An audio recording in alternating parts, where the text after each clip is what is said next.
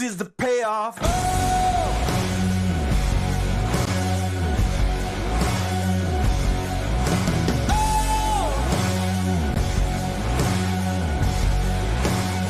This is the payoff. Oh!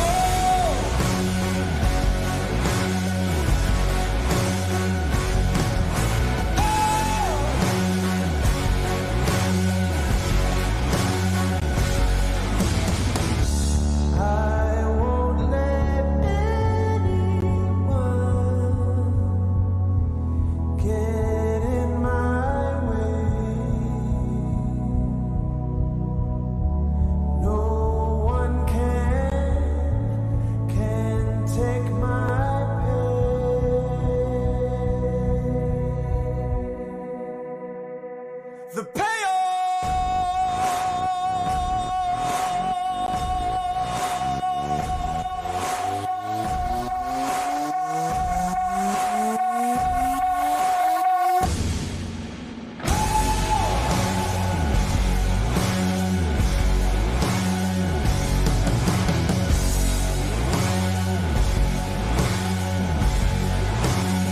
This is the payoff.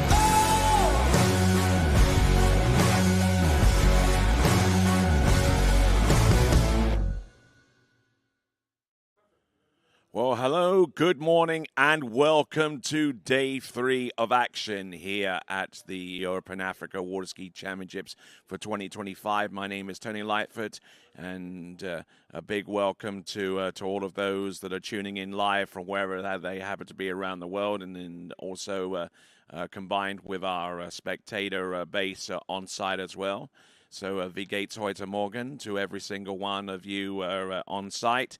And get ready for some great skiing action. You know, you're looking at a pristine facility that's located just outside of Linz in Austria, actually closer to the local commune of Steyregg. And this site has held many a championship before, not only at national level, obviously, but also at European Championship level. They've held the Europe and Africa Championships at least a couple of times, and they've held the world titles all the way back to 2007. And it's just an absolutely gorgeous day. There's very few low-lying clouds up in the sky right now. Most of those are high-level clouds, which shouldn't really bother us too much. And there's your schedule. It's pretty simple, really. It's women's and men's slalom, tricks, and jump in that order. We've gone through 2 days of elimination round skiing and determined that we have 12 skiers through to the final in each of our disciplines in the men's competition, 12 through in women's slalom, 10 through in women's tricks, and 8 through in women's jump. So there's our drone coming through, looking at the site.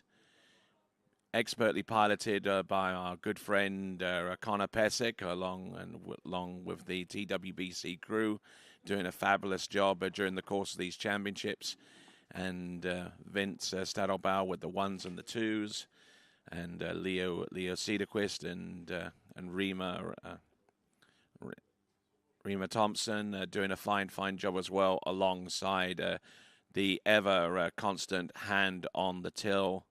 That is Jason Scholl Jeremy Scholl on the center camera, and some great action that we've been witness to for the last couple of days. But we'll show you some of the highlights in the qualification round series so far. Take a look at this performance from Sasha Deskin. This is on 10.75 meters. Good extension there on number 1. Nice slide there on number 1 into number 2. And for the most part, this pass was looking pretty good, except for that hit there on buoy number 3 as he made his approach into number 4. But I tell you what, he's a skier that can get back into the game at any given time. But unfortunately, there for Sasha Deskin, he gets a 5 at 10.75 meters. But he'll still be one of the top seeds towards the end of the list in the men's slalom final, which is going to be our second event out today. Looking at the instant replay of his performance from our boat cam.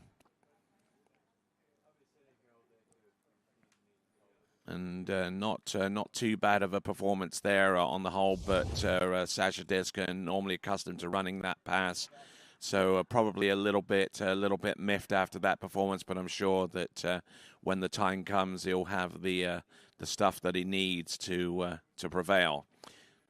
All right. So, and who is in the lead in the slalom competition? Well, I can tell you, it's one of only a couple to have gone through 10.75 meters, and this is 10.25 meters for Thomas de Gasperi. Getting around buoy number one, getting hooked up with the towboat.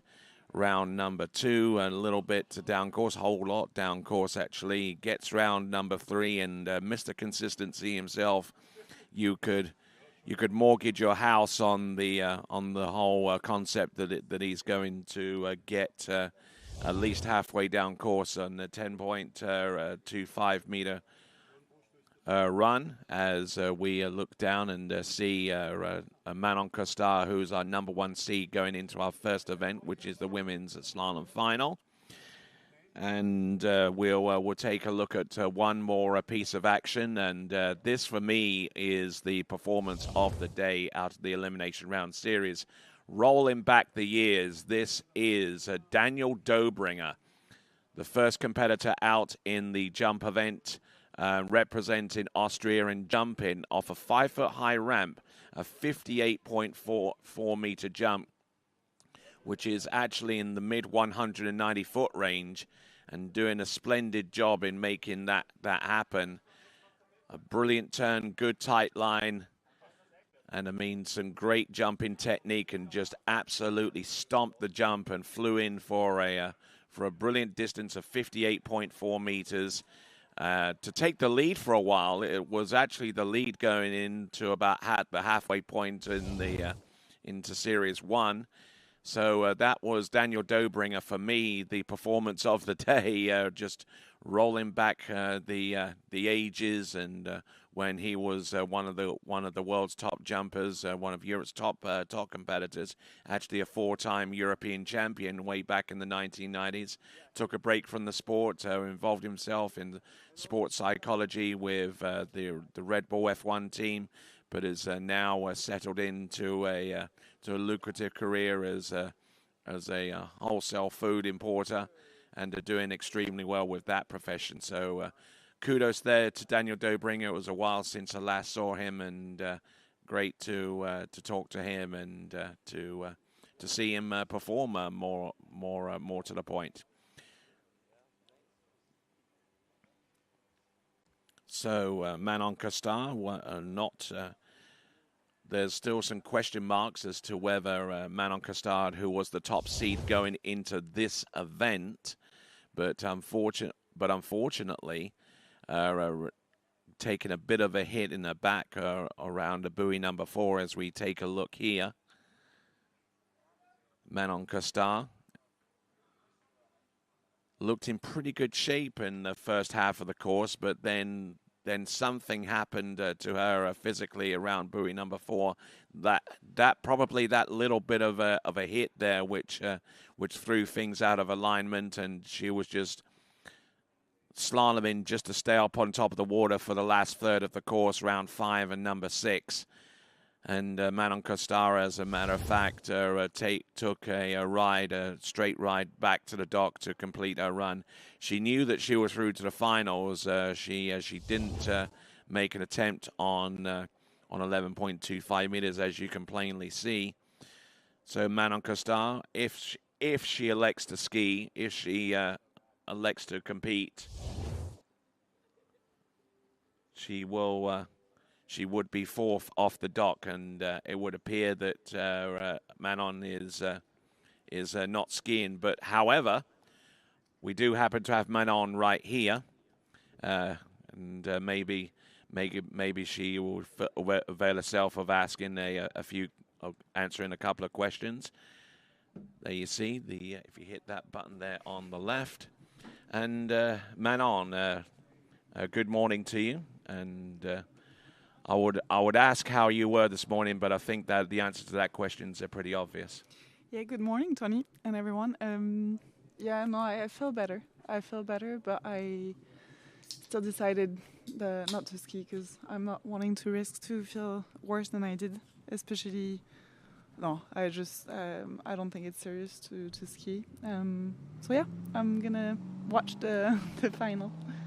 Okay, you're gonna take a relaxing view. Well, I would say relaxing. I mean, I'm sure that your back has been worked on a little bit to try and relieve some of the stress and strain that you're currently feeling right now. So obviously, we're going to have a new European champion after this women's slalom competition. I mean, you taking an impartial view upon the competitors that you're about to see compete. Who would you say has the best chance of prevailing now? There's a lot of them actually that can do it. So I'm not gonna say any names, but it's gonna be super interesting. We have Claire this year that has won before. We have just a lot of girls that can go far down and run even 11. So yeah, I think looking at every name, I think most of them have a very, very good chance. All right, then, and here is our complete list up on the screen right now, minus your name, unfortunately, as we see Kim Helen Niederbaumer and Ariana Sacco, Leah Mermont. I'm sure you'll be getting behind her being the first of our French skiers to compete in the slalom final. Celine Detry of Belgium, Elena Parkamenka, and Ines Anguno, a couple of Germans there, Chiara Bonneman and Janina Meckler. Claire Liesvelter, former European champion, Katerina Vrabkova, our penultimate skier from Czechia, and Beatrice Jani from Italy. So it's shaping up to be a grand final. So obviously you're taking the time out of this event, so you're gonna rest up for maybe a couple of weeks and try and be in full fitness for the World Championships, I would imagine. Yeah, that's the goal, not to hurt myself even more and have a chance to actually train properly in the next few weeks and get ready for Worlds. All right, then. So I'll leave you be. I won't ask you any more questions, but best of luck going forwards. I certainly hope to see you in Rocchetto in a few weeks' time, and best of luck with getting that back straightened out, figuratively and literally. And like I say, bon chance, and hope to see you in a few weeks in Rocchetto. Thank you. All right, then. That was Manon Costar. That was Manon Costar. Unfortunately, not fit enough to compete in the slalom final. And we wish her the best of luck going forwards. In the meantime, our first competitor out is going to come into the course at 14.25 meters. Representing Germany, it is going to be Kim Helen Niederbaumer.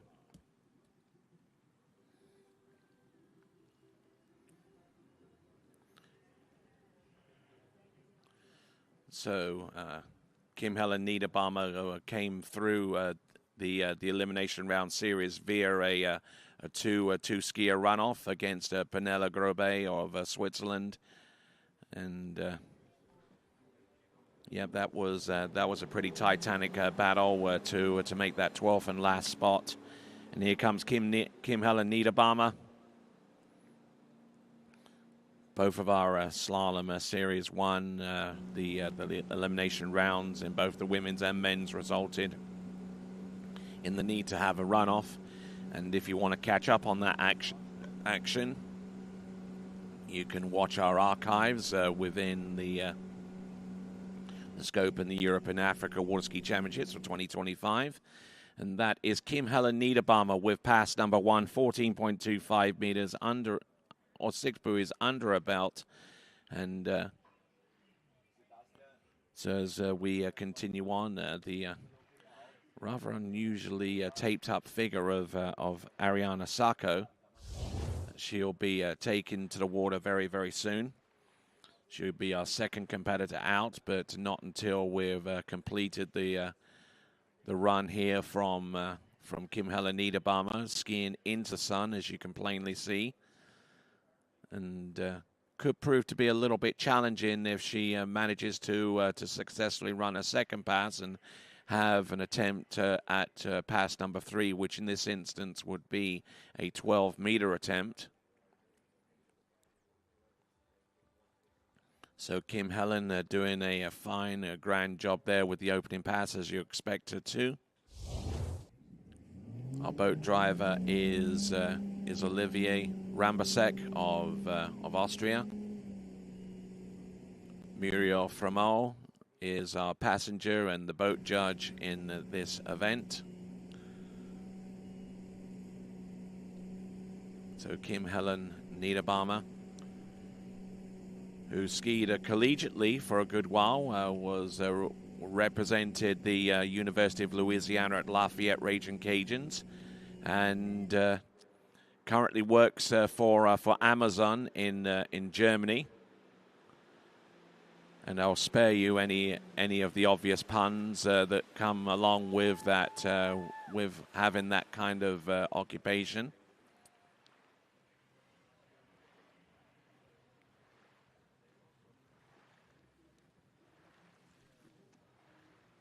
So Kim Helen in the water right now, just trying to collect her thoughts and reflect upon 30 meters a little bit, and see if there's anything that she can do technically to increase her her stock going forwards.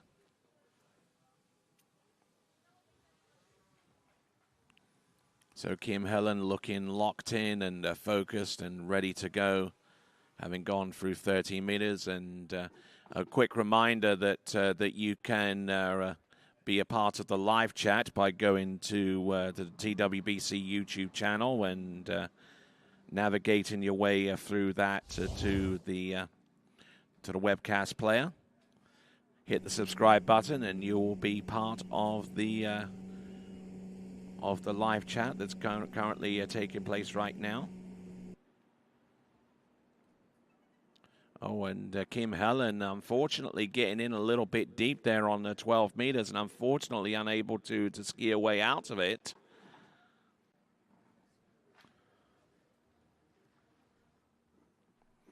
A little unfortunate there for Kim Helen Niederbaumer on finals day. She would have wanted to have gone a little bit further down the course with that effort.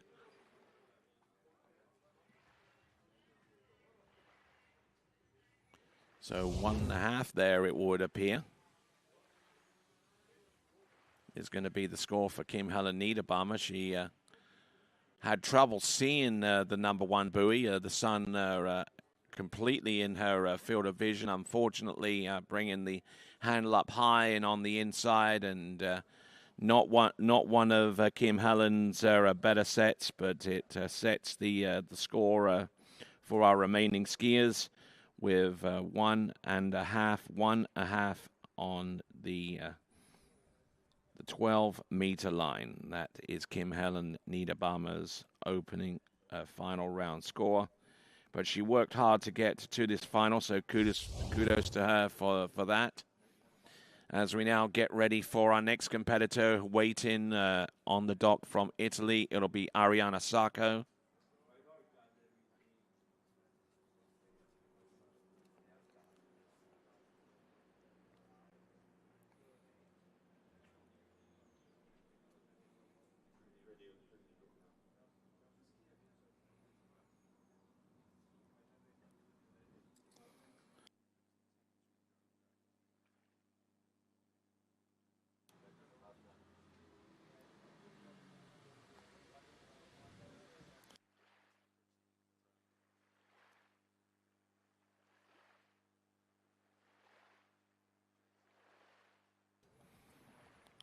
All right, so a big shout out to one of our crew that's at home right now across the Atlantic Ocean in the United States. Jason Scholl. Thanks a lot for checking in this morning on the TWBC live chat, and we hope to see him again between now and the end of the season as Arianna Sacco gets ready for her turn out there on the slalom course. Now, Arianna Sacco was the was the last competitor to make it through to the finals without the need of a runoff to determine her fate. Scored 5 buoys on 12 meters, and let's see what she can do here and now. Ariana Sacco.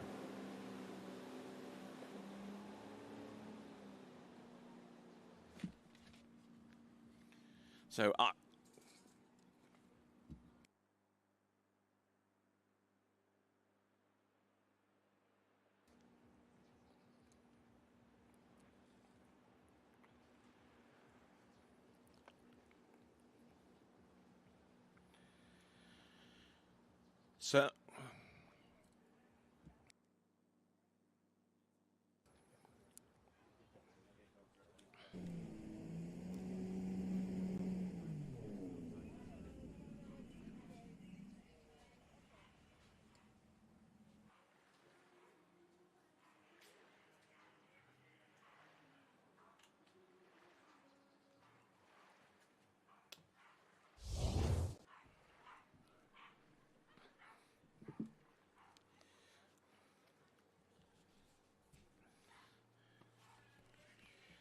So Ariana Sacco making that first pass look relatively straightforward. It's 14.25 meters to open up with.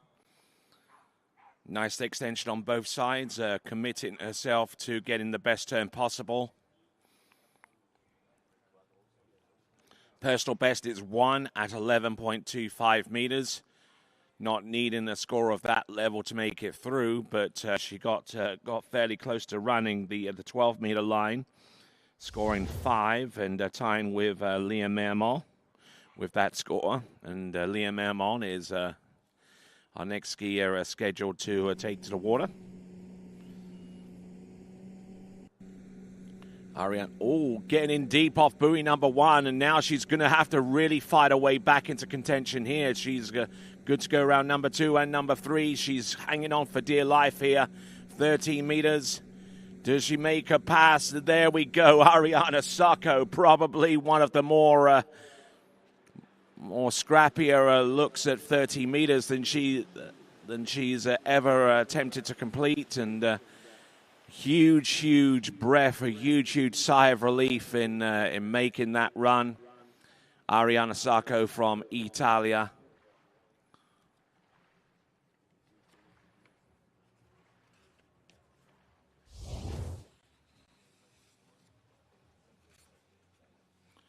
So let's have a look at this. Let's try and break this one down.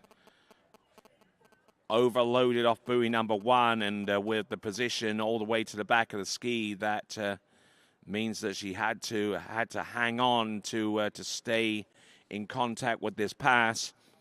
To her credit, though, she didn't give up. She didn't succumb to the lateness that she created for herself at the beginning, and She actually battled her way all the way to being relatively early into number 6.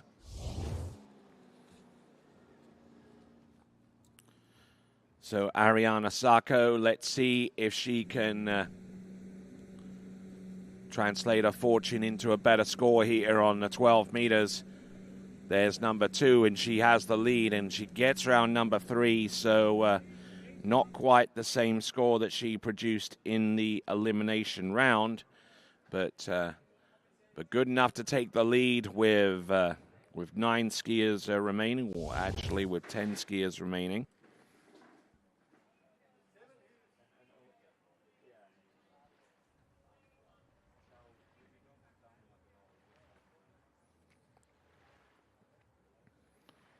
So Leah Mermont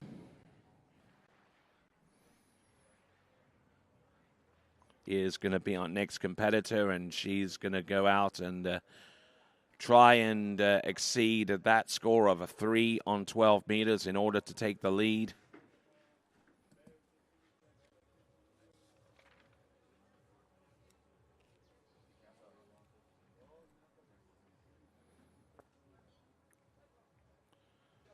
So far, so good in this women's slalom final here at the Europe and Africa Open Championships in Salmsee, right outside of Styreg in Linz, in in Oberösterreich in Upper Austria.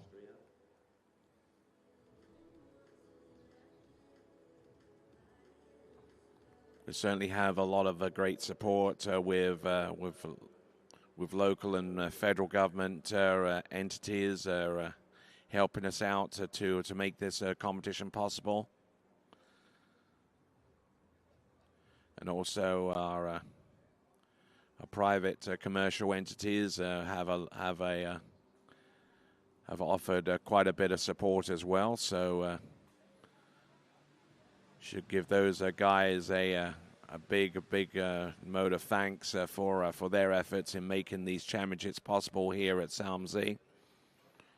As we get ready for Leah Mermont from France, and her personal best is 4 at 11.25 meters, and if she can conjure up a score something along that line, then things could really get interesting going forward.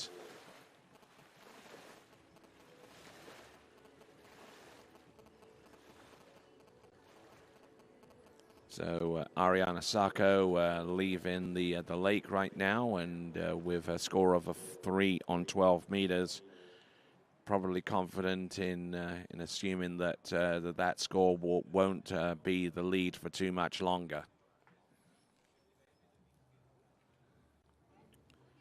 With that, let's check in with Leah Mermont, European champion in U17 and U21, competed for the Louisiana Monroe Warhawks on the collegiate water skiing scene in the United States. 14.25 meter start. Looking to aggressively assert herself out there, Leah Mermont, who competed earlier on in the season in the Water Ski Pro Tour and an event in Portugal. Did pretty well with that.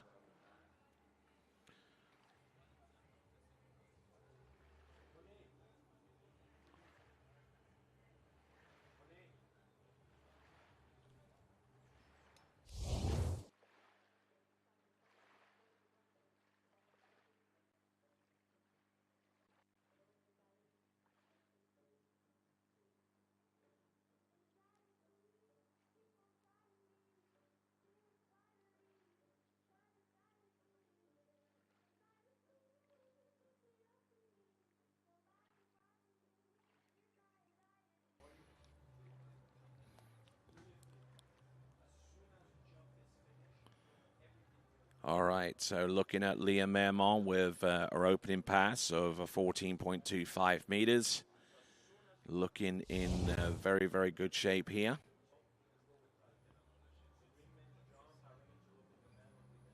Our next skier that was scheduled to go, Manon Costara, not available to ski, and trying to recuperate from a back injury or a re-aggravation of an existing injury which took place in the elimination round series. We certainly hope that she gets well soon and gets herself in fitness, ready for the Open World Championships, which will take place in Rochedo in a few weeks' time. That competition brought to you exclusively live on TWBC. But in her place, we see Leah Mermont looking in good shape for the most part on pass number 2. 14 and 30 meters run back to back.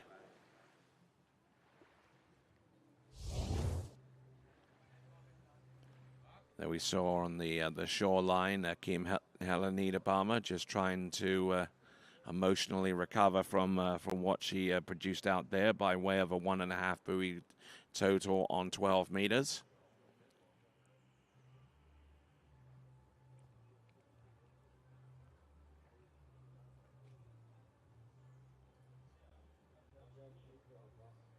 So Leah Mermont staying ahead of the game, and I'm sure that that there's a watch party going on somewhere in the world that will be cheering Leah Mermont on, especially the folks at the Vincent Souberon ski score. And if they are watching in, send us a photo with the TWBC Watch Party link at the top of the Waterski Broadcasting website, as we look and see Liam Mermont not only take the lead, but take 12 meters down. Oh, and barring the gate exit there. So that is going to be 5.5. So her scoring stops there. 5.5 on 12 meters. It is enough for the lead, but is that going to be enough for a podium position possibly? So Liam Mermont with 5.5 on 12 meters.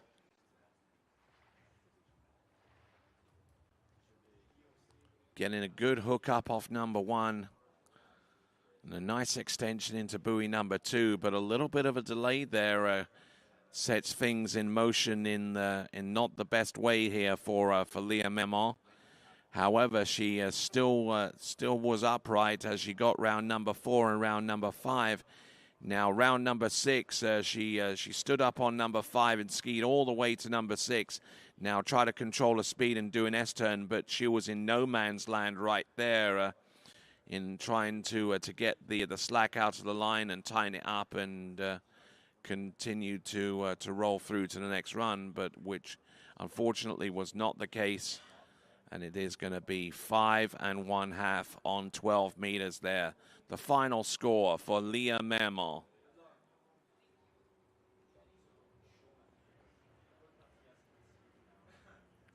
So some good skiing there on the whole there for Liam Mermont, but unfortunately not prevailing enough to get through the 12-meter line. She would have been our first skier to have gotten through 12 meters in the women's slalom final. Skier bouncing around all over the show off number 6, and down she went there. So our next skier would have been Manon Costard, the multiple-time winner of the European women's slalom competition. She was on for a 5th consecutive women's European slalom title, but unfortunately deemed unfit to ski to defend that title, which will mean that we will have a new European women's slalom champion. Whether that champion comes through having won it before in a previous year, or a brand new title holder will rise to the surface, we've yet to find out. But in the search for that answer, our next competitor to take to water, representing Belgium, it is Celine Detry.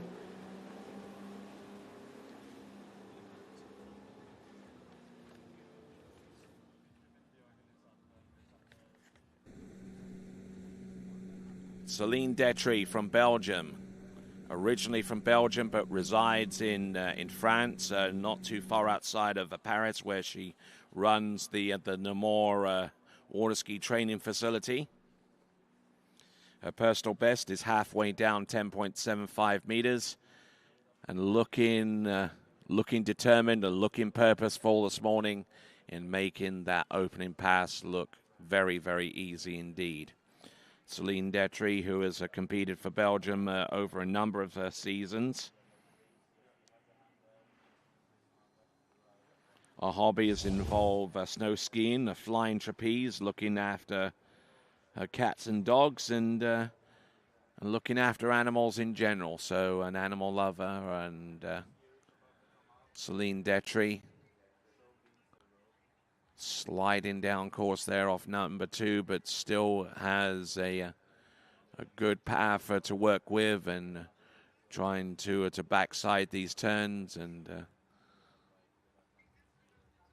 looking good, looking strong, and she'll be skiing away from the sun, so she won't have any problems with vision on which is the case on pass number 1 and 3. There's Liam Mermont making her way back towards the dock on foot.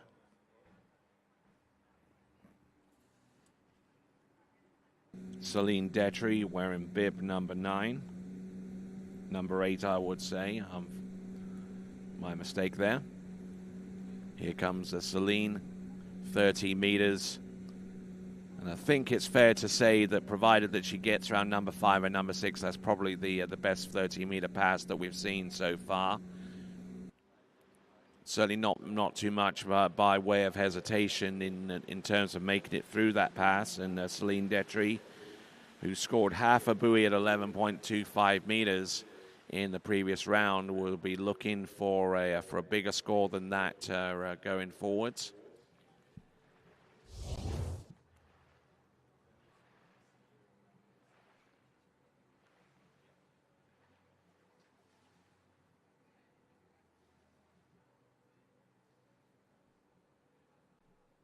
Looking at her once again, Celine Detry is in excellent shape right now. So more of our fans are starting to interact here with the live chat. It's good to see that happen, that kind of interactivity, but also take into account that we do have the watch party in effect here as well, a global watch party, which you can be a part of by going to waterskibroadcasting.com/watch party and send a photo of you watching us. Celine Detry on 12 meters now. If she can get past 5.5 here, she will take the lead. Little bit on the back foot and skiing in towards the sun, but good skiing there for her. It's going to be 6 buoys on 12 meters, but she isn't quite done yet. 6 buoys on 12 and skiing into the bright sunshine, which will be less of a factor as the competition continues on, as the sun rises out of the eye line of the skiers that are currently on the water right now. Celine Detry looking in pretty good shape.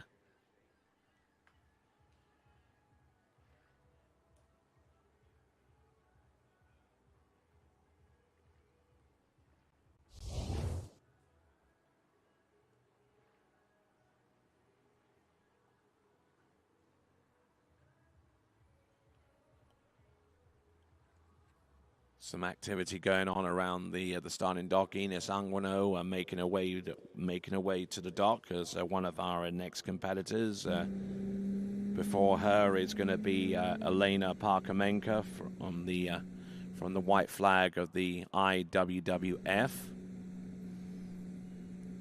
Here we go, Celine Detry. There's one, little narrow there, round number 2.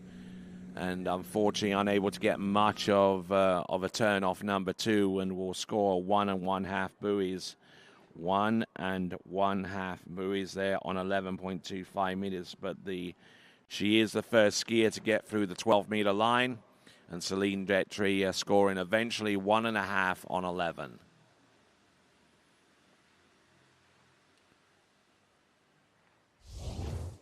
So Celine,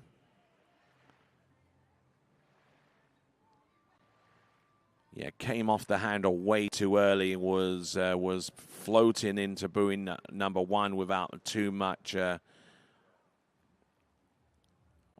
a chance of letting that ski rotate round fully to get a good plant on her way towards number 2.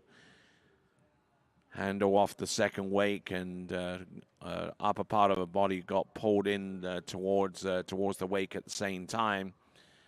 So things didn't shape up particularly well there for Celine Detry, but she does get 1 1/2 on 11, and she does assume the lead with 7 skiers remaining. The first of those 7 is the skier that's currently lying in second overall right now in the women's overall competition. It is Elena Parkamenka. Also a skier under the auspices of the IWWF or white flag. national designation for those skiers who would ordinarily represent nations who are currently unable to at this point. Certainly with a lot of turmoil across the world right now, and one or two places specifically, it's a way for competitive skiers to be able to compete at this level. And Elena Parkamenka, who, as I mentioned, is in second overall right now, and can start to claw the gap between herself and Janina Meckler, who's currently in the lead in the overall competition. But the gap is actually quite substantial. It is about a 300 or so overall point gap. A little less than that.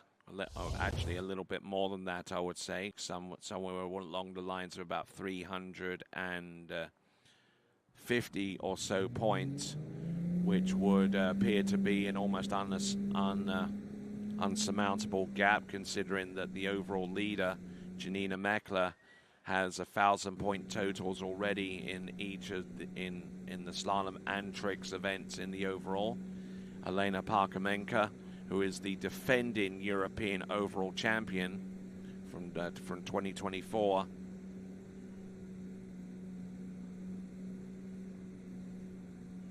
And Elena Parkamenka getting through the opening two passes of 14 and 13 without so much as a hitch.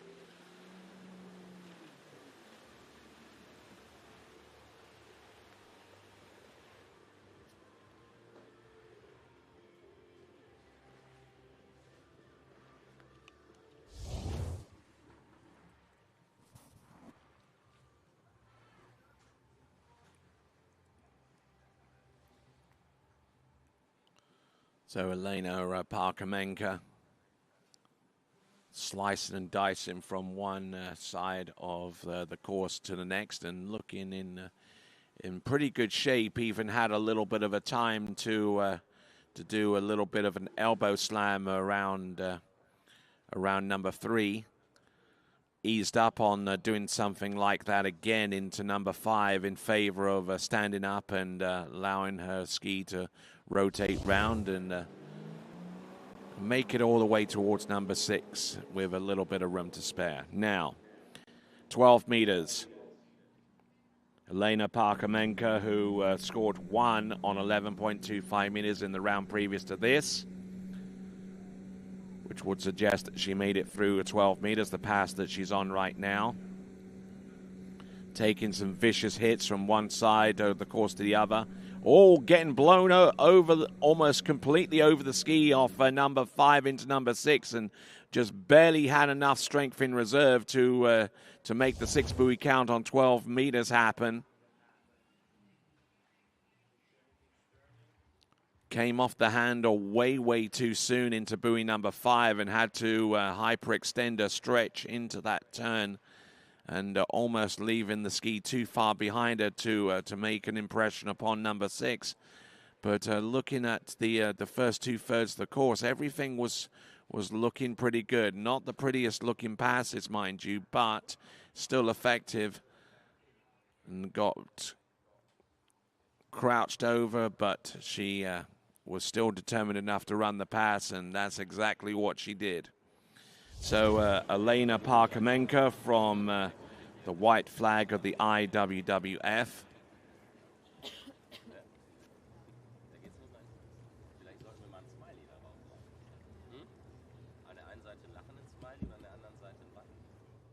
So one of our next skiers, Chiara Bonneman, getting some last moment tips there and advice. So needing to score more than 1.5 on 11.25 meters, Elena Parkamenka, and getting 1. So we got a whole stack of skiers around about that mark of 1 at 11.25 meters. We got Celine Detry on 1.5 that still has the lead. We got a 5.5 on 12 from Leah Mermar, and now we have the score from Elena Parkamenka with one on 11.25 meters. And in respect to the overall, she's still on 977.27 points so far as her event, so far as her effort in the slalom was able to yield. Because, well, that's exactly what she did in the previous round, so no change there.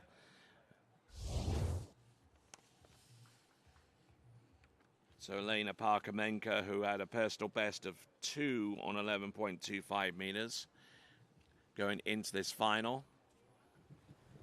So not too far away from that, so shouldn't be too displeased with what she produced. Elena Parkamenko there, wearing bib 59, and now wearing bib 26. Representing France, it is Enith Anguano.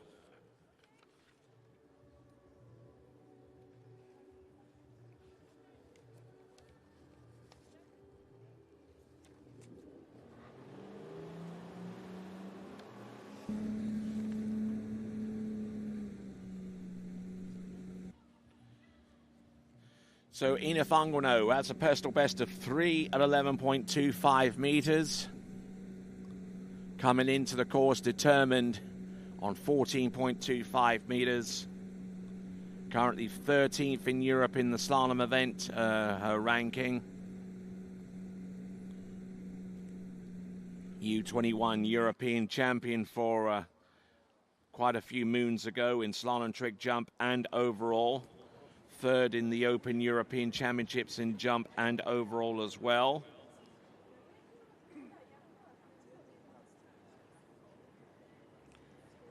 And as is the case with a lot of competitors in this kind of competition, their off-season activities involve snow skiing. So Enith Anguano, who in the previous round got pretty close to her personal best. She got 1 at 11.25 meters, and tying up with 2 other competitors, Elena Parkamenko, who we just saw, and Chiara Bonneman, who is on dockside getting ready for her attempt out there on the slalom course. Enith Anguano for her efforts right now, as she's currently in 4th place in the overall competition. Less than 42 overall points separating her from Sofia Hosdevia.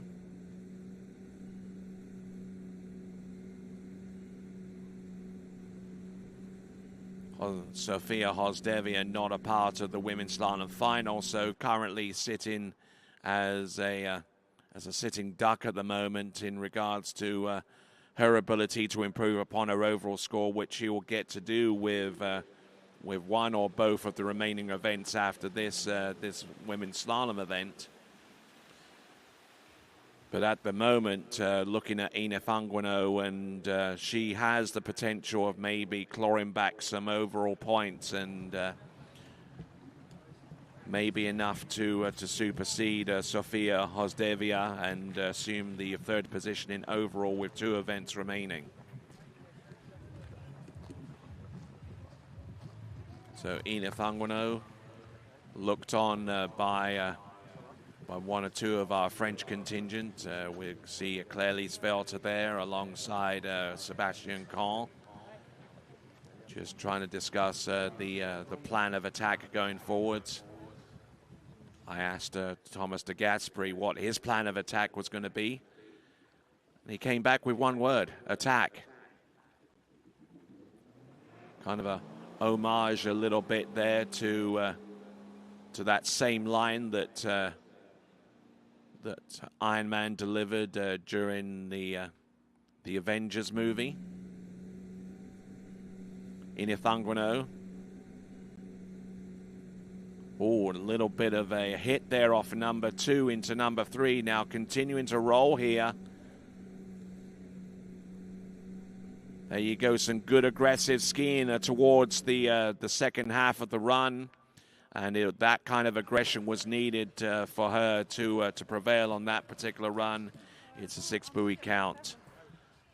6 buoy count there on 12 meters as one of our previous skiers, Celine Detry, returns to dockside and ponders what might have been in relation to the 11.25 meters. She's still in the lead, though, with 1.5. But that 1.5 buoy lead on 11.25 meters under serious threat right now because of Ina Thangwano, who is out on the water and having gotten through 12 meters, barely though, but was still able to run it and run it relatively well.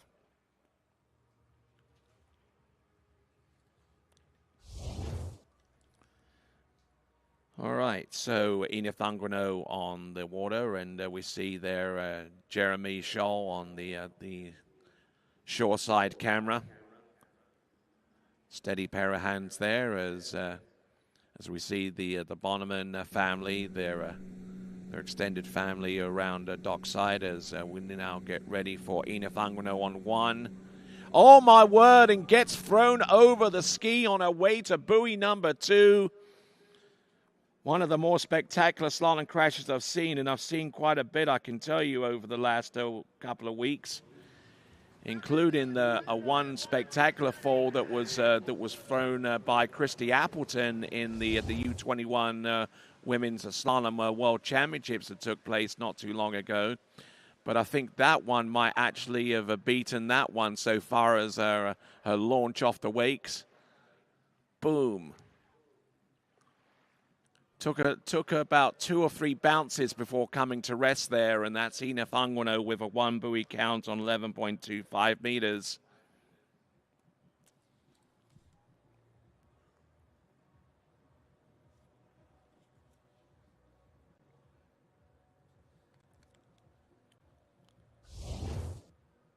So decent skiing up to a certain point, and was really looking for that number 2, maybe looking up for it a little bit too early.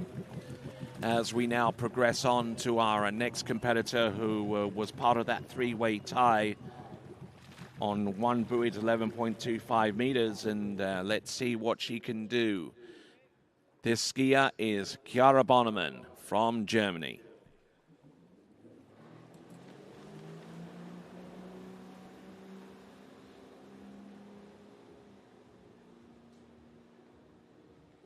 So Chiara Bonneman from Germany, who has a personal best of 1 at 10.75 meters. If she can produce something like that, then her chances of making it onto the podium will take a pretty big shot in the arm. 14.25 meter start though, so a little ways away from realizing that kind of high echelon capability out there on the slalom course. And Chiara Bonneman, who works as a radiologist.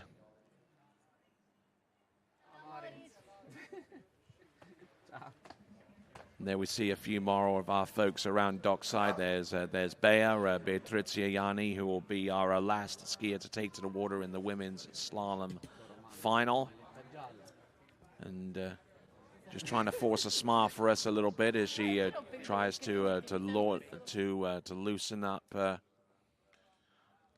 some of the muscles that are necessary to compete in this kind of level and this event.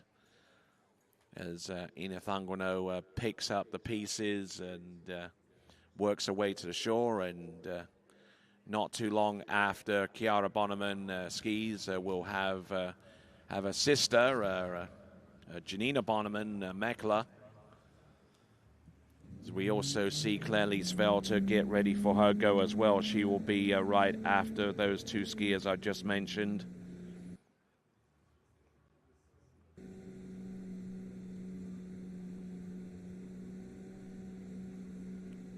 Chiara Bonneman looking good though, 30 meters.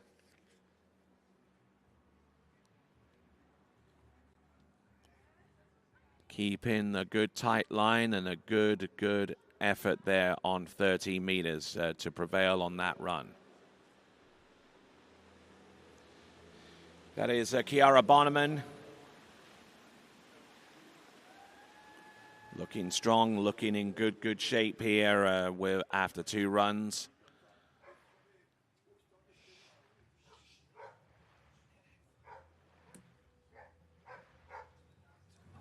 And as Inethangwano makes her way back to the dock, isn't that a beauty of a shot right there with Janina Meckler on the dock there, her son Luca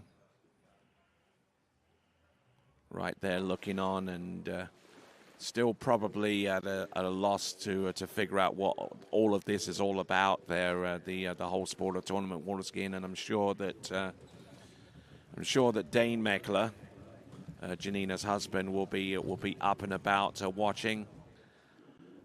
But even if he isn't, he'll still be able to watch this this coverage via our TWBC YouTube channel archive.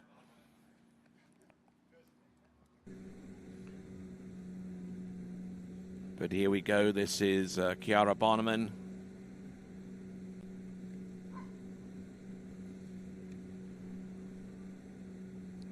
This is 12 meter. Oh, taking a huge hit there off number 4, and again skiing a little bit down course, but making sure that she is on top of the water around all 6 buoys on 12 meters, and a little bit of encouragement for Auntie.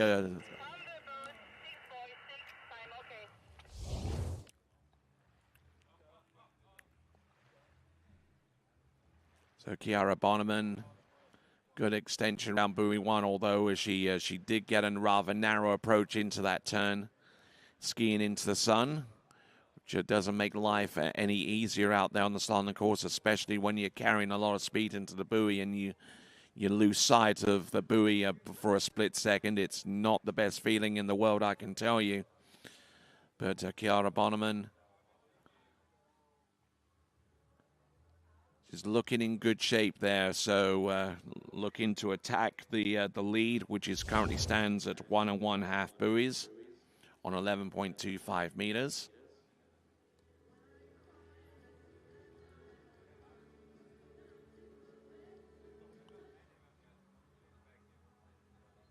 So Janina Bonneman obviously supporting Chiara Bonneman as best she can, but she's kind of hoping that the score that's set for her is going to be a relatively easy target for her to exceed. There's 1, there's 2, she takes the lead. Does she make a play on number 3? Does she get outside it? Well, she's certainly selling us on 3.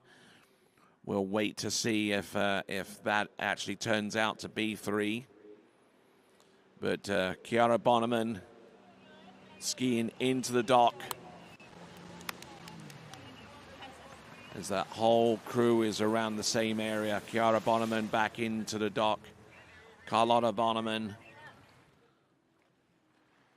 on dock side, holding Janina Bonneman, Meckler's son, Luca.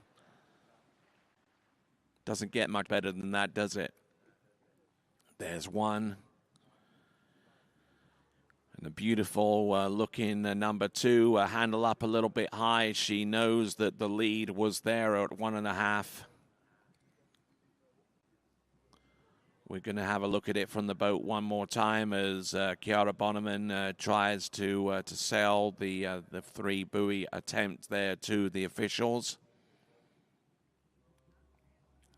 The first couple of buoys didn't look too bad. A little on the back foot, but was still very much in the frame here for 11.25 meters. Now let's have a look and see. I'm not even too sure if she made it round buoy number 3.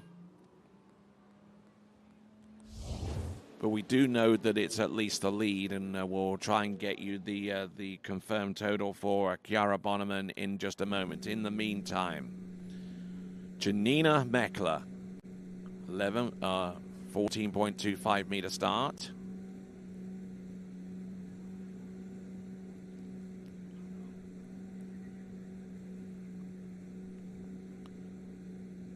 Janina Meckler returning to full-on tournament skiing, having taken some time out to introduce Luca to the world.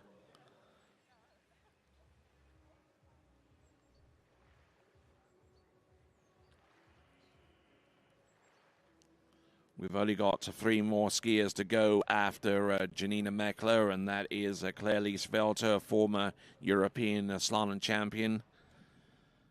Katrina Vrabkova from Czechia, and also another former European slalom champion medalist.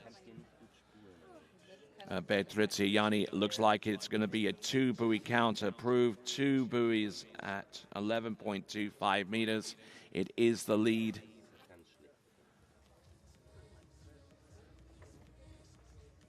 Two buoys confirmed there for Chiara Bonneman, and now that is going to be the target in order to make it actually on the podium. At this time, provisionally on the podium with 3 skiers remaining. So let's see what Janina Meckler has in store for us on 30 meters. Good strike on number 1, just trying to hold as much power away from the boat as possible, going from one side to the next. There's 4, there's 5, and easy as you like there, a 6 buoy count for Janina Meckler.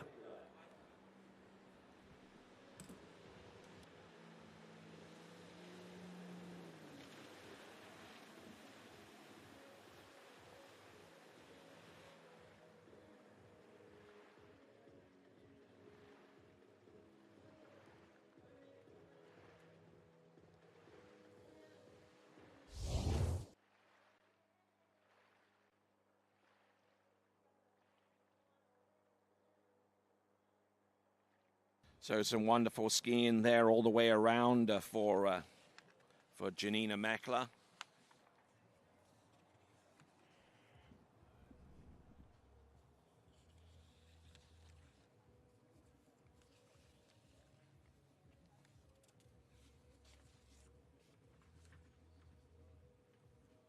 Can't see too much wrong with that pass on 30 meters. This now has a chance to do the same job on 12 meters, approaching the slalom course behind that Malibu Response TXI. Her personal best is 1 at 10.75 meters. If she can give herself the chance to make an impact on that run, I'm sure it may be enough to put her on the podium. Here she goes on 12 meters. First of all, she has to get through this one. Oh, she is all over the place, but she still scrapes through the 12-meter line.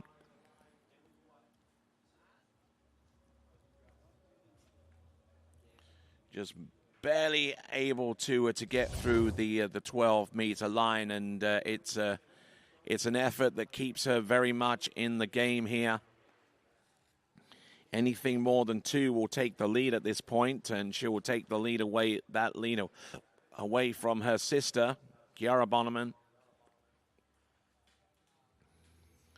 So, former U21 World Overall Champion, European Champion in tricks and overall, and former US Open Champion in tricks and overall as well. So enjoys being active, being outdoors, and being with family.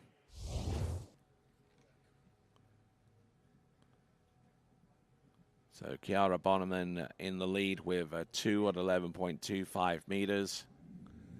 And there's a whole bunch of skiers crowded around either half or 1 or 1.5 at 11.25 meters.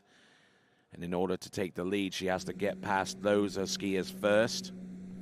Here she comes, 11.25 meters through the entrance gates. On the back of the ski, she manages to get round number 2 and ties the lead with Chiara Bonneman with a score of 2.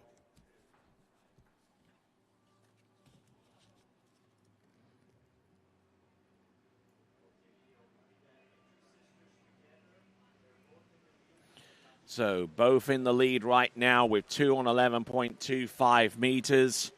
And with 3 skiers remaining, that is the target for a podium position in the top 3 in the Europe and Africa Women's Slalom Competition, the championship. Coming to us from Salmsey, right outside the commune of Steyregg, and a little ways out from the industrialized city that is Linz. So Janina Meckler is now tied with 2 buoys at 11.25 meters, tied with her sister, Chiara Bonneman.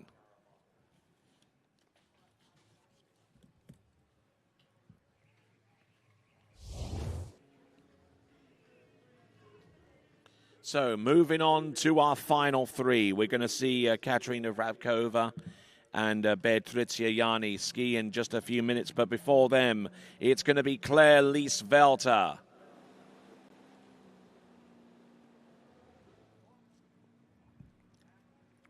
Claire-Lise Welter, highly decorated athlete.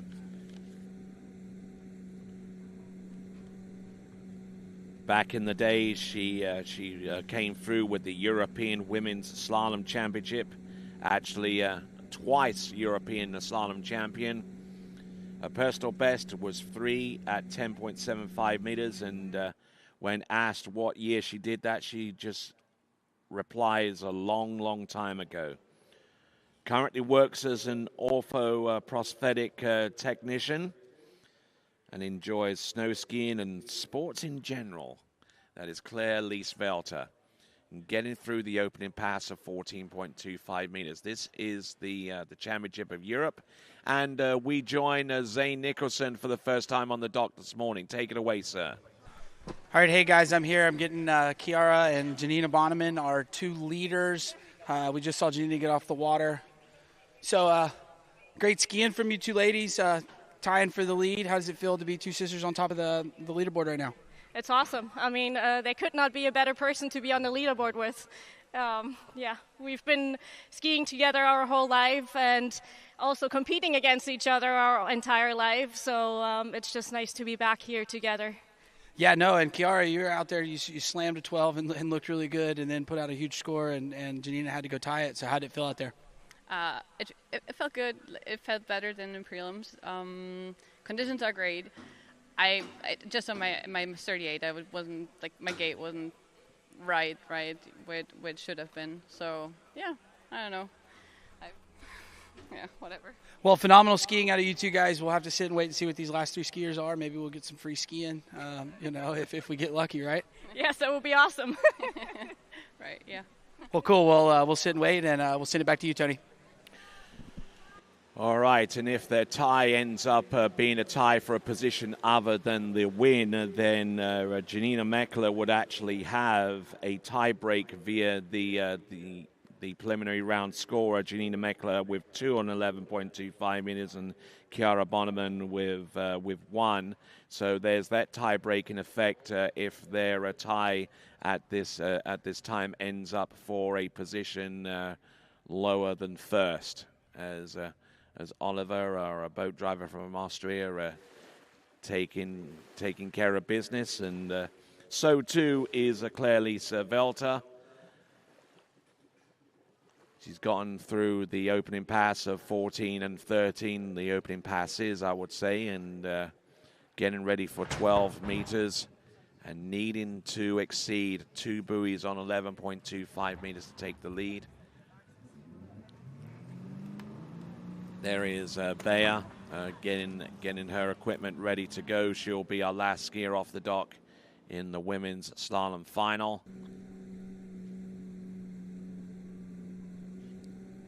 Claire-Lise Welter, this is on 12 meters. Oh, getting in a little bit deep here. Oh, my word, she goes down around buoy number 4 and scores 3.5 on 12 meters. 3.5 on 12 meters. Claire-Lise Welter, one of our favorites going into this event, but unfortunately coming up short on 12 meters and scoring 3.5. And that means that that tied score for Chiara Bonneman and Janina Meckler are tied for a position on the podium.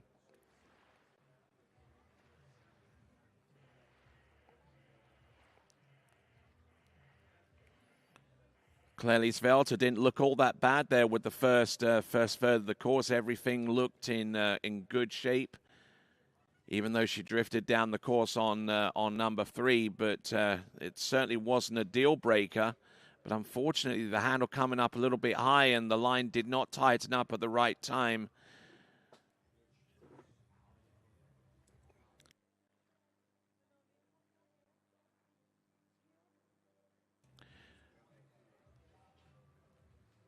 So Claire Svelter, as we look at this performance, and with Janina Meckler having the superior backup, she has a guaranteed spot on the podium as a result of this performance from Claire Svelter of 3.5 on 12 meters.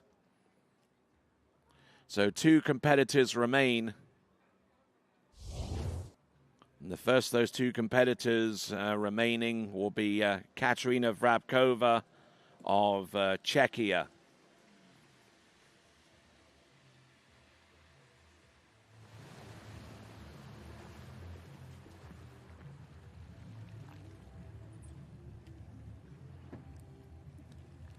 And Katerina Vrabkova, who got halfway down 11.25 meters in the round previous to this.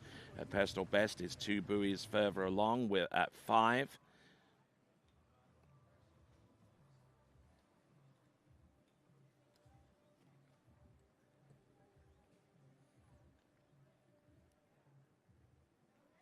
So getting ready, our skier originally out of Czechia, but skiing in Italy these days at the ski club Spalonga, which is just a little way south of the eternal city of Rome.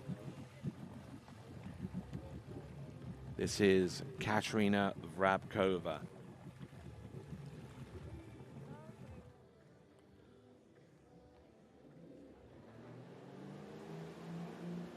So Katerina Vrabkova doesn't list that many accomplishments in regards to her past water ski endeavors.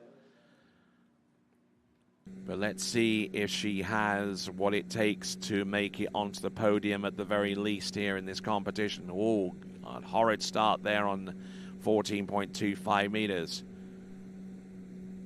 Coming off the handle very, very early indeed, and certainly playing with fire a little bit on 14.25 meters. And with that, let's check in with Zane.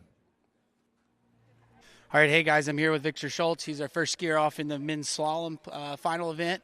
Dude, squeaked your way in a runoff, but had a huge score. Ran 11 in the runoff, got 4 at 10.7. So feeling good this morning? Yeah, feeling great. Really happy to be part of the final, and happy to be first off the dock. Just gonna go out and do my best. Yeah, well, I mean, dude, you skied really, really good yesterday in the runoff. I thought you looked lights out. You might even get down that 10.7 all the way through it. So I'm looking forward to you being the dark horse here today. Yeah, me too. Thank you, Zane. All right, Tony. Well, we'll send it back to you and look forward to getting him out on the water here soon. And fun fact,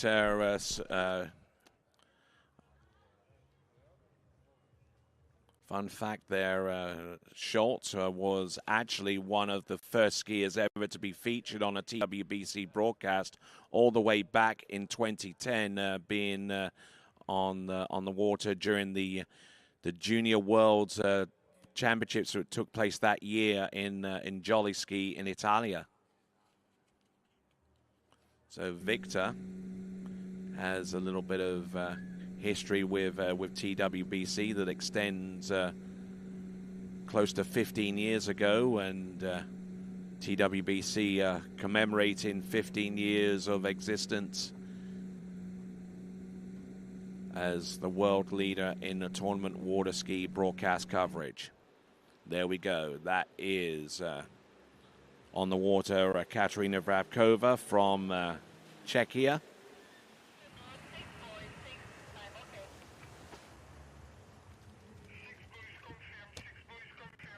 So 6 buoys confirmed from our officials, as Bayer, who is our last competitor to go, just trying to get physically and emotionally on track as our last skier to take to the water representing Italia.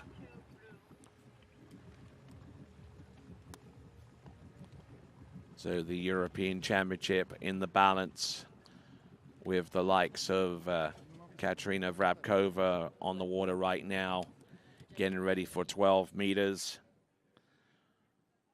Janina Bonneman-Meckler already guaranteed a spot on the podium with her score of lead score of 2 at 11.25 meters, but has the superior backup against her sister, Chiara Bonneman. Here we go. This is Katerina Vrabkova. There's one. There's number two. A little down course here. Round number three. Continuing to rock this pass. There's number four. Good to go round number five. And gets it to go round number six. And she is in with a chance of a podium finish at this juncture. Our skier from Czechia, as a few of the supporters along the shore side are waving their flag and trying to see if she prevails. Katerina Vrabkova.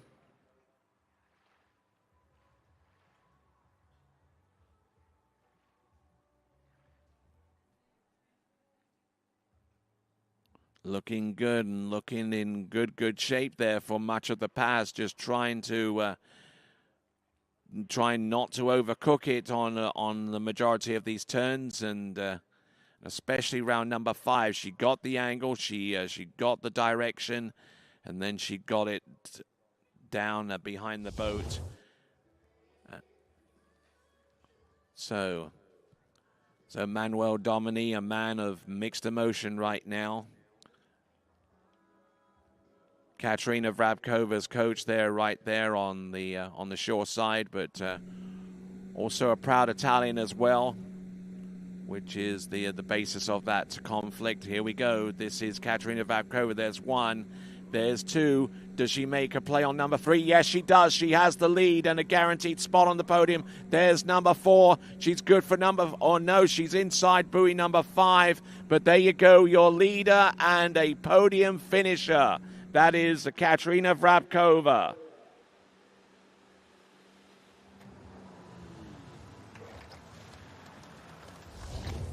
So your leader and can finish no worse than second place right now.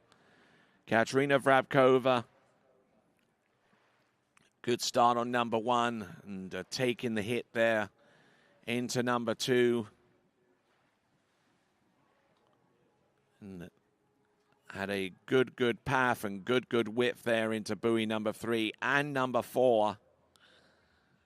And now has set up a pretty large size target for our remaining skier to try and exceed.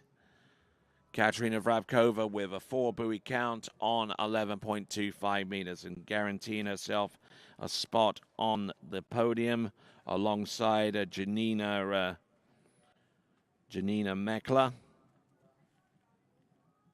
And there's still a chance, an outside chance for Chiara Bonneman to make it onto the podium as well. But things are going to have to resolve themselves rather fortuitously in her direction, because our last skier is in the water right now and getting ready to go. Representing Italia, Patrizia Yanni.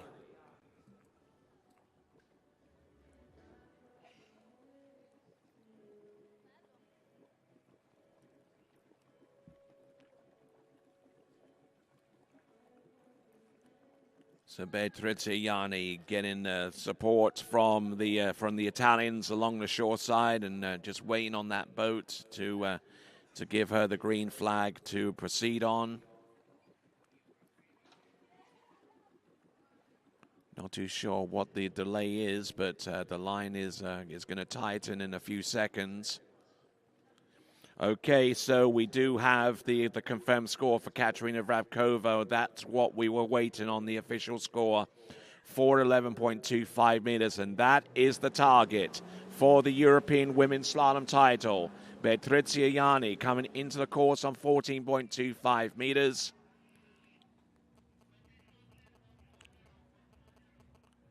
This exciting open women's slalom final, Patrizia Yanni, does she have the kind of performance necessary to take the title? Patrizia Yanni, who herself is a two-time European slalom champion. And we're sending it over to Zane. All right, hey guys, I'm here with your new leader, Katerina Vrabkova. So great skiing out there. Thought you were going to get all the way through that 11-meter pass, but huge score. How did it feel out there? It felt super good. I wasn't really having high expectations of myself. It's only my third time in my lifetime in Slalom Final, so I was like just happy to be there. That was my goal. This was super unexpected, so on 4 I just kind of got a bit like, oh my god, this is possible, and then I just didn't finish. That's kind of just a brain. I don't know. Well, I'm going to tell you, I think you need to have a little more faith in yourself because yesterday you looked phenomenal in the slalom event, and then you came out here and stomped it in the finals. So that was great skiing out of you, and we'll have to see what Bea's got, see if we can get you a win. Yeah, thank you. Yeah, I'm excited to see what she does. We're skiing on the same lake, so it's super nice to have her as like the top seat. I'm super happy to just be here. Well, cool. Well, hopefully we can start seeing you maybe at some Pro Tour stops and at some other events along the way. But right now we'll send it back to you, Tony. Why, thank you over there, and congratulations going forwards there for Katerina Vrabkova, who has got a guaranteed second spot on the podium on the strength of her lead total of 411.25 meters. The score that the Prizegiving has to exceed in order for her to grab the European Women's Slalom Championship.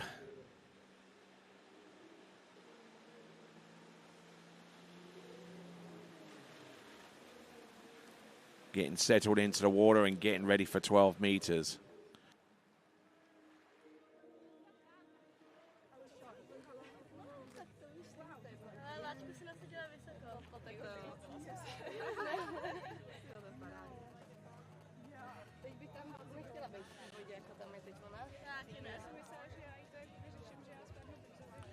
Okay, so the members of the Czechia team are all in pretty much rapture right now in seeing their competitor get a placement on the podium in the women's slalom event, which is almost unheard of.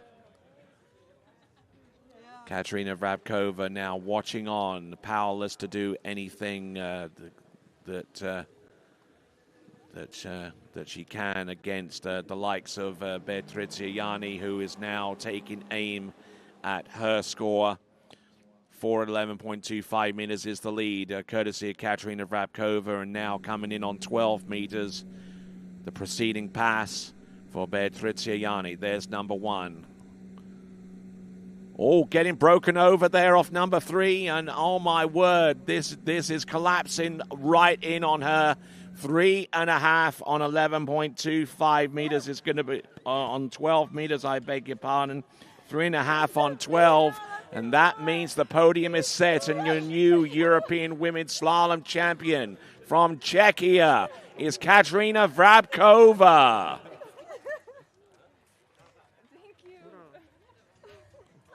What that also means as well is Chiara Bonneman has a third spot on the podium.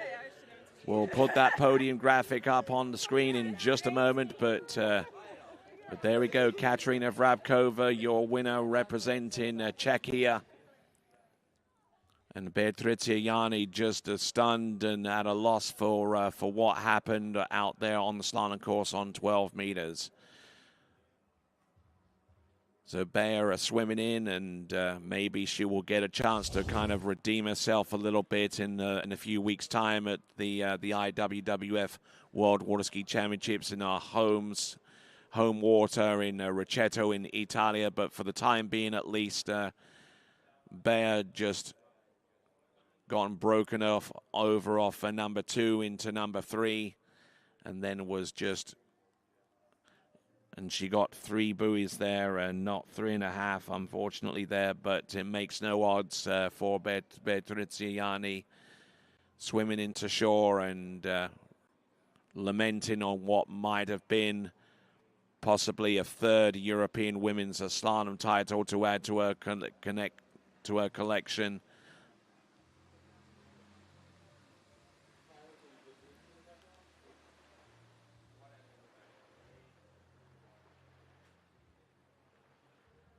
But looking towards the end, our final skier, Prizegiving, 3 on 12 meters. So as a result of that, the podium looks like this.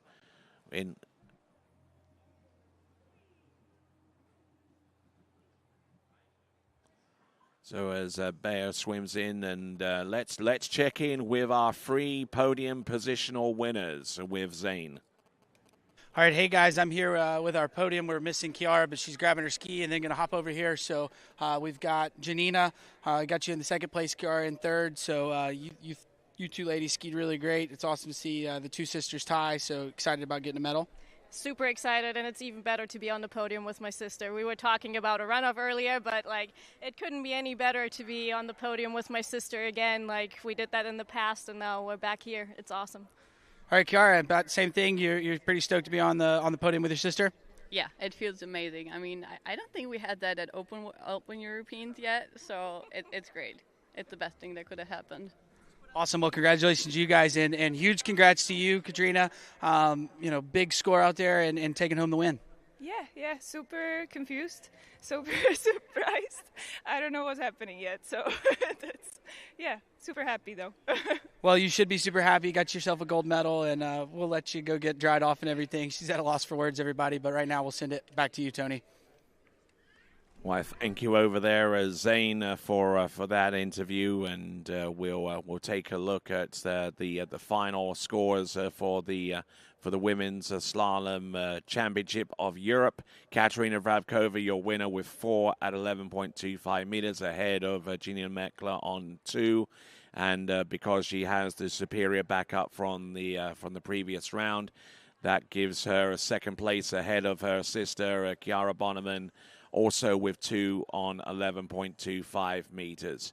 Celine Detry in fourth place with 1.5 at 11.25 meters. Elena Parkmenko rounding off the top 5 with 1 at 11.25 meters and has the superior backup ahead of sixth place Ines Anguino. Then Leah Mermont with 7th, Clearly Svelta 8th, Bertrizia Yanni in 9th, Arina Sarko in 10th, and Kim Helen Niederbaumer in 11th, and Spera Fort for Manon Costar, who came into this event as the defending champion, but was unable to do so due to re-aggravation of a previous injury from the previous round, and unable to ski in this women's slalom final. All right, so as we get ready for the men's slalom final, we're going to take a look at some of the action that was present here. And how about a pick your pass? Well, don't mind if I do. Let's go with the winning score from Katarina Vravkova, the 4 buoy count on 11.25 meters, representing Czechia. And it's probably one of the very few slalom titles that a skier from that nation has ever prevailed on for the win. She got a good start on number 1 and floated in very nicely around buoy number 2, and at that point she'd have gotten the lead, or as she'd gotten round number 2, it was enough for the lead at that point, but Katarina Vravkova managed to get round number 4, and she didn't know it at the time, but that score ended up being enough for the win. Katarina Vravkova from Czechia, your new European ladies slalom champion, and we'll see if she can segue that title into maybe a high finish at the World Championships, which will take place in Rocchetto in about 3 weeks' time. But for the moment, at least, she's happy. She's on cloud 9. And she's the European women's slalom champion, Katarina Vravkova from Czechia, with the 4 buoy count, as you can plainly see here, for the Championship of Europe, right here in Salmsee. Our next live action is going to involve our men's slalom finalist. And there we see on the starting dock, and there we see Victor Schultz Sorensen. He will be our lead-off skier ahead of Martin Bartowski, then Alex Schiel, then Marit Engelhardt, then Paul Duplon-Freiberg and Louis Duplon-Freiberg, and Jakob Bonja, Matteo Lizzeri, Sasha Deska, Brando Caruso, Tim Tornquist, and finally Thomas de Gasperi, looking for a 12th slalom title of Europe. So, What other elements do I have to mention in regards to this event? Well, how about the men's overall? Let's get that on track, because it is a tough battle towards the top, and I'm going to tell you the points spread between our overall competitors just to keep you informed. Because in the men's overall competition overnight, Daniela Filchenko is your current leader. I'll take this time to actually personally apologize to Daniela Filchenko for misrepresenting his personal best. His personal best was a shade over 69 meters. So, having gotten that out of the way, I can tell you that Daniela Filchenko is currently in the lead of the overall, but it's not by much in the tournament overall competition. He has a point score in the overall of 28-61-17, and that is about less than 4 overall points ahead of Pole Duplon Freiberg, who is in second spot right now and currently in third.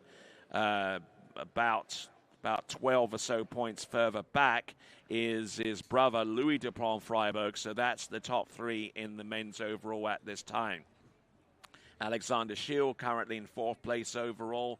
There is a big drop-off between 3rd and 4th in the overall competition, but Alexander Schill will be a part of the festivities in the final round series, alongside Vasily Mazurkovic and also Luka Rakenwald as well, and there'll be a little bit of movement with the likes of Damir Flaratov as well, who although he hasn't done enough to make it through to the slalom final, he at least has a marker in the tricks and the jump event coming up. So there's certainly a lot of potential of movement in the men's overall competition right now. But after the initial preliminary round elimination series is Daniela Filchenko that currently has the overall competition in the driving seat for that, followed by Pole Duplon Freiberg and Louis Duplon Freiberg, and it is going to be a battle all the way to the end. Daniela Filchenko with a score of 3 at 11.25 meters in the elimination round. Unfortunately, unable to make it through to the men's slalom final. So he's going to sit on the sidelines and look out at the lake and see Pole Duplon Freiberg and Louis Duplon Freiberg attempt to take pot shots at him. The points gap very, very low between the two. 4 points separating first and second, and about 15 or so points separating second and third right now. Very, very close in terms of a point spread in the men's overall competition, as we see Dane Meckler. Where did Dane Meckler come from? I should have said Zane Nicholson, but I'm sure if Dane, you're watching this coverage of these championships, I'm sure that you're especially proud of your missus, Janina Meckler, on her win on not so far as a win is concerned, her placement on the podium with the runner-up spot for Janina Meckler. So Victor Schultz Sorensen are getting ready, and so too is Martin Bartowski. They're getting ready to go in the men's slalom final. We're about to throw down.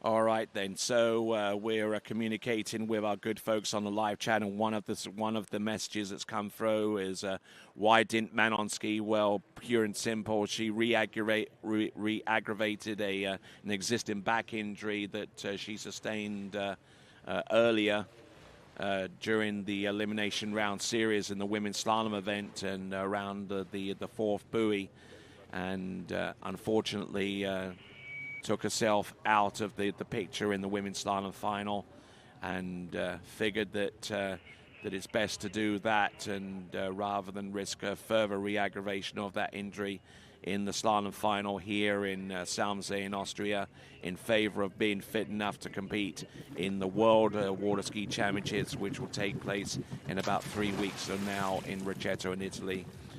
And the coverage of that competition will be brought to you exclusively live on TWBC.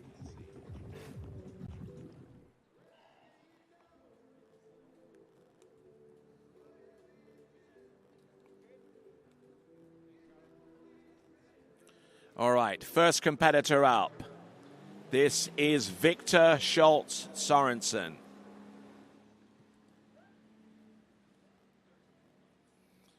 "30-meter pass. 30-meter is the minimum start in line length.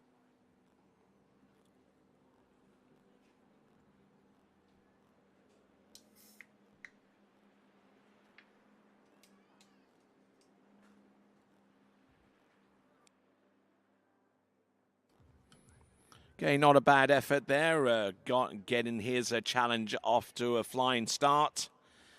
That is Victor Schultz Sorensen, hoping to get his challenge off to a sprightly start as well is Martin Bartowski, and let's check in with Zane. All right, hey guys, I'm here dockside. I'm watching one of my Danish team skiers. This is Victor Schultz. We saw him ski really, really well in the preliminary round. I know he wasn't super stoked with his first score, but he was really happy with how he did in the runoff. He's been skiing great all season, so looking forward to getting him through a couple of these passes and take a crack at 10.7. I know he's been running it practice, so he hasn't done it in a tournament yet, so this could be the first day that he does it, and it would be super cool for him and all of Team Denmark. So we're sitting here rooting him on from the bank, and shout out to everybody that's watching, and we'll send it back to you, Tony. So Victor Schultz Sorensen getting ready for pass number 2. It's going to be 12 meters, and there you see the running order. We see Victor Schultz Sorensen out there on the water, and then we see Martina Bartowski, followed by Alexander Schiel and Moritz Engelhardt, as well as Paul and Louis Duplan Freiberg in that order. And that is certainly going to be an interesting round of slalom for those two who are less than 20 points combined away from the top rung of the ladder in the overall competition, but they need to exceed upon the score that each has provided in the elimination round series, and for each of them they both have the overall 1,000 point total, both of them, because they tied with 2 at 10.75 meters, and that gives you an indication of what we've got going on so far as the overall is concerned. But we're now focusing on singularly upon the slalom event. There is Alexander Schiel just trying to isolate himself from the world outside, and good few of our members of Team Austria are next to him as well, trying to offer a moral support. And the back there as well is Moritz Engelhardt as well, an individual skier for Austria. Actually a team member of Austria, so the points he's able to earn for that team go on to the team total. So far as the overall team classification is concerned, Austria are currently in third spot behind Ukraine and France.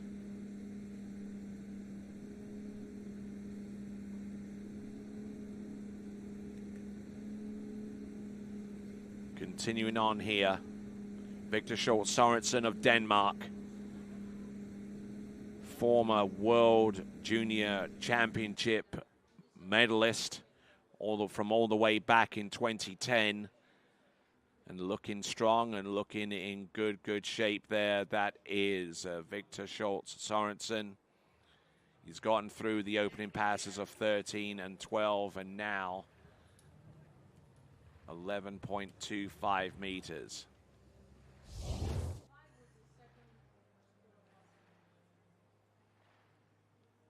Just trying to hold off enough direction and enough momentum going to the outside of the buoy. Oh, good slide down course there from Victor Schultz-Sorensen on number 2. Managing to hold on to a good chunk of that angle and still able to make a concerted effort to run 11.25 meters. Just to give you an indication of the point spread in the team competition, currently France are on 7,803, and Ukraine is on 7,350. So there's quite a big spread there, but not an insurmountable gap given what we've seen out of our skiers so far in the women's slalom final. Here we go. This is Victor Schultz-Sorensen. This is 10.75 meters. He's still there. He's round buoy number 3, keeping him going. He's round number 4. Can he make it outside number 5? No, he's going to be inside buoy number 5, but a score there of 4 at 10.75 meters is a pretty darn good target for him to set for the remaining skiers to have take pot shots at. 12 skiers in this final, which means that we have 11 remaining skiers, and they will be all trying to exceed this score here from Victor Schultz-Sorensen. Looked a little untidy for much of this run, but he was just as strong as an ox in holding on to as much pull and as much momentum as that as possible. Getting as far as number 4.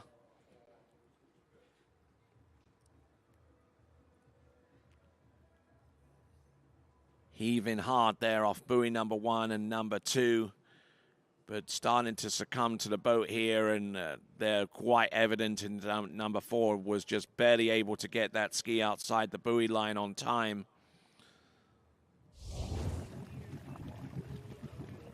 But now we move on from Denmark to Slovakia.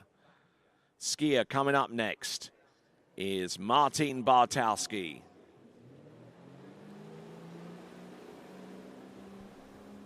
Martin Bartowski, who has placed on the podium at a number of high-class events across the continent of Europe, including the European Championships. Among his past endeavors, Martin Bartowski on 13 meters. Good stretch and good extension round number 3 and 4, 5, and number 6. 13 meters, well within his capability. And getting the job done.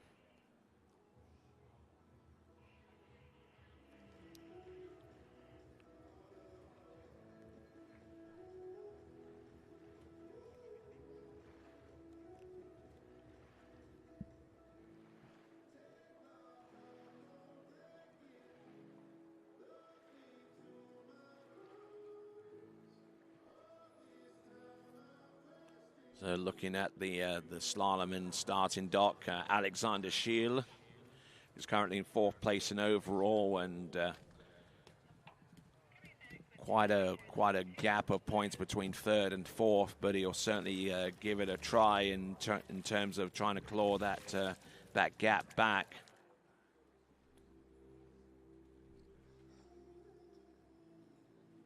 About a 235 point differential between 3rd and 4th, between Louis Duplan-Freiberg in 3rd and Alexander Schiel in 4th.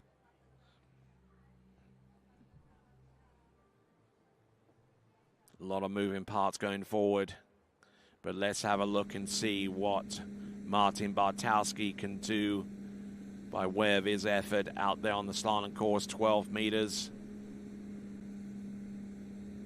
Seems to have a real ease upon on what he's doing out there, although he's got to be careful with the handle release, whether he does that too soon and comes in narrow on 1 or 2 of those turns. But he's a well-experienced campaigner in the men's slalom event, not only here but also here in Europe, but also across the United States as well.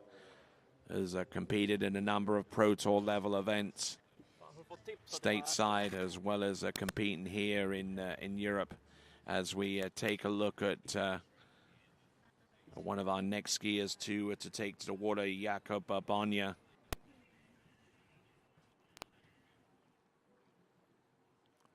Victor Schultz Sorensen waiting to see if his effort on 10.75 meters is good enough to climb up onto the podium. He's going to have to wait a while to find out if that's going to be the case or not.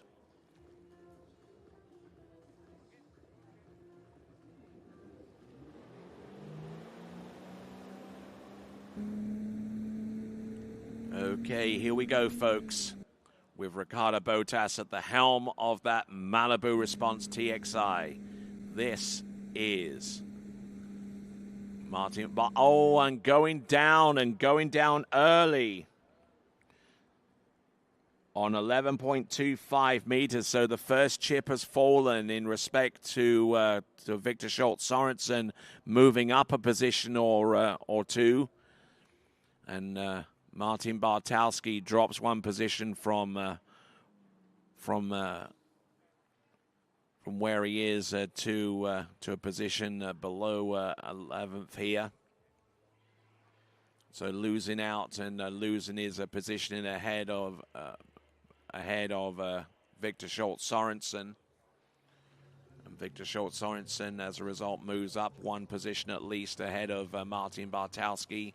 When all is said and done, what that position is going to be, when all is said and done, is uncertain at this time.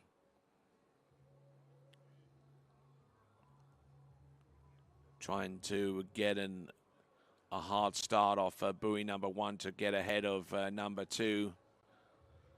Maybe forced into doing that a little bit, considering how he ran the previous pass. Brought the handle in, and the ski stopped cold because he brought it in a little bit too early.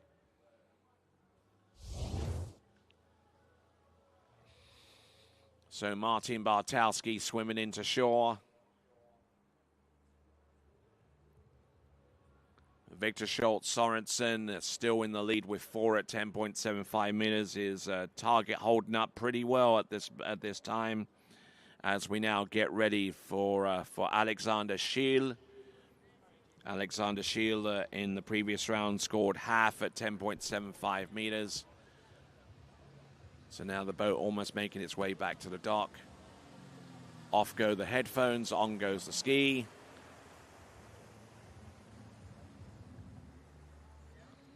Probably figuring that Martin Bartowski was at least going to get through a pass of 11.25 meters, probably accelerating his own preparation before he heads out onto the slalom course. Alexander Schiel,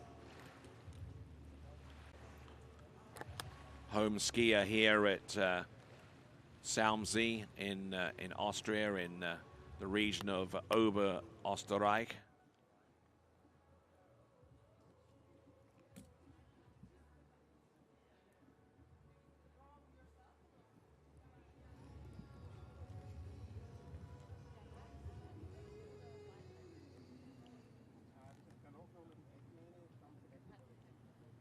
So just waiting for the signal from our officials before we take on Alexander Schiel from Austria. Good. A2, please. Okay, so requesting Alpha 2.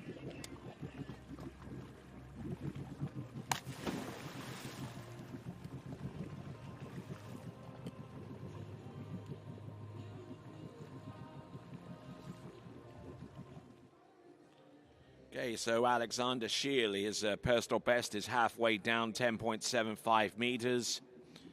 Runner-up in the European U21 Championship in overall, and runner-up in the U14 European Championship in slalom.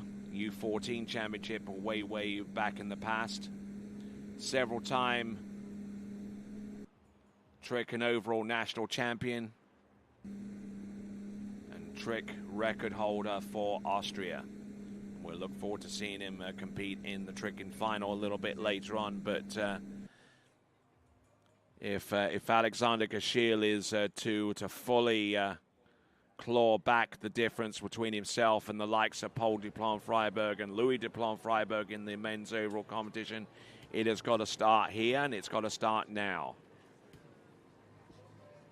Alexander Schiel, one of the few competitors in the overall battle who have markers in all three events, able to claw back any deficit that is currently in their points totals, and being able to do that in all three events. So the potential is there for Alexander Gashil to claw back the points difference that exists.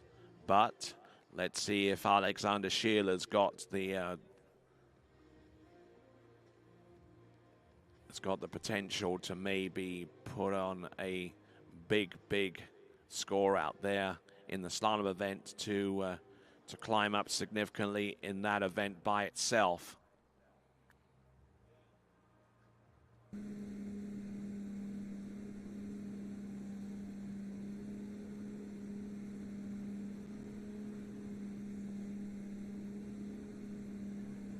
There's 1, there's 2, 3, 4, 5, and number 6. So 2 passes under his belt, 30 meters and 12. And now this time, let's check in with Zane. All right, hey guys, I'm here with Paul.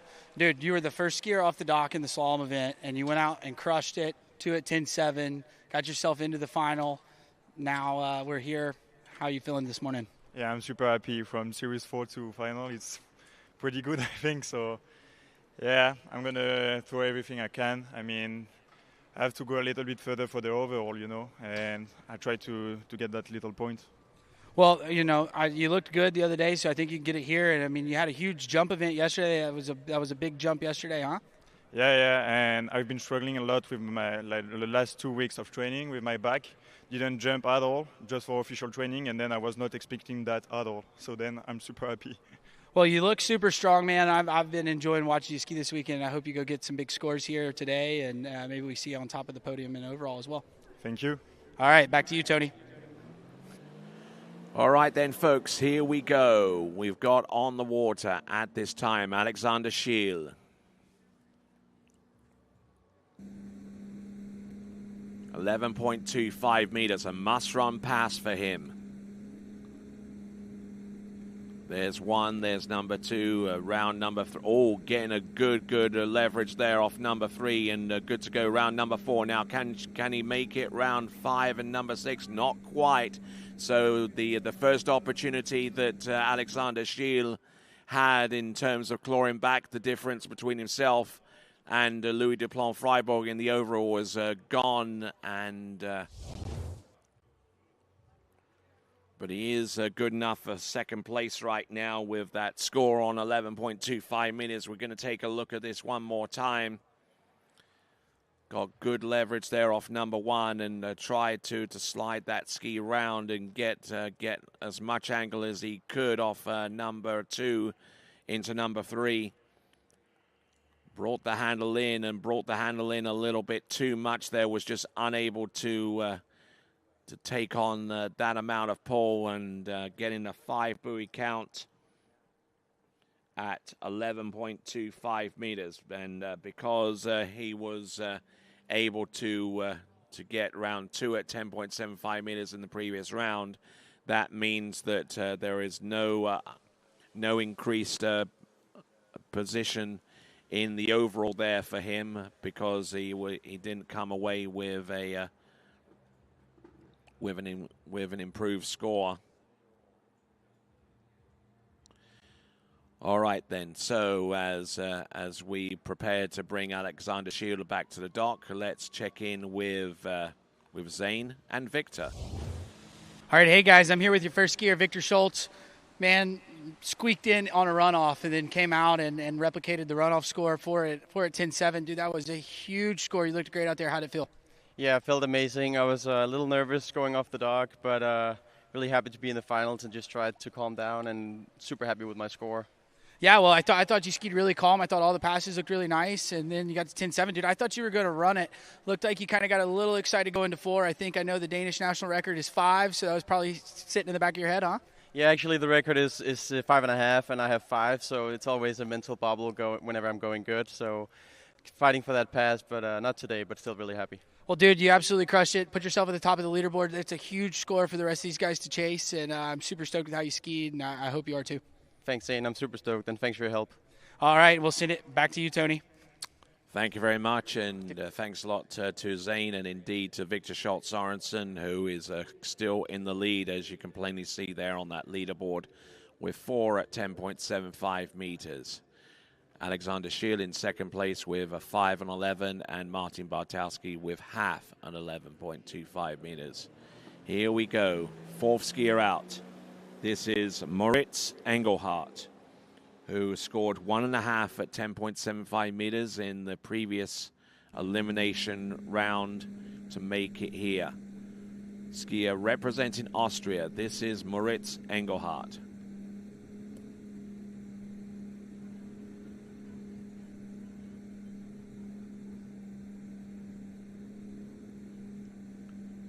All right, so working his way through that opening pass. Let's send it over to Zane and Alexander.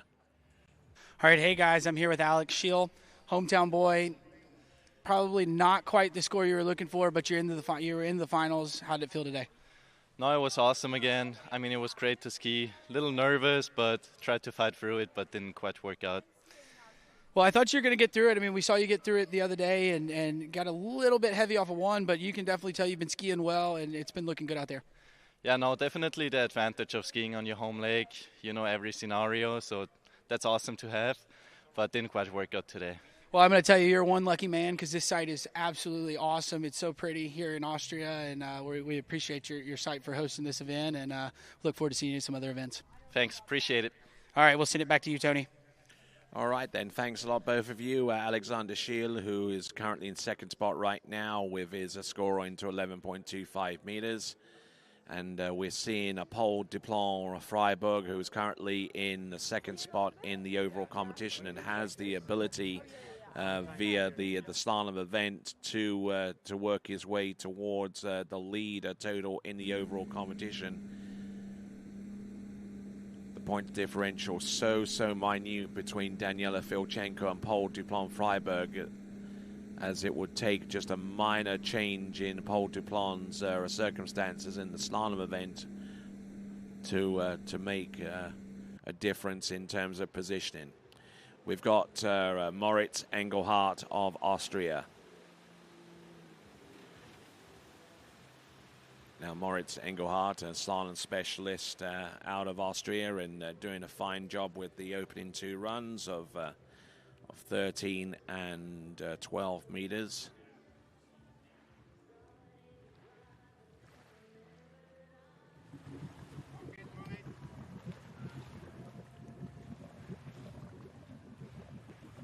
Just waiting now and waiting for the signal from our official before we proceed on with Moritz on the next pass.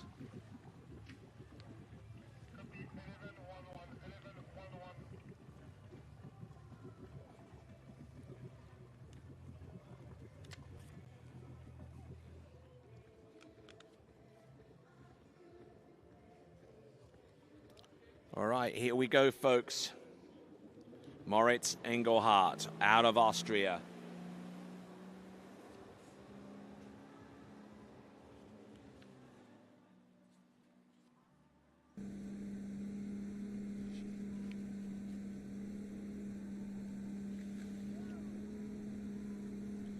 Here he is with 11.25 meters, trying to become only the second person to get through this pass in this slalom final, and he gets the job done. 6 buoys there, counted there for Austria's Moritz Engelhardt.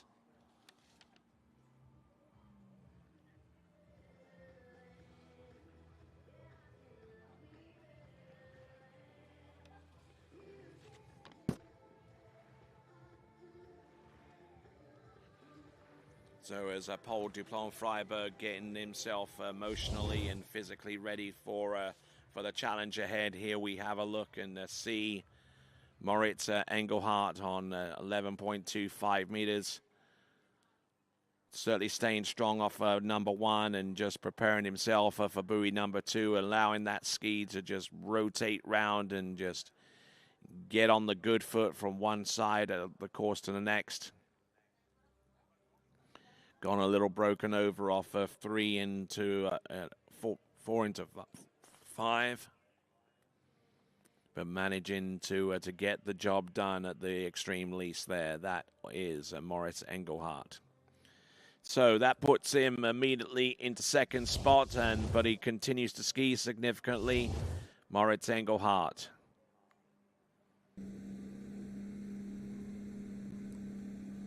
Turns in 10.75 meters, needs more than 4 for the lead, and he isn't going to get it, so it's going to be one buoy at 10.75 meters, one at 10.75 meters there for Moritz Engelhardt.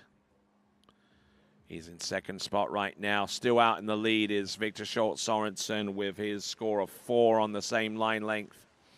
It's looking pretty good for the Dane right now, but we've still got a lot of slalom skiing, a lot of water potentially going underneath the bridge as we get ready for Paul Duplon-Freiberg to assert his himself out there on the water in the slalom event.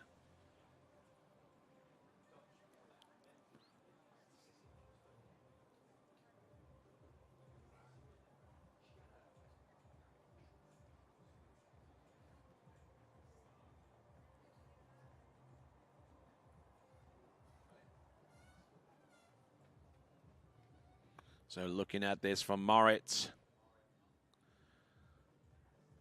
getting the gate shot into buoy number 1, but just not getting the complete turn that he needed from number 1 into number 2 to be able to continue skiing. So Moritz Engelhardt has vaulted himself into second spot right now, and Victor Schultz still out in the lead with 4.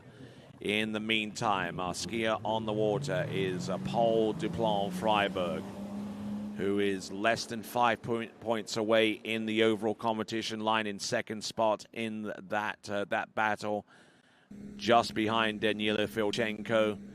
Daniela Filchenko not a part of the men's slalom final, so unable to affect any change in the overall competition that route. However, he does have 2 events in which to compete in the tricks and the jump. Paul Duplon-Freiberg has markers in all 3 events, the tricks, the jump, and the slalom, in which he's competing in right now.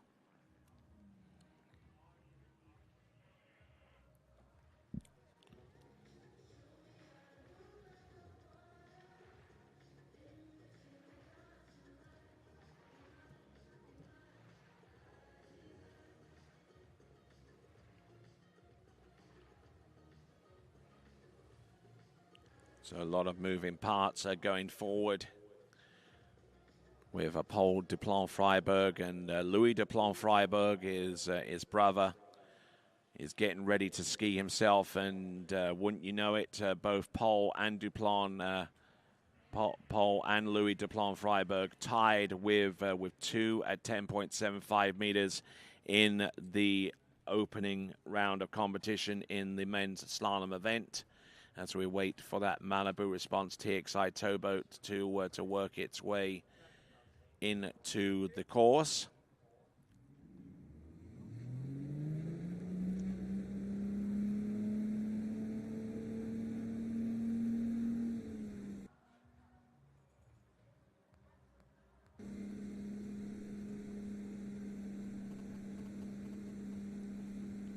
Oh, Paul Duplon-Freiberg on 12 meters.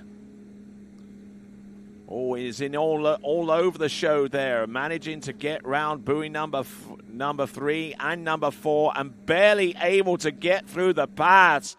Oh, my word. That might have been a gift for Daniela Filchenko had he had not gotten round 6 buoys and through the exit gates, but Paul Duplon-Freiberg, he would not be denied. 6 buoys on 12, and he's probably either a combination of shaking his head or breathing a huge sigh of relief there, and getting around all 6 buoys there on 11 on that pass of 12 meters. Now he's going to take aim at 11.25 meters coming up next.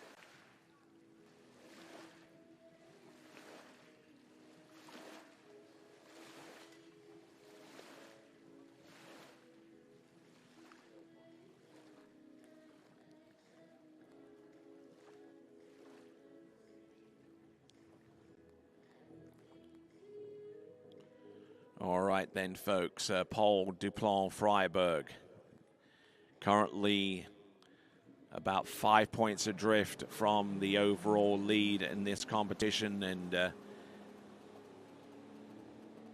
can claw back a lot of that deficit by getting a score into 10.75 meters. Let's have a look and see. 11.25 meters has to come first. He's round buoy number 1 and number 2. He's still there on number 3 and wheelies up on number 3 and gets that point total. 3 buoys on 11.25 meters. And just take a look at this. This is some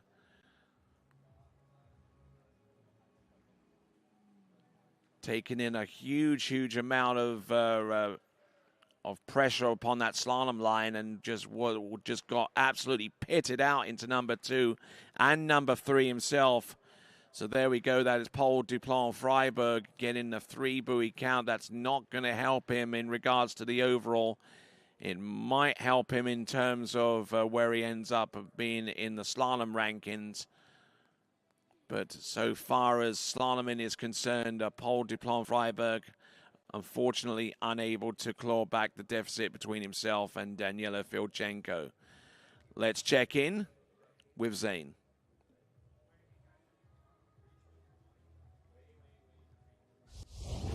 Guys, I'm here with Jakob Agni. We saw you get into the final, got 3 at 10.7. I know you've been kind of nursing an injury, so getting back on the water, but looks like you're here and healthy. How are you feeling today? I'm feeling good. I'm confident for my ski set here. Hopefully I'll get down to 39 and get my my confidence back there. In the prelims I didn't really have it, so today it's just turn and burn. Well, I mean, the preliminary round is just, the big thing is just to get into the dance. So you're here, and now, you can kind of let it all hang loose and go for a rip. Yep, I'm ready for it. Well, cool. Well, I'm excited to have you back at the lake, dude. I've missed seeing you, out here skiing, and I look forward to getting you on the water, and we'll send it back to you, Tony. All right, our next competitor to take to the water will be Louis Duplan-Freiberg, and the overall situation right now that exists between Daniela Filchenko and Paul Duplan-Freiberg, that point differential 3.79, still intact on the strength of that total from Paul of 3 at 11.25 meters. Now a further 22 points further back is Louis Duplan-Freiberg in 3rd place overall, and he is on the dock now getting ready to go. He tied with exactly the same score of 2 at 10.75 meters as Paul Duplan-Freiberg produced. Looks like there's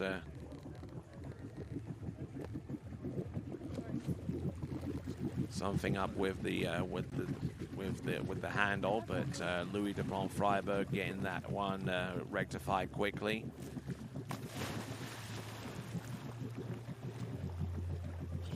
Okay, so Louis Duplan-Freiberg, who in the previous round to this one scored a 2 at 10.75 meters, and anything more than that point, anything more, would certainly help his cause in the men's overall championship battle.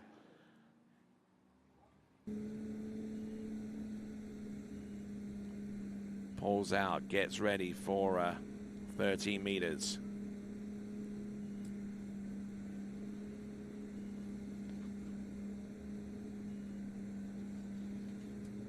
Trying to play this steady here and just do enough to go through that pass, and let's send it over to Zane.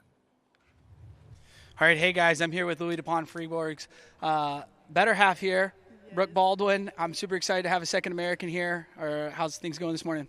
Things are going good. I'm happy to be here to watch the finals, and yeah, just happy to be here to support.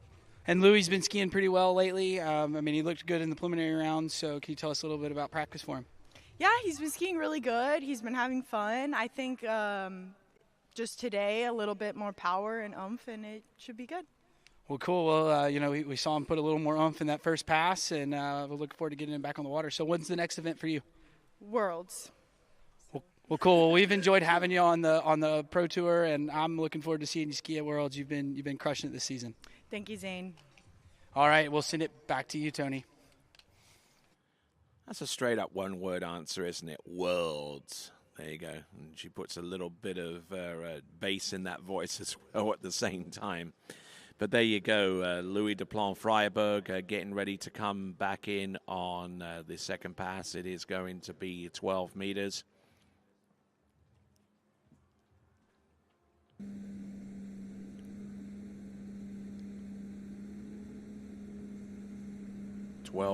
For Louis Duplan-Freiberg, and getting the job done for much of that run, and certainly looks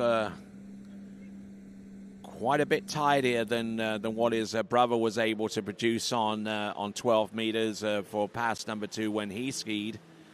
So maybe there is a light shining upon Louis Duplan's slaloming right now as he gets set for the next run, which is going to be 11.25 meters. We're checking in one or two other folks around dockside, one of them being Matteo Luzzeri.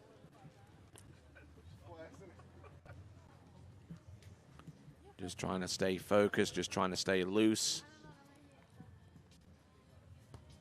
And playing a little bit of La Caucho.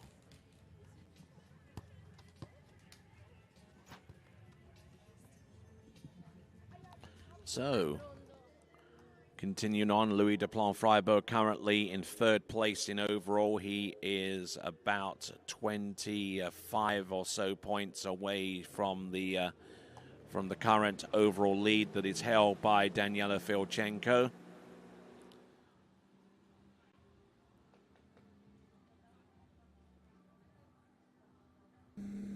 So Louis Duplan-Freiberg currently in third overall. Let's see what he can do to claw back that deficit. There's 1, there's number 2. He's still there on number 3. Louis Duplan-Freiberg is good to go for number 4 and number 5. And ladies and gentlemen, getting through that run on 11.25 meters. The overall game is on. The game is afoot. And as Jakob Bonnier gets ready for his go, and Louis Duplan-Freiberg gets ready to come back in on the pass at 10.75 meters, we're going to take a look at this previous one at 11.25 meters.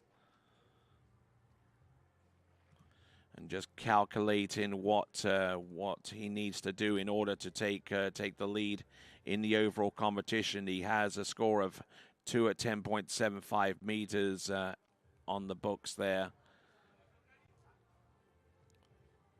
in the overall competition. And he's going to need more than 3 to really set the overall competition alight. Thank you.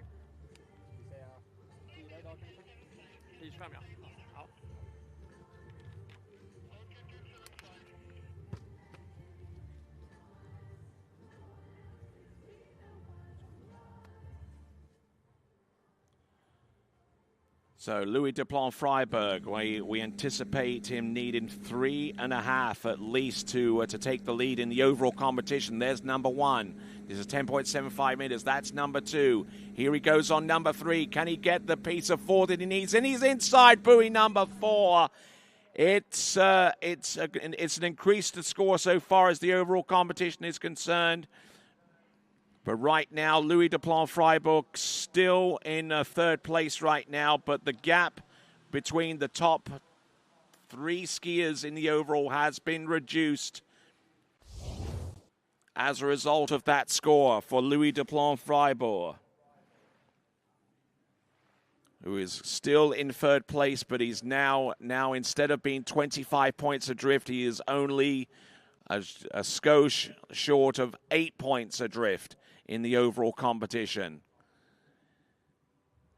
Getting round number 3, and knew that if he got a little bit more out of that, the overall battle could shrink in terms of the points differential between each of those competitors.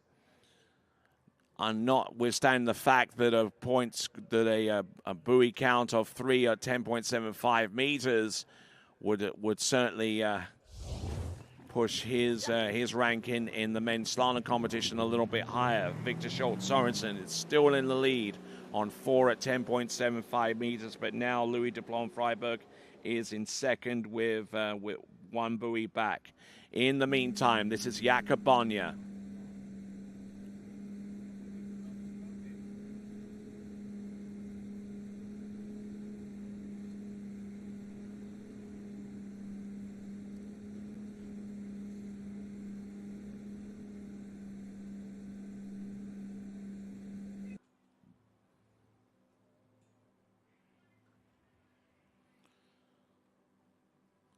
As Louis Duplon-Freiburg walks his way back towards the dock, we've just seen Jakob Bonja perform admirably on that first pass of 13 meters. Another Swede is around the dockside himself. That is Tim Tornquist. We'll see him later on in the competition as well.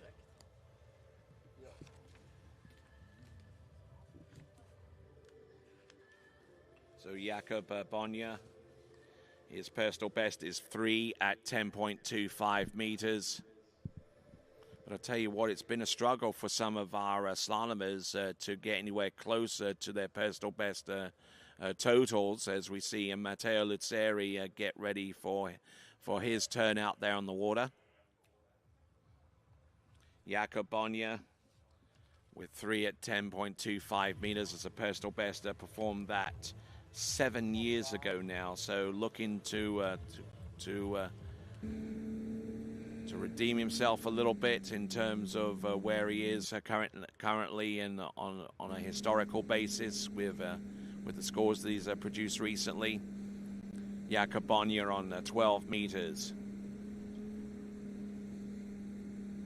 One of a number of skiers from Sweden in this men's slalom final. 12 meters, not bad at all. One of the better looking passes that we've seen on that line length in this men's slalom final. That is Jakob Bonja, who was third in the Open Europeans in 2018. Under 21 European gold medalist in 2018 and 2019.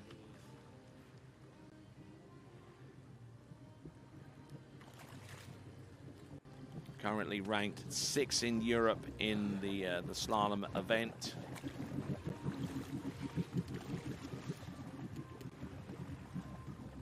We've yet to see what he's going to do here with 11.25 meters. If he can get through 11.25 meters and about 2/3 the way down the course, then things can start to get interesting.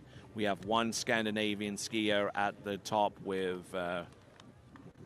Victor Schultz Sorensen on 4 at 10.75 meters.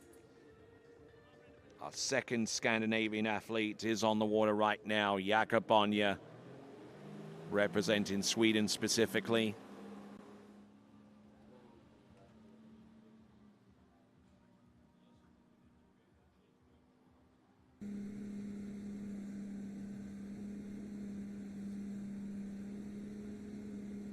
There's one, there's number 2, keeping the flow going there around, taking a little bit too much of a hit there off of number 3. And unfortunately there for Jakob Bonja, unable to make much of an impression at 11.25 meters, and he's going to have to make do with 2 1/2 on 2.5 on 11.25 meters with 5 skiers remaining on this list in the men's slalom final for the Championship of Europe.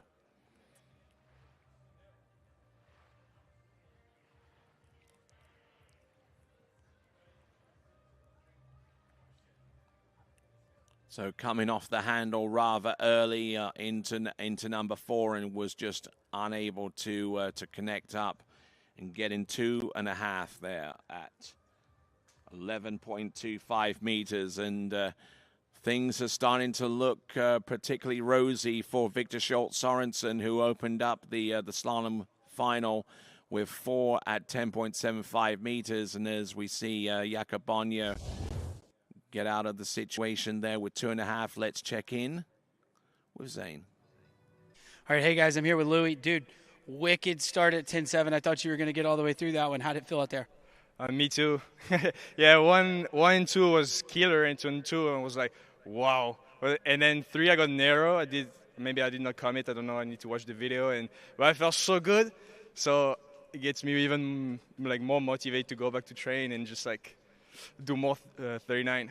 Yeah, well, you might have got a little excited and been thinking about it a little bit too much, so it kind of caught you at 3. But, dude, good skiing. You upped your score, and, you know, so that's good for the overall event. And then we'll see you at Worlds, in a couple weeks? Yes. Well, cool. Well, I'm looking forward to seeing it, dude. You're crushing it. Looks great out there. And we'll see you in a couple weeks. But right now, we'll send it back to you, Tony.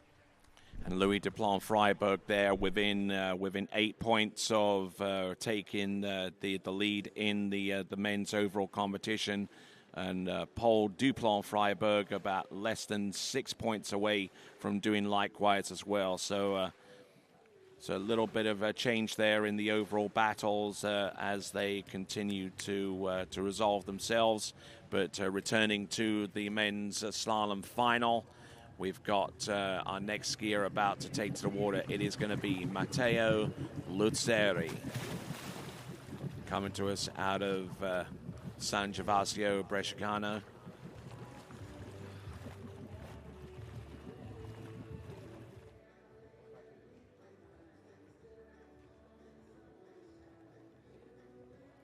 All right, instructing the boat to pull him out of the water for his opener, 30 meters.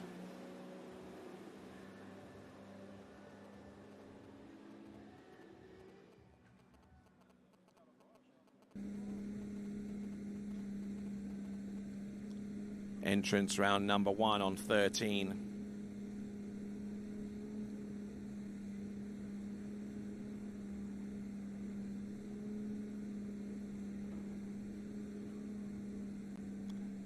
And getting around all 6 buoys and standing up fairly early into number 6. And just getting the ski nicely round and doing just enough to run that opening pass, and saved himself a little bit of energy going forwards as we see Thomas de Gasperi, European men's slalom champion, and he shares that title with the skier that's directly behind him, Brando Caruso.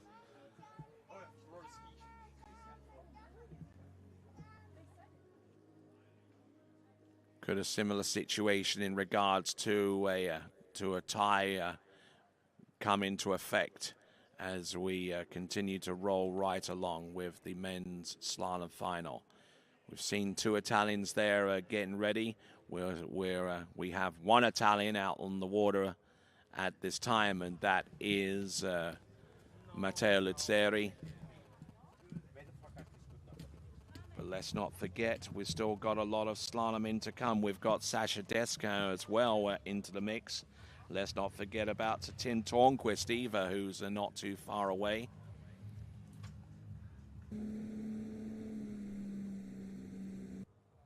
Matteo Luzzeri, our fifth from last skier on the water in the men's slalom final.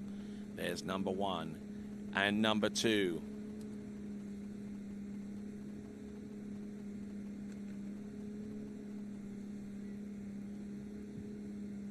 And Matteo Luzzeri seemingly rather comfortable out there on the water, a skier that works especially hard on his slalom technique. doctor of sports psychology, as a matter of fact, graduated with that doctorate several seasons ago from Florida State University in the United States. We see Sasha Desko on dockside. And we see a few more Italians along the shore side. We see Alice, we see Ariana, we see Nicholas Bonatti there as well.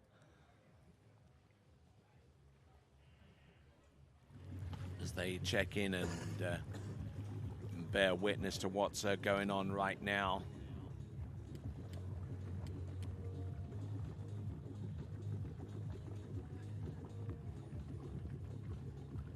Sasha on the dock waiting his turn, and Matteo Luzzeri waiting for his next pass to come into play.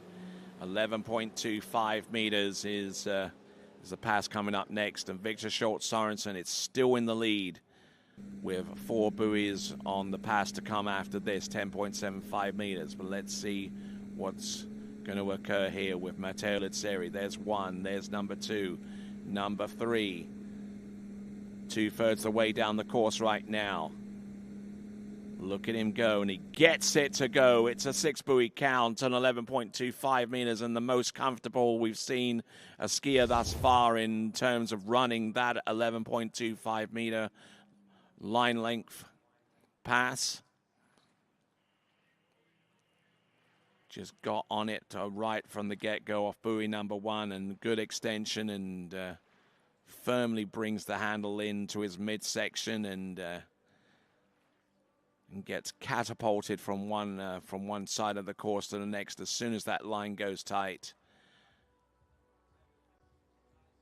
And a skier that has been there, seen it, done it, and gotten the car sticker to go along with it as well. That is Matteo Luzzeri, who on an annual basis, and he's done this for pretty much a decade now, organizes a pro slalom event, the San Gervasio Pro-Am, along with Claudio Bonatti and his father Fedele Luzzeri, one of the top professional events in all of the world.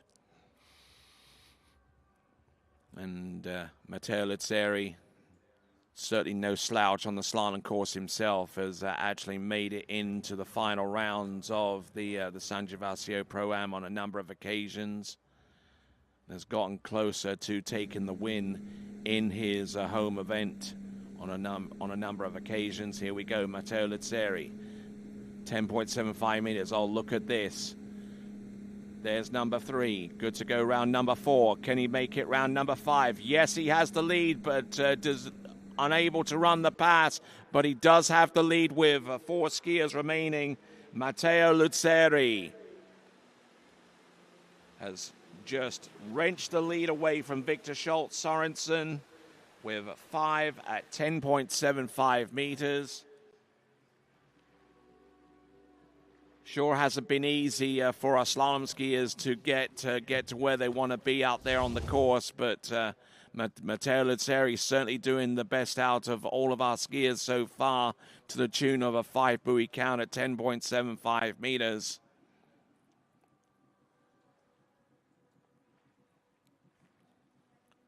Just getting up on the back of the ski a little bit there on buoy number 2 into number 3, and there was certainly plenty of indication there that he was in the best shape to run the pass. There's number 5, just trying to slow everything down there around buoy number 1. Realized that time was running out, and making sure that by at least getting around number 5, he takes the lead for 1 and makes the challenge in terms of staying out in front.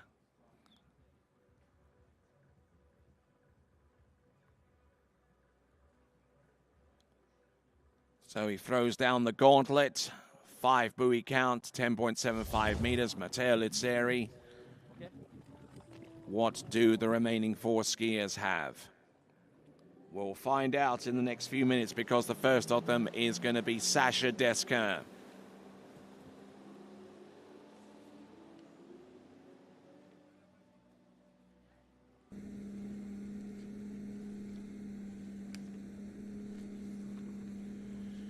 Coming to us out of the ancient French city of Lourdes, the Mountain Man.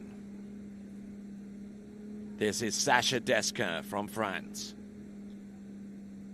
Previous European champion. His personal best is 1 at 9.75 meters.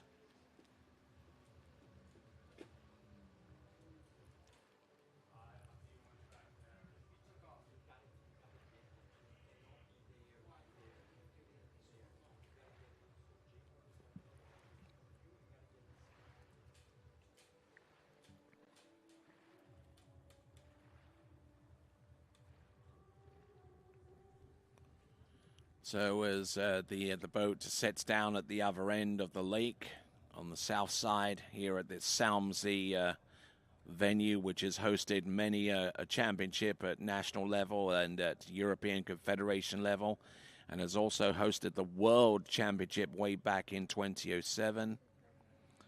A world-class facility right here in the heart of Oberösterreich in Upper Austria. As we see Brando Caruso get ready for his attempt at glory here on the slalom course here at this lake facility, not too far outside the industrial city that is Linz. Sacha Desquin, round number 1. This is 12 meters. Trying to control that line tension, trying to not let it overall his ability to run this pass. He gets round all 6. All right, so and with that, let's send it over to Zane.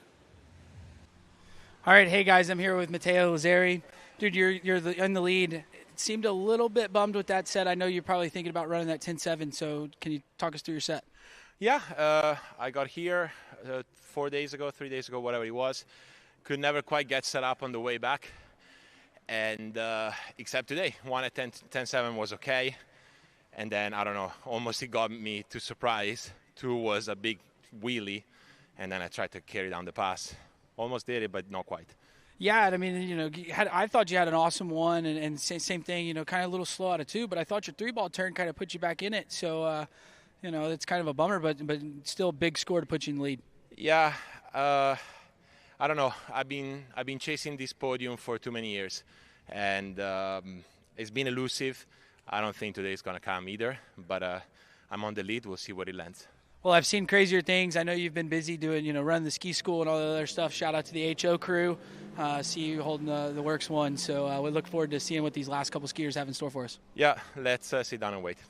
Cool. Well, we're rooting for you, and we'll send it back to you, Tony. All right, here we go. On the water, this is Sacha Desquin. This is 11.25 meters. Good start off number 1. Replies with a good turn off number 2. Right foot forward skier, which means that he has better turns on his 2-4 side.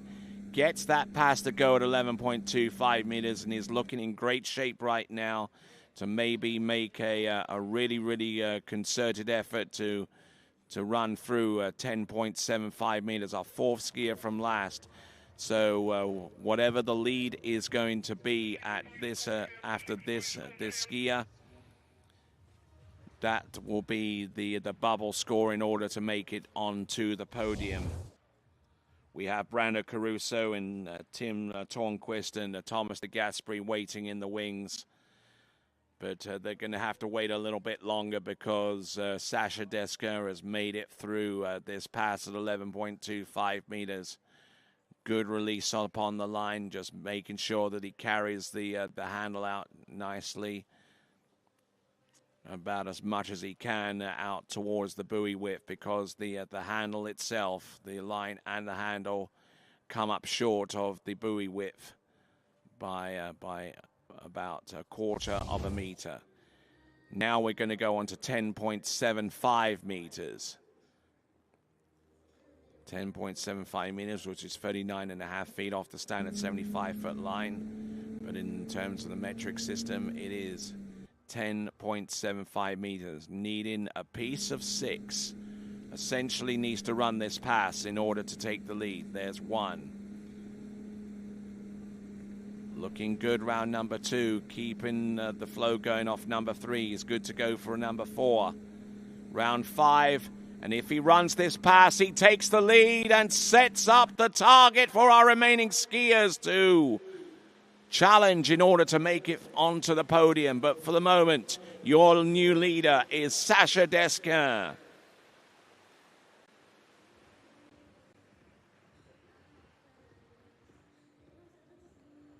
This could end up being a real titanic battle between some of Europe's top water ski athletes in the men's slalom event.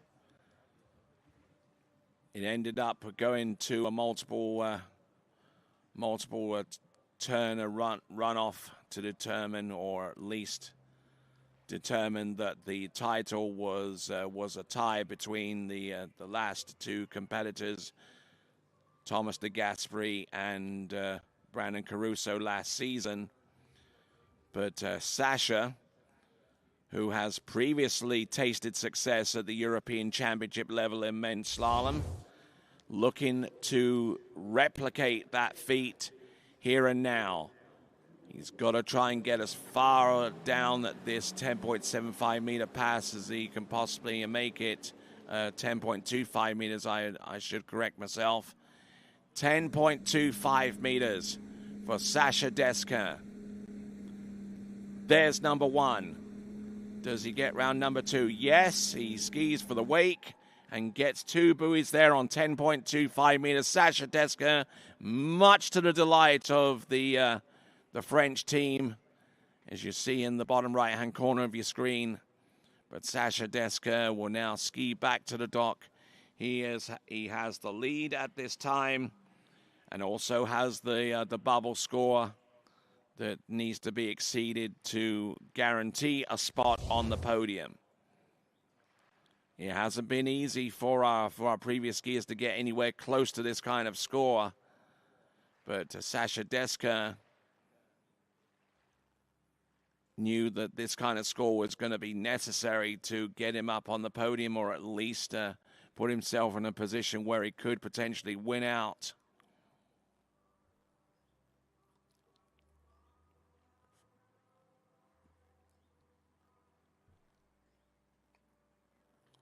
So a lot of support on the live chats there for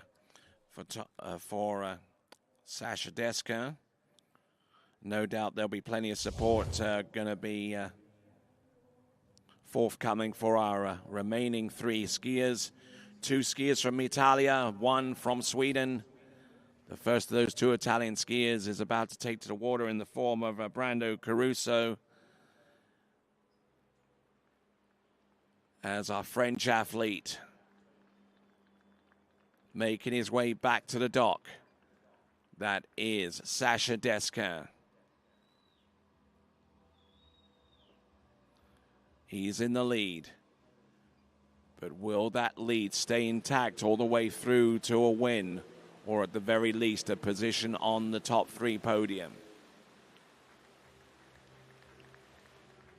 Great effort there. New leader, Sasha Deskin.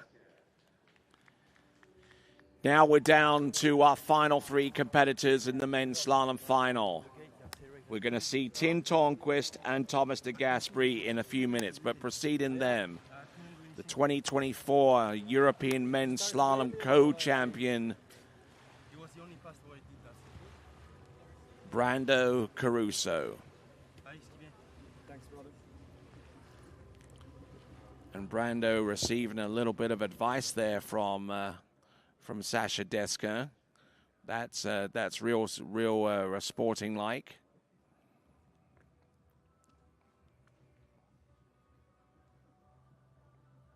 Brando Caruso, who comes to us out of Rome, divides his time in skiing to a number of spots across Italia, including the national training site, which is in Rocchetto, and that site is actually the venue for the IWWF Open World Water Ski Championships. That event being covered in about 3 weeks' time from now, and being covered on TWBC. Just seen Brando. Now we've seen a shot there of Tim Tornquist, who is going to be our penultimate slaloming athlete out there on the water. He'll be next after Brando Caruso.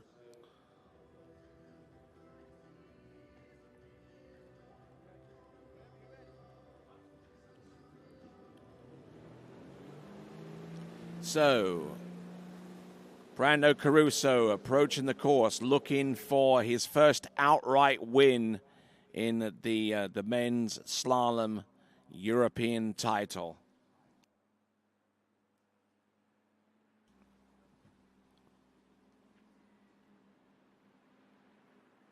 So a skier that has been under the radar for a number of seasons, especially where it comes to skiing in the United States. And as a matter of fact, won his first ever pro title at the Miami Pro Slalom event that took place at the tail end of the 2024 season, much to the surprise of a lot of competitors that were there, and a whole bunch of spectators there as well. And a big shout out.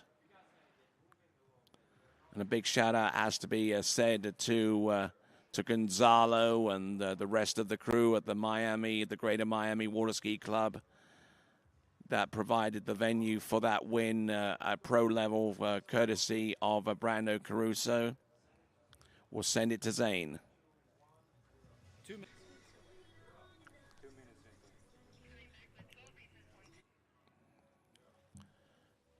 All right, as we attempt to get a little bit of a perspective there from Sasha Desko, and we'll return back to continuing live coverage of the 2025 Europe and Africa Open Water Ski Championships in the men's slalom final.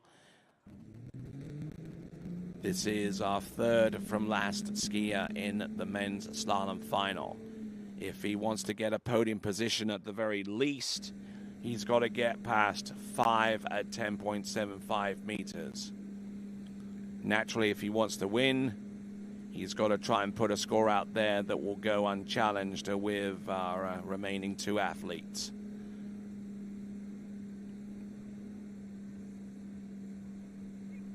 There you go, Brando Caruso just sliding his way through that run. All right, let's send it over to Zane.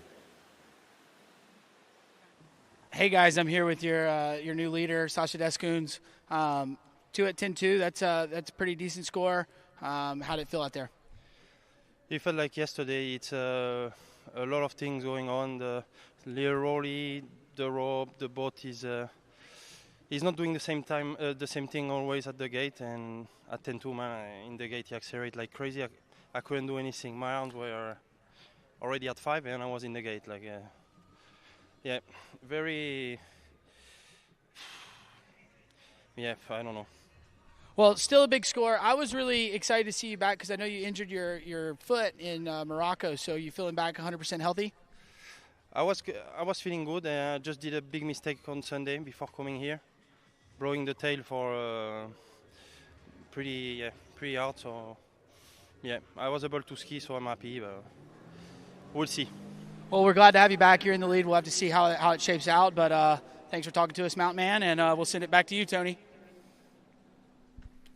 All right, then. So we've got Brando Caruso coming into the course and skiing behind the Malibu Response TXI towboat, 11.25 meters, and certainly the boat has been a factor in some of these performances. But Brando Caruso looking to ski beyond making any excuses for that going forwards, with Brando Caruso taking that pass and probably the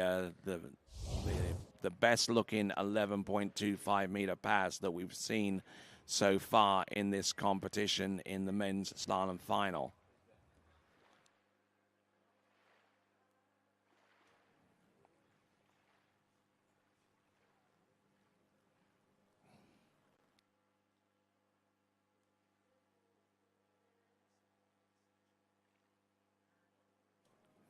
All right, so Brando Caruso now working his way through 11.25 meters and now needing to essentially run the pass. and get more than 2 to take the lead on 10.25 meters.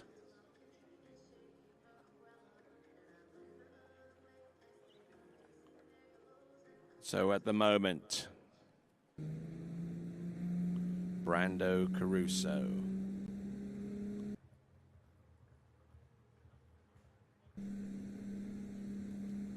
coming in on 10.75 meters a pass, and he's got to run if he's to stand any chance at all of replicating his co-title win last season in the European Slalom Championship. He's still there.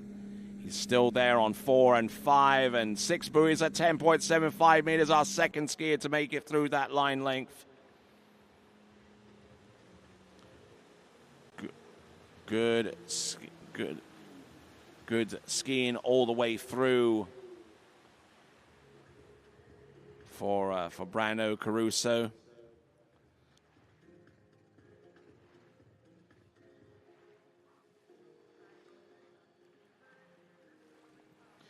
Okay, so Sasha Deska is still holding on to the lead with 2 at 10.25 meters.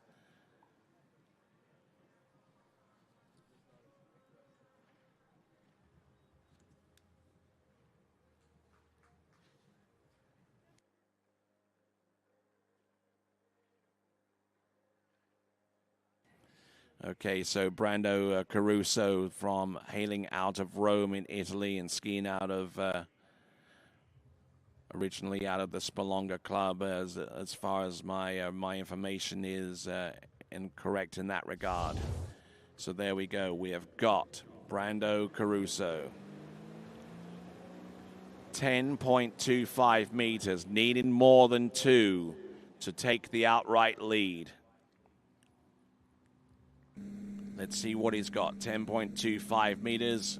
Good to go round buoy number 1. Round number 2. Oh, and he checks up on number 2 and ties for Sasha Deska.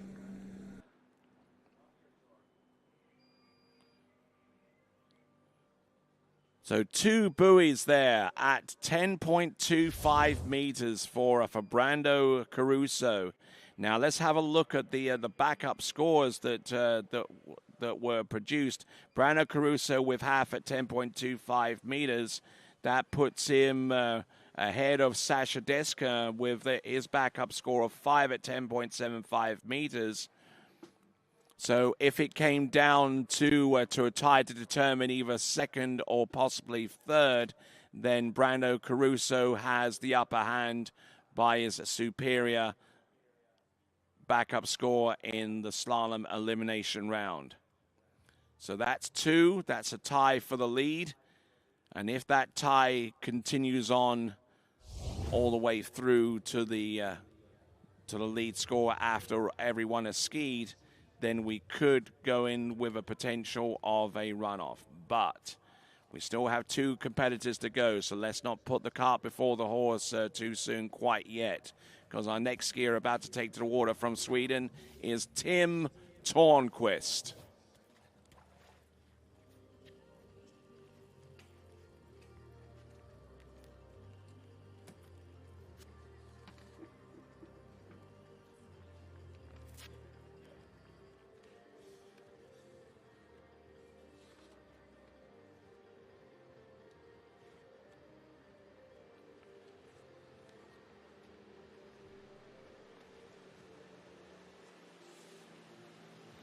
All right, ladies and gentlemen, let's welcome back into the shore a tie for the lead with 2 at 10.25 meters, Brando Caruso.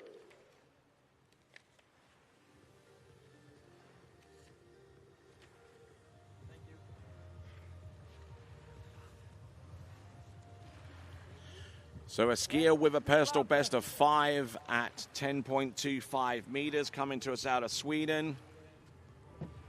It's going to be Tim Törnqvist.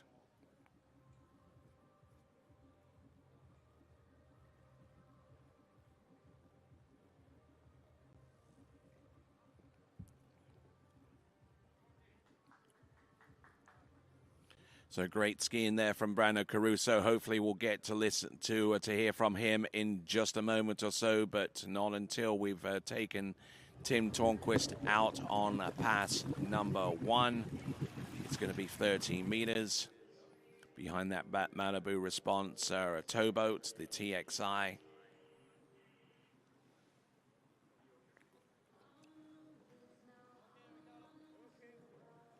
So Tim Tornquist, who has been tearing it up in recent times in the slalom event.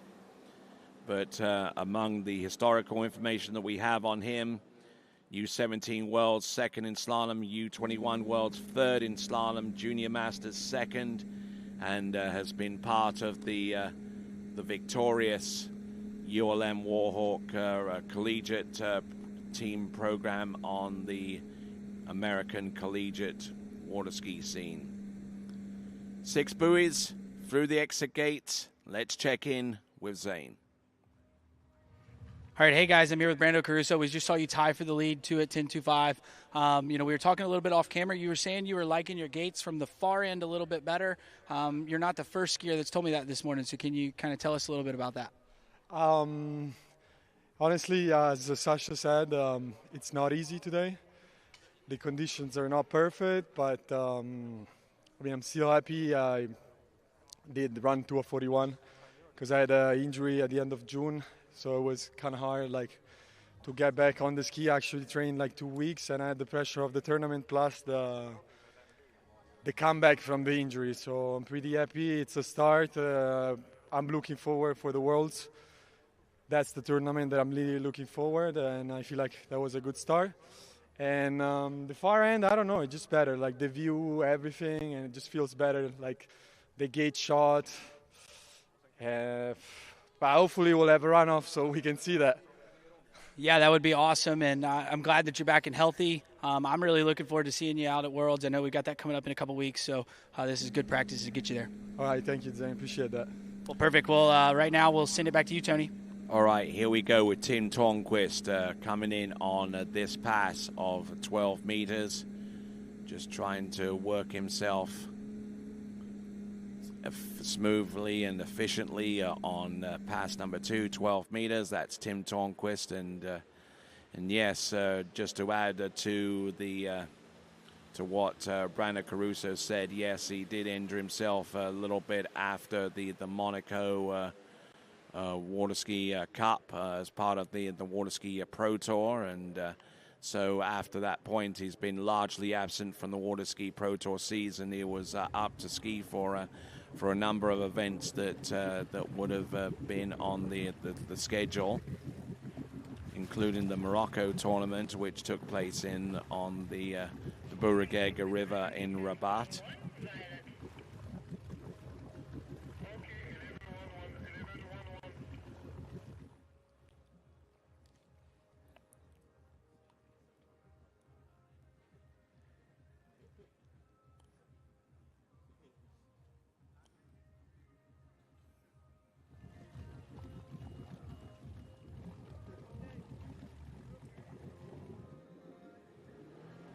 All right, coming in, Tim Tornquist, who has a personal best of 5.5 at 10.25 meters.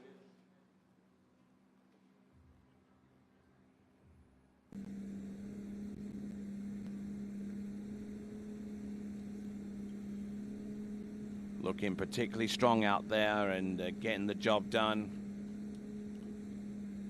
Personal best of around 5 at 10.25 meters, and would need something of a score around about that range, and maybe not quite as much, but certainly would certainly set the sight alight here. Tim Tornquist chasing his first ever European Men's Open Slalom title. Has held a number of titles over the last few seasons, especially in his younger days, skiing in the U17s and U21s. But He's been showing us quite a bit out there on the pro scene as well. So he's definitely a force to be reckoned with. Tim Tornquist out of Sweden. And for Tim Tornquist to actually make it onto the podium for as a guaranteed spot on the podium, if he can get past number 2 and to the lead, then that would certainly help matters. Tim Tornquist, one of only 3 competitors in the elimination round series to get onto 10.25 meters. Oh, look at that. Smoothly in off that run. This is 10.75 meters.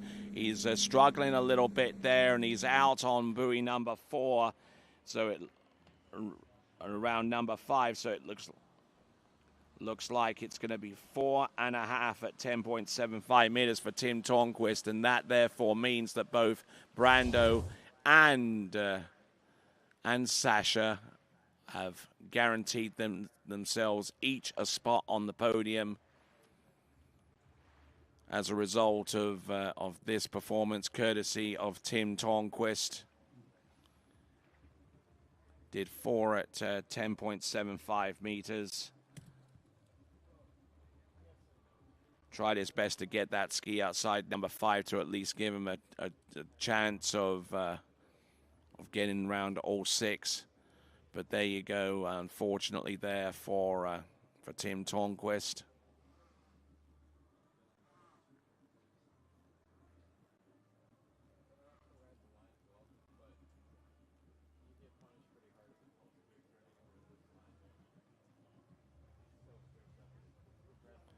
Getting in rather deep, rather early there for Tim Tornquist, and just ran out of steam towards the end.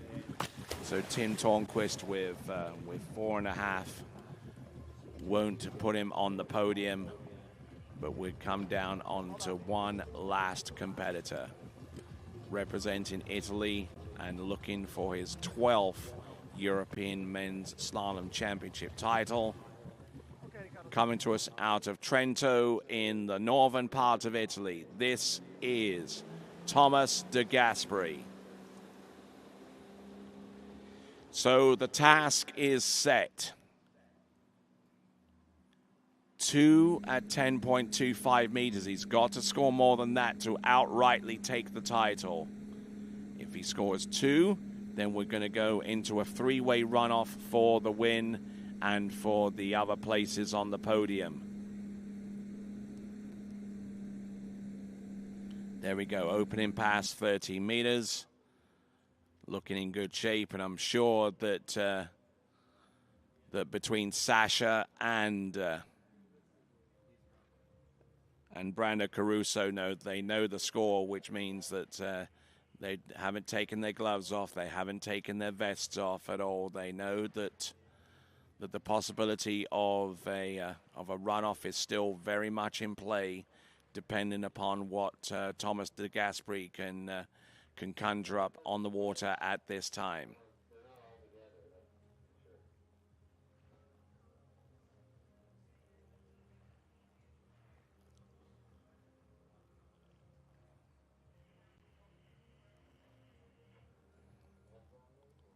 So we'll see Brando Caruso in the same shot now with Sasha Deska.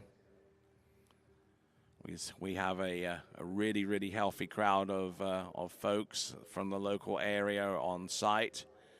A good few of those folks are photographers as well. About over 20 photographers are along the shoreside, and they've been very, very enthusiastic supporters of this event, and we certainly appreciate that going forwards.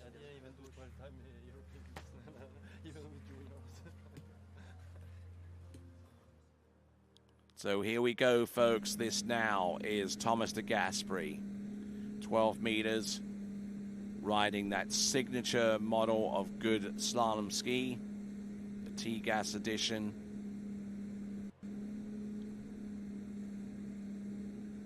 One side of the ski is narrower than the other, and that asymmetrical design allowing him the freedom to use his own technique effectively out there on the course. Thomas de Gasperi, personal best of 5.5 at 10.25 meters.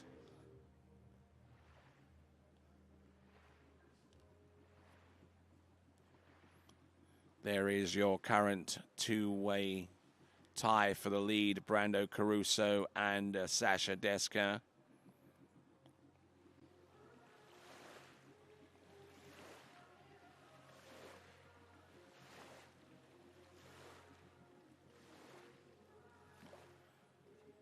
So looking over the shoreline, the team captain, team manager, Betta Gali,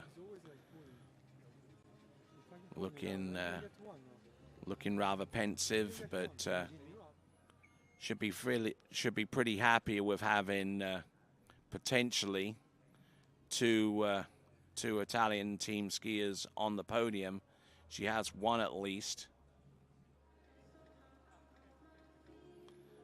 And to determine who the second one is going to be, possibly, is Thomas de Gasperi.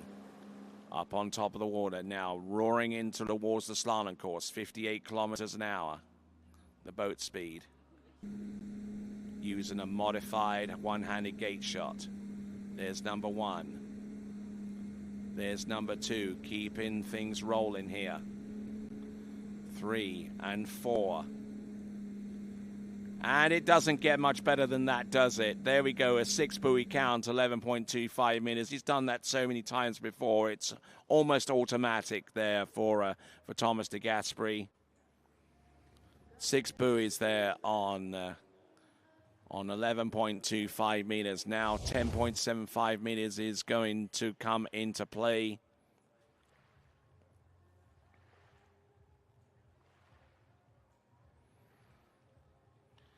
Thomas de Gasperi, the 11-time European men's slalom title holder, holds the record in that regard. And just slicing and dicing out there on 11.25 meters. Has done this for so many years, so often. He's won 2 men's world slalom titles in 2007 right here at Salmsee and in Dubna in Russia in 2011. Getting that pressure and they say, oh, you're not a good driver, you can't even do the numbers. Yeah. They don't look at the... Yeah, but So Brando and Sasha waiting on the near the dock to see if they will be required to take to the water again to determine the fate of the men's slalom European Championship title. And a pass that can go a long way to determining that is coming to us right now. 10.75 meters for Thomas de Gasperi. Jumps on the inside of that ski on buoy number 1. First third of the course looking good. First half looking fantastic.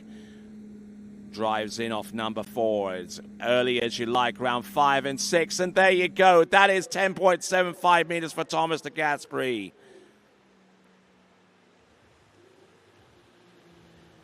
So now 10.25 meters looms large for him.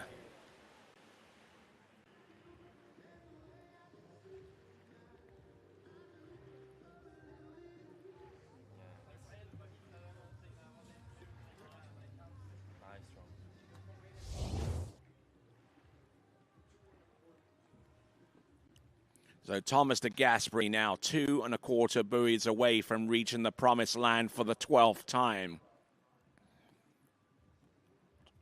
Had to share the title last season with Brando Caruso. But for 10 other times, he's been the outright winner of the European men's slalom title. Just rocking that ski from one side to the next. And now getting ready for the next pass. 50-second drop time at each end, incidentally. and an event that is shaken up the men's overall as well. Let's see what happens with the fate of the men's slalom title here in the Europe and Africa Water Ski Championships. Here we go. This is Thomas de Gasperi. There's one, a little bit down course. He's round number 2. Does he get outside number 3? He gets round number 3, gets to the wakes, and for the 12th time in Askin, Thomas de Gasperi takes the win with a 3-buoy count at 10.25 meters. That therefore means that Brando Caruso takes the silver medal and Sasha Deskern takes the bronze medal by their count back scores out of the elimination round. So congratulations to all 3 on making it to the podium, but especially to your 12-time European men's slalom champion. It is Thomas de Gasperi. And I don't know how much he celebrated after winning the first one, but I tell you what, his 12th one apparently is so sweet again. Let's take a look at that podium. Thomas de Gasperi, your winner, ahead of Brando Caruso, the runner-up, and Sasha Deskern from France, your bronze medalist. We'll get a word or two from him. But ladies and gentlemen, bringing him back to the dock, your 12th-time European men's slalom champion, Thomas de Gasperi.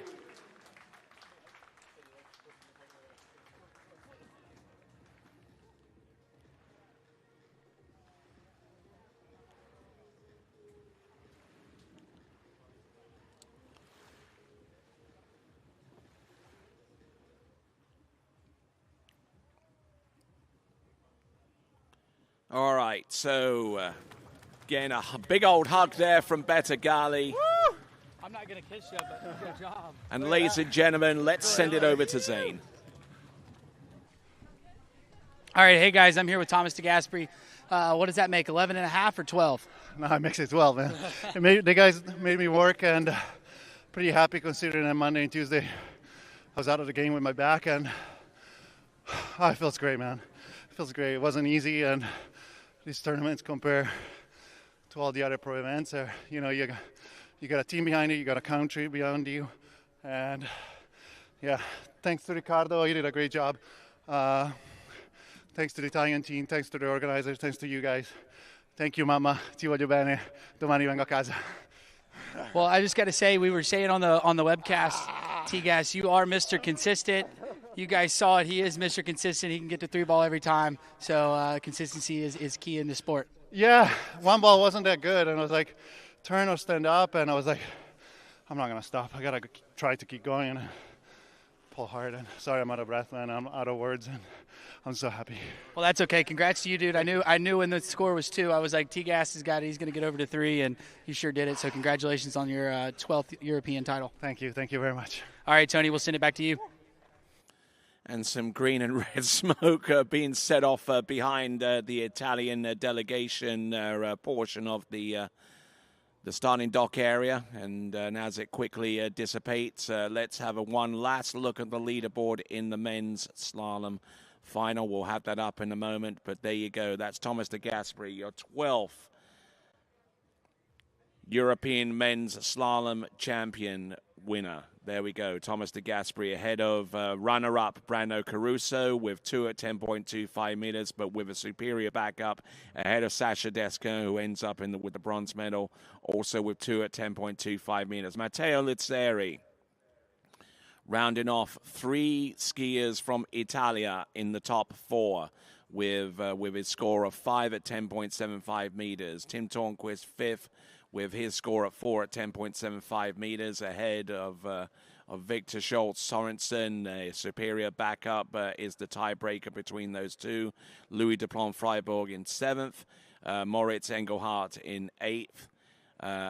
Alex Schill also from Austria with his 9th place total.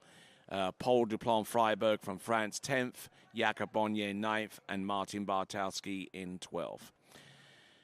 So, as Thomas de Gasperi continues to celebrate his win in this event, we'll get ready for our next event, which is going to be the women's trick final, and then we'll go into the men's trick final. You are watching continuing and live coverage of the 2025 Europe and Africa Water Ski Championships, coming to you live from Selmsee in Oberösterreich. And when we return, we'll have tricks coming up for you next.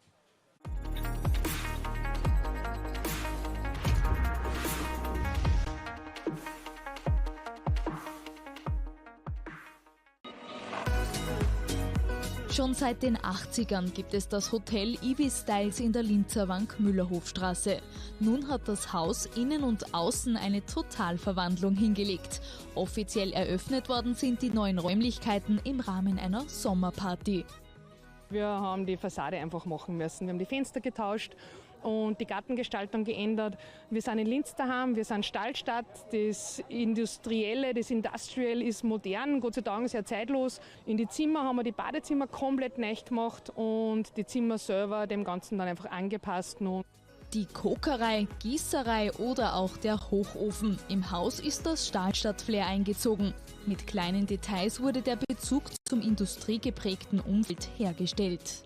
Die Idee ist ja genial, nicht? Dass man einen Bezug schafft zur Industrie, wenn man auch von der Industrie lebt als Hotel. Also das ist eine geniale Idee, sozusagen das zu vereinen. Also es ist ein absolut gelungenes Konzept und ganz, ganz wichtig auch für den Tourismusstandort Oberösterreich, weil ja die Intention auch unsererseits ist, in den Qualitätstourismus zu investieren. Umso wichtiger ist es, wenn es Leitbetriebe gibt, die auch Geld in die Hand nehmen, um diesen Qualitätstourismus umzusetzen. Wir haben ein ganz besonderes Zusammenhalten, da sind wir auch über unsere Grenzen bekannt. Also wir sind befreundet untereinander. Jetzt die Linzer Runde ist da ganz besonders befreundet und wir schauen alle gemeinsam auf Qualitätstourismus. Im Vorjahr wurden in Linz erstmals über 1 Million Nächtigungen verzeichnet. Dabei zieht es nicht nur Touristen in die Stahlstadt, sondern auch zahlreiche Businessgäste. Mit der Extraportion Urlaubsfeeling wird die Geschäftsreise zum Erholungstrip. Wir sind in einer Zeit angekommen, wo wir einfach durchgehend nur arbeiten und nur drinnen sind und nicht rauskommen. Und ich will, dass der Geschäftsreisende, der nach Linz kommt und sagt, hey, ich muss jetzt 4 Tage bleiben, im Hotel die Möglichkeit hat, dass er sich quasi wie im Urlaub fühlt. Ja? Wir haben einen Wellnessbereich, wir haben einen Pool, wir haben den großen Garten. Wir gehen mit allen Gästen sehr persönlich, sehr familiär um. Wenn man rausschaut in den Garten, da ist der Pool, da sind die Liegestühle, von denen sind wir aus Tourismusverband auch sehr großer Fan. Also die wird man von uns auch überall in der Stadt sehen und so kann man halt ein bisschen die Zeit nutzen, verweilen und die ganze Atmosphäre aufsaugen. Also ja, alles richtig gemacht. Von der Weihnachtsfeier bis hin zur Geburtstagsfete. An ausgewählten Tagen wird das Hotel zur Event-Location. Die Meetingräume werden dann je nach Anlass aufwendig dekoriert. Wir haben schon mal eine Hochzeit gehabt im Garten draußen, am Pool, das war sehr nett. Und Geburtstagsfeiern, eigentlich ist alles möglich. Also wir haben bis zu 270 Quadratmeter verfügbar, plus natürlich Outdoor dann in unserem Garten. Palmen mitten in der Stadt, kulinarische Gaumenfreuden und der Bezug zu Linz. Mit diesen Zutaten ist im umgebauten Hotel der Wohlfühlfaktor garantiert.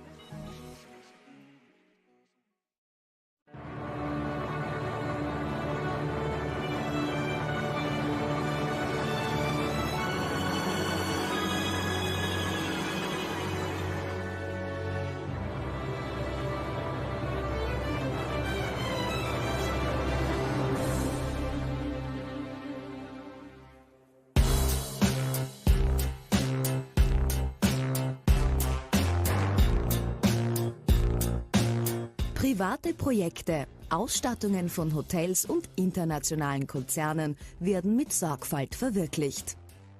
Erlesene Materialien und exklusive Designer für Boden, Wand, Decke, Möbel und Beleuchtung helfen uns dabei, individuelle Räume zu erschaffen.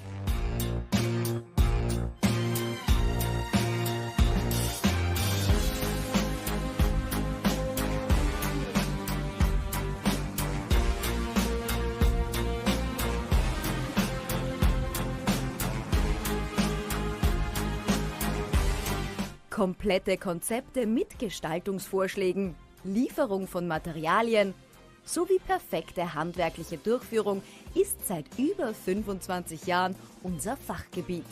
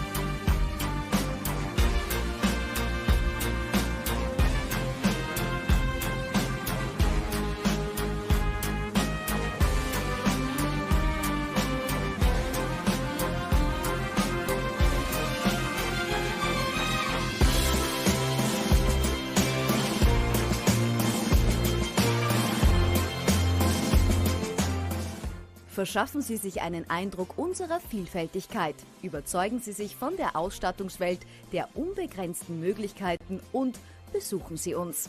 Denn wir machen Wohnen zum Erlebnis. Gschill, die Ausstatter.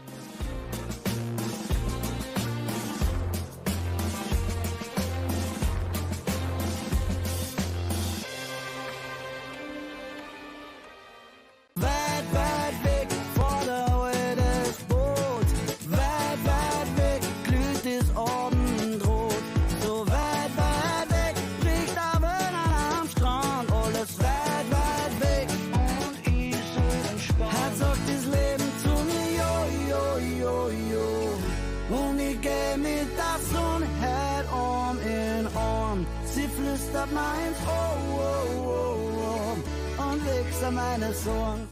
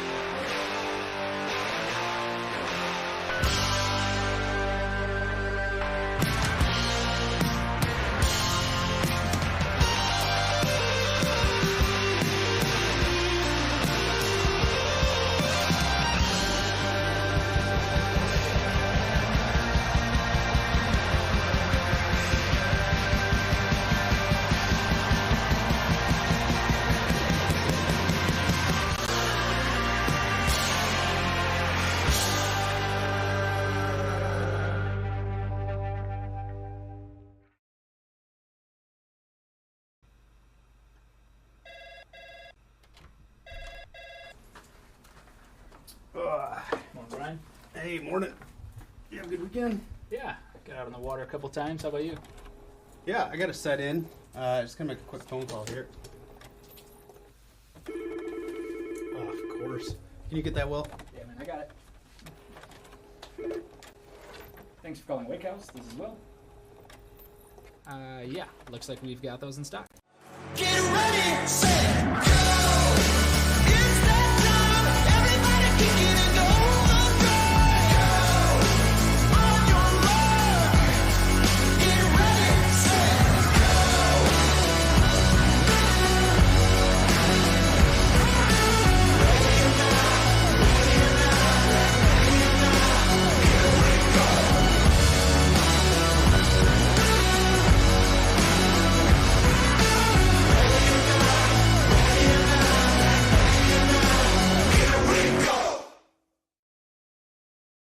For skiers and water enthusiasts, Florida lakes are what dreams are made of. Combined with world-class golf, remarkable weather, natural beauty, theme parks, and so much more, it's easy to see that Florida is paradise. For more than 30 years, I've enjoyed Florida's lakes and many offerings. If you are interested in Florida real estate, let me be your guide and trusted advisor as you search for your paradise. Together, we can make your dreams a reality.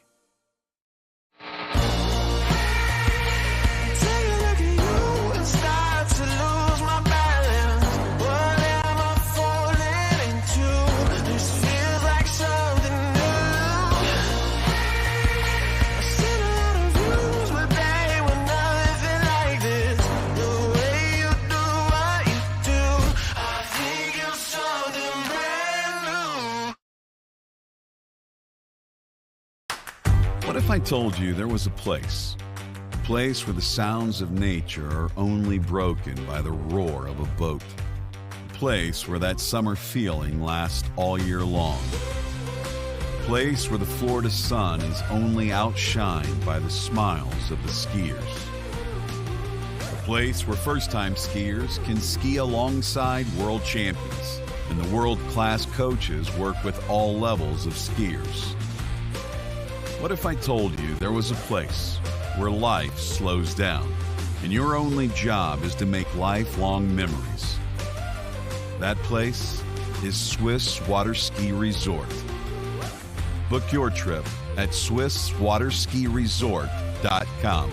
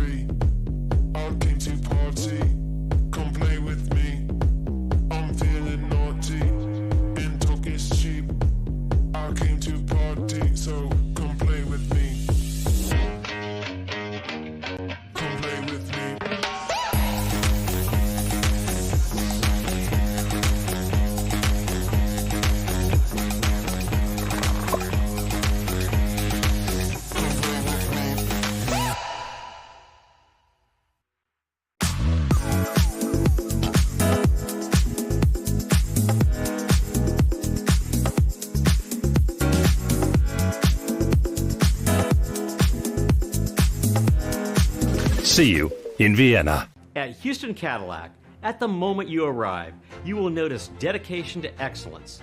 We deliver an unparalleled customer experience, and we're elevating our commitment with a new state-of-the-art facility. Explore our selection of new Cadillac cars, crossovers, and SUVs designed to meet your needs. We are redefining the luxury experience and investing in the future. Visit Houston Cadillac and begin your journey towards luxury. At Dillinger Insurance, we have over 50 different carriers to shop your home, auto, and recreational vehicle insurance needs. We would love the opportunity to save you money. We insure million-dollar mansions, condos, mobile homes, rental homes, and everything in between. We know all about wind inspections, 4-point inspections, and how to get you the right coverage for your particular home. You've got questions, we've got answers.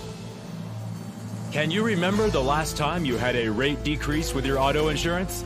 Let's take a look and see what we can do.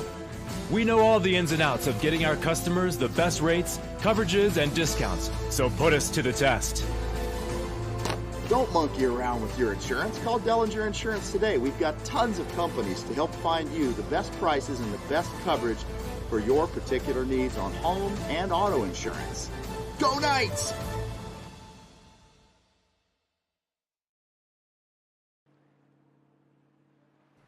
Okay, welcome back to live and continuing coverage of this, the Europe and Africa Open Water Ski Championship for 2025.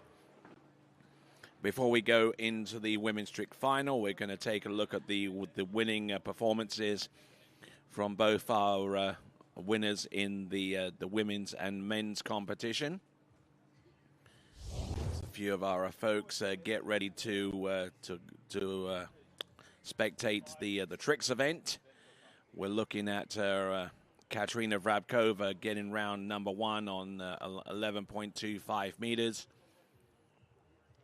And then really work her way into a bit of a frenzy here as she got round buoy number 3, taking a big old hit there and standing up nice and early there into number 4, and wasn't able to get outside number 5. And as I said before, she didn't know it at the time, but that score would end up being the winning score for our skier from Czechia.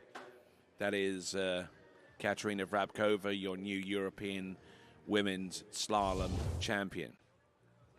Now, a slalomer who has tasted victory before, no less than 11 previous times, has tasted victory again for the 12th time.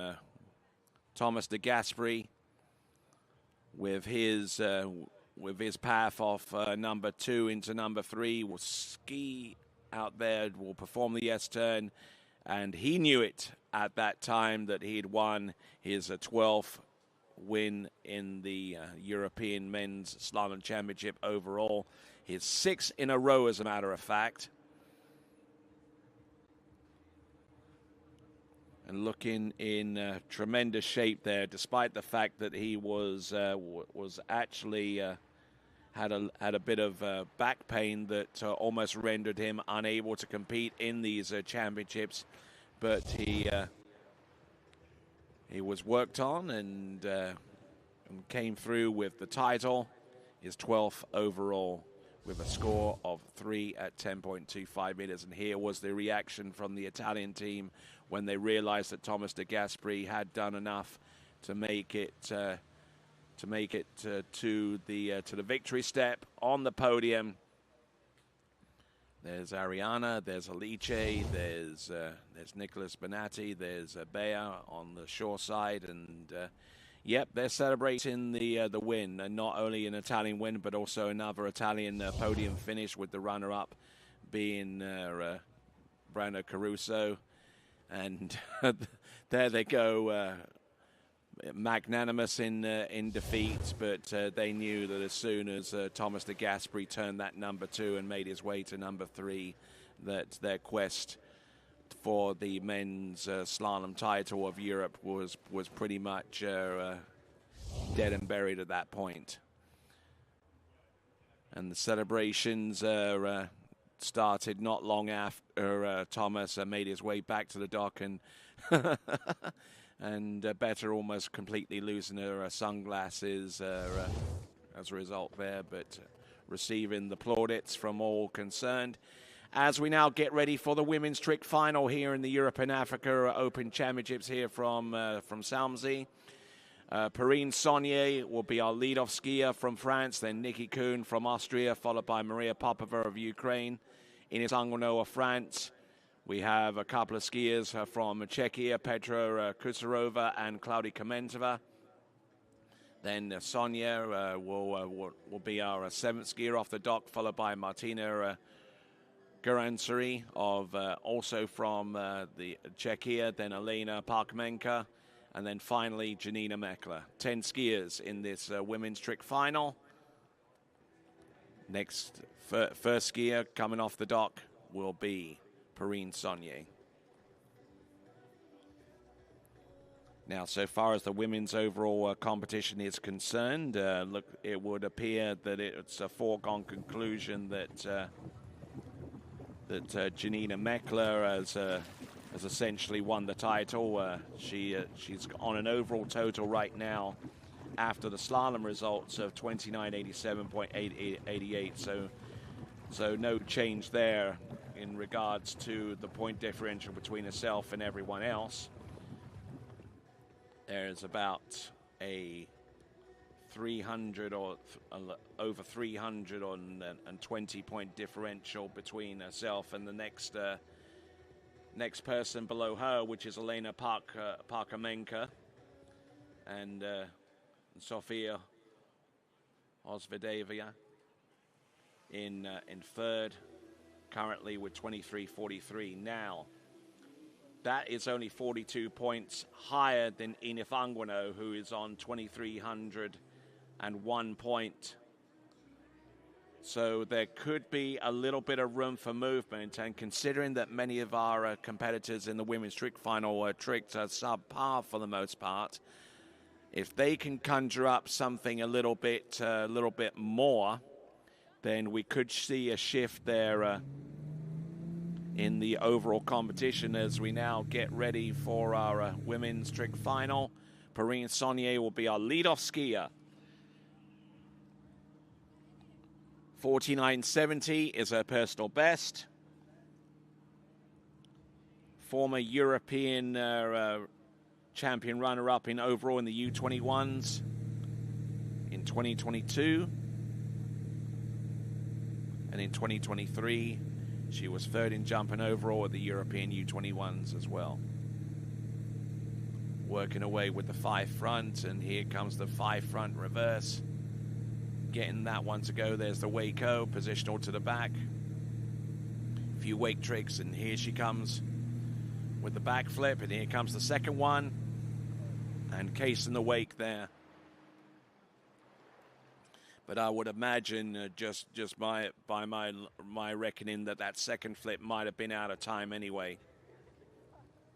So Perrine Saunier essentially standing up on pass number 1 and falling on a trick that is probably going to be outside of the 20-second clock anyway. But a good sprightly start here, and just taking the ball by the horns with this trick effort. Perrine Saunier, who's currently in line in 6 overall, and she could actually have some little bit of upward movement, because there isn't that many points between her and the occupant of the place above her, which is Jutta Menestrina. So Perrine Saunier, providing that she can make her way through this second 20-second pass that's coming up, she could have a point score that would allow her to move up in the overall competition.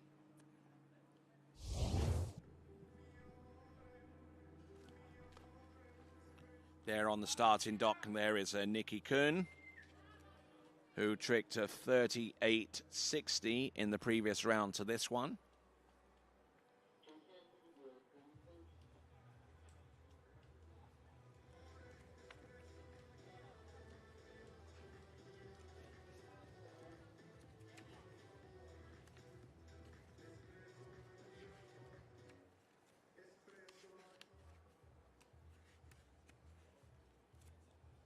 So, in the meantime, before we send Perrine Saunier out on the water for the second and final pass, let's check in with Zane. All right, hey guys, I'm here with Stepan Spock. He is he's team skier for Team Ukraine and the team captain. So we saw you out there on the water crushing it yesterday. Looked good in the jump event. Well, it didn't go so well, but I'm happy I went on the water, and it's my first tournament in 4 years, so I'm pretty happy with that. Well, I was excited to get you back here. Me and you've been buddies from Jack's. Definitely been roommates a couple times, so I was super stoked to see you here, and looking forward to getting Maria on the water here in this women's trick event. Yeah, she's going to go in, I believe, one skier, so yeah, we hope she can stood up her run, and yeah, she's pretty nervous, so we'll see how it goes. Well, she shouldn't be nervous. She's been crushing it. I mean, she's one of the younger skiers here and is just on a tear. She looked really good. I know she won overall at Youth European, so she's been looking really strong as of late. Yeah, she won tricks and overall under 17 with a pretty good, decent score. So we'll see how it goes here with top skiers in Europe. Well, cool. Well, we'll let you get back to it. Good luck to your skier, and we look forward to seeing you a little bit later. Back to you, Tony. Okay, here we go. Here's Perrine Saunier going through her pass right now, and there's every indication so far that she may come up with a point score that will be in excess of the 38 or so 100 points that she produced in round number one. And if that's the case, then that might be enough to ascend her into a top three, into a top 6 or 7 position in the overall competition as well. At the same time, so Perrine Saunier making some moves in the tricks event and might also be making some moves in the women's overall competition in the same process. Perrine Saunier looking fairly smooth there with the toe 5 back and held on to it well with the toe wake back to back from inside to out. Bulked out on the toe wake back-to-back reverse in favor of staying on top of the ski for the tricks that we're seeing right now, including that toe 5 front. Tight grip on the line, toe wake O. Gone some pretty good height here. And in good shape there. There's the toe side and the toe side reverse. And then with the toe wrap in and, yeah, falling on the easier move coming out of that wrap. But a good, solid effort there. Good effort there on the second and final 22nd pass for Perrine Saunier. Just waiting on the point score to be made public before we send Nikki Kuhn out there on the water. We'll get the green flag from our officials very, very soon. Perrine Saunier just waiting on the score. Nikki Kuhn and also waiting on that score before getting the thumbs up to proceed on. Our skier from Austria who tricked about 38.60 to scrape in to the finals. Looks like the boat is making its way in towards the course, and that should indicate that we'll have a point score for Perrine Saunier forthcoming in just a moment.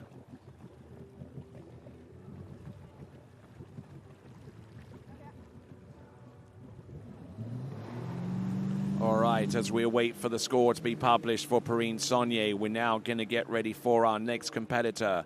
Coming to us out of Austria. Working in the legal department for VKB Bank, one of our great sponsors for this event. This is Nikki Kuhn. So some positional tricks, some warm-up tricks on the outside of the course, and now coming in for what we believe to be a toe 7 front.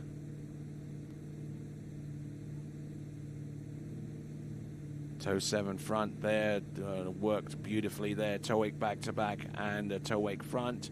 Toe backs and toe fronts. Winding in now for the toe 5 front, which she does well. Toe O out, toe O straight back in, toe wake O. Continuing on here with the toe wake line O, beautifully landed, and a couple of toe sides at the end and falling on the reverse toe side.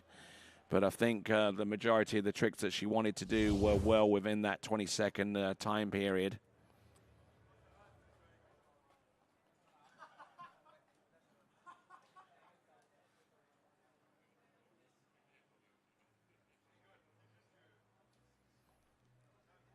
So looking in good shape there for the majority of the run.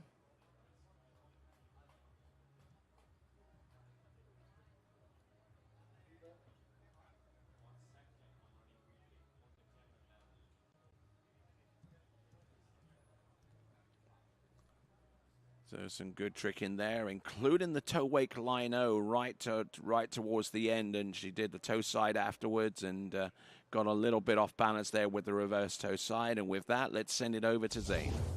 All right, hey guys, I'm here with Hans Oppenleibner, the Team Austrian captain. We just saw your skier go out, do their first run. Looked like she did pretty well. Yeah, first run looked really good yesterday. She had a little wobble, and we really need that trick score because we want to get one ahead in overall. You know, we're skiing against the Ukrainians right now, and we need her to finish that second run good, and then we'll have a chance to maybe even get second in the team overall.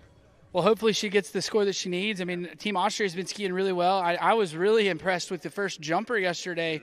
Daniel going a huge score of 58.4 meters as her first jumper off that 150 ramp. So anything to say about that one? Yeah, he's amazing. He's been jumping good all year, and he had it in the back of his mind to take part in these championships. And since he's been really jumping really, really good. So we thought, okay, he'll have a chance to get into the finals, and he used that chance, and he's like in 6th or 7th spot right now, and I'm sure we're going to see a good far jump also in the finals. Yeah, no, I mean, he absolutely crushed it. That was a booter of a jump. So you're doing a great job with the Austrian team, and good luck on the rest of your event. Thank you very much.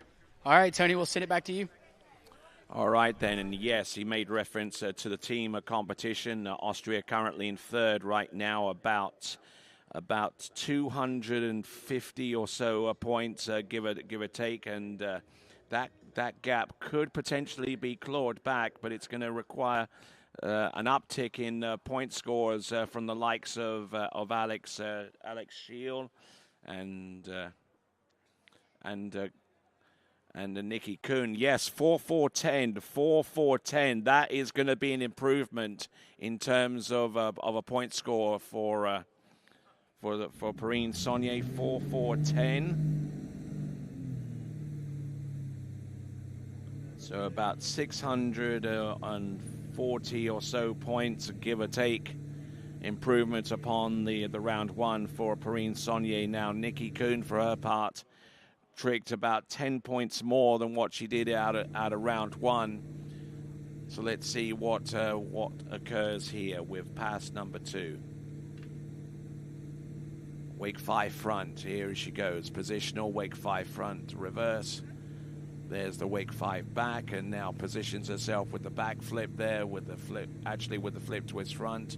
Regular back flip, here comes the reverse. Does she have anything more? Flip twist to the back, and she is all over the show here, just struggling to stay on top of the water. But stay on top of the water she does. So for Austria, that is a Nikki Kuhn. Coming up clutch there with 2 stand-up runs, 2 virtual stand-up runs there for her, falling on a toe side slide reverse at the end of run number 1, which was probably out of time anyway. But a good solid effort there for Nikki Kuhn, and she skis into the dock. She's done her part. And our next competitor to take to the water will be Maria Popova from Ukraine.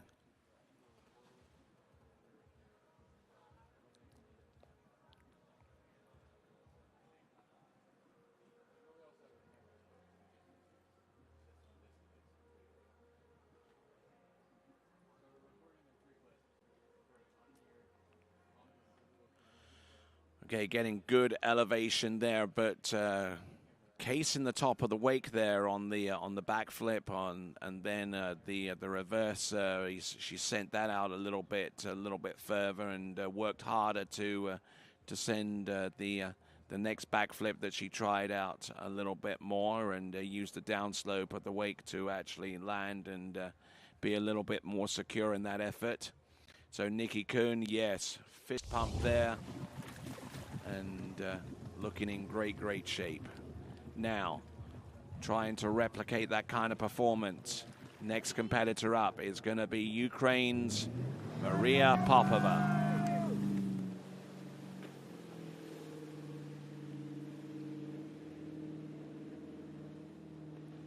Now Maria Popova,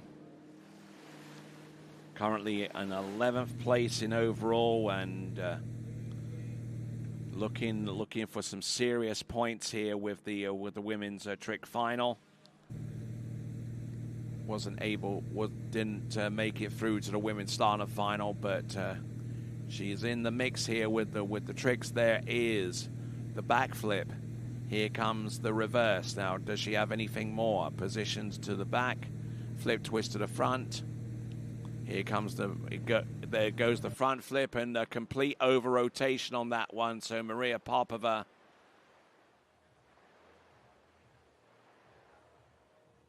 little over rotation there with the front flip, and send her careening into the water, and we're going to get the instant replay for her shortly as one of our next skiers warming up and for the tricks final.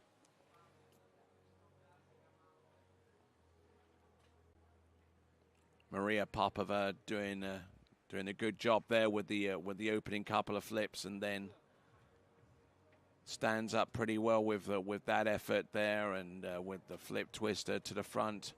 Not too much height, didn't completely clear the wake to. So there, Maria Popova just putting a little bit too much beef into that one, and with that, let's send it over to Zane. All right, hey guys, I'm here with Nikki Kuhn. We just saw you get off the water, 2 stand-up runs. So I know yesterday we weren't super happy with how the trick event went, but a lot better today. Yeah, a lot better today. I stood up both runs. They weren't perfect, but I'm super happy with that. Yeah, and then we were talking to Franz while you were skiing. You know, you're talking about the team points and the team overall. So might be enough to get you guys in another spot, in the team classification. Could be. We'll see at the end of the day. Well, you did everything you could. Stand up. That's the best you can do for the team. And congratulations, good skiing. And we'll send it back to you, Tony. Thank you very much indeed. As we continue to make our calculations so far as the team overall is concerned, whether that upcoming score for Nikki Kuhn is going to affect a change in that regard. There's still a huge mountain to climb so far as the point differential is concerned. As Ines Anguano on dockside getting ready to take her place in the tricking final.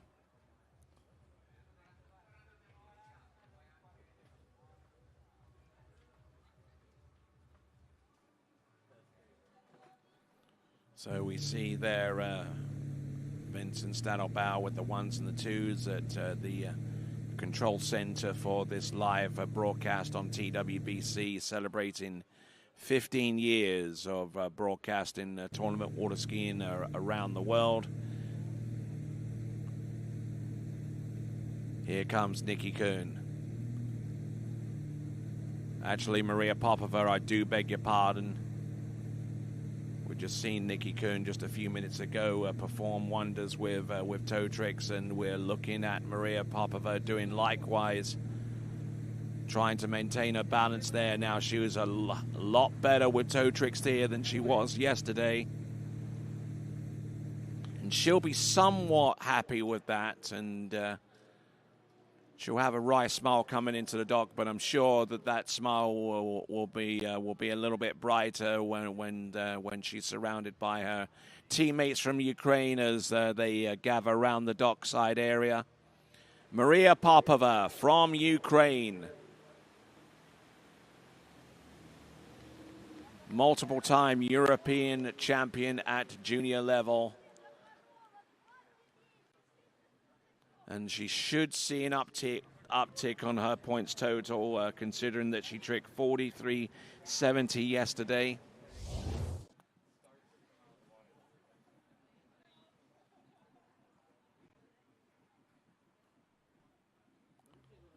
Just going through her tricks one by one, it was in all sorts of trouble yesterday. Oh, Nikki Kuhn, yes, 67. 67.50. Now that is going to be a big shot in the arm for the Austrian team total, as they chase down the Ukrainians in the overall team competition.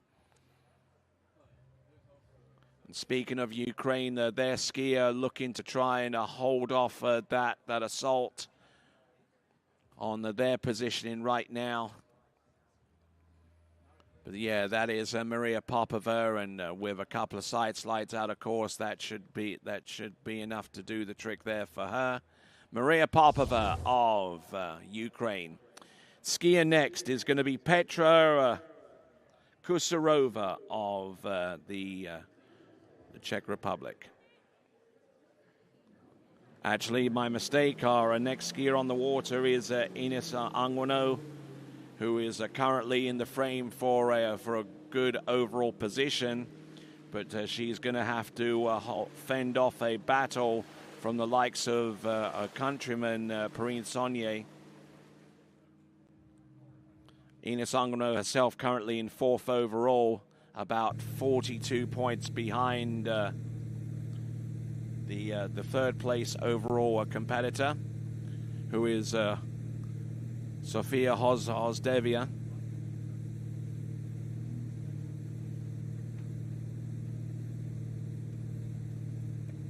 Getting good elevation here and getting some good toe tricks. Taking the rare approach so far in this competition in the final, with the toe tricks first and then going on with handle tricks next.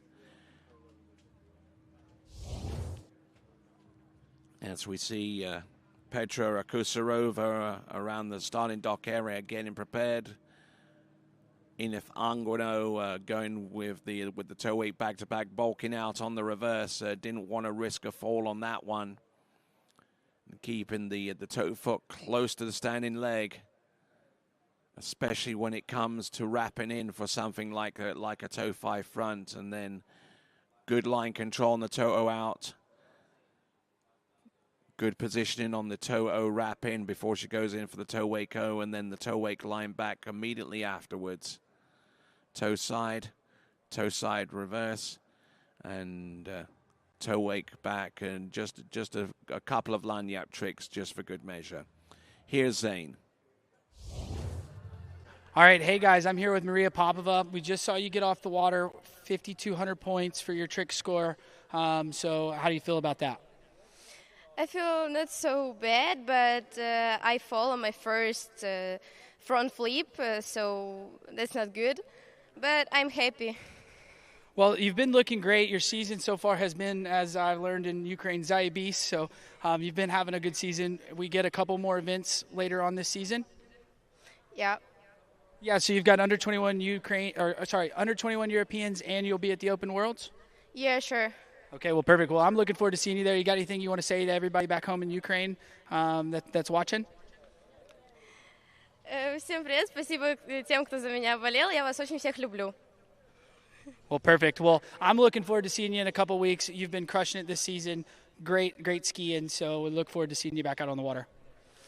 Yep, it's okay.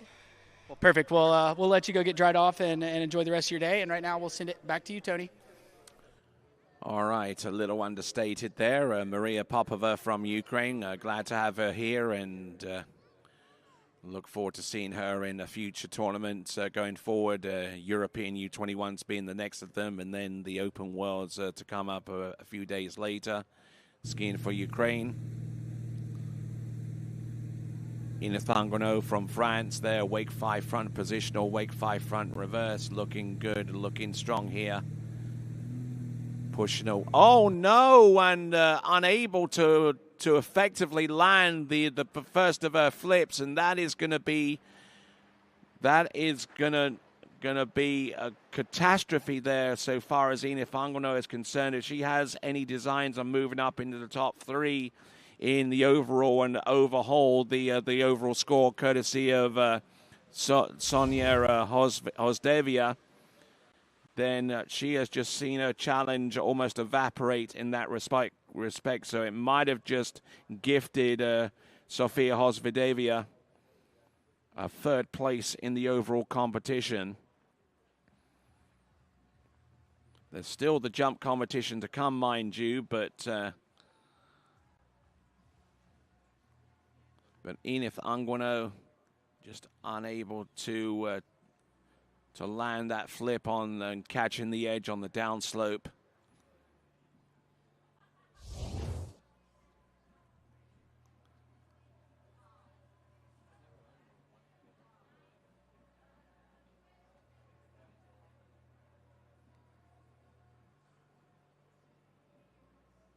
So a few of our spectators along the shoreline are catching a little bit of shade, and now about to bring in our next competitor. It is going to be Petra Kosarova from Czechia. And the Czech team are really, really strong in this competition, especially in the tricks event, where they've got no fewer than 3 competitors in this final. This final consisting of 10 skiers.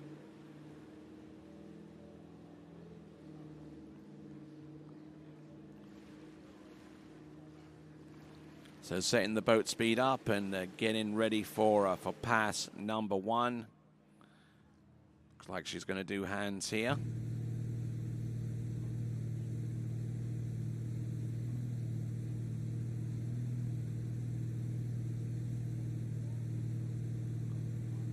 Wake 5 front, positional, wake 5 front reverse, wake 5 back. Very, very smooth, very expertly spun. There's the back flip, here's the reverse. Oh, holding on to it. And then tries to recover by producing a flip twist back to front, and unfortunately nothing was doing there. She might have taken too much time out to recover, so even if she'd landed that flip twist back to front, it might have been out of time anyway. The trickers only get 20 seconds to perform the tricks from the start of the first trick all the way through to the last.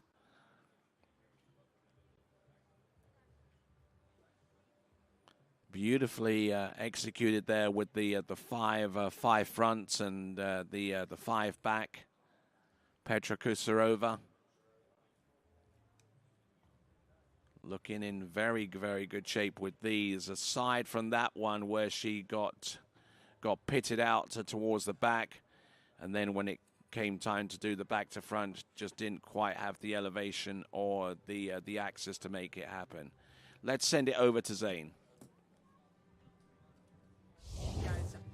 Hey guys, I'm here with Sebastian Const, France's team captain. So in a heated battle, I believe you guys are in the lead right now in the overall team classifications. It's not over yet, but I'm pretty happy after prelim.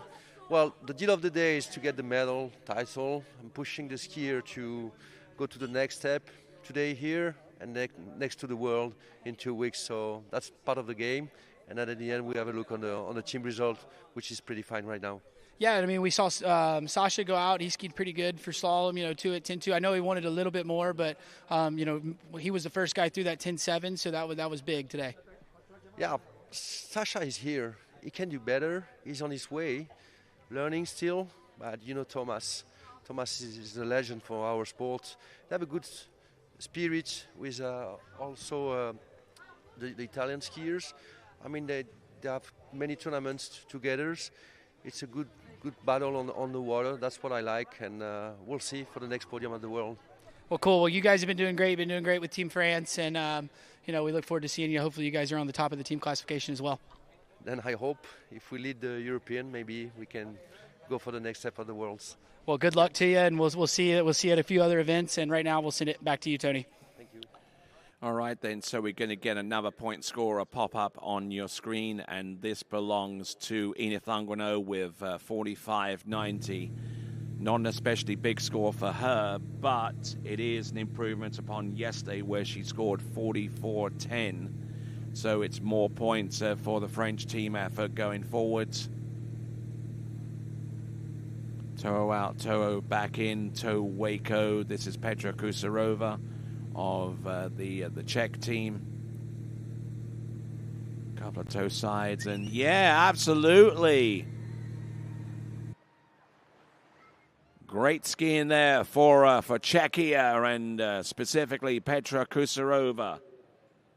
And she hands off to our next competitor, who is going to be Klaudia Komentova.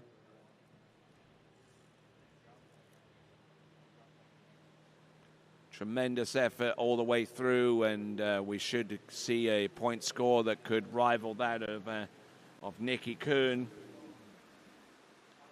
Nikki Kuhn, whose score of a 67.50 is the lead. There is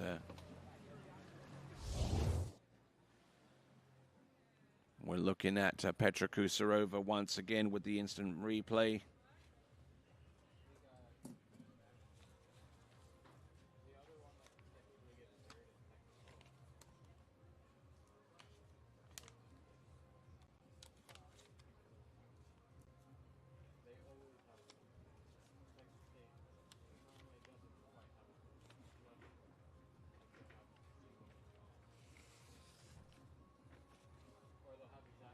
So looking at these tricks one at a time, you know, and trying to keep her axis and just maintain control. Did all the tricks that she wanted to and had planned on that first, second of two 20-second runs. And moving on from one skier from Czechia to another, it's Klaudia Komentova.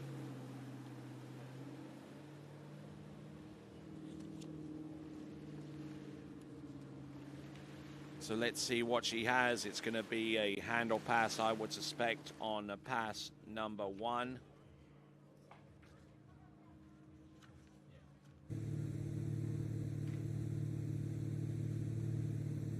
But she switches up and goes with toe tricks to set things off there. Toe 5 back, toe back to back for Klaudia Komentova, representing Czechia, and looking good here. Toe wake back and to the front, toe wake back to back as well. Look at that.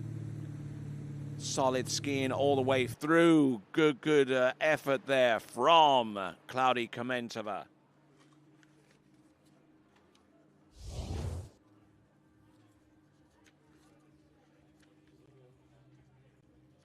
So Klaudia Komentova in a good position right now, having gone through the opening pass of 2.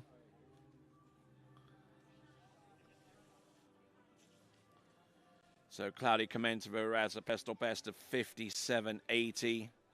Has won a whole slew of titles at European Championship level. Was in 6th place in the 2022 Junior World Championships. And has held national titles. So with that opening pass, let's send it over to Zane. All right, hey guys, I'm here with your last skier, Petra Kusarova. How were conditions out there? How did it feel? I feel good. I'm excited to be back underwater after pause with kids, so I'm happy. Well, then we've got 3 of the Czech ladies in the trick event, so you were the first one out. We got one on the water, so that's pretty exciting to see the 3 of you guys into the final. Yeah, that's a great feeling, be with these girls. Well, you looked really good out there. I hope the result is what you were looking for, and hopefully we'll see you at some more events here soon. Thank you very much. All right, and we'll send it back to you, Tony. All right, so the only outstanding score that we have so far is Petra Kusarova.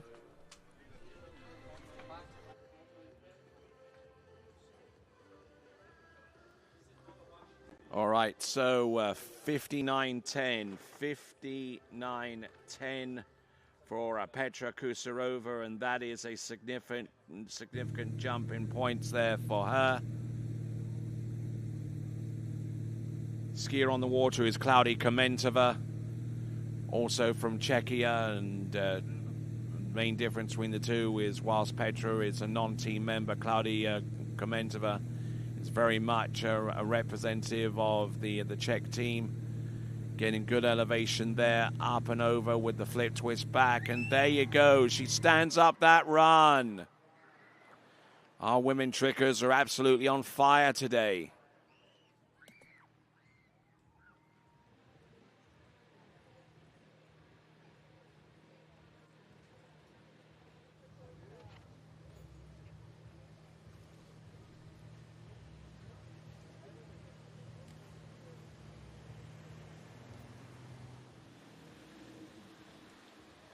All right, and our skier has just made it through to the back to the dock. We have a job well done, Cloudy Komentova. We'll now wait for our next competitor, who should be Sonia Hozdevia, who's tricked a personal best of 68.90. But is looking for more than 64.40 out of the elimination round to really help out her cause in the overall, where she's lying in third place and could do with a points increase to hold off the challenge from the likes of Edith Anguano. But looking at Cloudy Komentova, who competed last week in the U21 World Water Ski Championships at the Lakes of Cast in Stone in Alberta, Canada.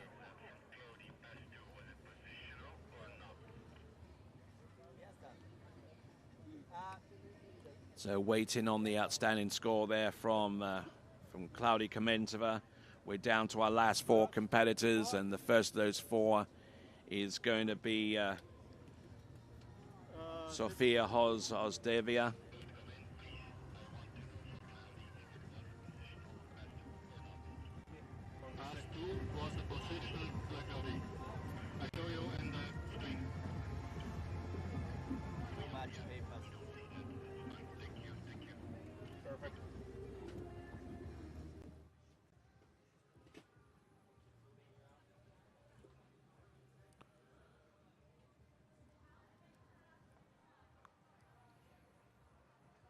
Just waiting on our officials to give Sonia Hozdevia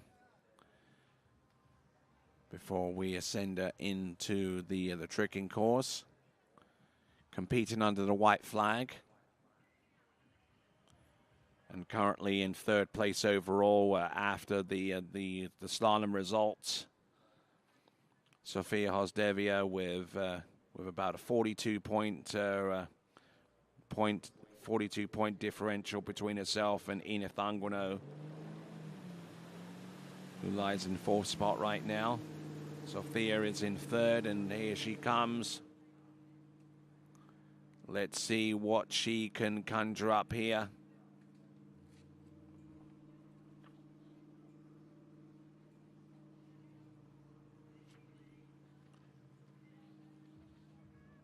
She's to make an impression upon the women's overall to the point where it's where a position is unassailable. Then this is going to be it, because she's not in the women's jump final.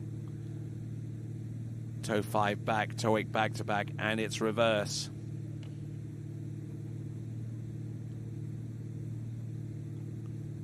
Keeping the line tension working in her direction. Toe 8 line back.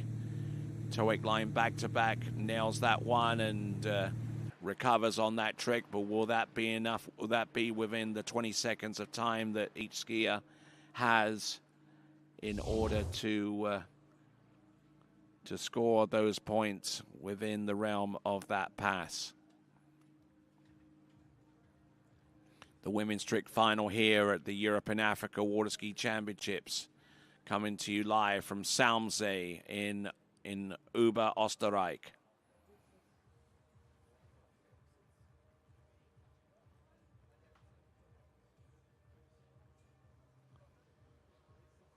Good edge, good elevation here for Sofia Hozdevia.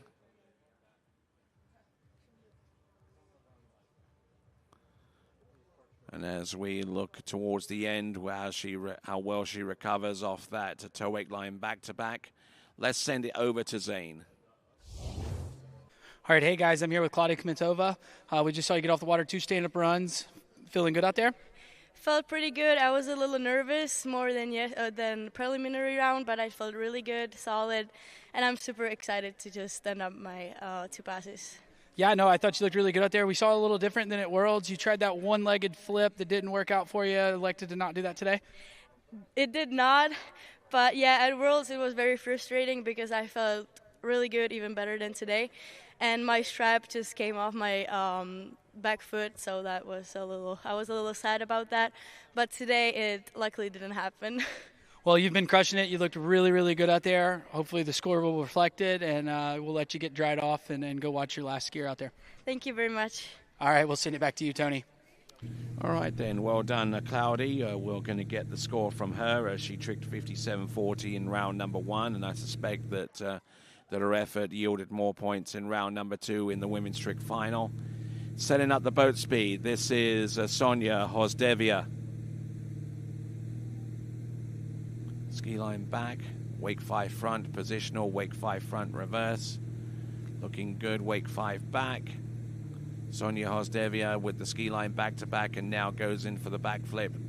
Cases the top of the wake but manages to make that ski stick. Flip twist to the back. Oh, look at that. There was a surface back to back, but there almost appeared to be some air between the ski and the water when she produced that. Claudia Kmitova with 63.60. That is good enough for second place, just behind Nikki Kuhn. 63.60.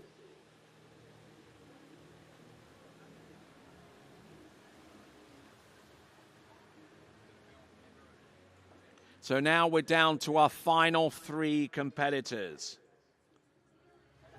We're going to see Elena Parkmenka from the white flag. We also see Janina Bonneman-Mekler. But before those two, Martina Gerenseri, also from the Czech Republic, or Czechia.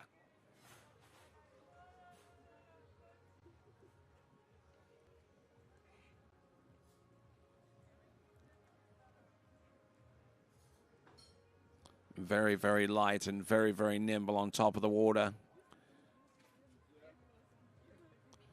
Sonia Hozdevia producing the kind of effort needed to keep her out ahead of her nearest challenger in the women's overall competition, who is Ines Anguino. Ines Anguino is going to be a participant in the women's jump final, whereas Sonia Hozdevia, you've just seen the last of her effort out there. So did she fully embrace the opportunity to stay ahead in third in the overall? Well, we'll find out in the fullness of time. Skier on the water is Martina Gerenseri from Czechia. Working away from one trick to the next, trying to keep the pace up there with the backflip. Good squatted landing there, just getting the ski re-gripped into the surface of the water. Flip twist back, some back-to-backs on the outside the wake. So Martina Gerenseri from Czechia.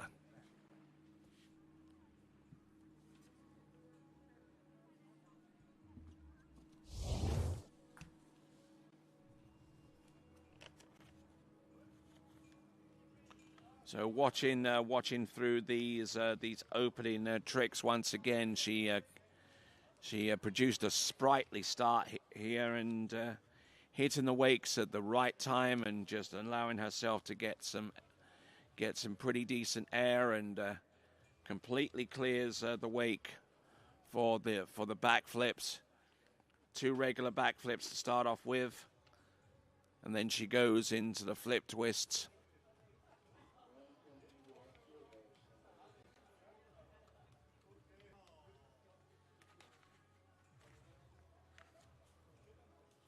So Martina Gerenseri successful in going through that 20-second run.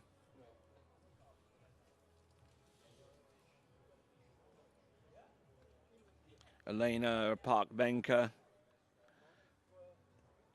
is getting ready to go on the starting dock and just trying to stay cool and hydrated. Now Martina Garensri has a personal best of 8,060 or 8,040 if I interpret her handwriting to be closer to 80-40. But it's what you do on the day that matters. And Martina Garensri, we will see what she can do with pass number 2. Martina Garensri, 6,950 points yesterday. What has she got here today?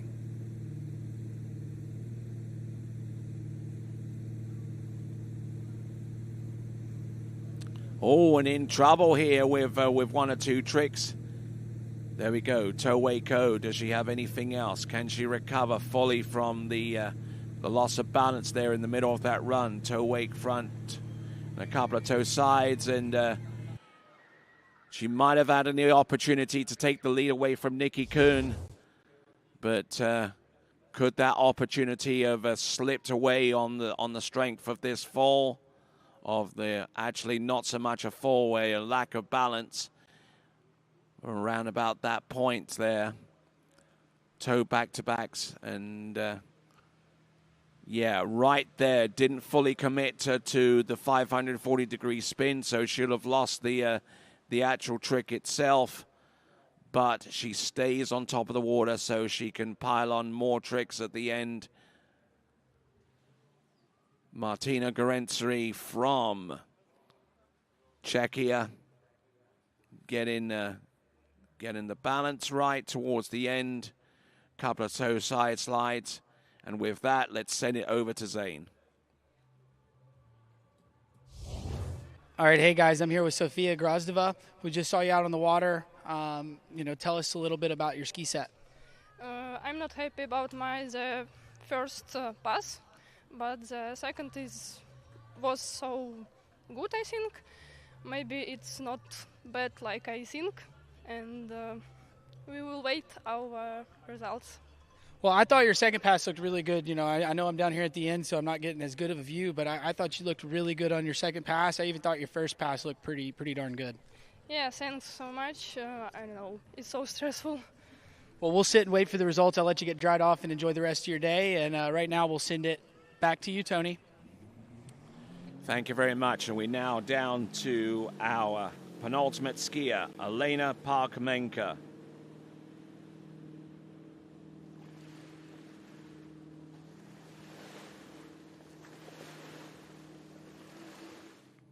Setting up the boat speed to how she likes. Trick skiers have a lot of options: length of rope, type of rope, boat speed, pass.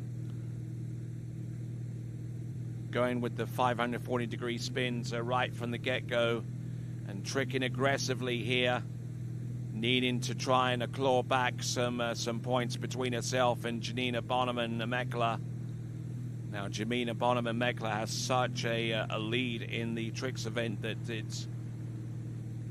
she's almost in an unassailable position. However, Elena Parkmenka has a points total that could be overhauled by someone like Sofia Ozdevia.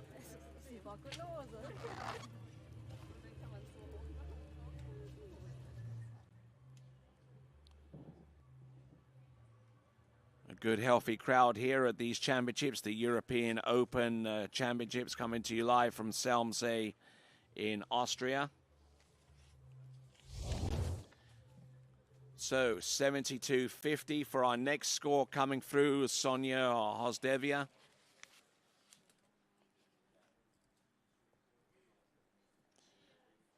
So even though we're short of guaranteeing a podium position for Sonia Hozdevia, I believe it's enough to put her in the position where she can celebrate being on the podium in the women's overall competition. Tricking just a skosh under 600 points more than what a skosh over 600 points more than what she did yesterday. She tricked 64.40. She tricked 72.10 today. And I would probably go out on a limb and suggest that the 42-point gap that exists between Sonia Hosdevia and Ina Thangano has been increased quite substantially. But Ina Thangano may have the last laugh because she will be in the jump event, whereas Sonia will not be.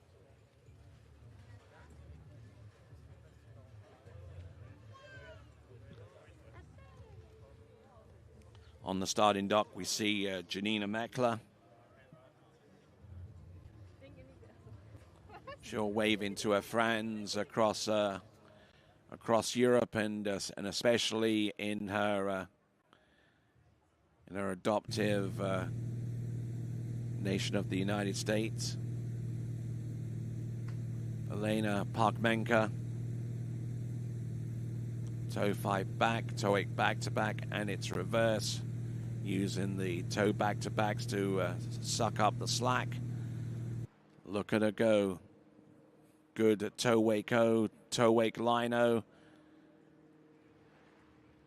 Toe wake line back to back, nicely done, and it's reverse. Look at her go. That is Elena Parkmenka. And she's certainly putting a trick score out there that will keep Janina Meckler occupied. So Elena Parkmenka would probably be increasing her points differential ahead of Sonia Hosdevia in the overall competition, and may have actually gotten within striking distance of Janina Meckler. We've got a point score coming through, 63.40 for Martina Gromenseri. 63.40. That guarantees a podium position for Sonia Hosdevia. She is currently in the lead on 72.10 with 2 results to come through. The result from this performance that we see right here and the upcoming trick performance courtesy of Janina Meckler.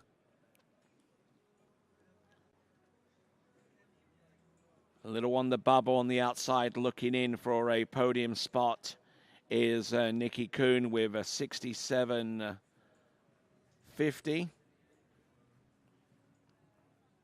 And further down the list, we see the score of Martina Garansari from Czechia on 63.40.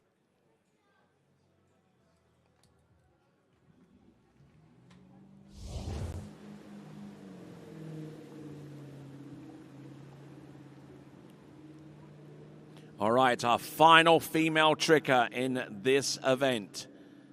And already on 1,000 overall points for the tricks event in the overall competition. This is Janina Meckler. Tricked 93.30 yesterday. Toe 7 front. Toe 5 back, toe 8 back to back, toe 8 back to back reverse, toe surface back to back, toe 5 front, toe out, toe straight back in, toe wake O, getting good elevation here, toe wake line O, toe wake line back, getting set up for a toe wake line back to back, nails that one, there you go. Fantastic trick skiing there from Janina Meckler. Janina Meckler throwing down out there.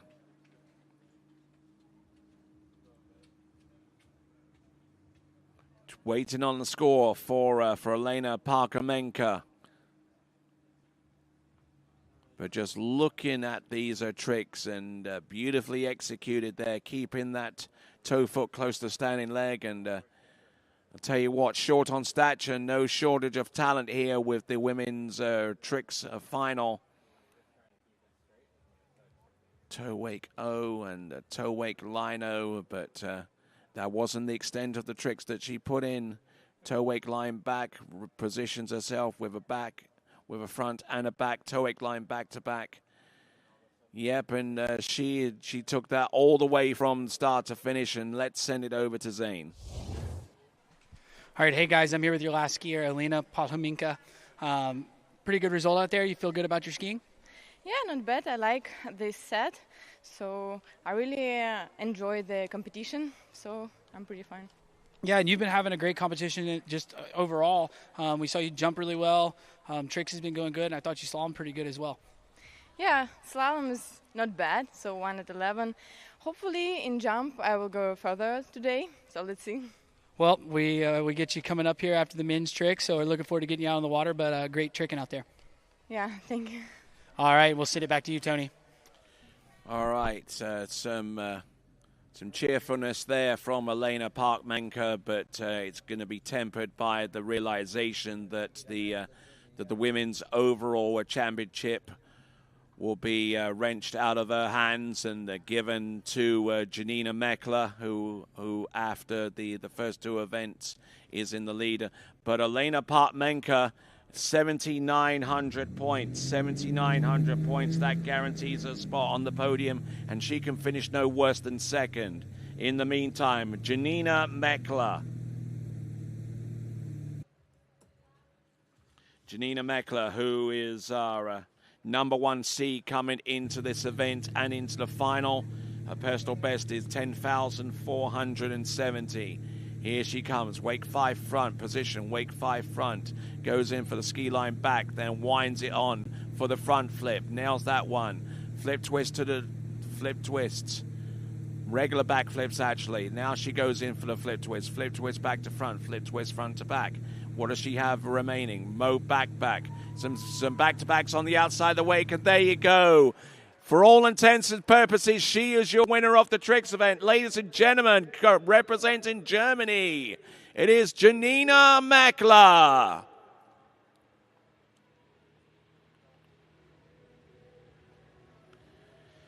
So some fine trick. Oh, and she goes in for the front flip, and I sure hope that our drone camera got that footage. But I tell you what, some fantastic trick in there all the way through, not only in the tricking final, but also in the elimination round series. Janina Meckler. We're going to see her jump a little bit later on in the final, but I tell you what, it's been an absolutely barnstorming performance from her, not only in the tricks and the jumping event, but also in the overall competition as well.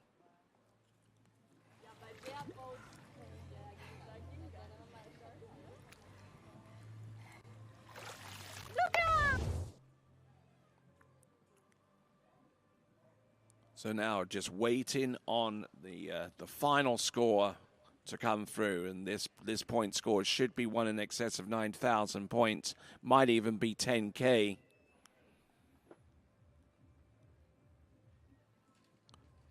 One of the very, very first trick skiers to ever produce a front flip in the middle of a trick pass, not too long after Erica Lang premiered that kind of skill with women's tricks. But I tell you what, a good performance there from Janina Meckler, and had enough time to throw a couple of back-to-backs just for good measure. Whether they're in time or not, uncertain, but we're gonna wait and see, and then we'll get a chance to talk with Janina Meckler and just take a look at this front flip. Boom! Getting deep with the landings and just trying to use every opportunity she can to make the most of her opportunities to take to the water.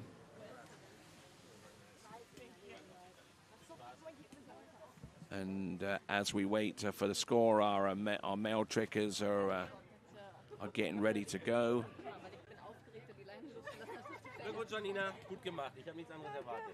Receiving the plaudits and the congratulations of family and friends.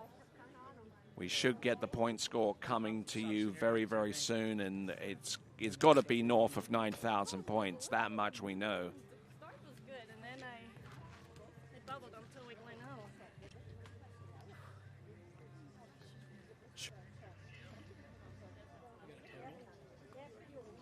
Okay, just patiently waiting for the score, and it should be a winning score. It will all but cement Janina Meckler's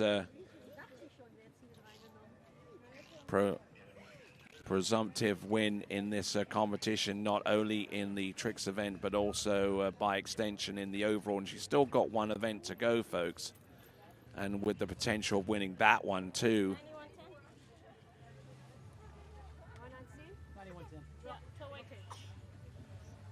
So 91.10, 9,110 points, 91.10. So, ladies and gentlemen, your European Women's Trick Champion from Germany, it is Janina Meckler. Let's send it over to Zane. Are we up? All right, hey guys, I'm here with your new European champion, Janina Bonneman. Great job in the trick event. Looked good in the slalom event this morning, but looked even better here today in the trick event. Yeah, tricking is just my event. So slalom was a little bit of a surprise. Tricks was just stand up your runs, and hopefully it's going to be enough for the win. And of course it was enough. So I'm super, super happy to be back on the top of the podium after having little Luca, and I couldn't ask for anything else. Yeah, no, that's a big accomplishment. You know, you had a baby, and then you're still back skiing at this high level. So congratulations to you, and then we get to see you go out in the jump event here in a little bit. Thank you. I'm excited. Let's go far. Yeah, and then also shout out to Dane, who I assume is probably at home watching. So it's good to see the whole crew. Who knows if he's up yet? I'm not sure. Well, if he's not, he'll see this later. Shout out to you, Dane, and congratulations to you. We look forward to getting you out in the jump event. And right now, we'll send it back to you, Tony.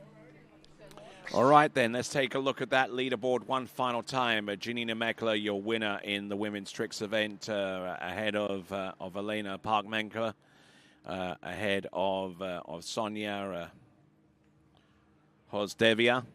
She wins the bronze medal ahead of Nikki Kuhn and Claudia Komentova, Martina Garansri, and Petra Kusarova, Maria Popova, Ines Angrano, and Perrine Saunier. So those are your top 10 in European women's tricks. So we've got our men's trickers taking to the water right now,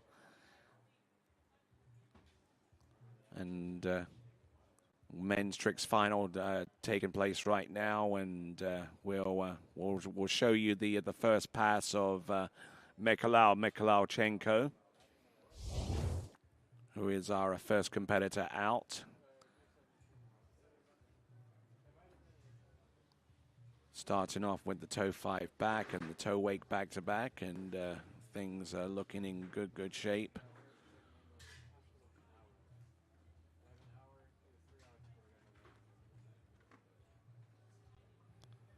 Going through the initial toe tricks, including that toe O wrap in, and beautifully executed and landed toe wake O right there.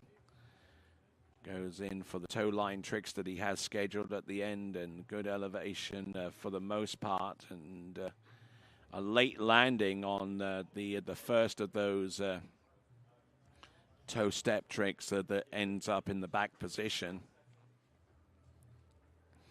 But there we go. That is Mikhailovchenko.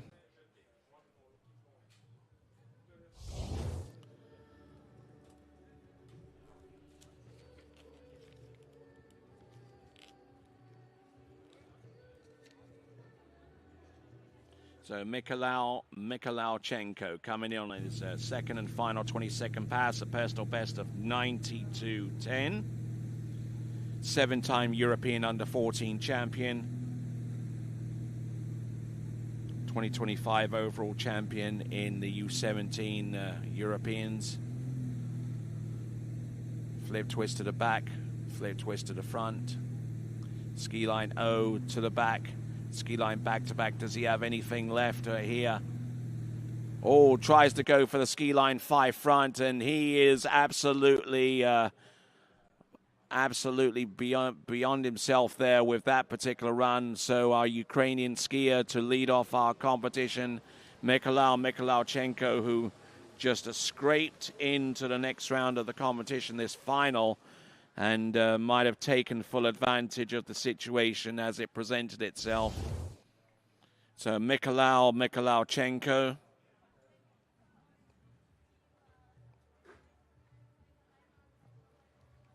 getting excellent elevation, and one of our younger skiers in this event. He's age 14, and he's still got a whole bunch of eligibility ahead of him, at least at European and World Championship level in the youth divisions. Multiple-time champion of Ukraine, and is the Ukraine national record holder in this event in the U14s. Hobbies involves robotics, math, and tennis. I can definitely see him doing all of that. So great looking effort there from Mikhailchenko. Skier about to take to the water is Zdeněk Coleman Jr.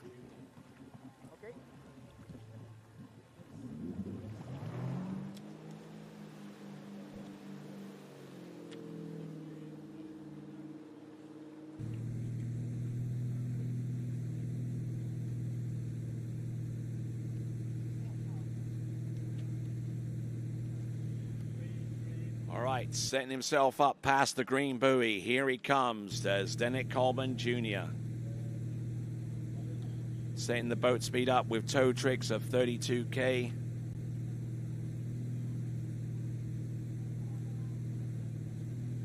He's all over the place a little bit here with toe tricks, but he's still managing to stay on top, including that toe wake O reverse.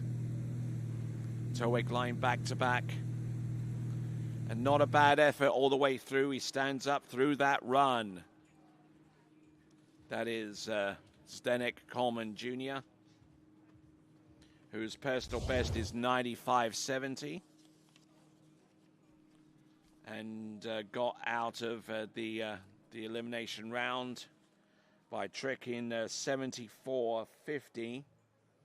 That put him just marginally ahead of Mikhailchenko.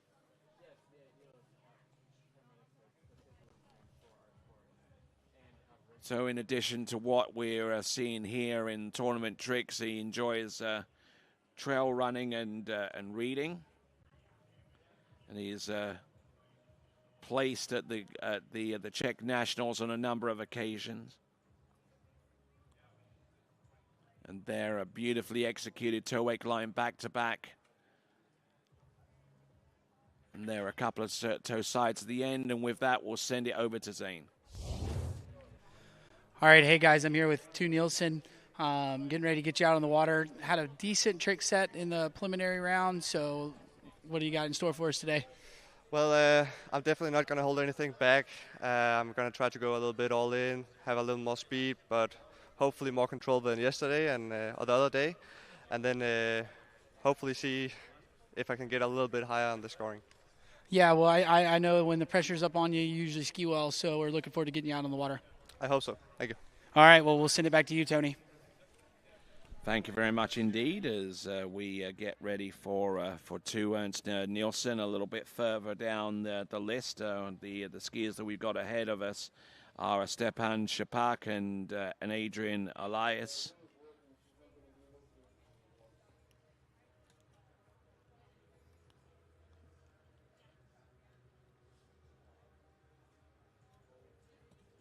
So as our cottonwood trees are shed their cotton, and much of it ending up being in the water, we have Zdeněk Coleman Jr.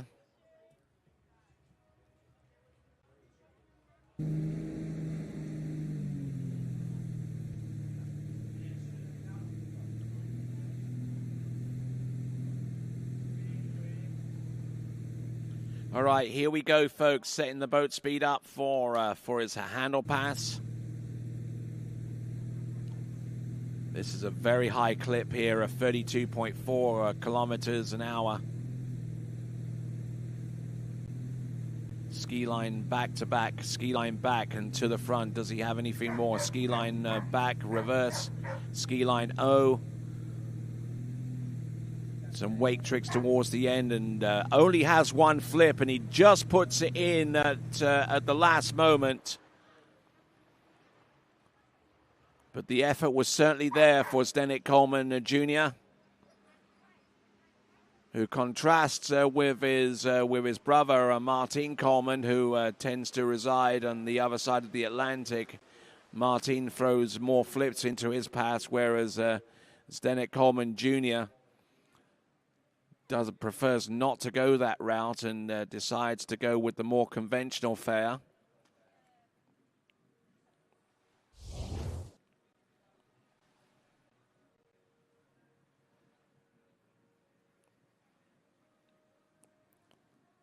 Good elevation there with these wake tricks now. In the midst of concentrating more upon the conventional tricks, he is able to use his skill to do tricks such as that ski line back-to-back and ski line back, and have a lot more control doing so. There's the ski line back, and then he goes the tip-heavy ski line O.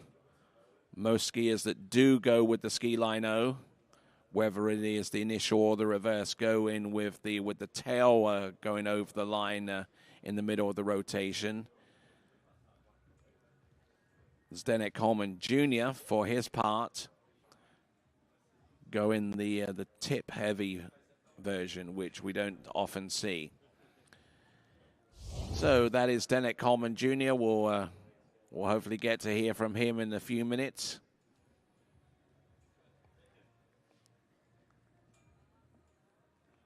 All right, so we're on to our third skier on the water. That third skier will be Stepan Špak.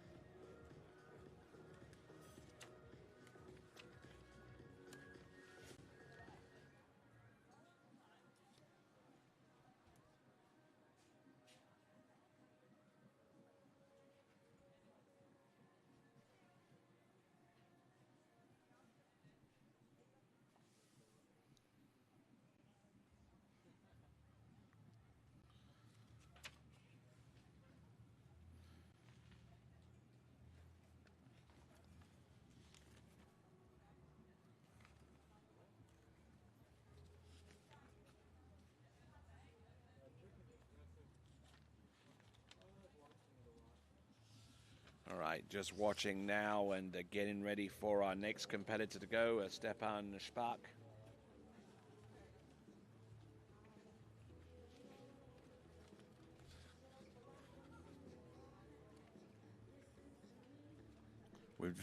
We've seen already two trickers on our 12 skier list, Mikhail Mikhailchenko and Zdenek Coleman Jr. Yet to get the scores for either of those two competitors.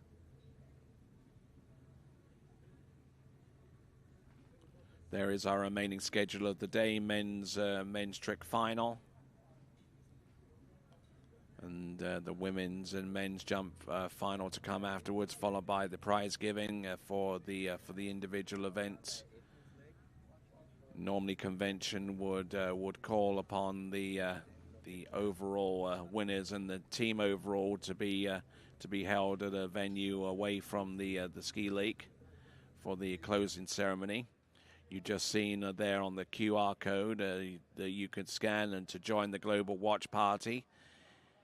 You can either go that route or go to waterskibroadcasting.com, waterskibroadcasting.com for all things TWBC, including the link that you can take to upload your photo as part of the global watch party that is taking place in respect to the Europe and Africa Water Ski Championships of 2025.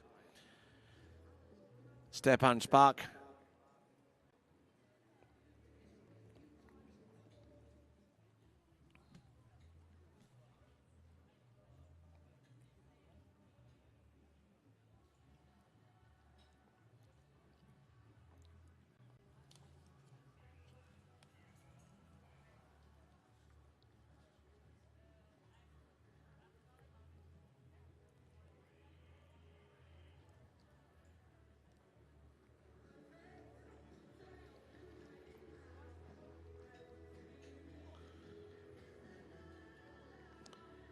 Here we go with Stepan Shpak.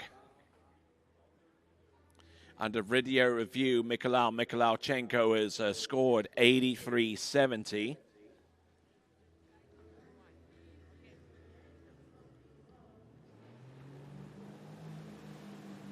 And Zdenek Coleman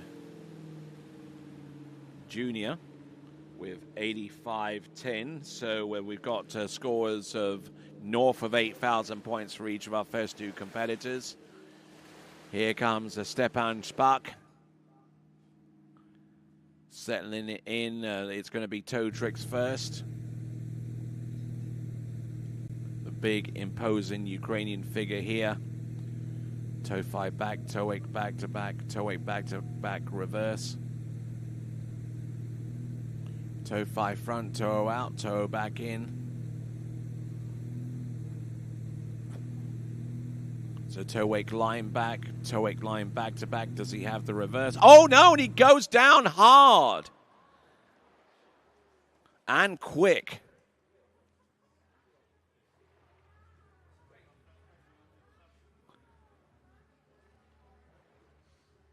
That just goes to show you need to be alert at all times, and thankfully he had the likes of Danilo Filchenko in the boat at that time, a well-experienced tournament campaigner, and knows when to leave the skier on and when to let him go.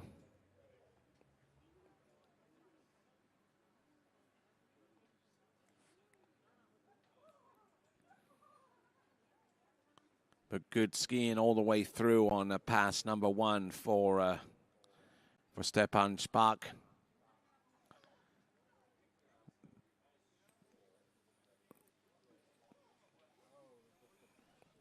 All right, then we've got to revise the score for Mikhailichenko, 95.50.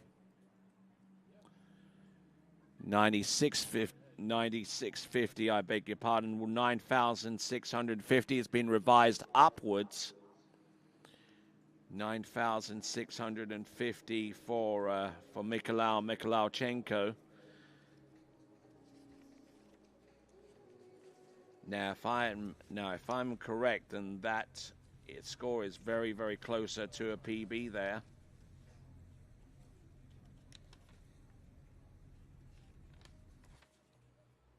Yep, indeed it is. 96.50. A personal best for Mikhailichenko if the score stands. That might actually help him up a little bit so far as his overall ranking is concerned. Been focusing almost solely with the top 3 or 4 competitors in the overall. Now, if that score holds true, Mikhailichenko will probably overhaul the overall total for Adrian Elias. Might even start to challenge the overall total from our skier that's about to get back out into the water. That's Stepan Shpak.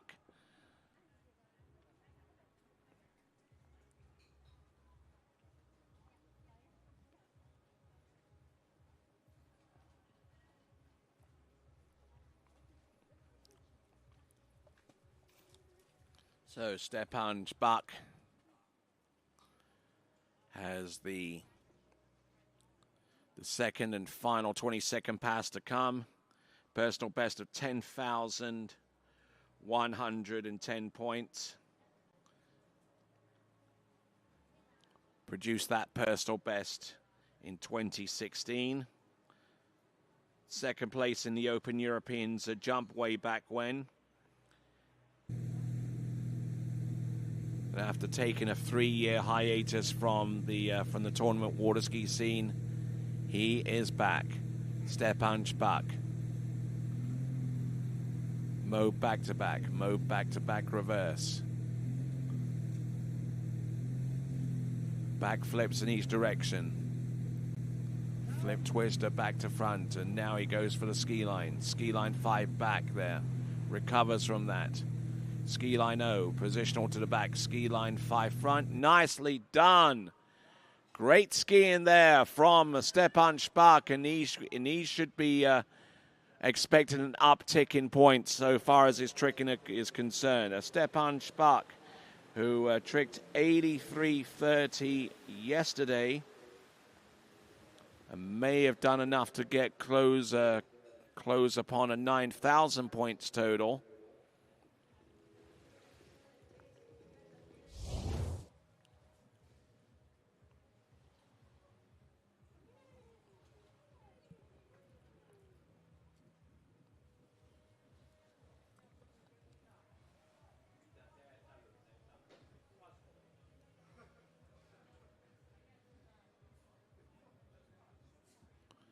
So Stepan Spak there with some good, aggressive, no holds barred tricking here.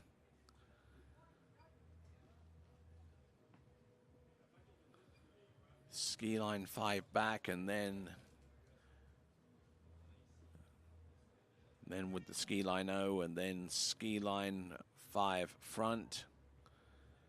Wasn't too bad on the whole there for Stepan, and we'll get the point score for him relatively soon as we continue to rock the roost here at the Europe and Africa Water Ski Championships, as dual-in camera platforms abound here, as we see Oliver at the wheel of that towboat, and now our skier on the water is Adrian Elias.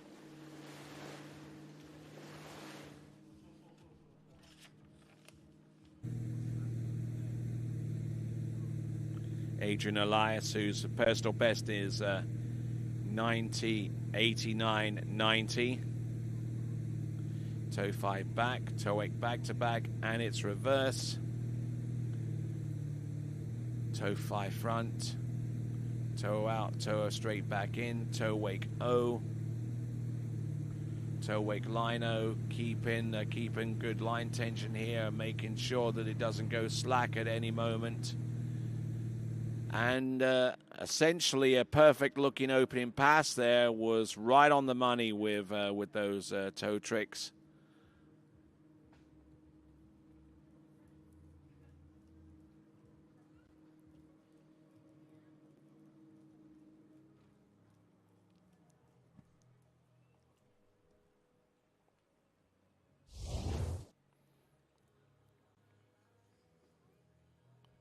So keeping the toe foot in large part close to his standing foot, which enables him to keep his axis on top of the ski whilst being able to pull himself round for the good portion of these tricks.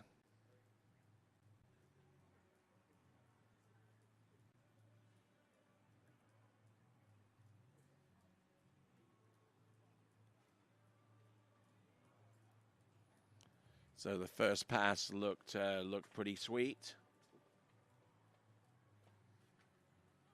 and ended off with a toe back and toe front.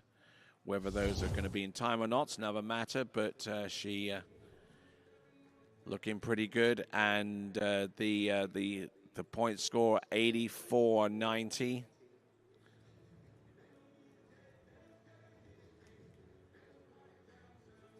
Stepan Spak 84.90, which I believe puts him in second spot right now behind Mikhailichenko.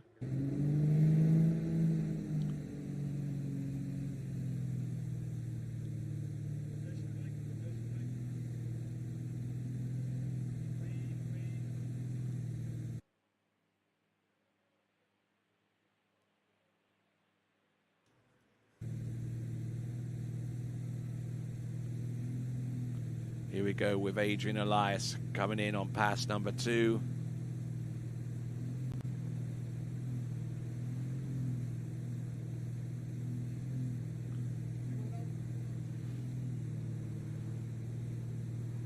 Oh, look at this, motoring through these tricks. Ski, and doesn't get the ski over the line for the ski line back to back, but he'll be quite happy with that, I would imagine, and tricked 81.50 yesterday.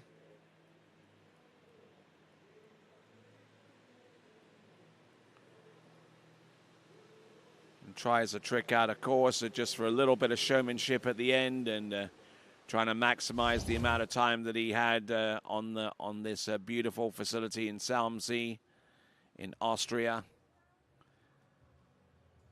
The 2025 Europe and Africa Open Water Ski Championships continues to rock on.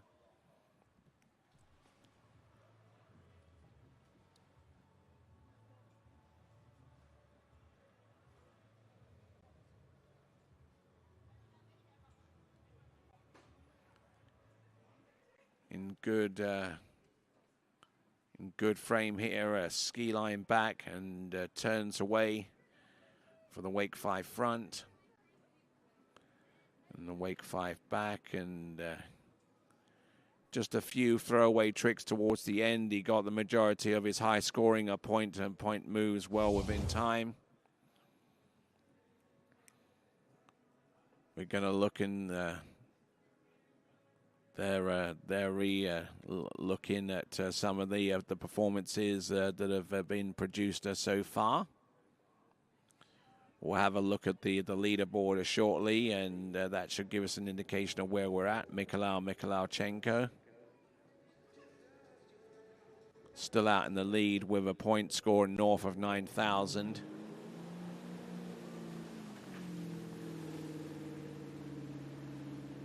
Still waiting on the score from Adrian Elias, and that should be coming through relatively soon. In the meantime, this is 2 Ernst Nielsen, who has a personal best in excess of 8,000 points.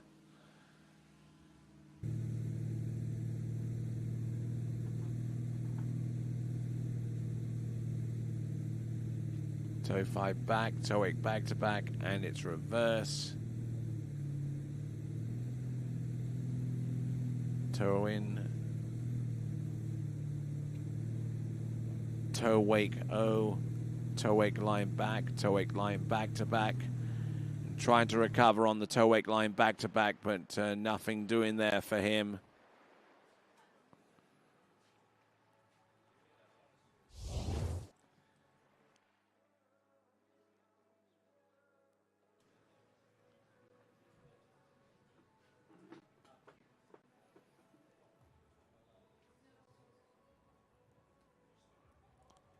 But a good array of tricks here from 2 Ernst Nielsen of Denmark, a specialist tricker.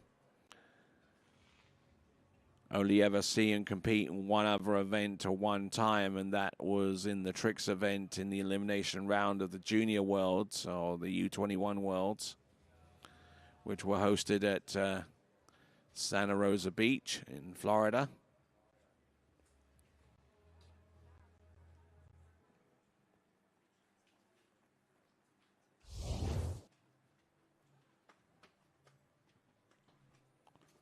All right, so 2 Ernst Nielsen getting ready to transfer from one ski to the next, and that's another part of the deal with trick skiing. You can change ropes, change speeds, have one specific speed for one pass and one specific speed for the other, but you also have the ability to change out ropes and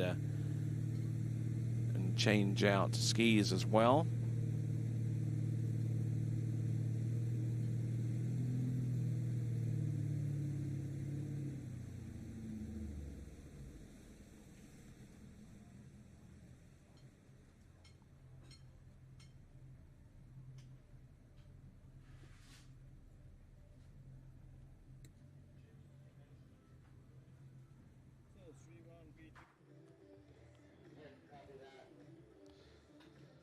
So 2 Ernst Nielsen getting ready for pass number 2. In the meantime, Ivan Zelentsov of Ukraine getting ready to go himself, who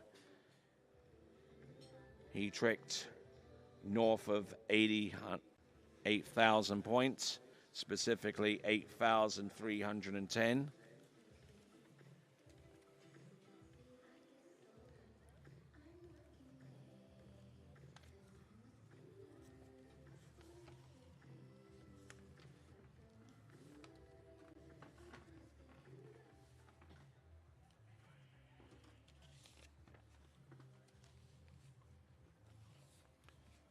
few of our folks are getting situated back there and getting ready to go.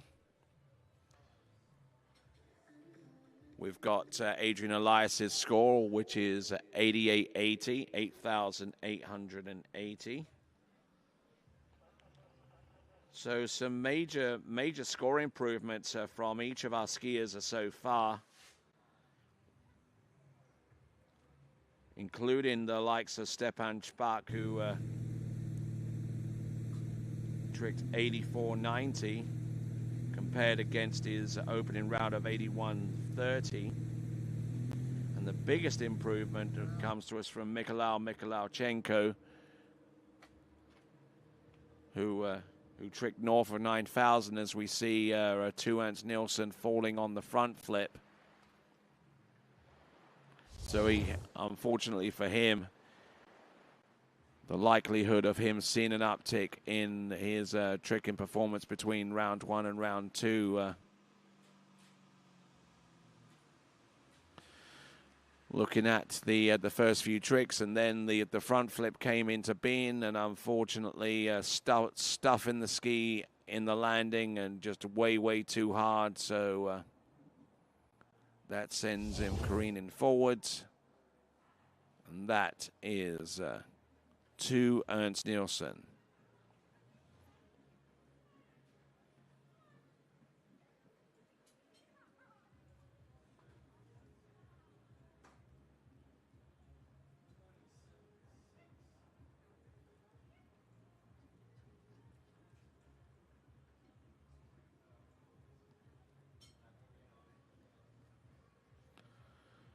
All right, so as 2 Ernst Nielsen works his way back to the shore, we'll get prepared with our next competitor, Ivan Zelentsov of Ukraine.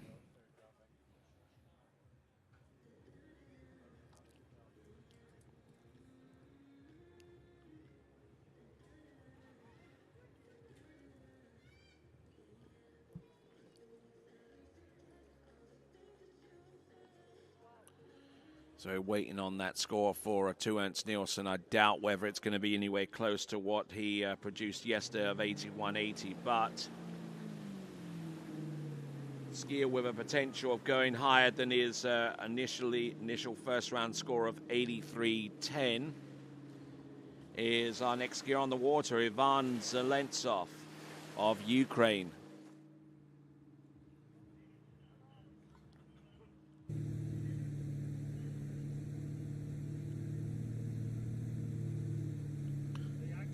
Going with toe tricks first. Toe 5 back, toe back to back.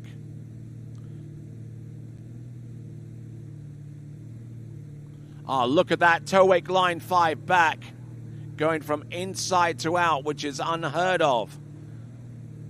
Toe wake line back to back. And definitely tricking better than yesterday. He fell on the attempt of that trick yesterday, the toe wake line 5 back, and the elevation on that trick is just absolutely something to behold. A skier that's capable of tricking 82.80, and that might be underestimating it for him. This is just the information that he provided for me for the basis of my announcing.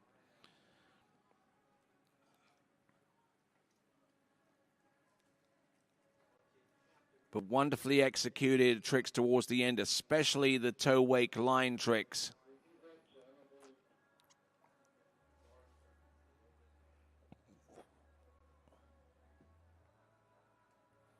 Okay, a couple of toe sides at the end, a toe back and toe front. He knows where the points are going to come from. Much of the points are going to come through those toe wake line tricks, including that toe wake line 5 back, which occurred very early into the run. And from one Ukrainian to a next, we see Damir Filaretov.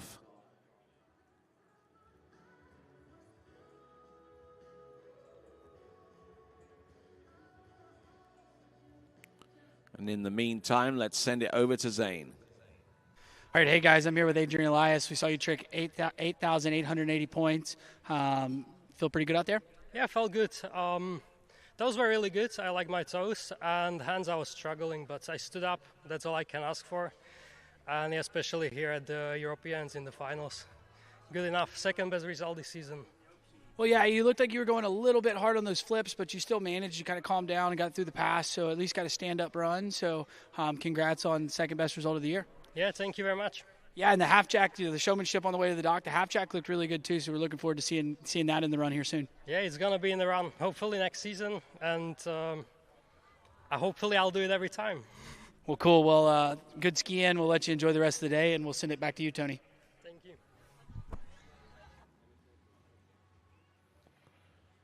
All right, working his way into the course. This is Ivan Zelentsov of Ukraine.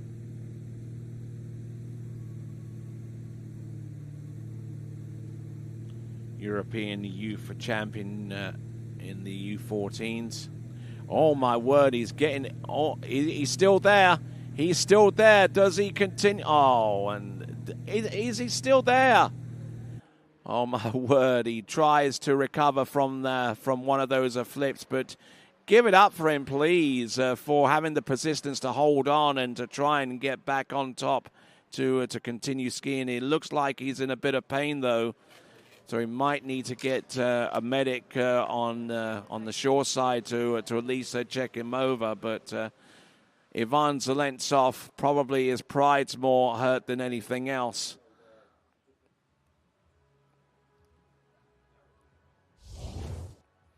So let's have a look. He tried to go for the half jack.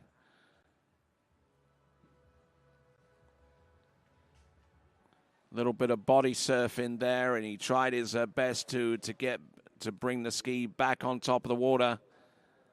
I don't know if he's going to have to work on that in the season. He had the audacity as well to hang on with one hand and then try and get the other back on as well.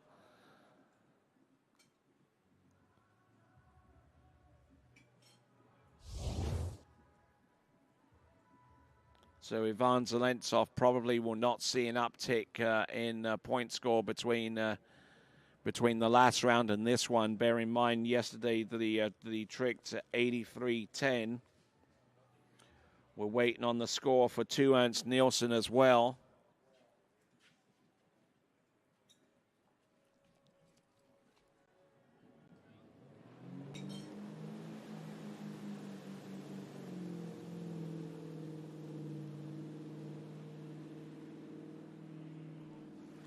All right, moving right along from Ivan Zelentsov to Damir Filaretov. Now, Damir actually has an outside chance of making a run on the overall competition, at least in the top 3. But it's going to have to come down with the performance, not only the jump event, but also in this tricks event as well. Beautifully executed flips right from the get-go. Flip twist back to back. There's the front flip. Does he have another one? There's another back flip. Ski line O, positional to the back. Ski line back to back, positional to the front. There we go. Ski line 5 back, I believe, towards the end. Yes, absolutely. You go celebrate. But Stepan Špak there just told him, just calm your nerves, just calm down, and just try and focus on giving the best that you can do with the toe pass coming up next.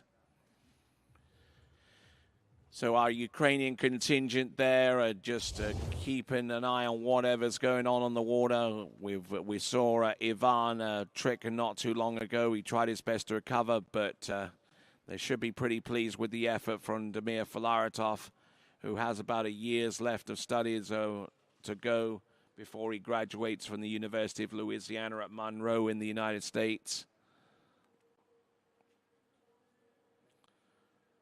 Beautifully tucked over with the front flip and settles in to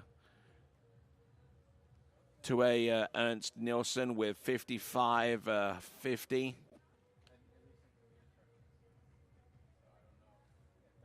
5,550 for 2A Nielsen, and Ivan with 37.40. So some disappointing scores there for both of those individuals, considering how they qualified into the final with trick points north of 8,000 for each of them. Damir Filaretov on the water. We're up to date with our scores. Vasily Mazurkovic is getting ready to go next there. We're in bib number 57. And then afterwards we have just 4 more skiers to go. 3 of those are actually all 4 of those are last 4 skiers have involvement in the men's overall. So we're going to keep an eye on that and see how that transpires. Vasily Mazurkovic, also a contender in the overall competition as well, so let's not forget about him.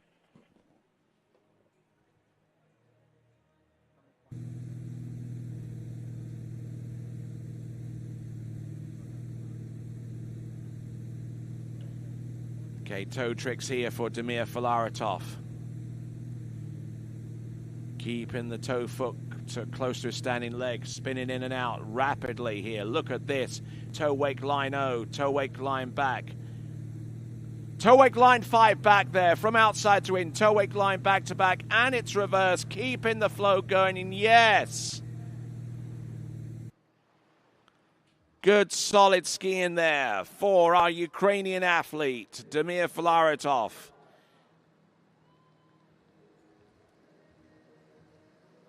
Tricked 92.20, and I suspect that those 2 20-second runs might combine into something a lot more substantive than that.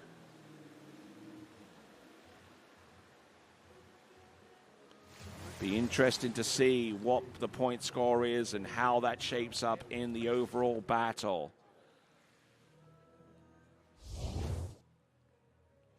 Certainly capable of tricking upwards towards 11,000 points. But a well-rounded overall skier. We're going to see him jump in the final, I believe. Yes, he'll actually be one of our first 3 competitors.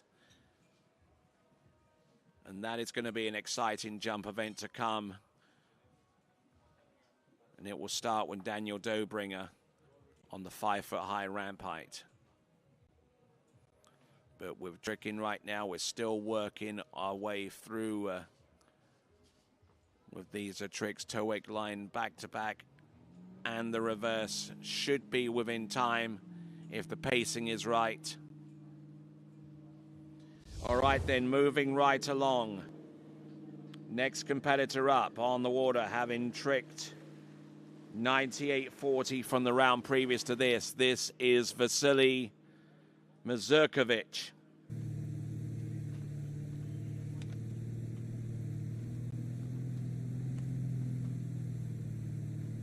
Vasily Mazurkovic coming in now. Toe 5 back, toe wake back to back, and it's reverse. Taking the slack out of the line with the next few turns. Oh my word, he's almost down, and he is down. Vasily Mazurkovic. Down, but not completely out of the reckoning at this moment. He's lost a whole half a pass worth of tricks here.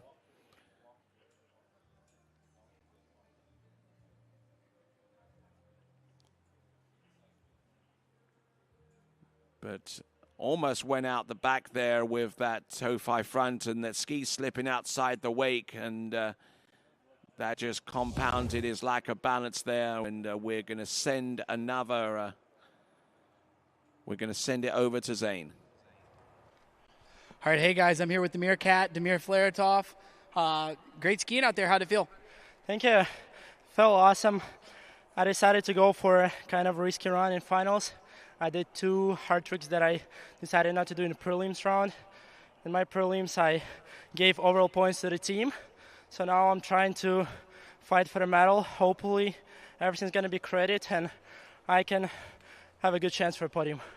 Well, you know what they say, Damir, you got to risk it to get the biscuit. So you did it and it paid off. That's 100% right. I'm so happy to nail my first front flip ever on the tournament. I was planning to do it in Worlds, but Unfortunately, there I could not get to it. Now I finally did it, so I was pretty happy after my hands run. Well, awesome, dude. Great skiing. We'll have to wait to see how it goes, but congratulations to you. Got anything you want to shout out to anybody at home? Thank you so much, Zane. Просто дякую всім, хто підтримує, дякую всім, хто зараз тут на озері. Слава Україні і героям слава. Well, all I got to say is that run was IAB, dude, so we'll wait and see how it goes. We'll send it back to you, Tony.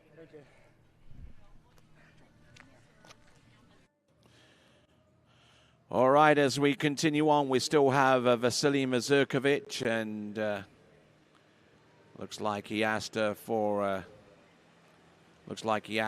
a re-ride, and apparently the boat is taking him back to the dock. We'll find out the full extent of what he's trying to ask for. I think it probably has something to do with the boat speed not being completely set.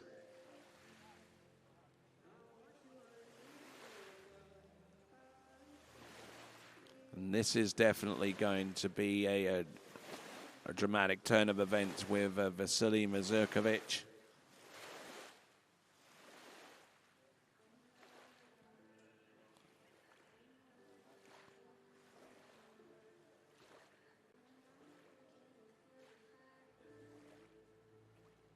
A lot of activity around the starting dock. Vasily Mazurkovic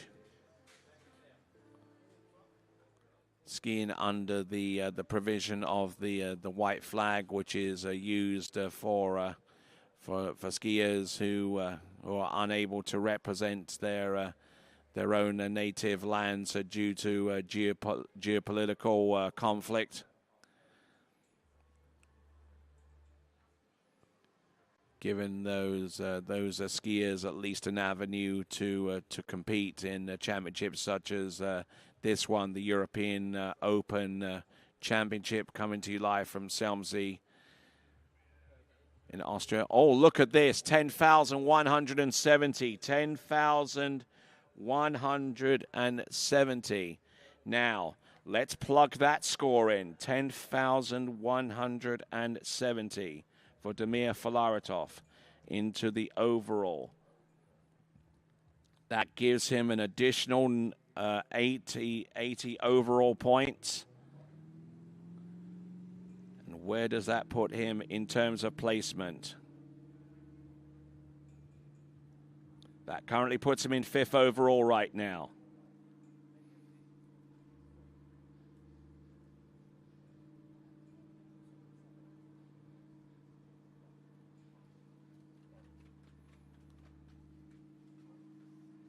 So just waiting on the boat to make its way from the far side of the lake all the way down here.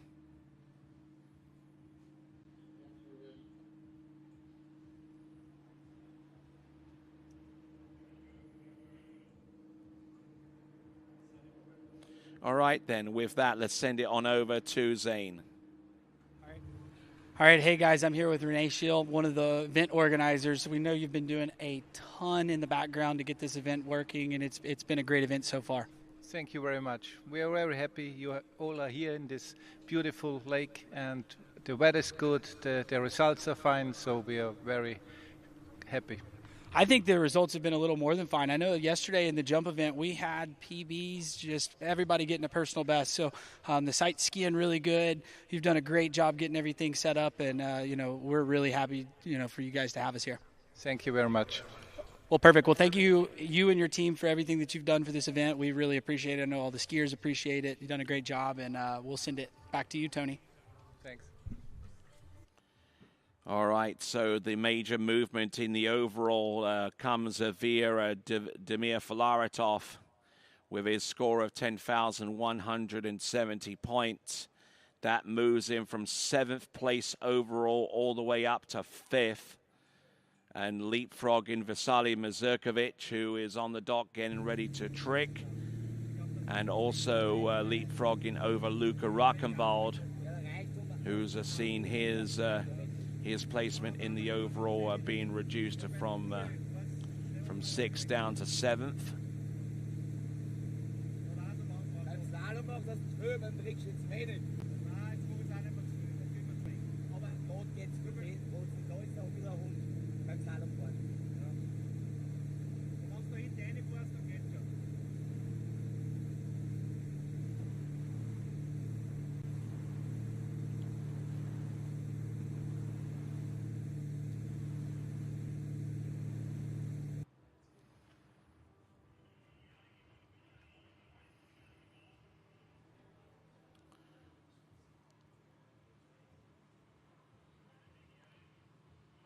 right, so we're looking at our shore side and seeing a good enthusiastic crowd of folks that have traveled far and wide to be here at the European Open Championships here in Oberösterreich, not too far outside the city of Linz, and those folks are doing a grand job.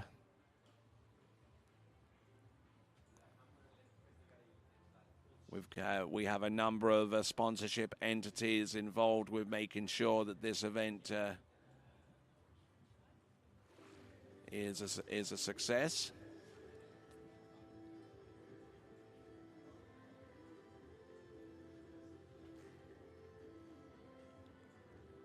All right, this is Vasily Mazurkovic. We'll see what he can do by way of a response to Damir Flaratov's point score of 10,170.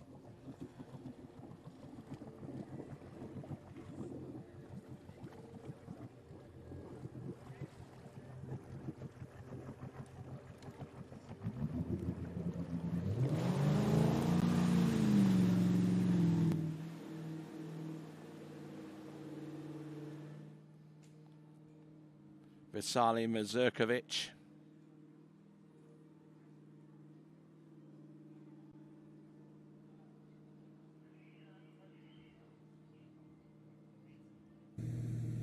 If he tricks upwards of about 10,000 points, then he'll regain that 5th place back. But he's let's see what he's got there with the tricks to start off with. Toe 5 front, toe O out, toe O back in, toe wake O. What does he have remaining? Toe wake line O, toe wake line back, toe wake. No, he bulks out of the toe wake line 5 back. There you go, stands up all the way, knew exactly what he needed to do with toe tricks in order to give himself a fighting chance to maybe shift his fortunes in the overall up a little bit higher. Vasily Mazurkovic, who will be a part of the men's jump final alongside the likes of Damir Flaratov as well. So in the relatively minor spots in the men's overall competition, the competition is still very much alive. And Vasily Mazurkovic grabbing onto the line for the toe wake O and just keeping some good elevation in check here. Toe wake back and toe wake line back to back right to the very end, and he might have those minor tricks with the toe back and toe front might have been out of time. As it's one of our next skiers to take to the water physically and emotionally, prepares himself to go. That's Paul Duplon-Freibourg right there. Paul Duplon-Freibourg still in 2nd place overall, but with a reduced gap between here and Daniela Filchenko.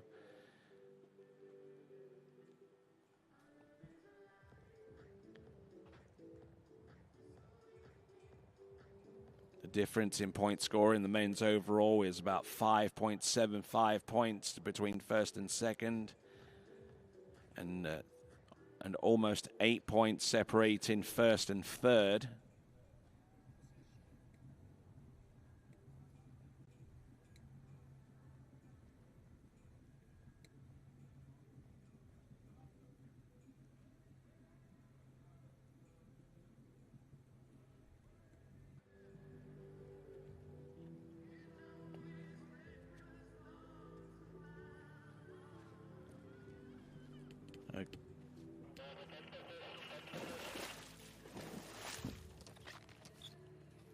All right there, so rocking and rolling we've got on the water.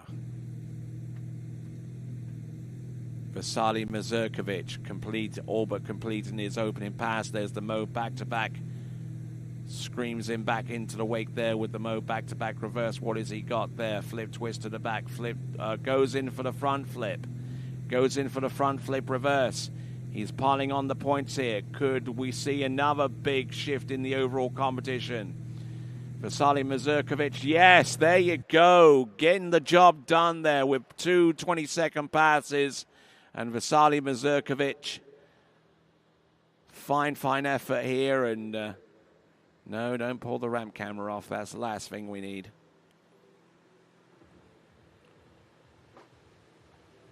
So Vasily Mazurkovic, we're going to get the point score from him fairly soon. A point score of maybe north of 10,000 points could well be a big shot in the arm for him.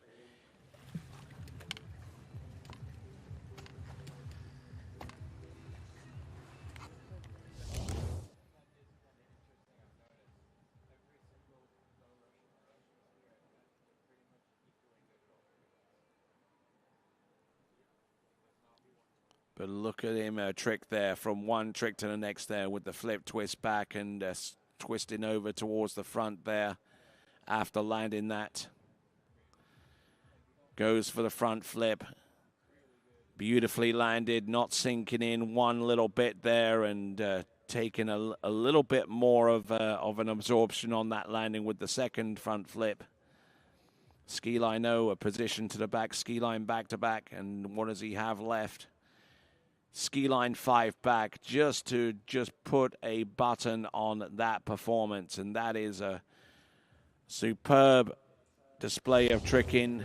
His personal best of 10,230 points, and one might suggest that he's very close to that, if not breaking that personal best. All right, skier on the water right now is Louis Duplan-Freibourg.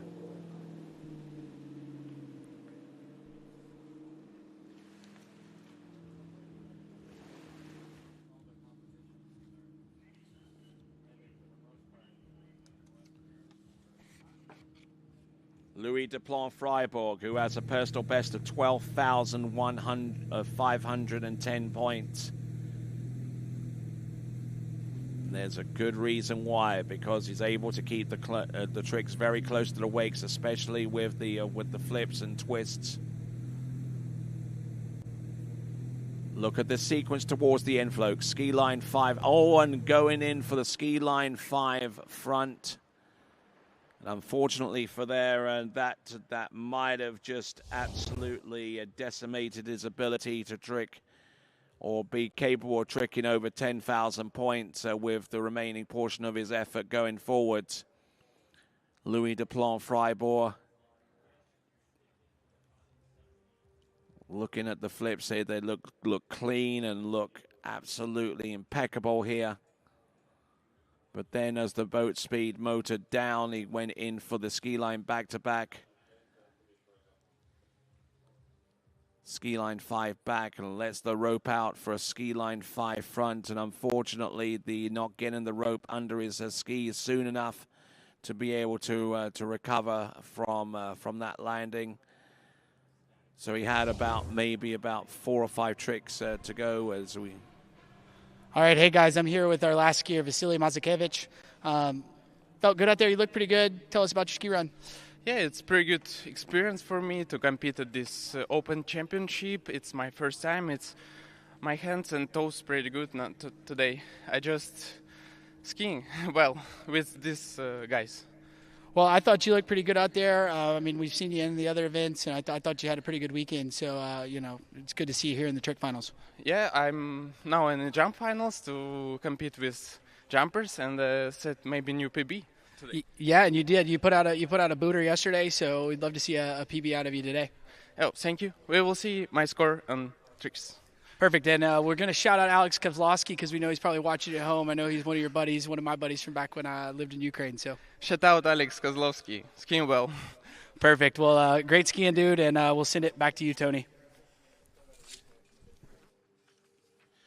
All right, then, continuing to bring on our best trickers in all of Europe. This is the European Open Water Ski Championships coming to you live from Austria. And look at this, 10,300 points. Vasily with 10,000.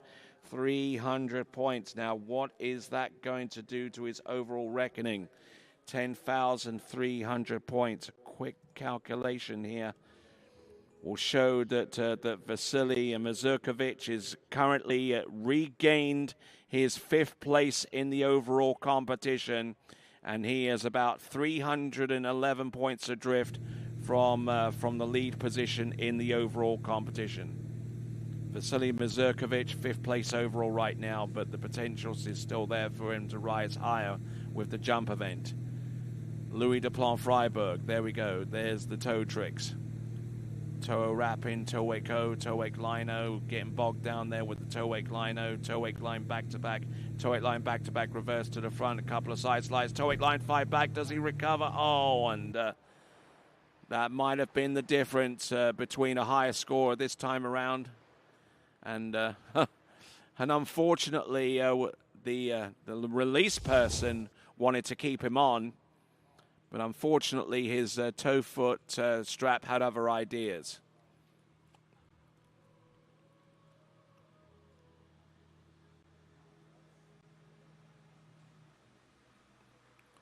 But look at these tricks.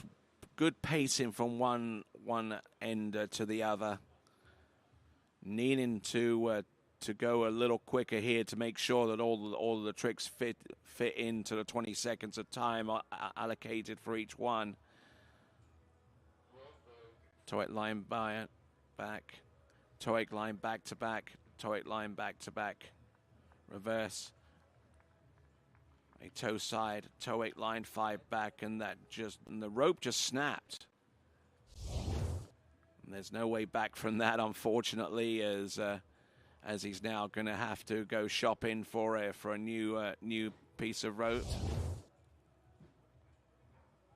So a big pop on the line. Let's have a look at this from the boat side view. And oh, ow! The release person just got nailed by the tow rope from Louis Duplan-Freiberg, and I hope that he has an apology and somewhere in amongst that. Let's have a look at this again because it's worth watching. Louis Duplan-Freiberg, line gets tight. Ouch! Get a face full.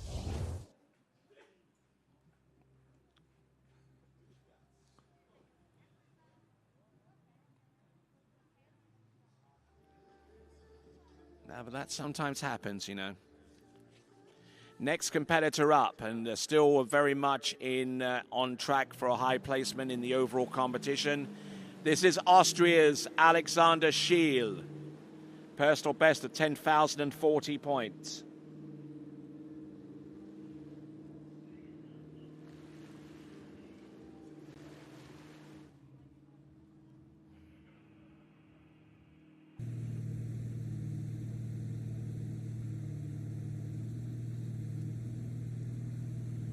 Alexander Schiel there, toe 5 back, toe 8 back to back. It's reverse. Toe back to backs. Here's Alexander Schiel, toe 5 front, toe out, toe back in, toe Waco. Good elevation there. Just trying to work methodically with these tricks, not trying to get ahead of himself. Toe 8 line back to back. And a toe side, toe back and toe front. I'm not too sure how many of those tricks would have been within time, but he stands up and at least keeps himself in contention. Currently in 4th place overall.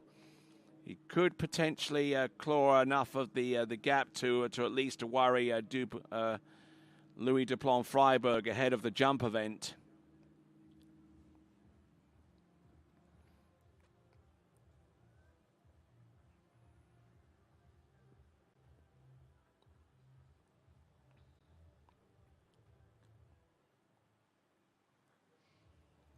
So pushing a score for Louis Duplan-Freiberg, our latest score is going to be 99.50. 99.50, and even that score is an improvement upon yesterday. And with that, let's send it over to Zane. Are we good?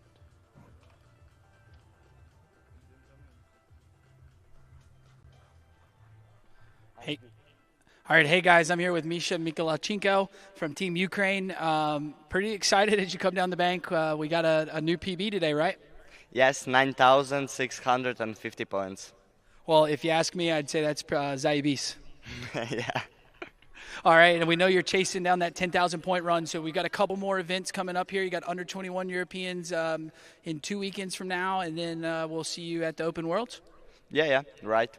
Well, I'm really excited to do it, dude. You've been crushing it this season. Got an overall win at the Youth Europeans, so you had a great event there, and it looks like you're still on a tear right now, skiing really, really well. Yeah. I'm happy about Europeans under 17. It was a really nice experience. So, yeah, I'm excited. Well, everybody watching at home, guys, take this kid's name down. He is getting ready to be one of the best overall skiers in the world. He is crushing it. Awesome skiing. And we'll send it back to you, Tony. Back to you, Tony. All right, then. So Alex Gashil coming in, and we've got some latest news in respect to the overall. I'll reveal that in just a second. It concerns Louis Duplon Freiburg. Let's have a look. Alexander Gashil, who is in 4th place in the overall competition.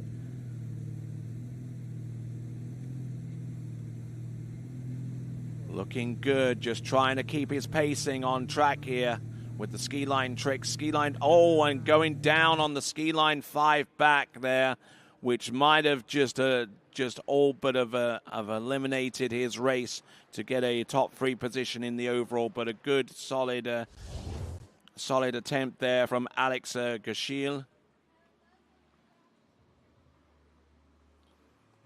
Just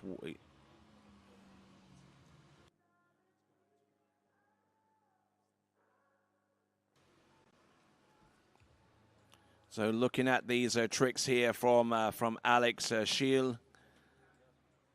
Good landing on at least a couple of those flip twists, and getting a good transition across the wake there with the wake-to-wake ski line back. But unfortunately didn't get enough of the rotation underneath his body prior to trying to land the ski line 5 back. And Alexander Gashil takes a fall at about the 3/4 mark. So, okay, you're wondering about the news with the overall. Here it is. Louis Duplon Freiburg is now 0.85 of a point away from the lead in the overall. 0.85 of a point separates him and Danilo Filchenko. That means that Louis Duplon Freiburg is now 2nd place overall. Paul Duplon Freiburg is currently now in 3rd place, but he is within striking distance himself because his point differential between 1st and 3rd is 5.75 overall points. Okay. And speaking of Paul Duplon Freiburg, that's who we have on the water now.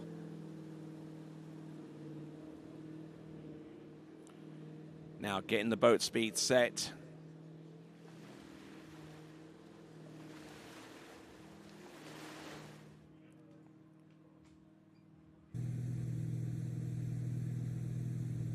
Now getting himself set up here. Mo back to back. Oh my word! And almost going down there with the first trick. Now he's gonna continue to roll here with front flips, with flip twists, staying close to the wake. Good transition across the wakes. Oh my word! And goes in for the ski line 5 front. And we've seen that on at least a couple of occasions where the line just wasn't quite there on the landing portion. And Mo back to back there, and it's reversed. The first one was a pretty deep encounter.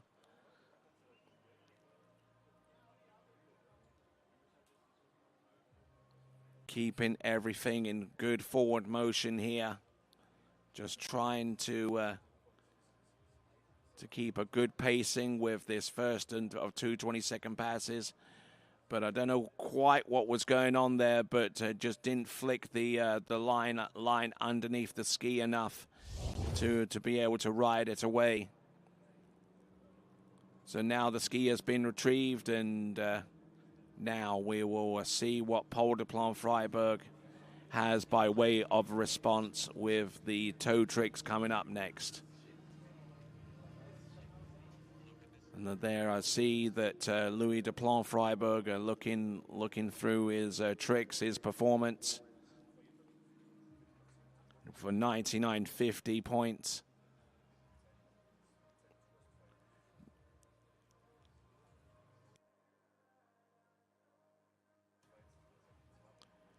Okay, so let's have a look at the score coming through from Alex Schiel. Point score coming through, 8,000 points even. So with two competitors remaining, including Paul de Plan-Freiberg, that guarantees Vasily, with his point score of 10,300, a place on the podium in his first ever European Open Championship appearance. And there we see Danilo Filchenko getting ready and just trying to psychologically and physically prepare himself for what comes up next. He is still very much in the driver's seat in the men's overall, but he's seen overall contenders such as Louis de Plan-Freiberg and Paul de Plan-Freiberg take pot shots at his current lead at this time. They've gotten to within 0.85 of a point between the current gap between Louis de Plan-Freiberg and Danilo Filchenko that exists right now, and just a shade under 6 points that separates Danilo Filchenko and the skier on the water. This now is Paul de Plan-Freiberg.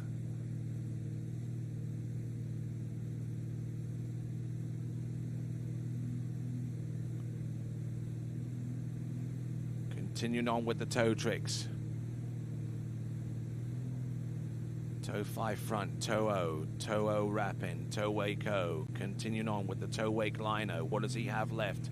Oh my word, and the ski doesn't go over the line, so suffering similar problems with toe tricks, much like his ski line trick that he fell on, which was the ski line 5 front. So challenges have been and gone so far as the overall is concerned by way of the tricks event. So it could come down to the jump event to determine the overall champion of Europe. But let's also focus upon the trick event itself. Vasily Mazurkovic with 10,300 points is good for a spot on the podium now. What position does that end up being? We'll find out in a few minutes. The next score below him is 10,170 by Damir Filaretov. And anything above that will put a skier on the podium, and from this perspective, it doesn't look like Paul has the points that could potentially do that for him. As we now go on to our final trick skier of the weekend of this tournament, the European Open Championships. Our next event is going to be the women's jump final, and that will take place within the next 30 minutes. But, ladies and gentlemen, our final trick finalist, Danilo Filchenko.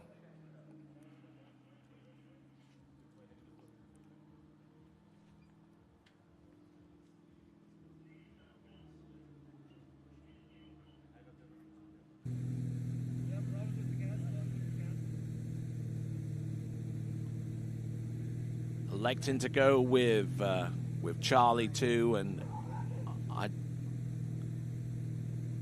it looks like he's having trouble getting the boat speed set here,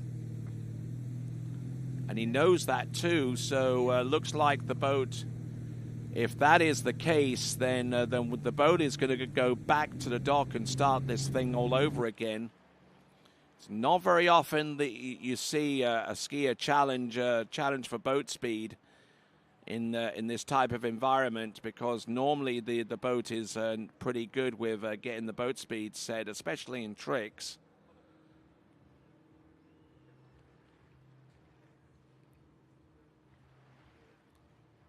So Daniela Filchenko just doing a few warm-ups out of course.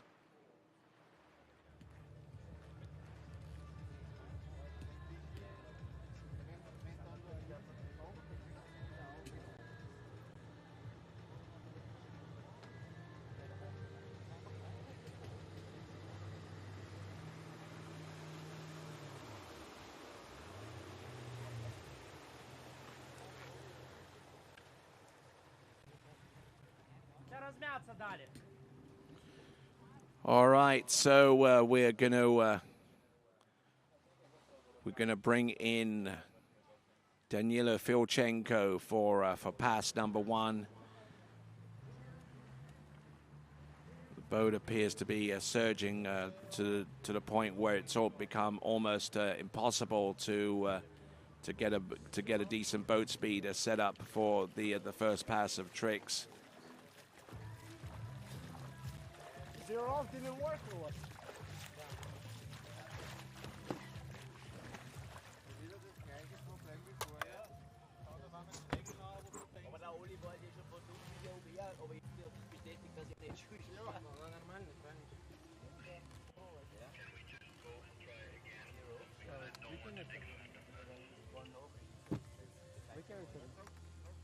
Выкинуть одну. Было. А что, можно? Да. А ровно будет? Ну выкинь.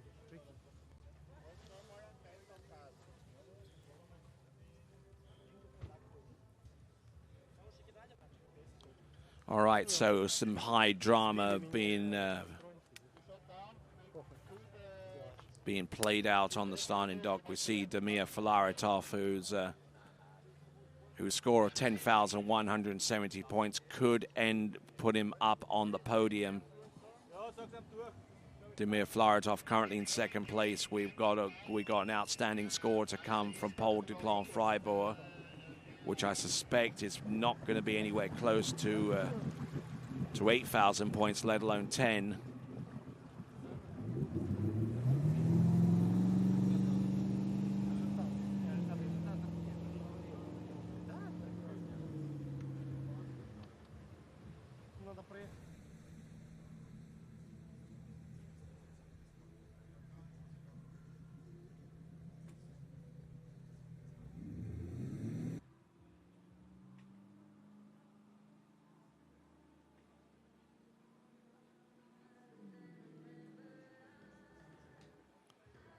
So one skier to go, and the drama continues to unfold on dockside.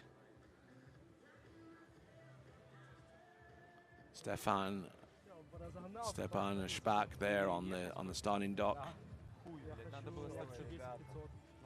The top hierarchy of Ukrainian water ski talent right there on dockside. See Danilo, we see Damir, we see Mikhailichenko, and also Stepan Spack.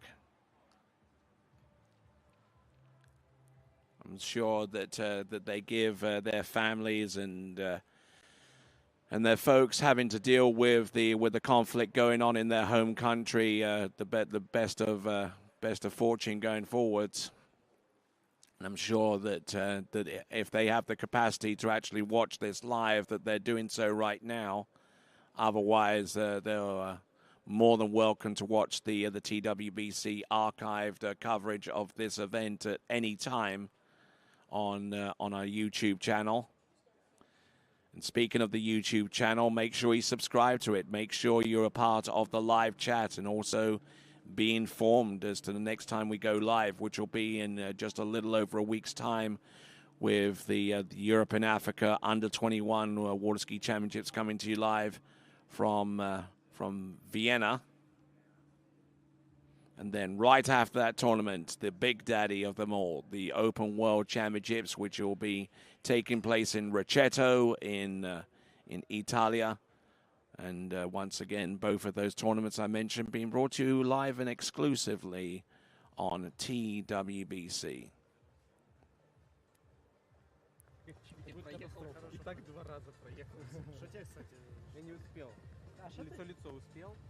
Степану мог отомстить за придавил. Ебанулся там вообще. Я не мог, там не то, что я не... Он вырвал у меня просто. Там ушел чувак подводное плавание. А ты швага хороший, ебать. Все-таки, Арсеньевич, нормально, на последней фигуре, ничего страшного. Okay, we're pushing a new score out. Paul Duplon Freiburg, 8,100 points. 8,100 points. And that all but confirms that Damir Flaratov has a podium position. Damir Flaratov with 10,170 points has placed himself on the podium on the with that score coming through. But who will have the final spot on the podium? And where will it be? We also know that, with that information coming through, Vasily Mazurkovic can finish no worse than second.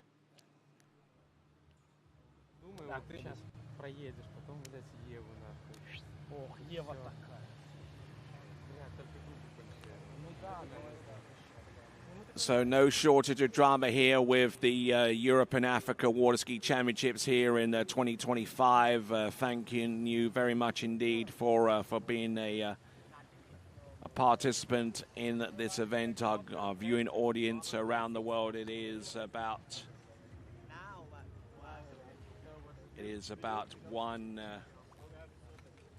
1:38 in the afternoon, and for those of you watching from the eastern seaboard of the United States, I know you're probably munching on your breakfast right now, and hopefully you're enjoying the entertainment provided by our competing skiers here at the Europe and Africa Water Ski Championships. We're coming to you live from Oberösterreich, and in the middle of that region of Austria is the site. The site located just outside the industrial heartland that is Linz, home of the world-famous Linzer Torte. And on the water is Danilo Filchenko. All right, he is currently in the lead in the men's overall, but only just by 0.85 of an overall point.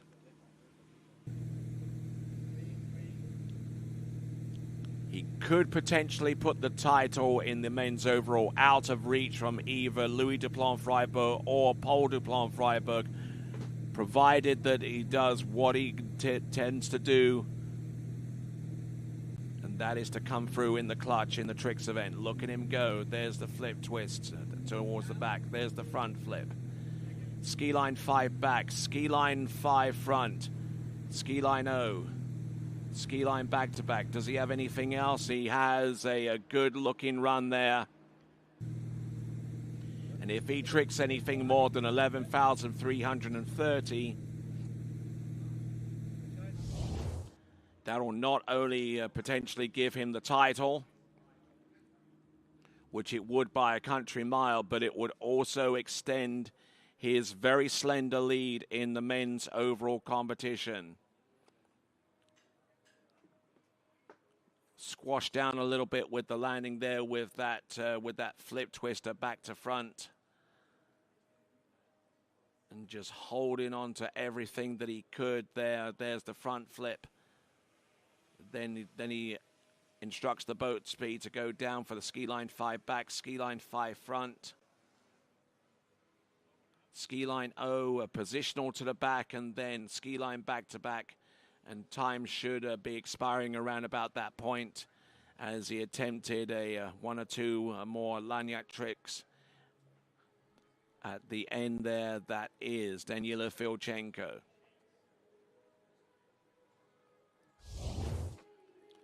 Now, for those of you yesterday who tuned in to the men's jump preliminary rounds, I did in error suggest that Danilo Filchenko jumped a new PB with a distance along the lines of about 64.9 meters. That was actually an error. His personal best is somewhere around 69 meters, and that a jump of that kind of distance, if he was to do that here, then that will basically shut the door on any other potential challenge going forward in the search to crown the new European men's champion at the Europe and Africa Water Ski Championships.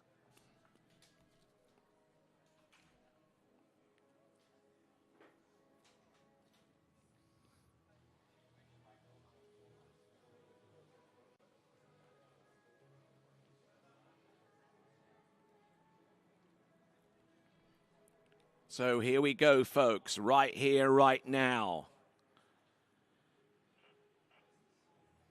The battle for the men's overall competition could in large part be settled with this effort from Danila Filchenko on pass number 2. He's currently less than a point away from Louis Duplon Freiburg right now, who currently resides in second spot with that point differential. Here he goes, toe wake line O. Toe wake line back, positional to the front, toe wake line 5 back. What does he have? Toe wake line back to back, toe wake line back to back, reverse to the front, positions himself out, and there you go, 2 stand-up runs.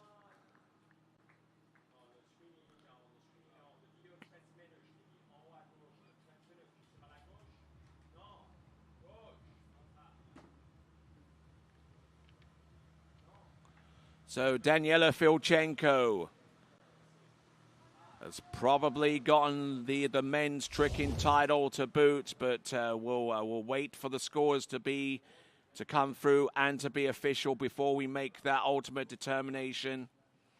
Let's not forget that there's also the review period to come, but judging by what we're seeing right now, that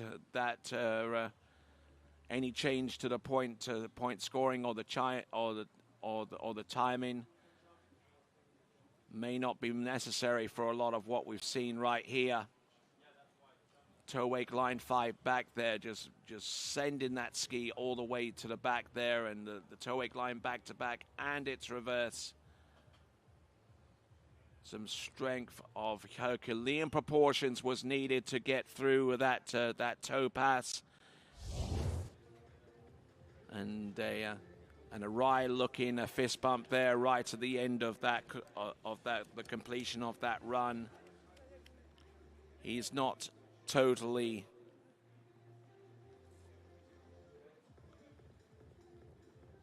just wait for the points. He's been in the situation before where he's waited on points and making sure that the cart isn't put before the horse. Ukrainian team members around him as well, and let's not forget that the Ukrainians are very much in the frame for the team title as well. They're having to fend off a late challenge by the Austrians at this time. France looking pretty strong with their positioning right now, but have they done enough? Could it be enough to ensure that they take the team title? After slalom, France are in the lead, ahead of Ukraine and ahead of Austria. But could Austria be swapping places with Ukraine, or could the Ukrainians be closing up that 500 or so point gap that exists between them and France?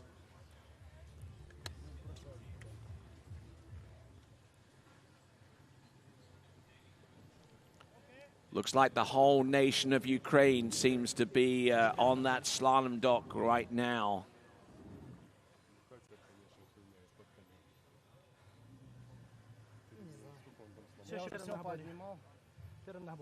Just waiting on the score. We'll get it to you as early as we can be in a position to give that to you. All the scores are in except for one. Бля, они меня мариновали перед стартом, конечно же. Да. Чё?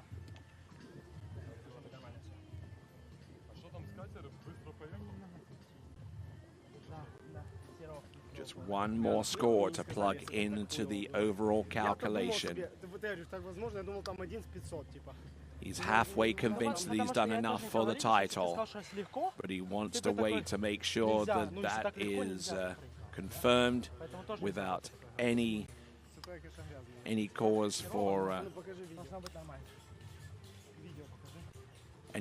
uncertainty.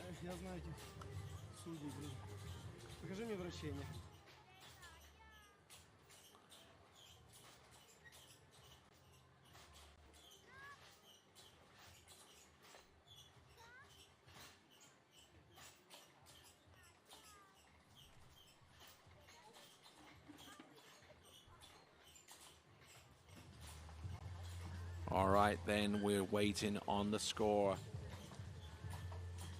I don't know how many times he's refreshed the results service, but it's probably into about 24 times right now.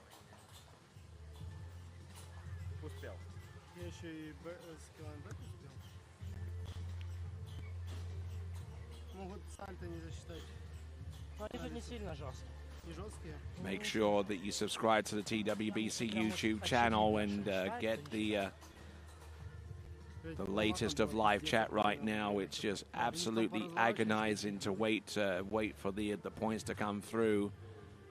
But our officials are crossing the T's, dotting the I's, and making sure they do their due diligence to make sure that this point score is a true reflection upon the effort and the clarity of tricks that Daniela Filchenko was able to produce.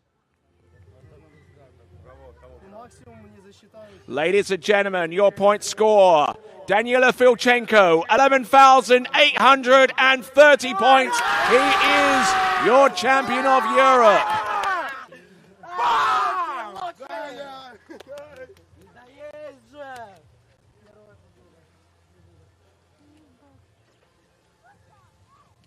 11,830 points. 11,830 points. That means that Daniela Filchenko has opened up a significant point lead in the overall. And here is your podium.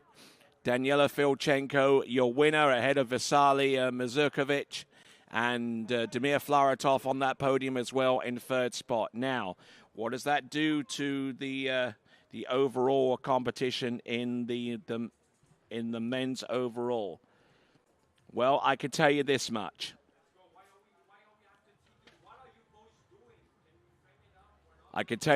So far as the overall competition is concerned, we'll get the points gap in a moment, but let's send it over to Zane. All right, hey guys, I'm here with Daniela Filchenko. We had to wait on the results, but that was huge. 11,830 points, so take home the title, and that'll be huge for the overall and the team event. Yeah. A bit speechless, but I thought about it. If I won, what I would want to say first is big thank you to the team of Ukraine, to Sentosa Water Ski Club, to my parents, personally to Alexei Martinov. He is here on site today, and I'm happy to win in front of him. He's the main person who started water skiing in Ukraine, started professional water skiing in Ukraine, and you see all these great athletes from Ukraine here competing on the highest level, and that's all because of him. And I want to ask everyone to kind of give a round of applause for Alexei. He reborn the sport of water skiing in Ukraine.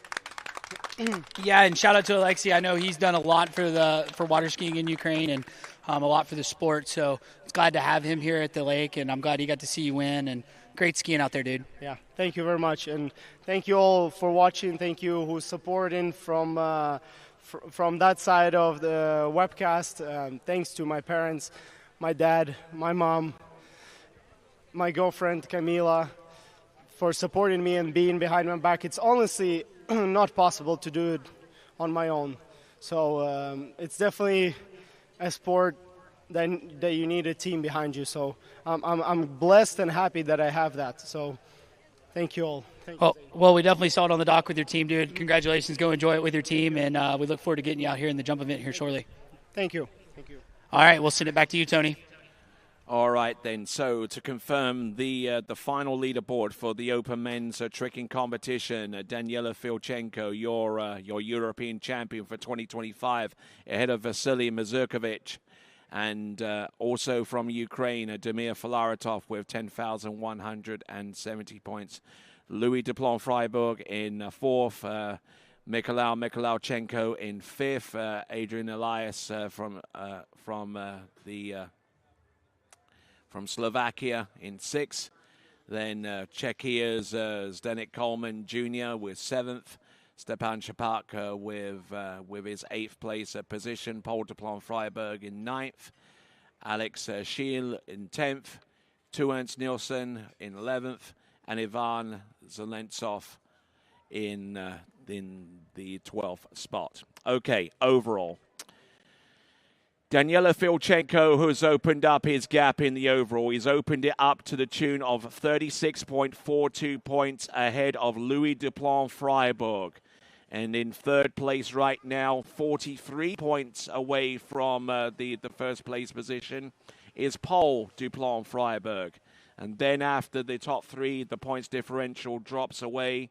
Vasily Mazurkovic currently in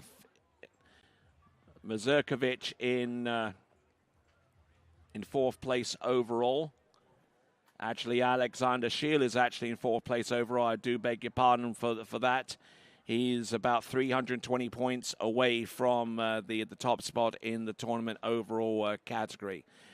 So that gets you back to this point right here, and here he is at the moment of knowing, putting the phone down, just making sure that if he is thrown in the water, he doesn't have some rather expensive phone to have to pay out more money for. So there we go.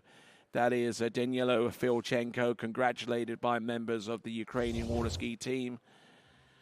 All right, so we are about 15 or so minutes away, less than, from starting the final two events of these championships. It is going to be the women's and men's jump here at the 2025 Open European Championships, coming to you live from Salmsee in Oberösterreich. And when we return, we'll have our penultimate final event, women's jump, to take place right after this. My name is Thibaut Dalen, and I'm the broker of Dalen Real Estate. And today, I want to show you some of our special listings located in Florida's world-famous water ski hotspots.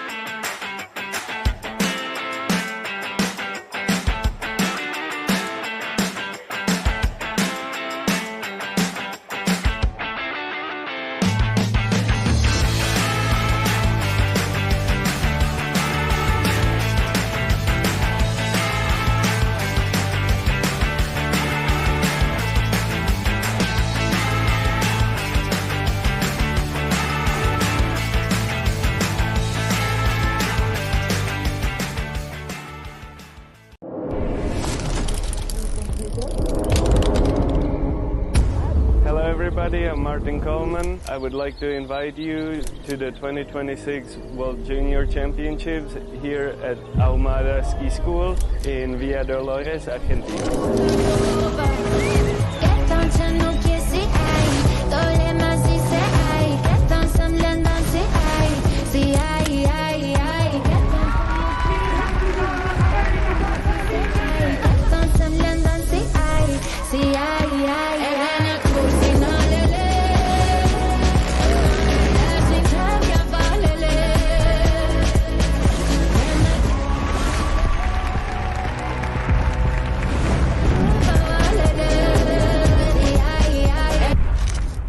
Sí, llevo 15 días acá y 16 asados.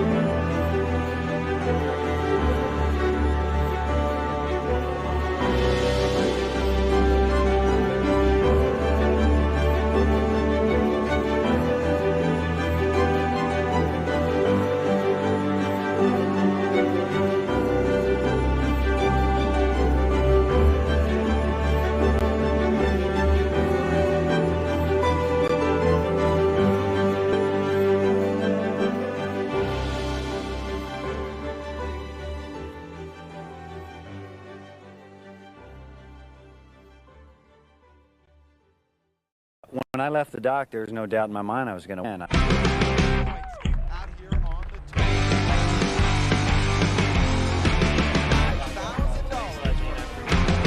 Number 4 needs a ball when he gets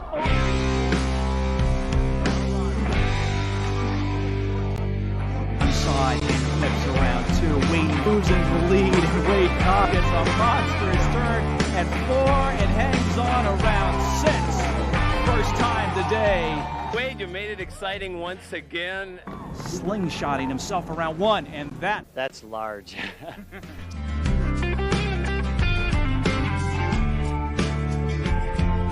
here, the foot's up in front. Wow, this is like my dream come true. Which one of the men is going to end up in this exact spot?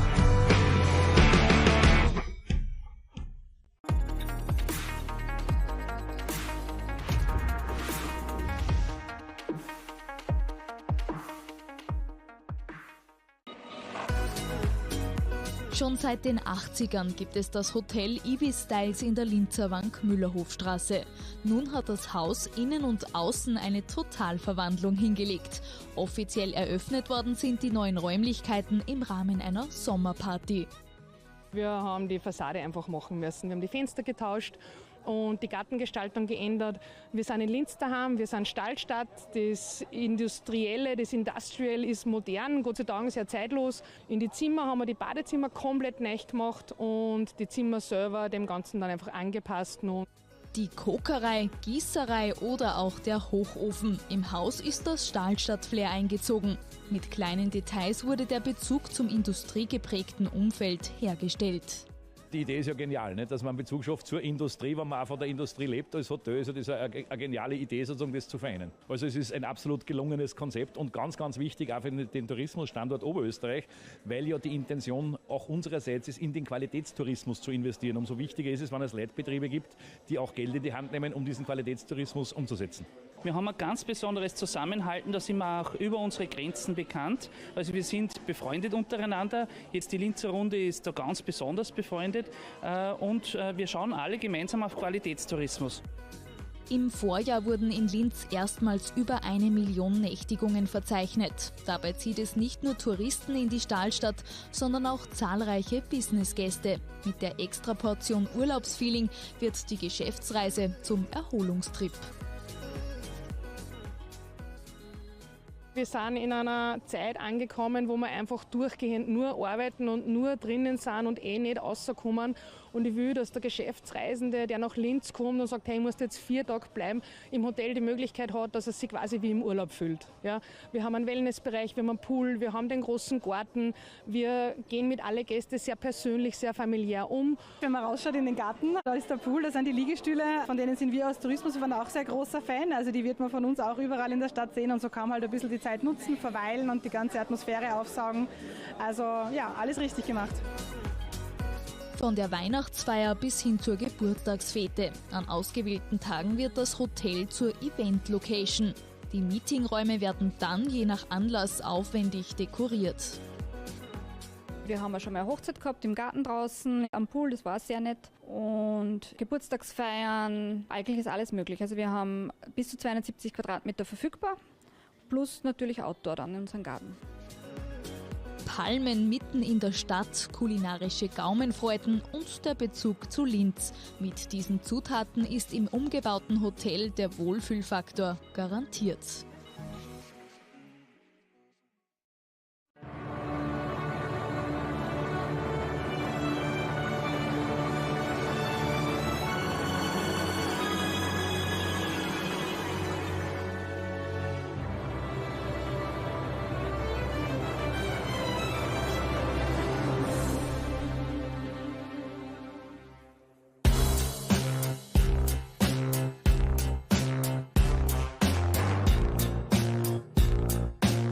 Private Projekte, Ausstattungen von Hotels und internationalen Konzernen werden mit Sorgfalt verwirklicht. Erlesene Materialien und exklusive Designer für Boden, Wand, Decke, Möbel und Beleuchtung helfen uns dabei, individuelle Räume zu erschaffen.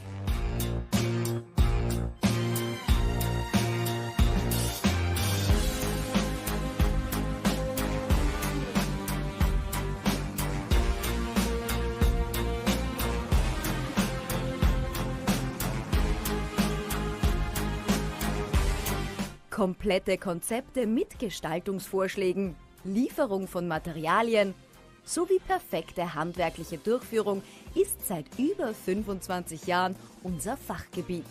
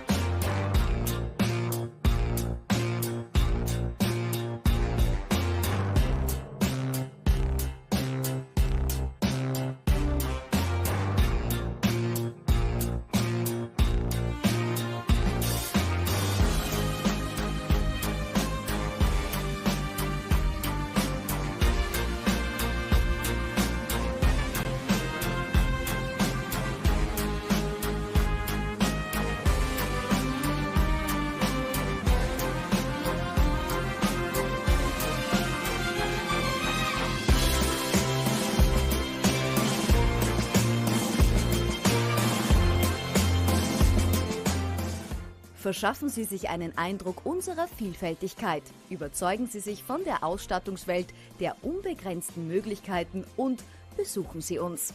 Denn wir machen Wohnen zum Erlebnis. Gschill, die Ausstatter.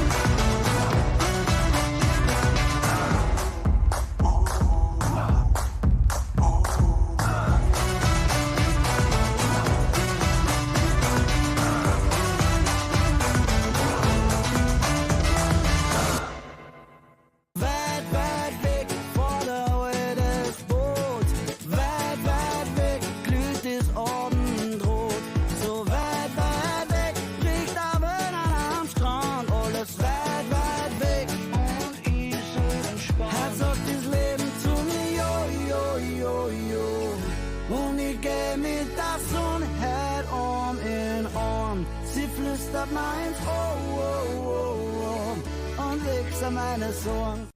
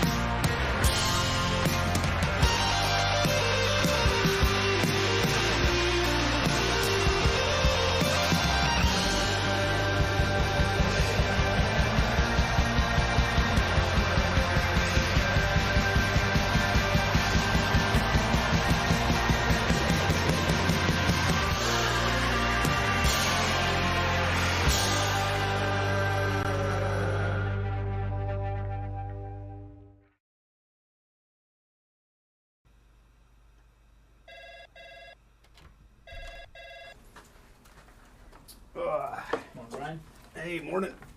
You have a good weekend? Yeah, got out on the water a couple times. How about you? Yeah, I got to set in. Just gonna make a quick phone call here. Oh, of course. Can you get that, Will? Yeah, man, I got it. Thanks for calling Wake House. This is Will. Yeah, looks like we've got those in stock. Get ready, set, go! It's that time, everybody kicking it over, go! On your mark, get ready, set, go!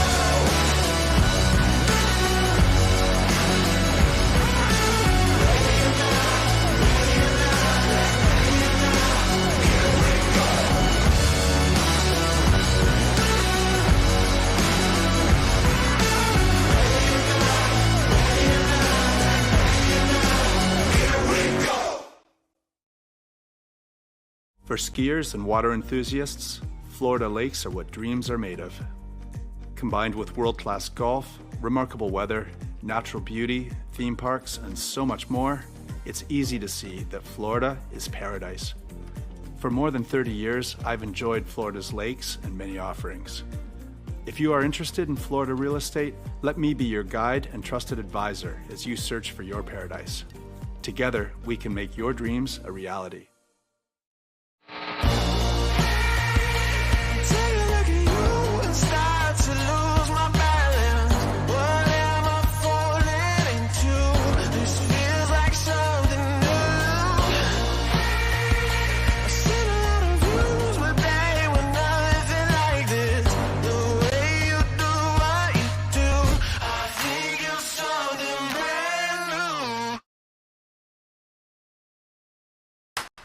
What if I told you there was a place where the sounds of nature are only broken by the roar of a boat?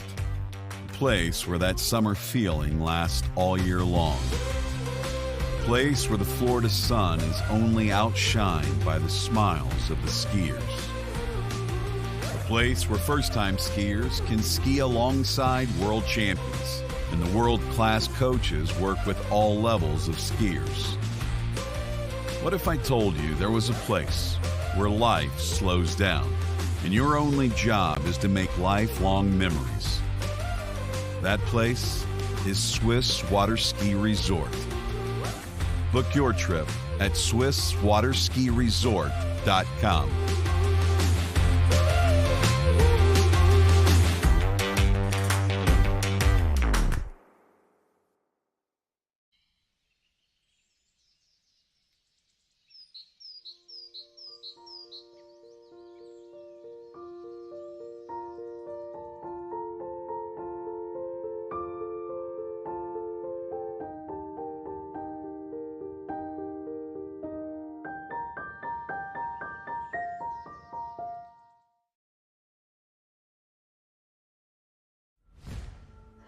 Old logic says success is determined by wins. It says you can't be a mother and a professional athlete, that you can't take on giants. New logic says watch me. Watch me become the most decorated track and field athlete in the world. Watch me start a brand designed by women, for women. When old logic holds us back, it's up to us to defy it.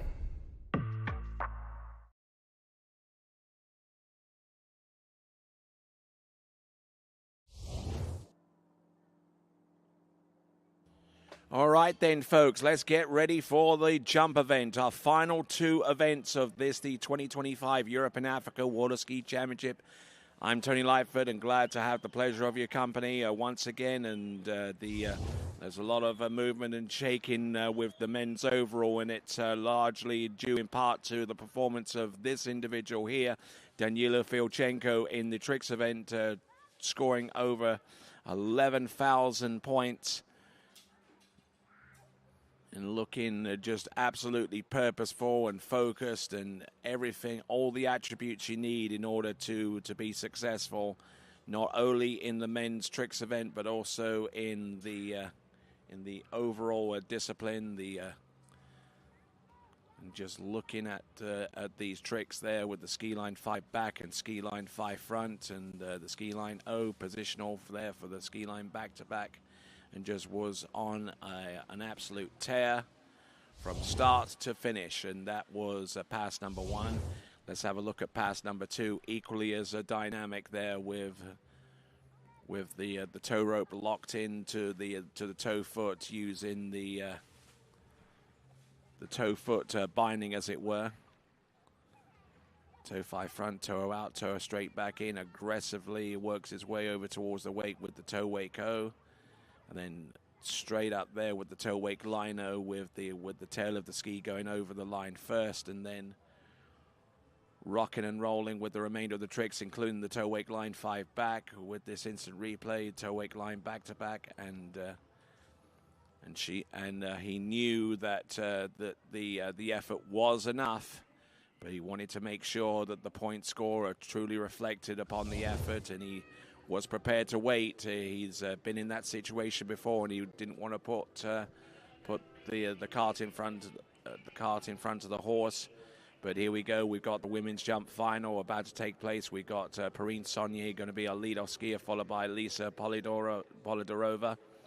Ina Thangwano, third off the dock, Katarina Anderson. Fourth off the dock, Leona Berner from Austria, fifth. Sixth off the dock is Elena Parkamenka, with Janina Mekla, our penultimate skier, and Yuta Menestrina, our final skier off the dock. And there you see once again the celebrations, not only for Daniela Filchenko for winning, but also for Damir Filaretov for getting on the podium with his score of 10,170, his best score of the season. All right, here we go, folks. Perrine Saunier.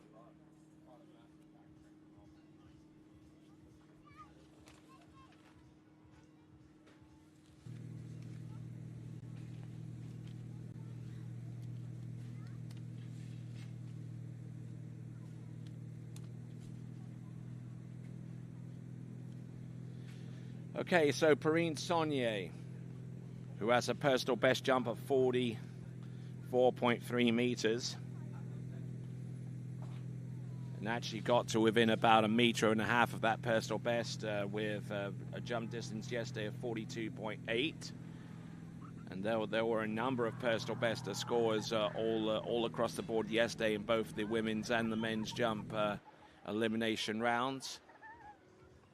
Now we have 8 jumpers in this final, so we'll be relatively quick in acknowledging who has done enough to take the European women's title in the jump event. So Perrine Saunier coming into the jump course now, pulling out to the left, waiting on that timing buoy, which is the 180-meter cut buoy. Not pushing especially hard to get especially wide, but here comes Perrine Saunier, jump number 1. Nicely done there off that 1.65 meter ramp height. Don't see too much there to really gripe about, but Perrine Saunier, we're going to get the distance for her in just a moment, and Perrine Saunier, a member of the French team, just looking to pile on some more points to generate a little bit more distance between themselves and the Ukrainians, who are currently in second spot right now. Distance will be revealed very, very soon for our folks watching from home, and it is 43.2 meters. 43.2 meters.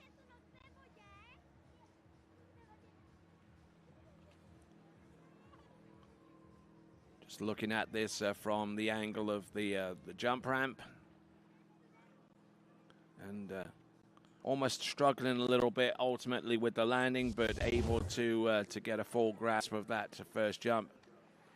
That is Perrine Saunier.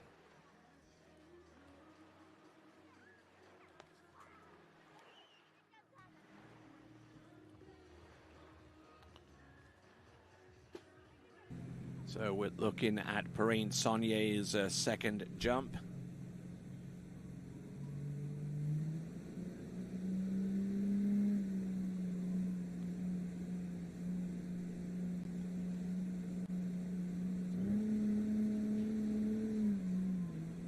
All right, here we go, folks. Perrine Saunier coming in for the next jump. Currently in 6th place overall. If she can jump significantly further than what she did yesterday, she could move as high as 5th place in the overall competition, needing about 51 more overall points to affect that kind of change and overhaul Yuta Menestrina for that placement. But then again, you're talking about the same Yuta Menestrina who is going to be the last off the dock in the women's jump final and could ultimately put on enough points to keep her at bay ahead of Perrine Saunier. There's jump number 2, and it's at 43.6, 43.6.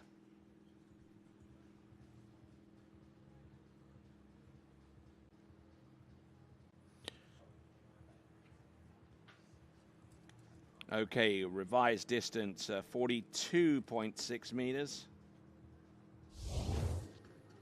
On jump number 2, as we look over and see our next competitor is going to be Linda Polidorova, representing Czechia, who jumped yesterday 43.1 meters.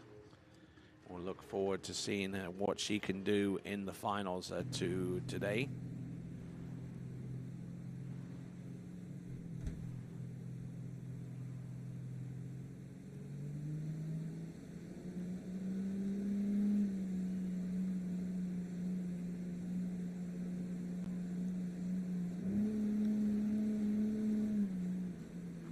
All right, here we go, folks. Perrine Saunier.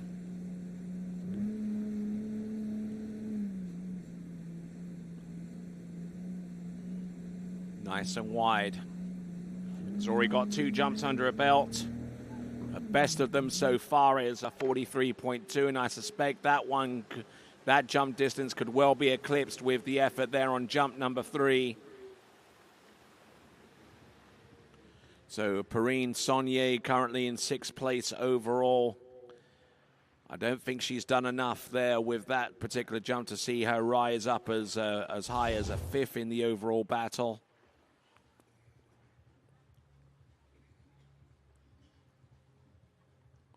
But anything is possible, of course, as Perrine Saunier takes in a lot of heat there into the bottom of the ramp. It is 43.4 meters, 43.4 meters.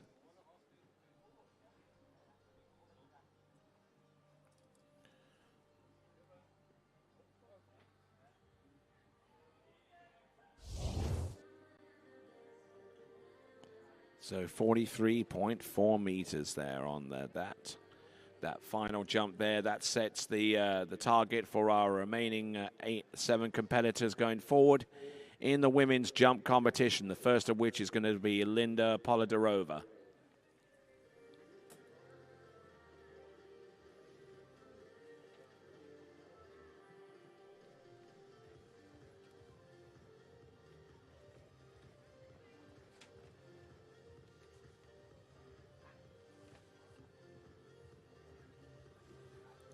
All right, the excitement starting to build here with the remaining competitors on the about to take to the water in the women's jump final.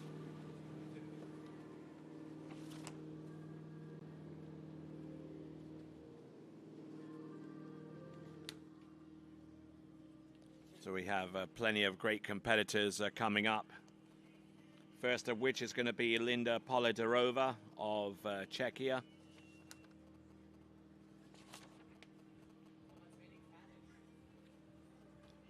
going to try and get you some information on her, but what we would know of is that she's jumped 141 feet in the past.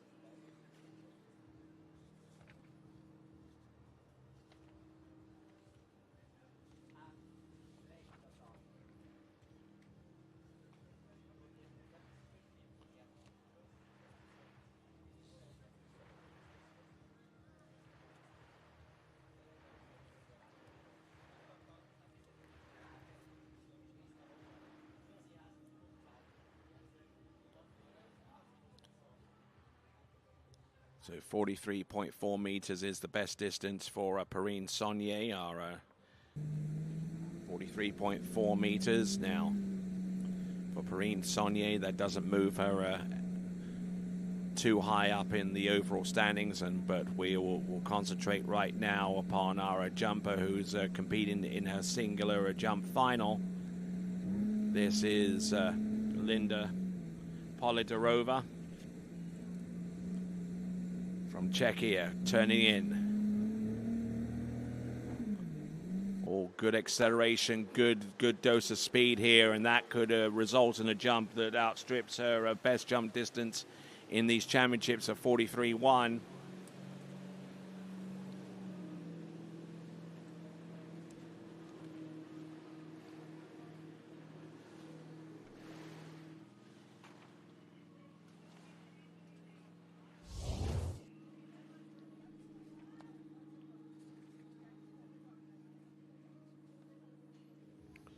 Look at the speed here and getting 43.2 meters.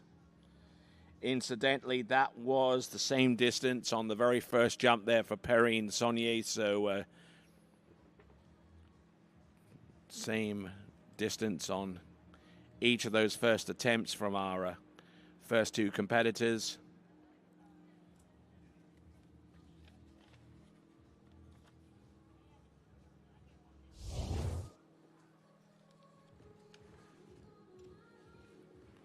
So it looks like our next skier on the dock is getting ready. That should be Ines Anguano, who's currently in 4th place in overall at this time, and about 50 points back in the overall competition. Actually, the differential has been increased as a result of the tricking competition that was concluded just a few minutes ago. But here we go, Linda Polidarova. Let's see what she has on jump number 2.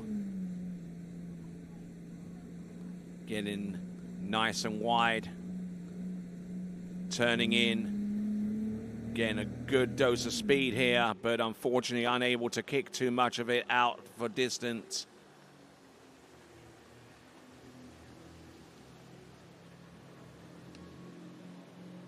So she's going to have to make do with her first jump distance as being the best for right now, Linda Polidarova.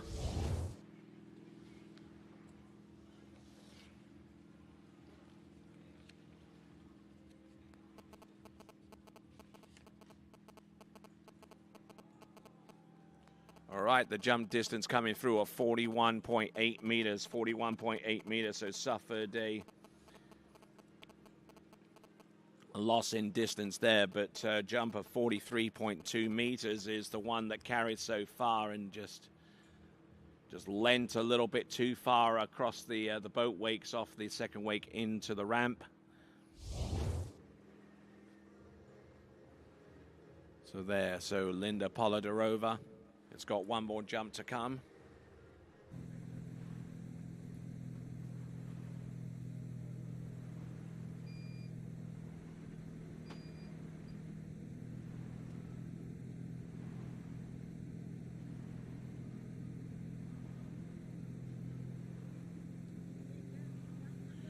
All right, coming in, third and last.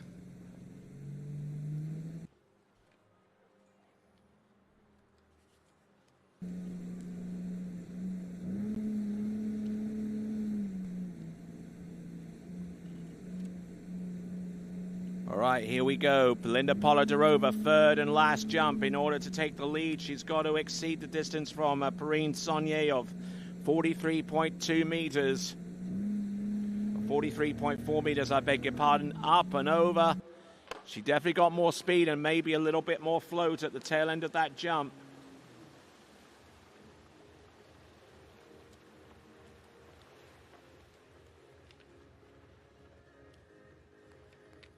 And maybe she does get a little bit more in the way of distance.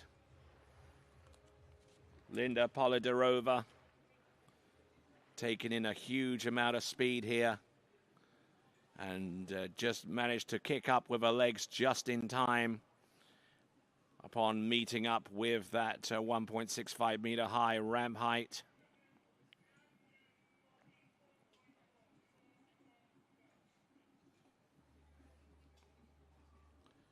Distance will be revealed. It's a 44.4 meter jump. 44.4 meter jump, and it's her best jump of the competition. She had 43.1 out of the elimination round. And there you see up on your screen the new leaderboard showing that Linda Polidarova with 44.4 meters is now inched away out in front. As our next competitor prepares to take to water, Enith Angwano.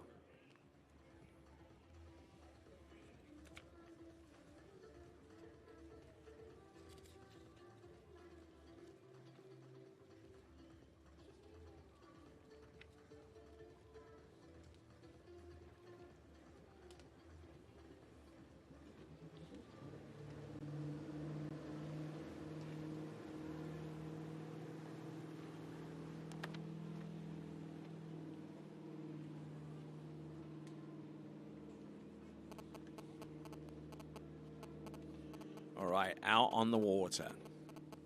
This is Enith Angwano, who's currently in 4th place in the overall competition. Now, what does she need to do to jump herself into 3rd spot ahead of Sonia Hozdevia? Well, she's definitely going to have to dig deep, that much we know. She needs about 100 overall points. More than 100 overall points to affect that kind of change. And in order to do that, Enith Angwano is going to have to really come through with the goods in the jump event. We're talking a jump distance from Enith Angwano in the region of about a 46 or a 47 meter jump at the very least, and we'll see if she's capable of doing that.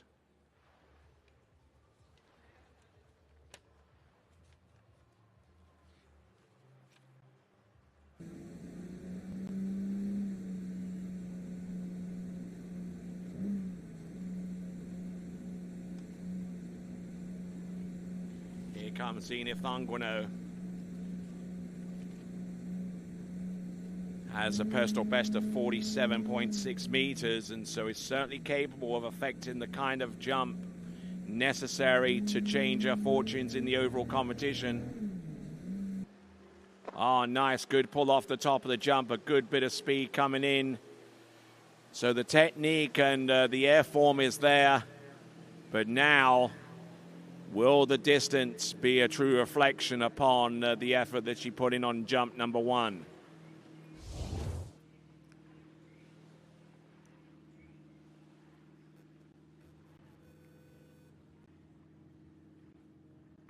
Distance coming through, it's a 44.9, 44.9, 44.8 meters, I beg your pardon, 44.8.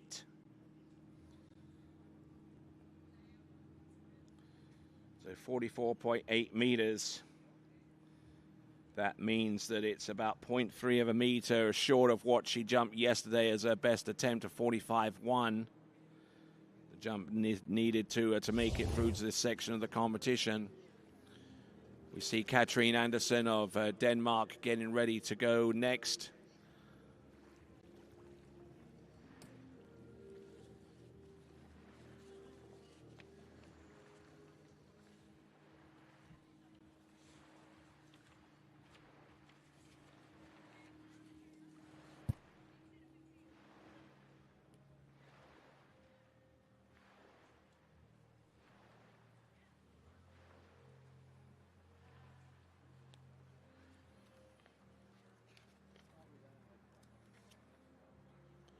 All right, here we go. Jump number 2, full double cut.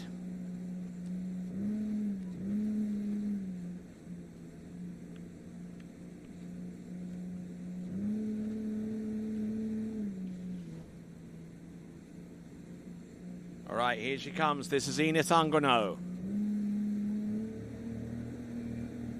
Oh, and deciding to pass up on that jump there, and that's definitely going to put her back against the wall here.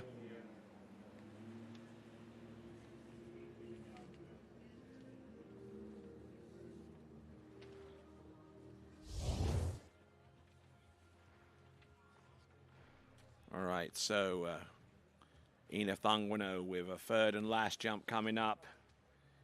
And if she has any designs upon getting into a top 3 position in the overall, it's got to be done here and now. She's about 110 overall points behind and needing a distance of somewhere around the region of 47 or 48 meters.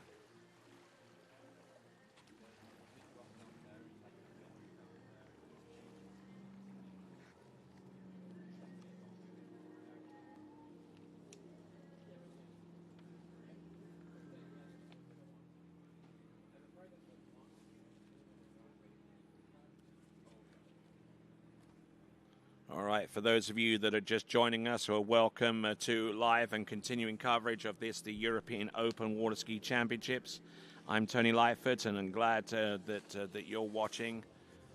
And for those of you that are watching archive coverage, especially grateful that you've taken some time out to watch our coverage of this event, which is the Europe and Africa Water Ski Championships of 2025. Coming to you from Salmsee, which is just a little ways south of the industrial heartland of this country, of Austria. The city of Linz, famous worldwide for its Linzer Torte. And it's something that I've had myself personally, and it is an absolutely divine delicacy that everyone in their right mind should try at least once. Here we go, folks. Enith Angwano passing up on jump number 2. Here she comes on jump number 3. Al stands up well just before the jump there, and she's pleased with that jump, but how much is that jump going to affect her overall fortune? She's currently lying in 4th. She is within 110 points of affecting a change in the overall. But is it going to be enough? It's going to be enough to take the lead. This much we know. She jumped 44.8 meters. That is enough for the lead, and it's a huge jump there. 47.4. 47.4. 47.4 meters there on that jump.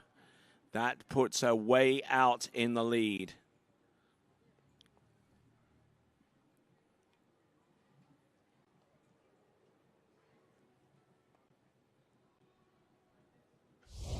So definitely outstripping the distance on her best effort yesterday, where she jumped 45.1 meters now.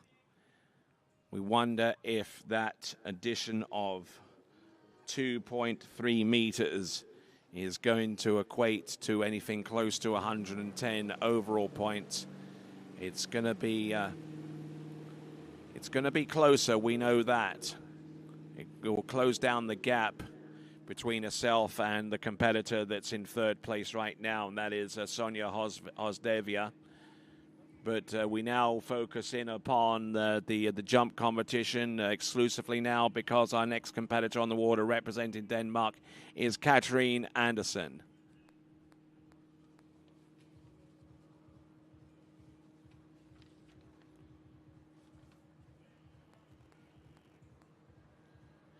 Okay, so Katrine Andersen doesn't put too much on her bio, except her personal best is 45.3 meters, and she jumped 45.2 meters in the elimination round, and we'll see if she's got anything left in the tank for Team Denmark, Katrine Andersen.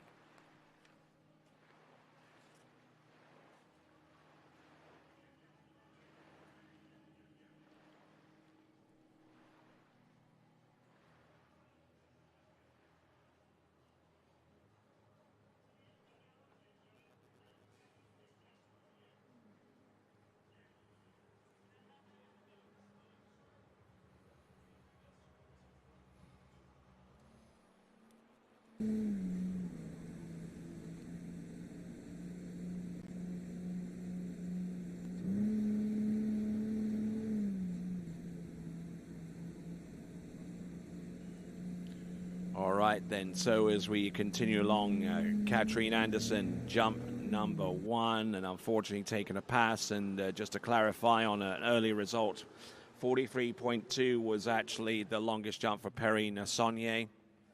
Perrine Saunier's best jump 43.2 meters, and that wouldn't do that much in terms of distance of a difference in terms of our best distance and her best positioning, where she is currently, which is currently lying in 3rd place, if my memory serves me correctly. Katrine Anderson passing up on jump number 1, and we'll see what she has on jump number 2.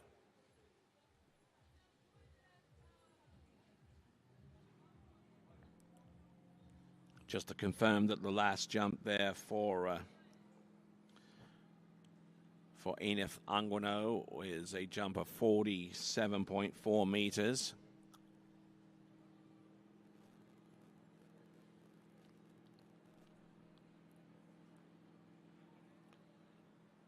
So as we continue on with the women's jump event, just an update with the women's overall competition. Janina Bonneman still out in the lead by a country mile, ahead of defending overall women's champion from last season, Elena Parkamenka.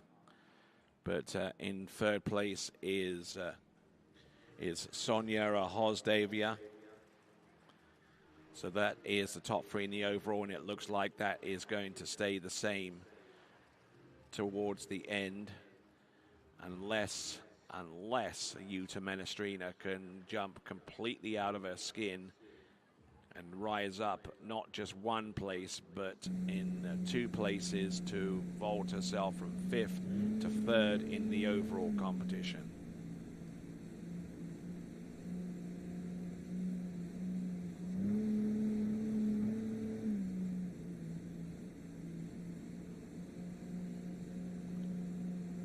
Coming in, Katrine Anderson, jump number 2.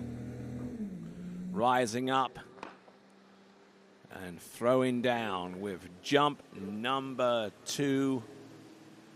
The speed was there, the height was there, everything was all in place there.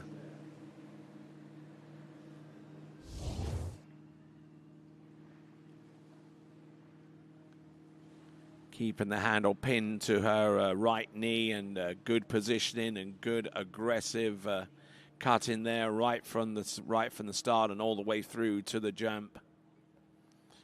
Distance coming through, it is 43.6, 43.6.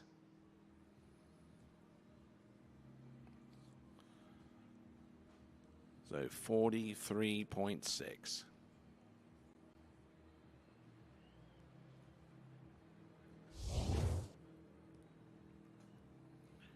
So riding alongside Katrine Anderson using our drone camera shot, it's certainly a bit of a different look to the jump event compared to what many of you are used to watching our TWBC broadcasts. Leona Berner getting ready for her 3 jumps that she has at her disposal. Leona Berner currently in 7th place overall.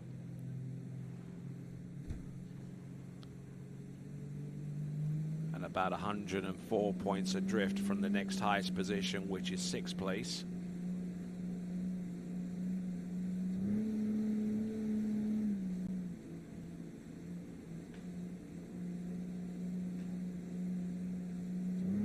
Coming in, jump number 3. What has she got here? This is Katrine Anderson. Rising up before the jump, and I don't think she would have gotten that much more in terms of distance, but certainly a commendable effort all the way through for Katrine Anderson from Denmark. She had the speed, but the edge and the kick all the way through didn't help her in terms of distance. And however, having said all that, she still jumps a 44.9 meter jump 44.9.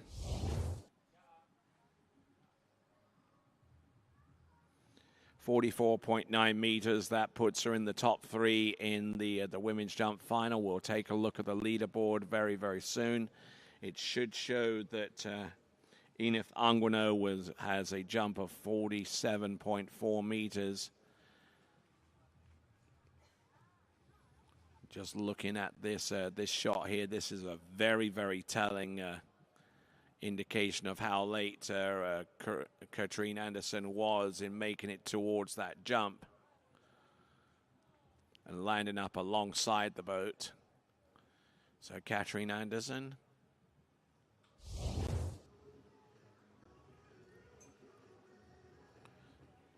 Katrine Anderson with 44.9 is slotted in second place. Enith Anguano with 47.4 at this early stage of the competition, setting the bar extremely high.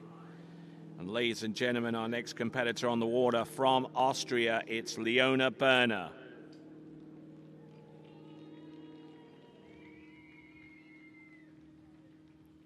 So Leona Berner, who arrived back to Austria just in the last few days after competing in the U21 World Water Ski Championships over there in Calgary in Alberta. Personal best of 45.1 meters, and would need to seriously put some heat on top of that jump to take the lead that's currently held by Enith Anguano. Third place in the U14 jump Europeans way back when. Second in the U21 jump Europeans. Third in the U17 overall Europeans. And the list goes on and on.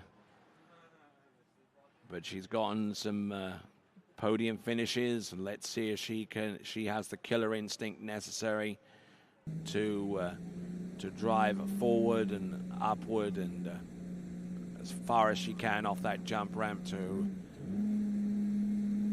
really place herself somewhere closer to the top. Here comes Leona Berner.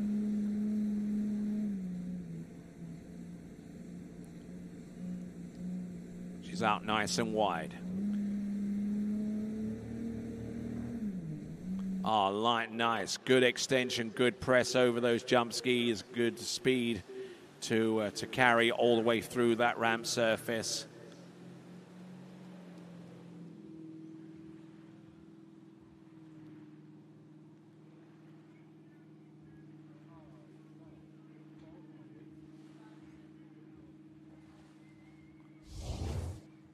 So on the back lake on this facility, looks like they're having a little bit of fun back there as Leona Berner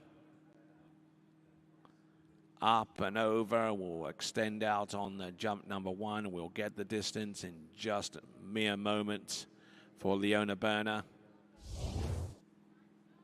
Up on your screen should come the distance.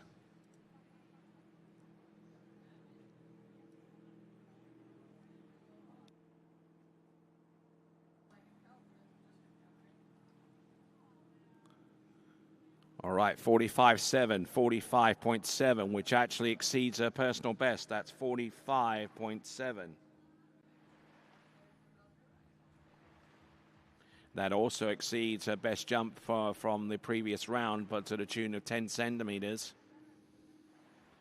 So she's on a roll here, and Leona Berner didn't exactly have the best of experiences out there on the water in Canada, taking a pretty hard fall, and was fortunate enough to come away with just a superficial bruise on her leg, but is now back to full strength, back to full confidence about what she's about to do here. 54K, letter O for Leona Berner. Coming in, jump number 2. A little bit earlier on that attempt there, giving herself just a little bit more room to work with.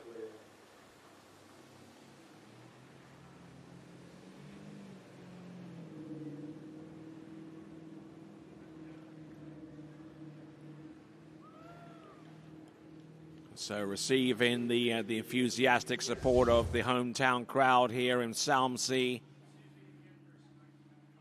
Leona Berner of Austria.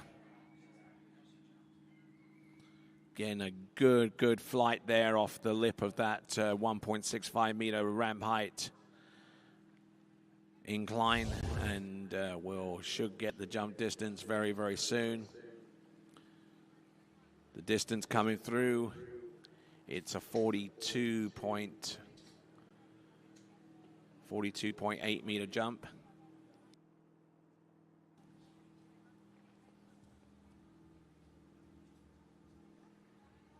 So getting 42.8 meters of distance off that jump ramp. As we look down and see Yuta Menestrina. She's our number 1 seed, and she's getting set to jump last off the dock.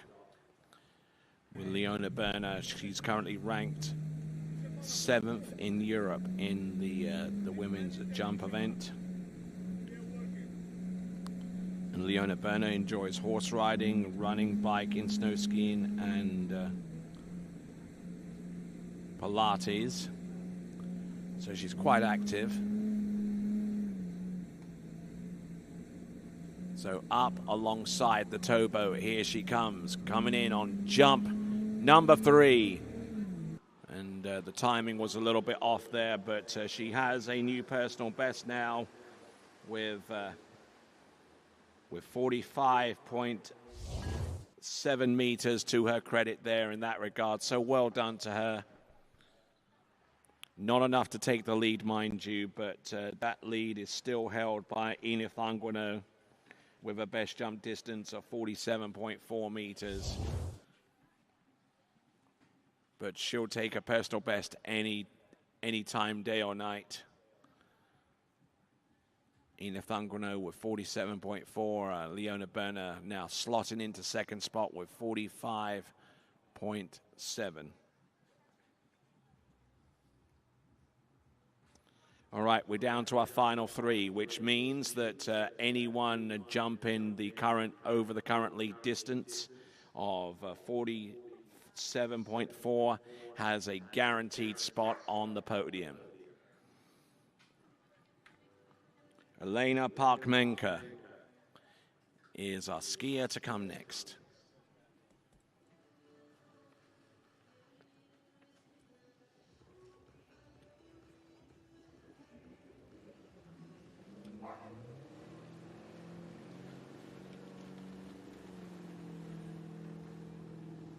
So Elena Parkmenka, who is now in the midst of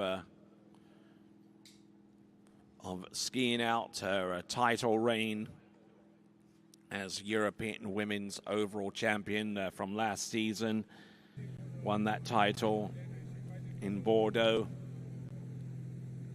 But now, the next few minutes, she's going to try and savor what that truly means in the grand scheme of things, as she gets ready for the 3 jumps that are at her disposal. 46 meters, her personal best from last season. Enjoys dancing and fitness, gym and nutrition, that kind of stuff.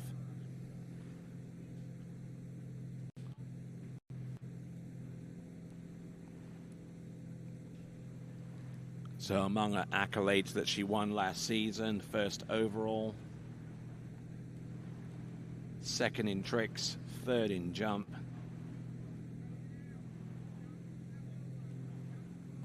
And Elena Parkmenka currently in the silver medal spot in the overall.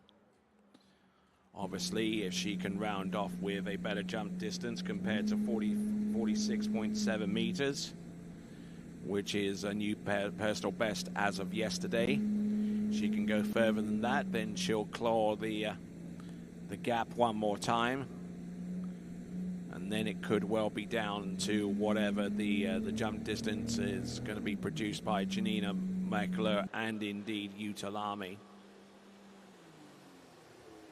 Menestrina, I beg your pardon.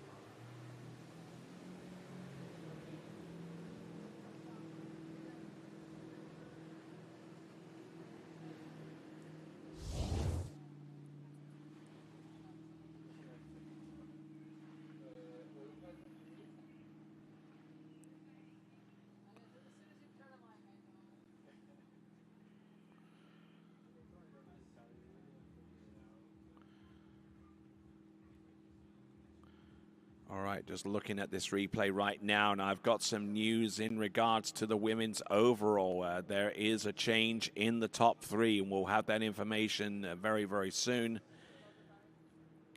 In the meantime, we're going to send it over to Zane. And what do you have, Zane? Hey guys, I'm here with Katrina Anderson. We just saw her go out in the jump event. I know you probably wanted a little bit more, but you've been jumping very consistent, huge jumps. How did it feel out there? It felt really good. There's no wind right now, and the boat is good, and the conditions are really good out there. It's a very nice lake, and I'm really happy with my jumping. Of course, I'm hungry for more. Well, we know, and a lot of people don't know, but you've been kind of coming off an injury, had a little bit of a crash earlier in the summer, so been nursing back a hamstring injury, but you're back healthy, looking good, and what's up next on the events for you? I'm having nationals next week, and then we have Worlds coming up, and I'm looking really much forward to that.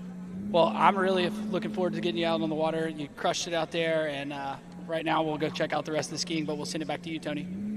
All right, then. So the information in regards to the overall suggests that Enith Anguano has actually leapfrogged Sonia Hozdevia for third place in the overall competition. There's that big change. So the answer to the question, would that jump differential in terms of distance of over 2 meters be enough to see Enith Anguano take a position in the top three? And the answer to that question is you betcha, but looks like the calculation coming through for the women's overall might need to be reversed a little bit if what I'm seeing is correct. There was a change in the overall, but let's have a look and see this jump distance. Oh, it's 47 meters for Elena Parkmenko.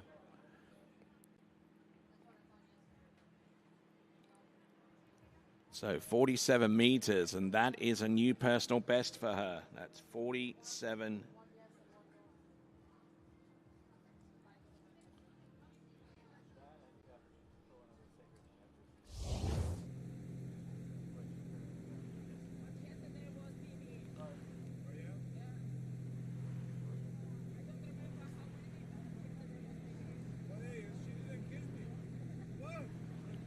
Okay, so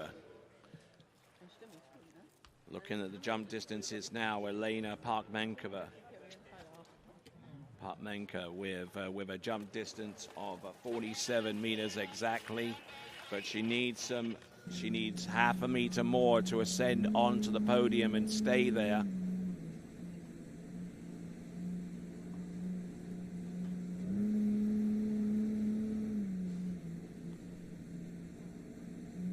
Here we go, folks.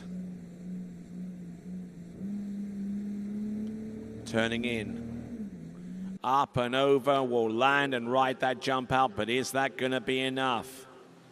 Is that going to be 0.5 of a meter more than what she produced on the second attempt? That is Elena Parkmenko.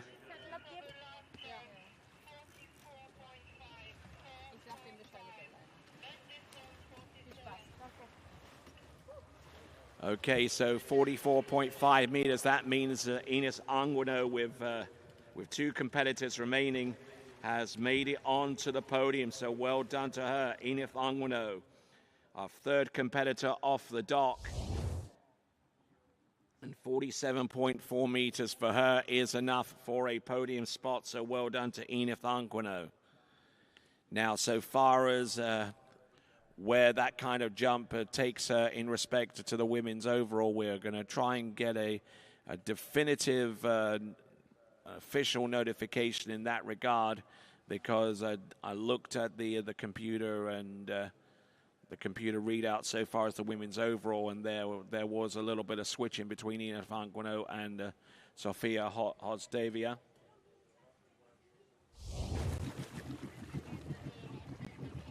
But it would seem that jump distance of 47.4 meters, as well as putting her on the podium at the very least, and I'm talking about Enith Anguano, by the way,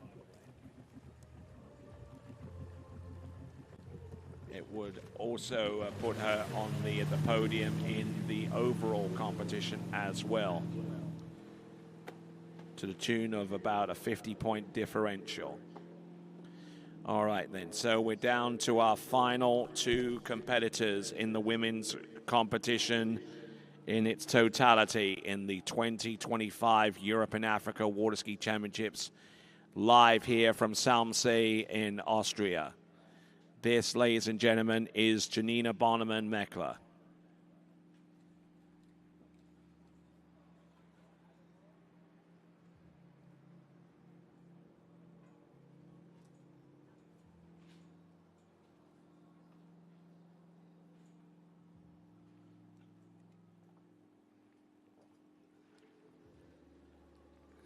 So Janina Bonnemann-Meckler, who is certainly capable of taking this title,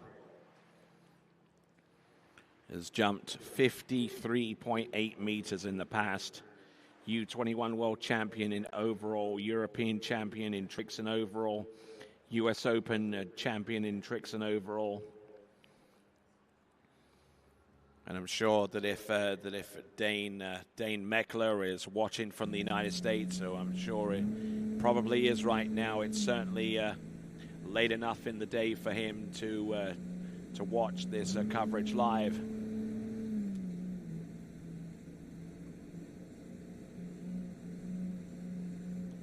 Here we go, turning in, driving in across the wakes into the jump there. Good lift, good flight.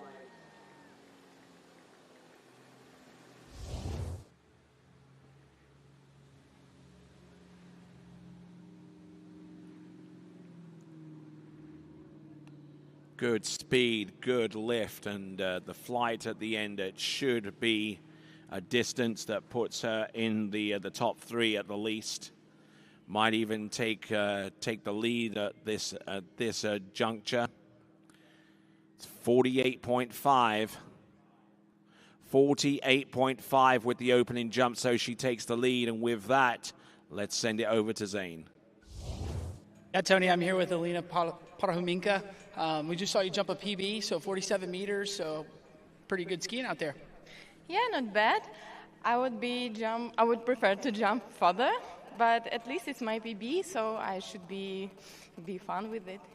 Yeah, and I mean, you're looking good in the overall. Looks like you're going to get on the podium in the overall event, so you've been skiing really well in all three events. Yeah, I like these competitions, all my free events, my free slalom, trick, and jumping. I did good, so I feel fine with it. Well, awesome. Well, we'll let you go get dried off and enjoy the rest of your afternoon. Congratulations on your skiing, and we'll send it back to you, Tony. Thank you very much, and that is Alina Parkamenka,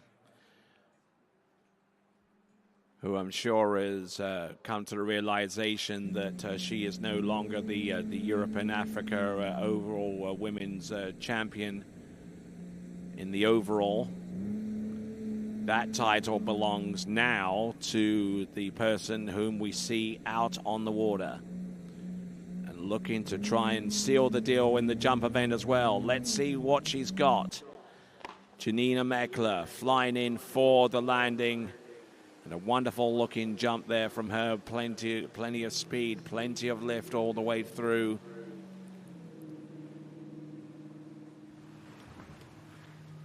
There we've got one final competitor to come to us from Finland. It is Jutta Menestrina. Distance should be revealed in any moment now for Janina Meckler. It is 49.6 meters, 49.6, so she further extends her lead, and of course, she jumped away on the podium for absolute certain with the previous jump.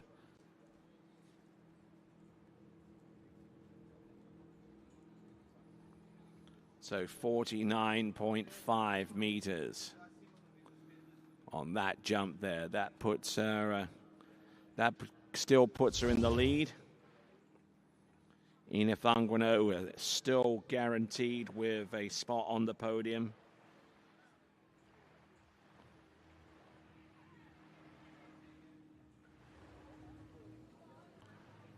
So there is Jutta Menestrina just patiently waiting for her opportunity to take to the water and maybe snag a European women's jump title for the first time in many seasons.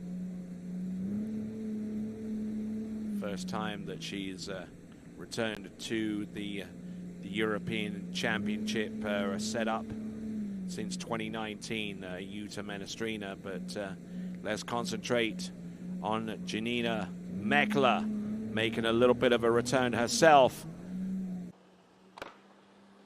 Getting the speed and not quite all of the lift there, so she may not feel too particularly good about that last jump, but so far as the previous jump is concerned, it's 49.5 meters.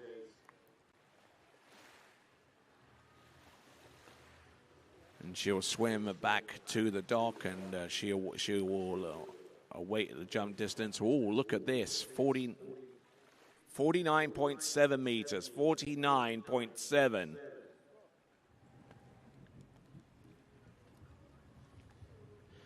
So 49.7 meters, and did that without the aid of any kind of kick off that jump there. It has to be said, she all of this jump was made as a production of speed.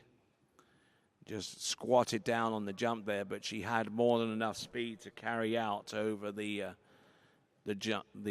distance landing area. We'll no doubt get a chance to talk to her in a little bit. But leaning up over the left ski, and that prevented her from getting too much in terms of lift to match that speed coming into the bottom of the jump. And now our final competitor in the women's competition in the Europe and Africa Water Ski Championships for 2025. Our final skier is going to be Jutta Menestrina.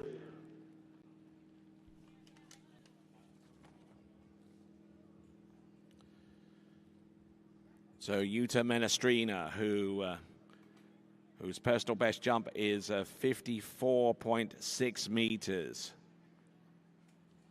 54.6 meters. The Mooma Masters jump champion for 2013. World Championship silver medalist in 2013 and 2015. Six-time European medalist. Never the gold, though. So this now is, to excuse the pun, a golden opportunity now for Jutta Menestrina to take a title which has eluded her for so many years. So back skiing at the Europeans since 2019, and after suffering through COVID and an ACL injury, she says it's nice to be in Austria, where she got her first European Championship medal in 2001, and that set off the whole deal with her competing at this level. Here she comes, Jutta Menestrina from Finland.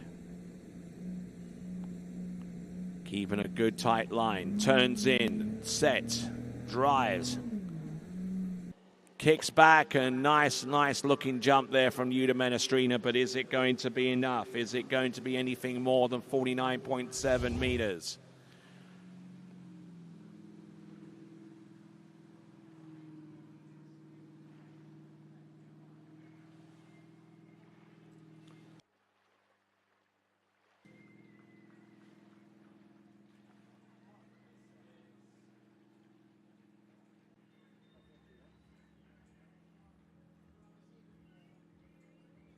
All right, and Jutta Menestrina, again, a decent-looking first jump.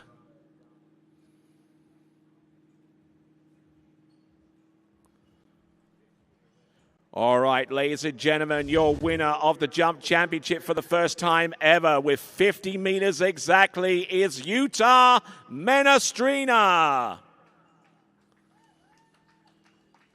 Let's send it over to Zane. All right, hey guys, I'm here with Janina Meckler. I got second place in jump, so you've racked up the medals here this weekend. Couldn't be happier. I had a really nice set out there. All three jumps felt really good. On the last one, I missed my kick a little bit. That was a little bit of a bummer, but I don't know. Utah is jumping so well as well, so congrats to her. Yes, it was awesome. Well, congrats to you. I believe you sealed the deal for the overall medals, so that's 4 medals. We'll bring Luca over here for a minute.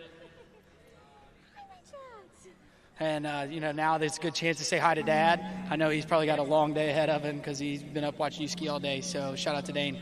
Shout out to my husband. I couldn't do it without him. We're such a good team, and we're looking forward to the Worlds to have a really nice family event there. Well, I'm looking forward to seeing you guys at the Worlds. Congratulations, and we'll send it back to you, Tony. All right, and good speed there from Yuta Menestrina in taking in a pretty decent kick on that one. So already sealing the title of the women's jump champion of Europe with 50 meters on jump number 1.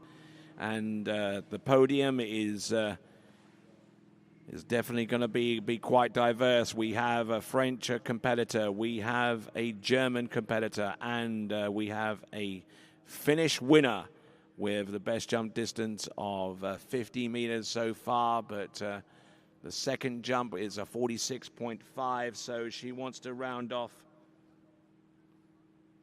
with a decent looking third and last jump.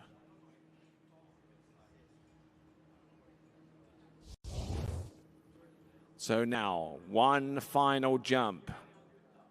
And I'm sure that you folks along the shoreline are a crowd of enthusiastic water ski fans. Will be trying to get behind Yuta Menestrina as she attempts to round off her championship-winning jump round off in style. 50 meters was enough for the title. She backed that up with a 46.5-meter jump.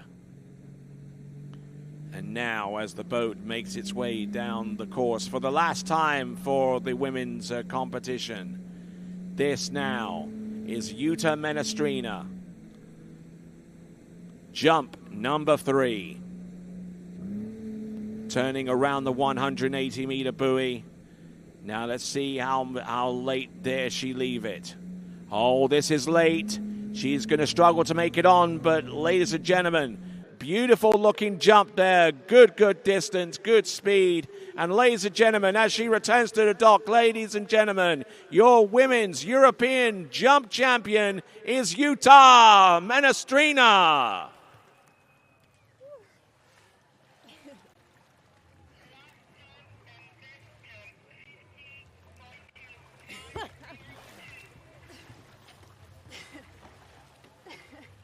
So that last jump, 50.2 meters there for Yuta Menestrina, celebrating in style.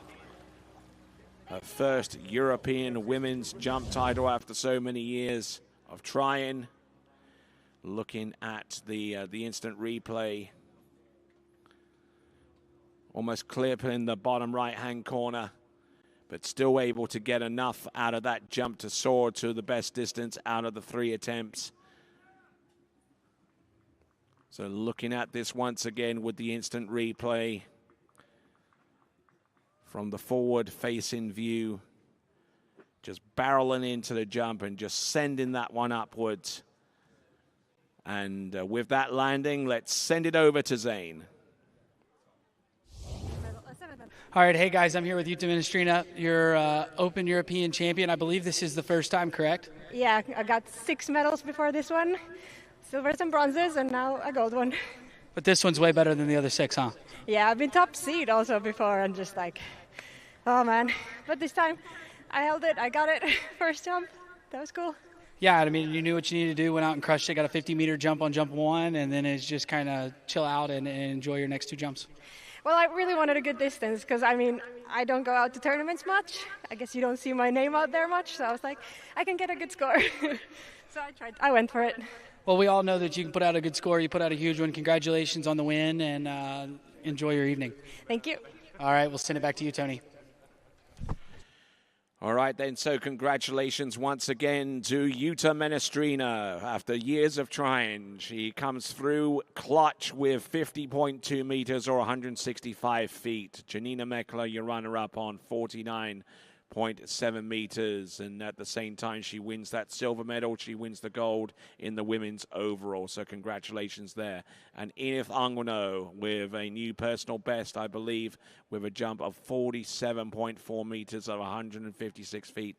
Those are your top three in the women's jump leaderboard.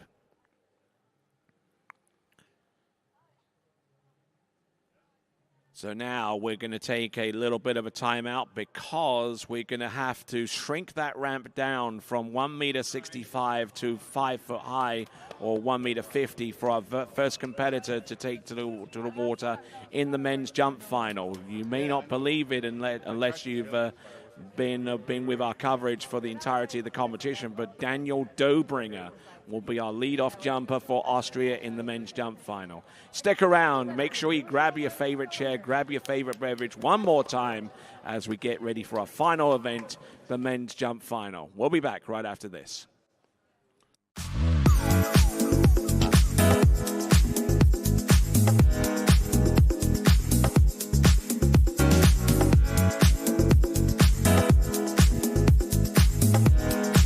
See you in Vienna. At Houston Cadillac, at the moment you arrive, you will notice dedication to excellence.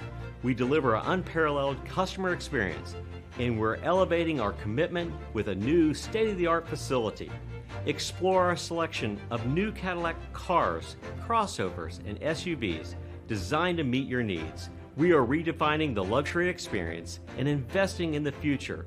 Visit Houston Cadillac and begin your journey towards luxury. At Dillinger Insurance, we have over 50 different carriers to shop your home, auto, and recreational vehicle insurance needs. We would love the opportunity to save you money. We insure million-dollar mansions, condos, mobile homes, rental homes, and everything in between. We know all about wind inspections, 4-point inspections, and how to get you the right coverage for your particular home. You've got questions, we've got answers. Can you remember the last time you had a rate decrease with your auto insurance? Let's take a look and see what we can do. We know all the ins and outs of getting our customers the best rates, coverages, and discounts, so put us to the test. Don't monkey around with your insurance. Call Dillinger Insurance today. We've got tons of companies to help find you the best prices and the best coverage for your particular needs on home and auto insurance. Go Knights!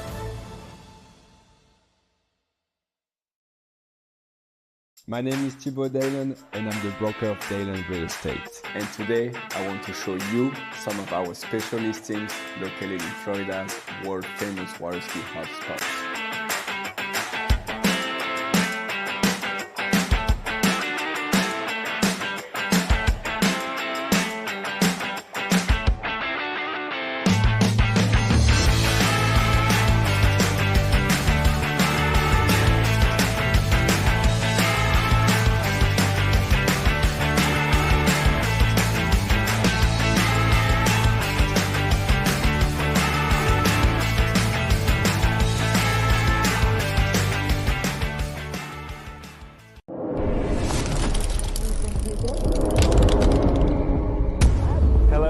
I'm Martin Coleman. I would like to invite you to the 2026 World Junior Championships here at Ahumada Ski School in Villa Dolores, Argentina.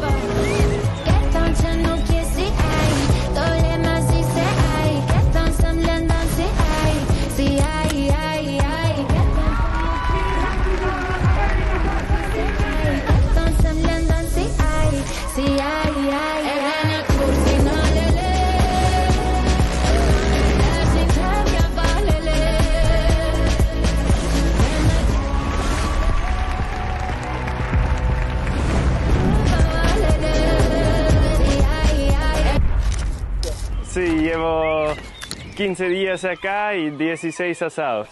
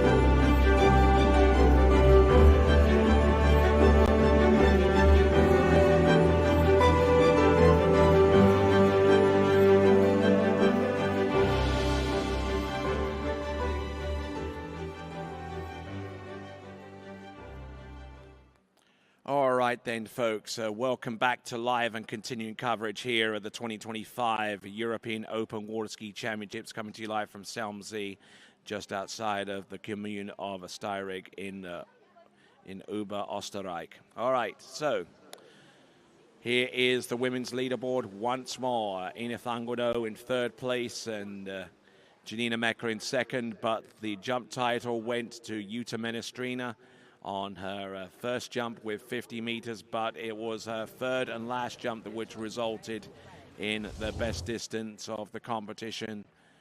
Just dropped in hard and just kept on going, relentless off the second wake, and just exploded with a good distance. And Jutta Menestrina, after so many years of silvers and bronze medals and being last out on the water off the dock as the #1 seed, she comes through clutch.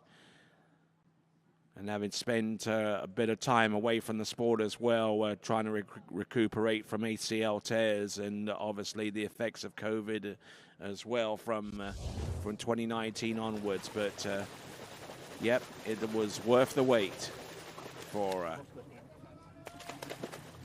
our skier, Jutta Menestrina. All right, so first competitor to take to the water is going to be Daniel Dobringer.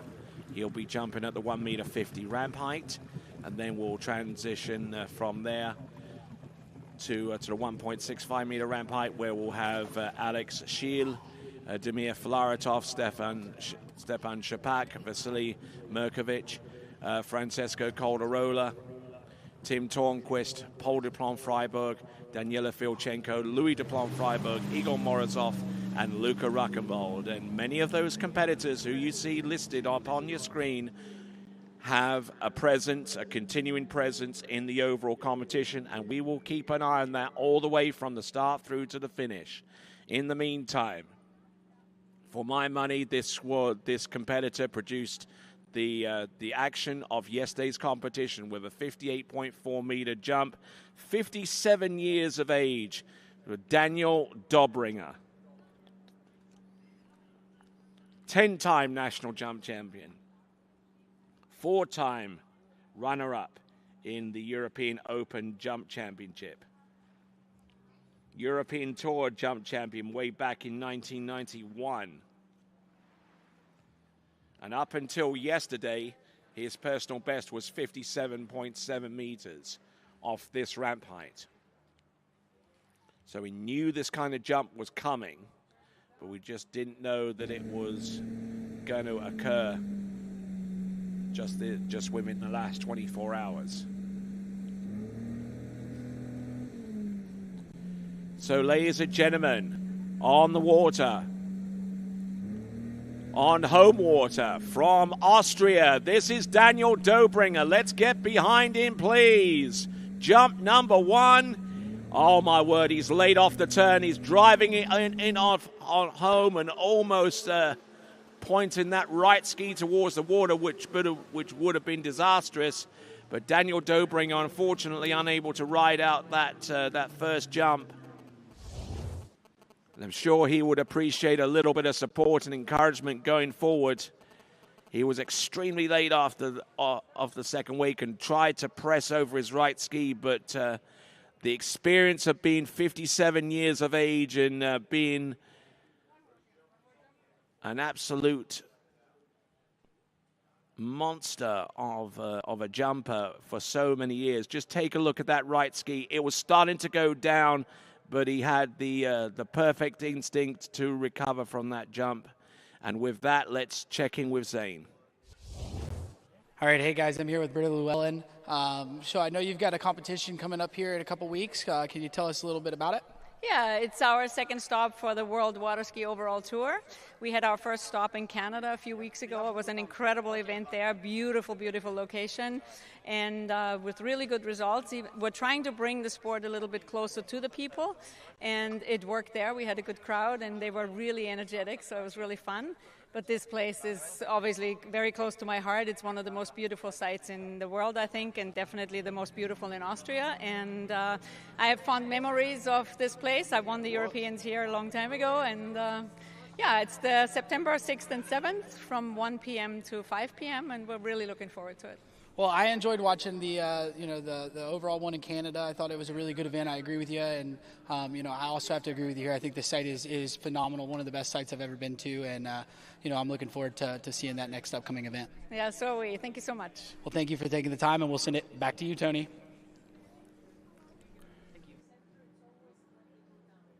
All right, then. So Daniel Dobringer getting ready for jump number 2. Good to hear from Britta Llewellyn once again.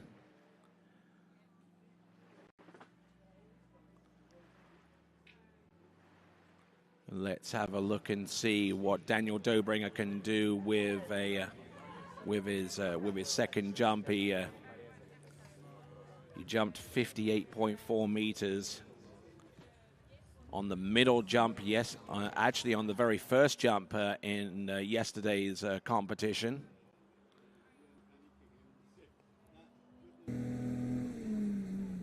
Daniel Dobringer, who's had an interesting life, certainly has worked with Red Bull Racing in F1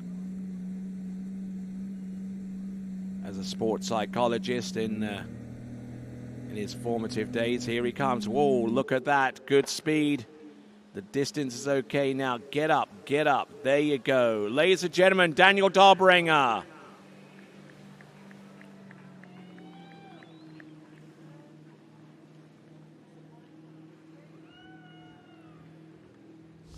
Now, wonder if he has anything left in the tank with his third and last jump.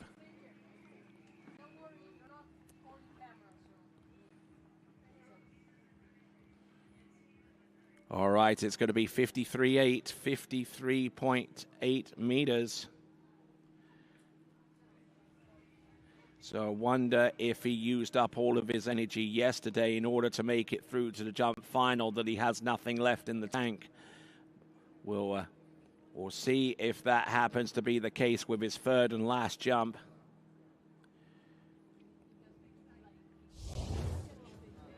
We'll see what we will see with Daniel Dobringer with his third and last jump. Our all too early leaderboard showing him in the lead with 53.8 meters.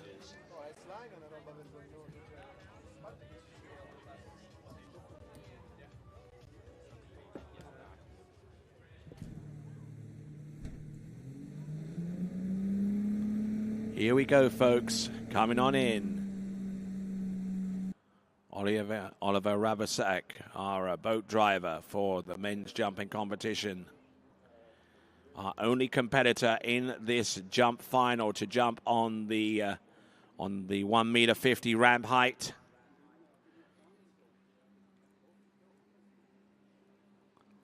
Let's see what he's got. Jump number 3. Impacts well, and a good, safe-looking third and last jump. There you go, lands it. And ladies and gentlemen, let's give it up for him, please. Daniel Dobringer. He will at least have the lead for maybe a few minutes or possibly a few minutes longer, depending upon the response from our first competitors in the 1.65 meter ramp height jumping. It's 54 meters, 54 meters.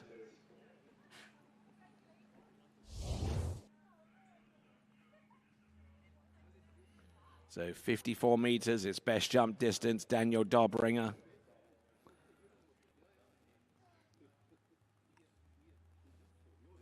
So setting the bar and leaving it up to the remaining skiers to challenge.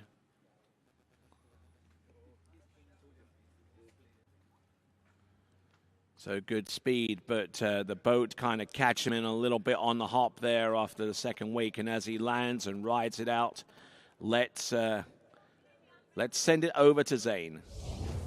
All right, hey guys, I'm here with one of your upcoming jumpers, Francisco Calderera. We saw you kind of miss out on the slalom finals today, but redeemed yourself in the jump yesterday, and now you're here in the jump final. Feeling good this morning or this afternoon? Yeah, really good feeling. Really happy to take the spot for the final for jumping, do my best one, then much than the the preliminary. So that's it. So what's the game plan here going into the finals? You got anything that you're really focusing on, or just let it all hang out? I'm really focused for my jump, and I hope to do all I can do. So I hope to do my best, my PB. Now here in really good place because I have a good feeling with the ramp, with the boat, and the pilot. Well, hell yeah, we're hoping that you go really far, and good luck out on your jump set. And we'll send it back to you, Tony. All right, then. Thank you very much as we get ready for our remaining 11 skiers. But your early leader is Daniel Dobringer with 54 meters exactly. And we're just taking a little bit of a pause because the ramp is now being jacked up from 1 meter 50 to 1 meter 65 in the ramp height, and there's one more ramp height change before these European championships in the men's jump competition come to a close. For the height change from 1.65 meters high to 1 meter 80.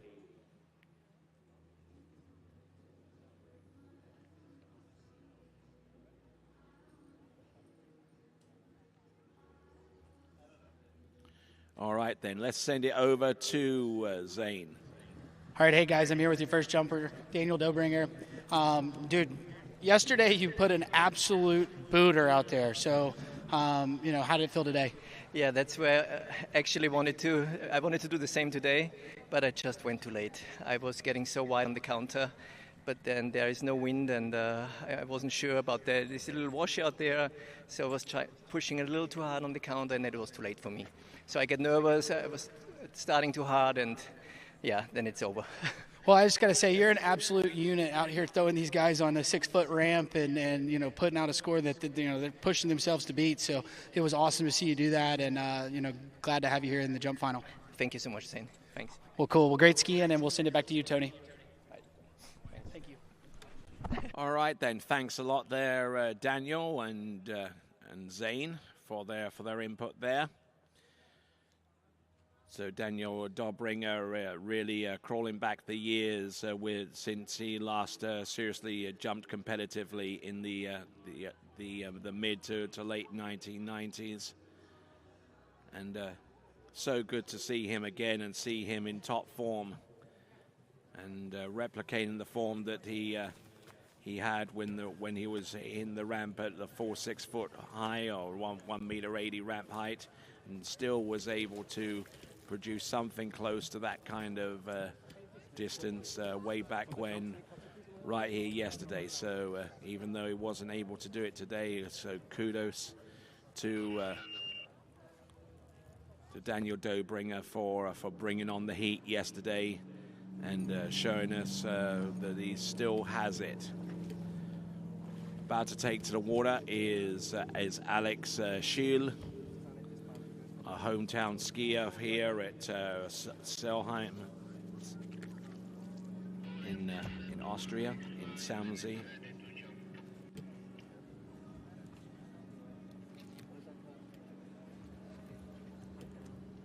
So as the boat makes its path up and down, we got Alexander again ready to strap it on.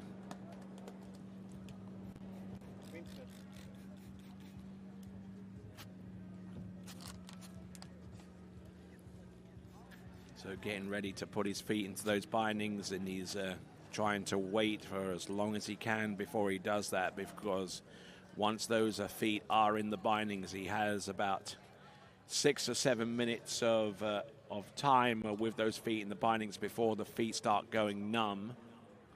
Those bindings are that tight.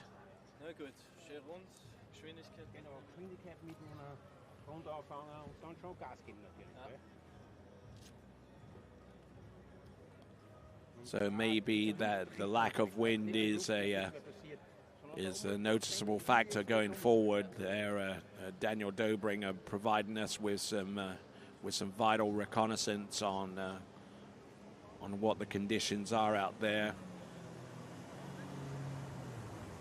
I'm sure there's been a little bit of rain in recent times before this competition, which would have rose the lake level up a few centimeters, enough to where the rollers start coming into play.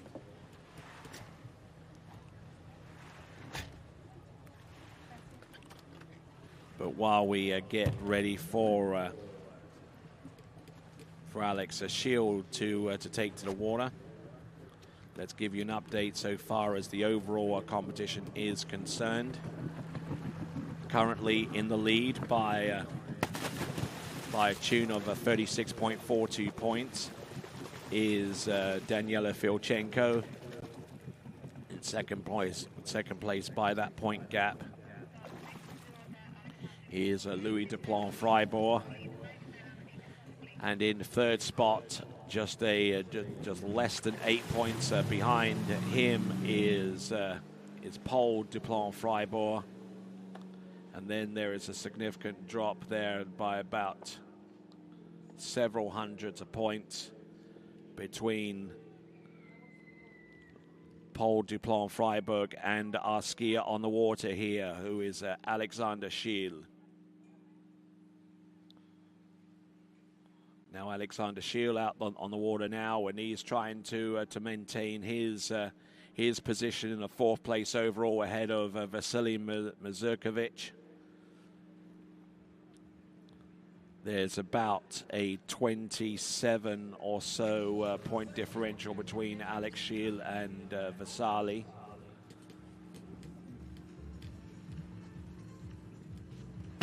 And then you get to competitors such as Damir Filaretov and then onto Luca Ruckenwald. That's what it looks like in the overall competition in the men's, and we'll keep you updated jump by jump and where it becomes necessary to keep you informed as to where we are with the men's jump championship and how it plays out with the men's overall championship. Here we go, folks.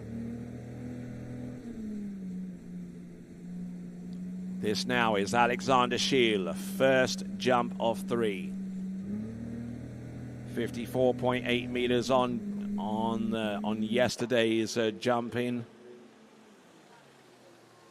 But a decent looking opener, and I don't know whether that's going to be enough to get on level terms with Daniel Dobringer. The youngster taking on the legend that is Daniel Dobringer. So he's getting a good amount of support, Alexander Schiel. Up and over, and getting a decent looking first jump. That is a 50, I believe 55.7. 55.7 meters. So he takes the lead and gets to within about 4 meters of his personal best, which according to my bio sheet for him is a jump of 59.4 meters. So let's see if he can rise his stock a little bit going forwards.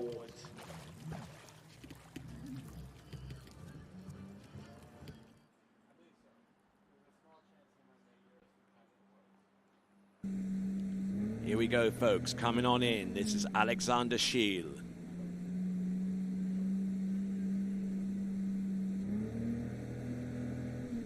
Turning away from the towboat, right-hand side. Just waiting for the opportune time.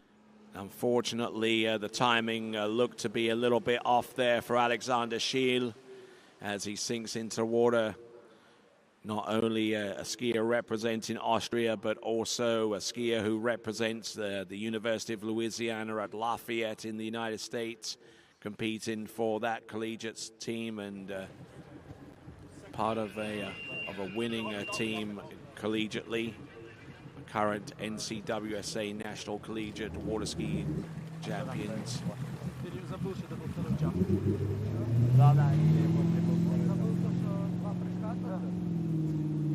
So it looks like our boat taking a little bit of a detour before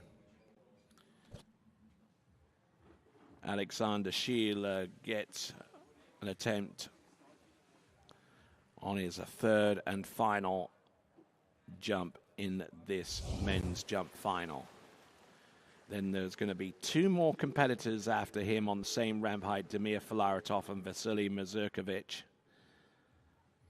And then we go to 1 meter 80. Then we see Stepan Shapaka, Francisco Calderola, Tim Tornquist, Paul Duplon Freiburg, Danila Filchenko, Louis Duplon Freiburg, Igor Morozov, and Luca Rockenwald.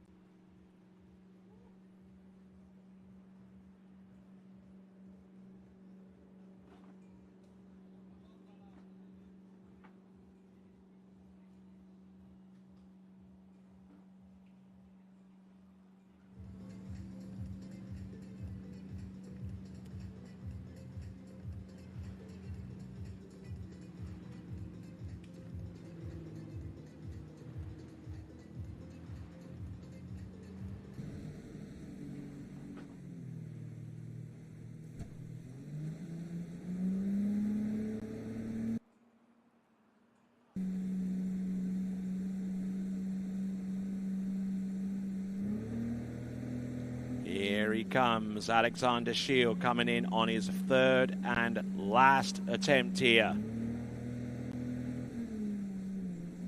What has he got here?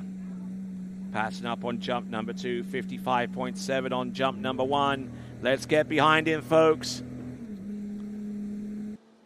Trying his hardest, and he knows it as well. Just wasn't much going on positively for him there going into his third and last attempt.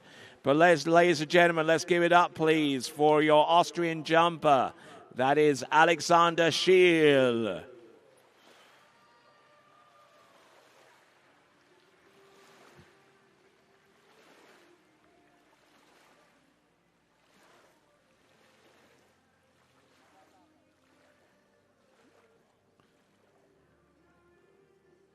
Jump distance 53.8 meters on the last jump there for Alexander Schiel.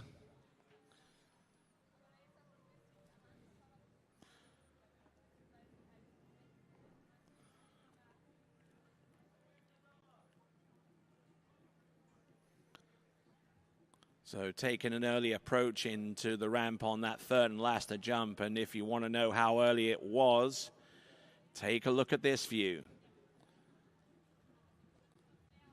Had plenty of the ramp to play with, but almost collecting himself with the camera on the top left-hand corner of the ramp. And the timing just was not with him this time around, and that is Alexander Schiel with 55.7. Now, what does that do so far as his overall reckoning is concerned? Well, plugging in 55.7, it is an improvement upon yesterday, but gives him about 22 more overall points, and that currently keeps him in fourth spot right now in the tournament overall competition, and he is about a skosh under 300 points adrift from the current overall leader, who is Daniela Filchenko. All right, another competitor in the overall reckoning. It's going to be Damir Filaretov, who has already won a medal in these championships already by way of the tricks event, and looking to see if he can't boost out a huge jump to maybe turn his fortunes around.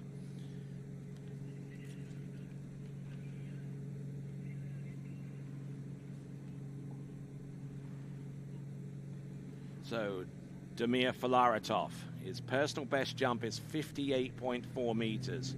Three-time U14, U17, U21 European champion. Second and third place at the world's U17. And certainly will be remembered for the circumstances that led to him being carted off to a nearby hospital over in Chile on the result of a crash that he took in the Junior World Championships. Not the most recent cycle, but the cycle before. But let's see if he can avoid that eventuality. Here he comes, Damir Filaretov. Yes, looking good on jump number 1, and he might have taken the lead with that distance.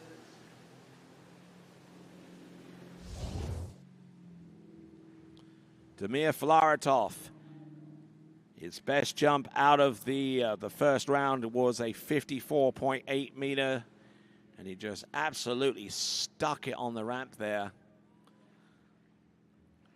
Good solid opener. The jump distance should be revealed any moment now.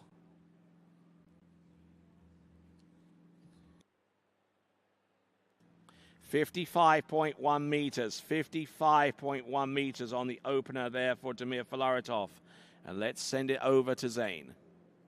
All right, hey guys, I'm here with the hometown boy, Alex Scheel.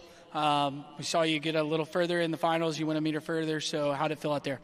Yeah, I lost my speed a little. I tried to take more speed on my last jump. Couldn't quite kick it, but I mean, I'll take the 55 meters.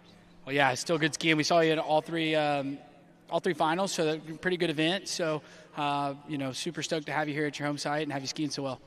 Yeah, I mean, it's my first year in the open class, so obviously want to build from that for next year, but good start and hoping to push more from here. Well, I'm expecting a lot more out of you. And then just real quick, we'll dub the helmet. This thing is sick. I think it looks really cool. We saw it out there. It looked cool, but yeah, everybody at home can see it. So congratulations on the good skiing. Thanks, guys. All right, we'll send it back to you, Tony. And that helmet resplendent with the fleur-de-lis logo that's representative of the Raging Cajuns of Louisiana Lafayette. And there we go. Here we go. We've got a later approach here for Damir Filaretov with 55.1 meters on the opener. And I suspect that second jump is going to be a little bit further. Now, 55.1 meters gives him an additional 7 or so points, overall points, as he tries to claw back the deficit between himself in 6 and the top 5 right now, with the likes of Vasily Mazurkovic slightly above him.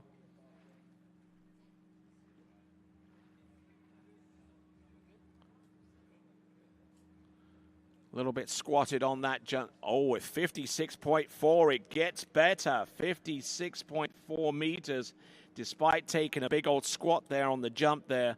56.4, what does that do to his overall fortunes? That gives him an additional 39 or so overall points. And that keeps him in 5th place, but the gap that exists between here and Vasily Mazurkovic is going smaller and smaller with each successive jump. Now, the difference in terms of overall between those two competitors is less than 10 points now. Damir Filaretov on 25:04.17. Vasily Mazurkovic with 24:65.65. Less than 10 points separating them in the overall. Now, can he claw back some more points? Here he comes, Damir Filaretov, 3rd and last. Oh, look at that. Good flow towards the end. Good looking jump in there. 56.4 meters. On jump number 2, has the potential jump in closer to 58.4, which is his personal best. We're going to get the jump distance coming through any moment now. But he got the speed, he got the lift, he got everything that he wanted. And he's got a jump of 57.4, 57.4. 57.4, and if my calculations are correct, he has moved closer to Vasily Mazurkovic in the overall competition. As a matter of fact, he's taken 5th place in overall at this time.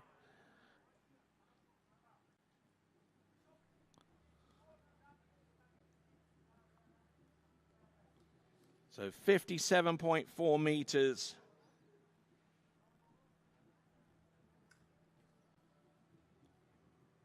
That's equivalent to 188 feet, and what a shot that is from the drone cam. That tells you everything you need to know about the dynamicism of the event.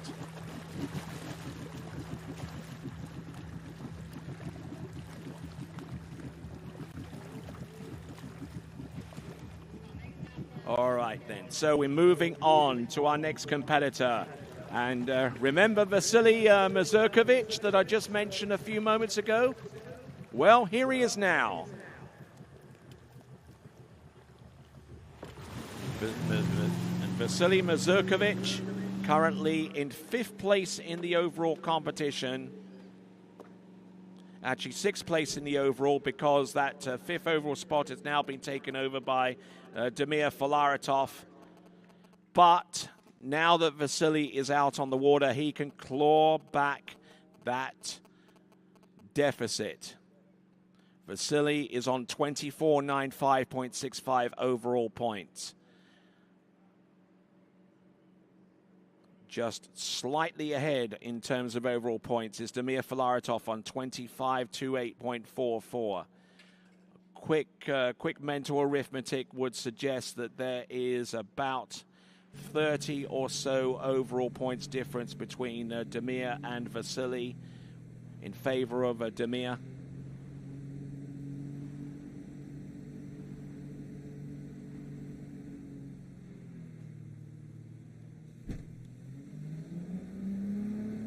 So now, let's see what Vasily can do with the 3 jumps that he has at his disposal. 56 meters he jumped yesterday for a new PB, which vastly outstrips his previous personal best jump of 51.7 that he brought into this competition. Now let's see what he can do. Always late on jump number 1. He's driving it on home, and look at this! Beauty of a jump there. They are jumping like absolute demons out there so far. Good distance there on jump number 1. Is it going to be further than Damir Filaretov? Certainly got a good dose of speed, and the height was there to boot. The jump distance, he is our new leader. What was that? That's 58.3? 58.3 meters. That's another personal best. And just look at this. From the front side of the ramp, 58.3 meters, a brand new personal best. And I think he's just retaken 5th place back. Let's send it over to Zane. All right, hey guys, I'm here with Damir Filaretov. Dude, you're a meter off your PB. That was a big jump. You've had a really good tournament so far. Kind of tell us about your jump set. Yeah, I'm pretty satisfied with my set. I like that every jump was like a little bit better and better and better. And if I could have 2 extra jumps, I'm pretty sure I would get close to 60 meters. But the last jump, it felt really awesome in the air. It felt like I spent some time in the air. I cannot say I'm really happy about it, but definitely not upset. Well, it's also been cool. You've got mom and dad here. The whole family's here watching. It's probably been a while since you've had them at a tournament, so it's great to see them here, and it was awesome to see you make the finals and great skiing. Thank you so much. Yes, it's so nice to have my family here. Let's see what other guys can do, and good luck to our Ukrainian skiers, Stepan and Danilo. All right, well, we'll look forward to getting them on the water. Right now, we'll send it back to you, Tony. Okay, so Vasily Mazurkovic has not only retaken 5th, he's gone up higher and he's taken 4th in the overall competition with 58.4 meters on jump number 1, but decided not to take jump number 2. All right, as we get ready to pick him up and take a look at the instant replay and see where things decided to go out of control. Let me tell you that the women's overall results show in the top 3, Sofia with 3rd place overall with 2,425.47, slightly ahead of her with 27.61 points is Elena Parkmankova, and your new overall ladies champion in the European Championships in the women's overall, Janina Bonneman-Meckler with 29.84.94, just a few points away from getting the full 3,000 points perfect overall score.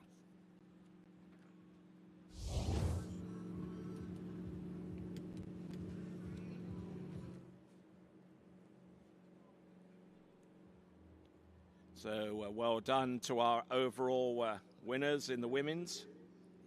Sofia Hozdevia Elena Partmenka and Janina Barneman-Meckler.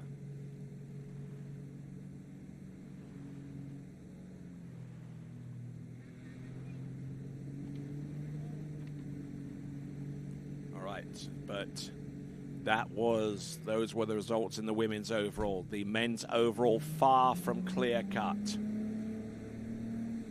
Vasily on the water right now, who is currently in 4th overall, to the tune of 9 points above 5th place overall at this time.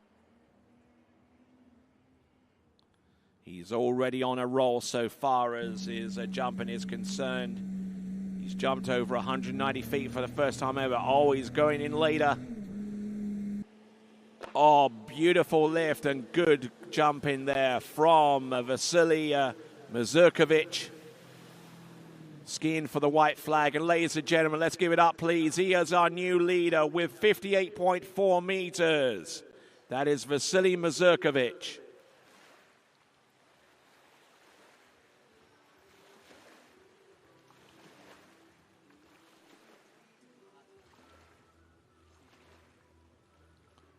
So we're going to check out the third and last jump with the instant replay. The jump distance coming through is 57.4. Even the distance like that would represent one of his better jumps. 57.4.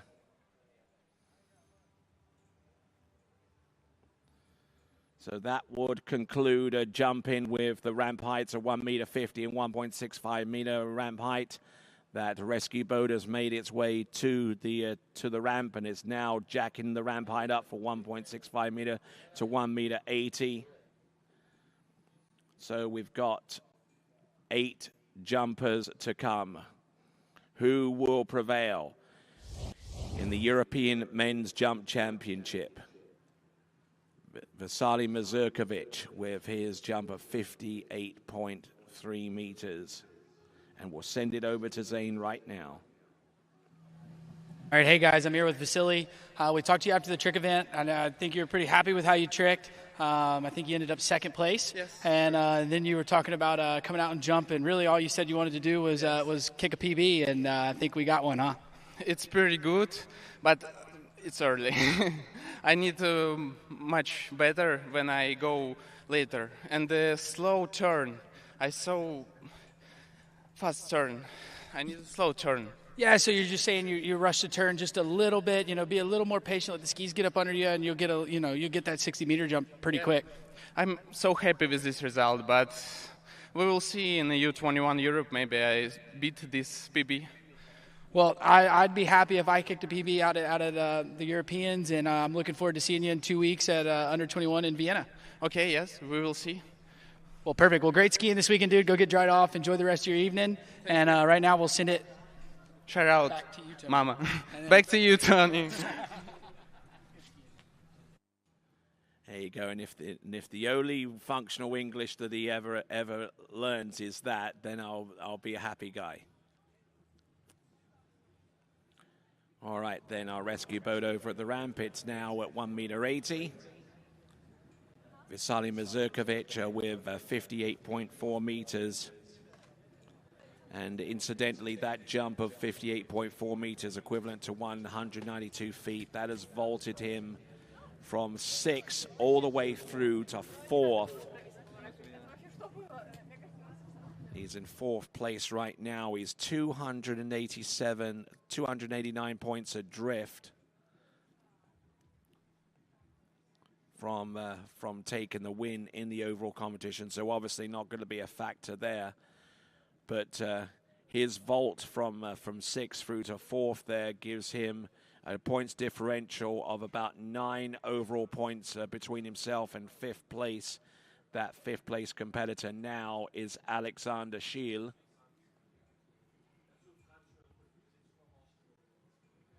Damir Flaratov, for those of you wondering, is in make mention of Luka Rakenvold because he's kind of a little bit in the overall mix, and he's in 7th place. And the reason I placed him here on my spreadsheet in the calculation is because he has the best overall score in relation to the men's jump event. His 217-foot jump or 66.2 meters is the 1,000 points. And let's check in with Zane. All right, hey guys, I'm here with Franz, the Austrian team coach. So tell us a little bit about how Team Austria is faring today. Yeah, actually, I'm pretty happy. We expected to get a medal. We were expecting to get bronze, hoping for silver. Silver didn't quite happen, so it's good. You know, our skiers skied good. They could have been doing a little better, but you can't have everything. You know, bronze medal is good. And then hopefully we'll tear it up in jump. You know, Luca is still to come, and I'm pretty sure he's gonna take the gold home. Yeah, no, I'm really excited to get him out on the water. He's just been absolutely on fire the last 2 seasons, and you know, he's looking really good. So we're expecting a big jump out of him this afternoon. That's right. Yeah, he's amazing. You know, he's really busy with studying and everything. He's not really overtrained, but whenever he goes out on the water, he knows exactly what to do. He feels everything. He feels the boat, the water, the jump, and he's producing beautiful jumps. Well, you pointed out that he's doing a lot with his study, and so that's why he's been dubbed Dr. Jumps, and I'm looking forward to getting him out on the water and hoping for a huge jump today. All right. Thank you very much. Well, perfect. Thank you for your time, and we'll send it back to you, Tony. All right, then. Thank you very much. As we get ready for Stepan Shapak to take to the water.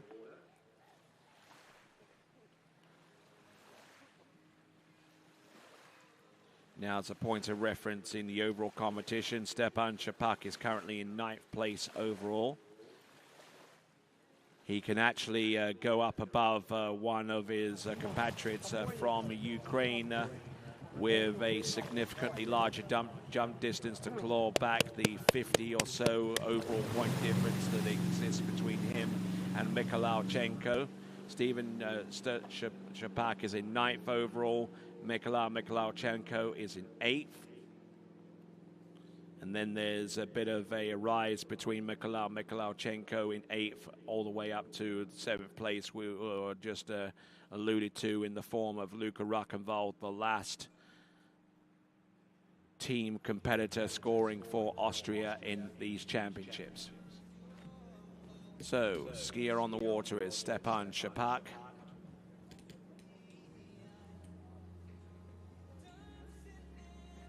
And saying a little bit more in regards to the overall team classification, it would appear that France has a pretty mean stranglehold on that particular event, the team overall. So congratulations to them, ahead of silver medalist Ukraine and bronze medalist Austria.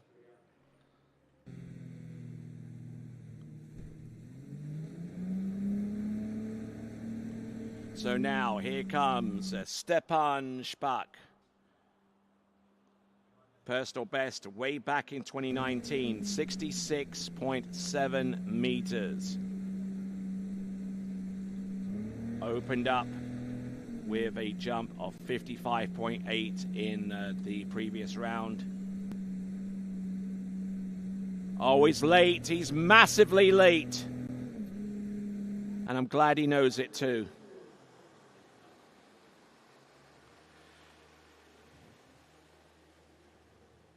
So a mean-looking first jump there. He certainly means business there. Stepan Shapak from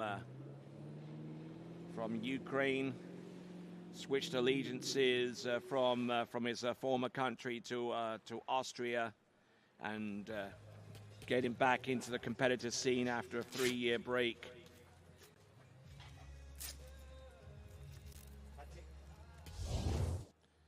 His best performance in the European Jump Championship has been a 2nd place in the Open Europeans. Probably way back in 2019, where he's had his best jumping season. But we will see if he's got what it takes to roll back the years and maybe just at the very least to take the lead.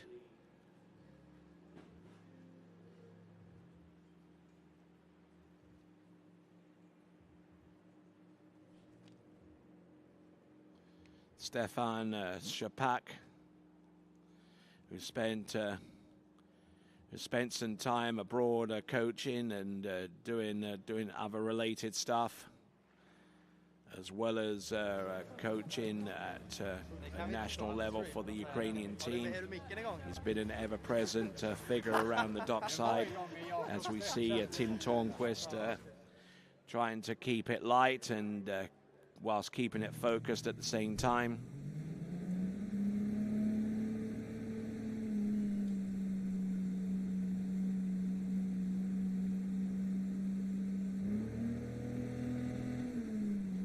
Here we go, folks. Coming in on jump number 2. Are we still late? He's still insisting on going late here. Oh, wow. Does he ride that jump out? Oh, my. Oh, and he goes down, and he does not get a score on that jump there for Stepan Špak. Certainly came roaring in towards the jump with a whole bunch of speed, and unfortunately unable to ride that jump out. Начни спокойненько, в натяжечку заедь и встань. Не важно, как ты прыгнешь, вообще не важно, все нормально. Как будет, так будет, Степа.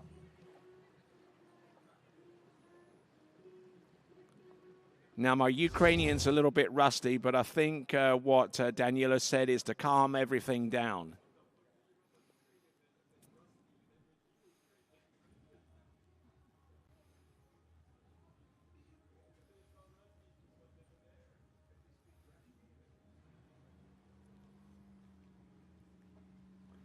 So Stepan Špak and roaring into the jump extremely late, and just managed to get his enough of his legs underneath him to prevent being absolutely pitted out on jump number 2. Tried his best to get up back onto his skis, but to no avail.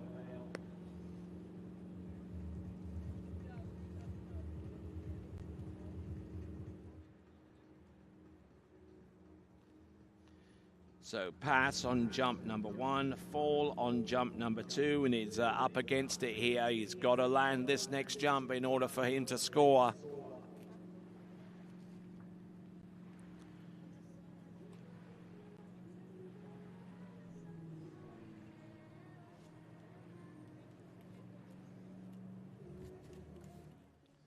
Coming into this jump final, having jumped 55.8 meters or 183 feet. Stepan Špak. Let's see what he has with this one final attempt.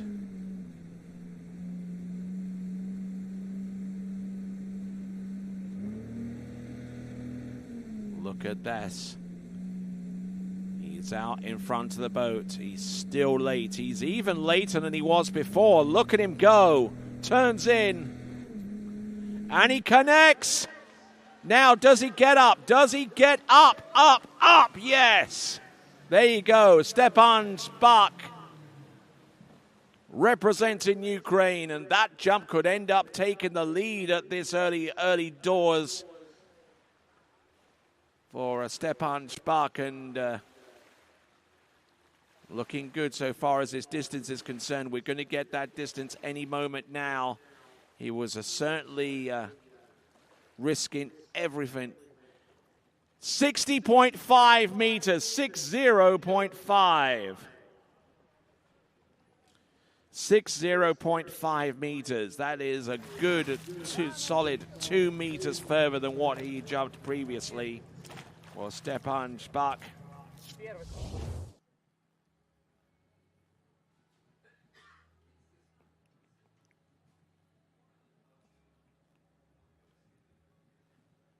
So Stepan Špak may have actually jumped himself a little bit higher on the overall competition standings. He may, I think he's completely pole vaulted Mikhailichenko from 9th through to 8th, and he might well have even gone a little bit further than that.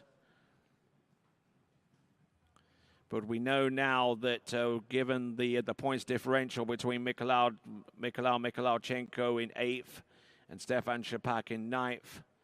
Coming into this this final jump, I think that they are going to swap places.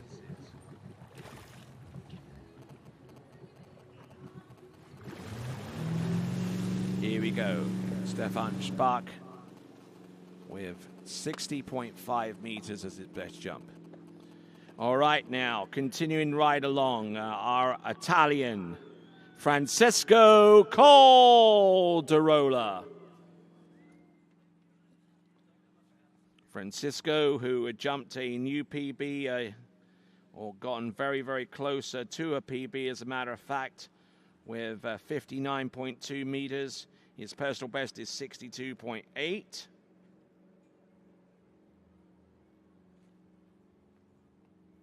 Doesn't list too much of anything else on the announcing sheet, except that he skis over in water ski Spalonga. Says his hobbies are football. Well, I'm guessing if you're Italian, you've got to love football, I guess.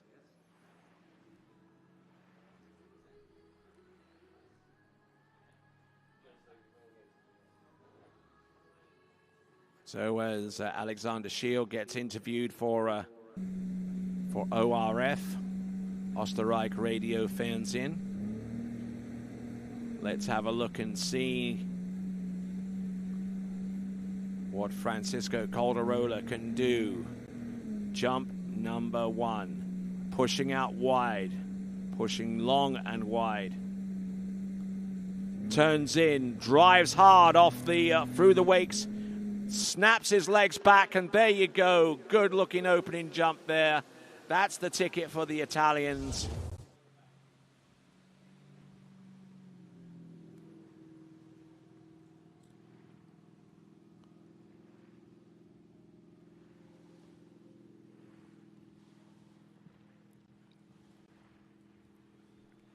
So a great looking jump there for Francisco Calderola. Is it enough to be 57.1, 57.1. Jumped 59.2 yesterday. So a good opening jump, and as he comes into land, let's send it on to Zane. All right, hey guys, I'm here with Stefan Spock. Dude, we've got you out of retirement, and we kicked a big one. I know you said you weren't as happy with the preliminary round, but you got in the final. How about this round? You feel pretty good with that? I feel more confident, for sure, but first was just too late, and second was in time, and I was not prepared for that much speed. And the third one, I thought, okay, I have to go at least 60. I went a little bit earlier, got a good kick from the ramp, so I'm happy. The goal was to go over 60, so. Well, there you go. You got over 60. Man, dude, it's great to have you back at the lake. I'm super excited to have you back skiing. So congratulations to you and Team Ukraine, and we look forward to seeing you at some other events. Hashtag why not?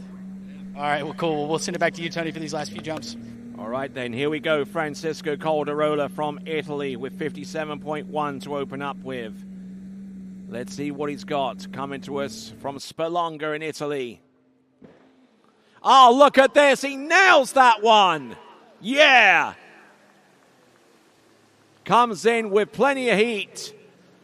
The distance should reflect it. He just absolutely stomps that jump, and that jump has got to be very, very close to 60 meters, if not beyond.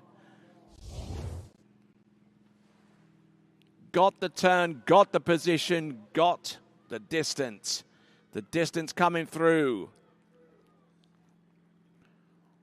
The distance coming through is 59.9, agonizingly short at the 60-meter mark. A mark that he's already succeeded in the past to the tune of 62.8 meters. So that's Francisco Calderola. Certainly connected better with that jump.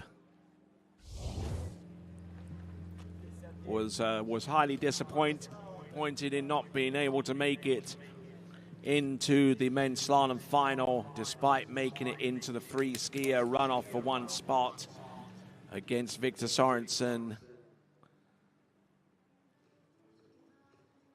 and Luca Ruckenwald. And speaking of Luca Ruckenwald, he is going to be our last skier in these championships, and he will be skiing for Team Austria.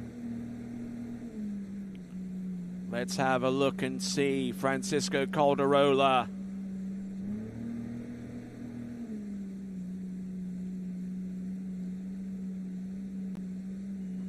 Coming in, turns in, jump, number 3, connects well. Yes, and he enjoys that one.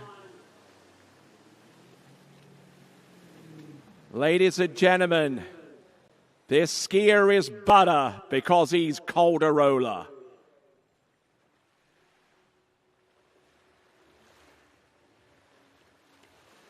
There you go.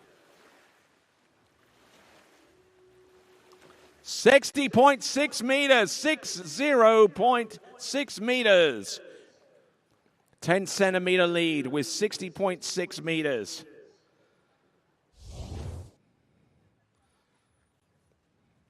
So with 6 skiers remaining, Francisco Calderola takes the lead by 10 centimeters here. Beauty of a jump. And still had plenty of room to work with on that ramp. Wasn't getting pushed onto the corner by any stretch of the imagination, and nowhere near as late as Stepan Špak. And there you go. Impacts. We're going to take a look at this, and Francisco Calderola with his third and last jump, and a cool view there from directly above, landing out towards the side of the boat, and Francisco looking a little fatigued after all of that. But we'll get to talk to him in a moment. But in the meantime, next competitor who's already jumped over 60 meters to get this far in this competition with 60.2 yesterday, it is going to be Tim Törnqvist.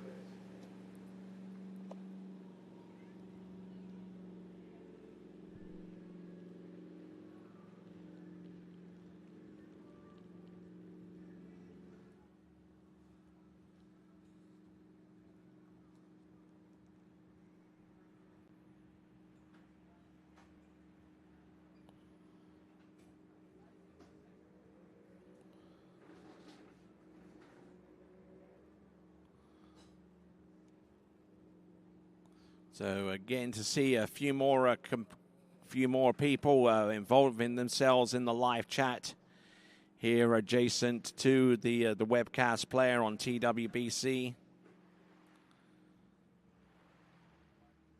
Skier on the water is Tim Törnqvist.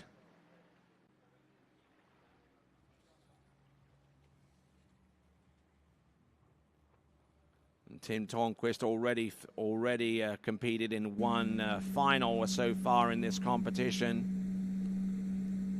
That is the men's slalom final that took place a few hours ago. Let's see if he can avail himself of the opportunity of maybe taking possibly a medal here. He's setting himself up with Z on the 0 off. Here he comes, jump number 1, and the ski started to chatter a little bit off the second wake into the jump, and just didn't like the look and feel of that attempt. And whilst he sinks in and ponders, all right, let's send it over to Zane. All right, hey guys, I'm here with El Gato, Francisco Calderola. We saw you go out there and take the lead, 60.6 meters, so feeling pretty good?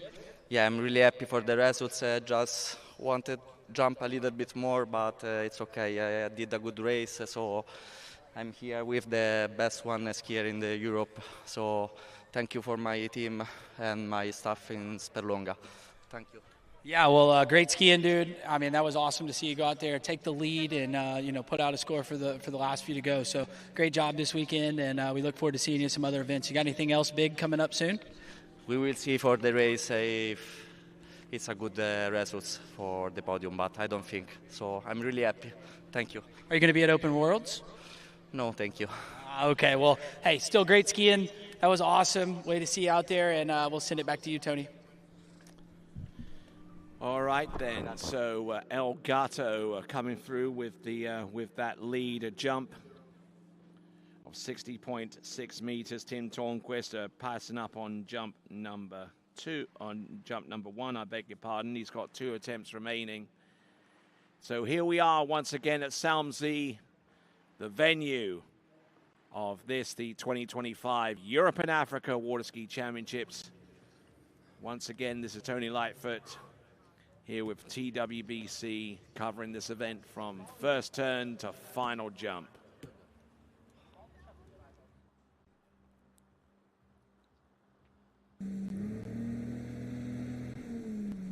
Pushing out to the left-hand side of the jump course. Turning somewhere between the 210 and 180 meter jump buoys. And here we go. Good, solid looking jump there and just pushed in towards the landing, trying to get every little bit of distance he can out of that attempt.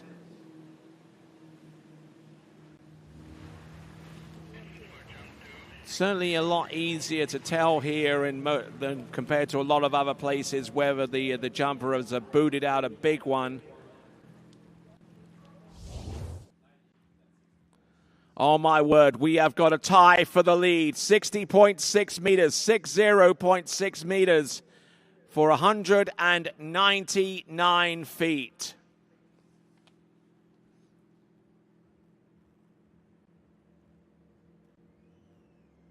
.6, a tie for the lead, and we're getting more and more of these, I do have to say, especially in the jump event.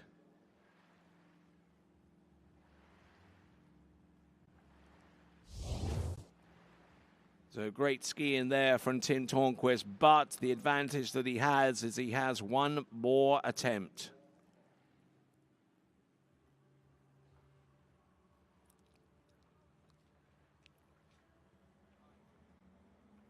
As Paul Duplan-Freiberg gets ready to take to the water.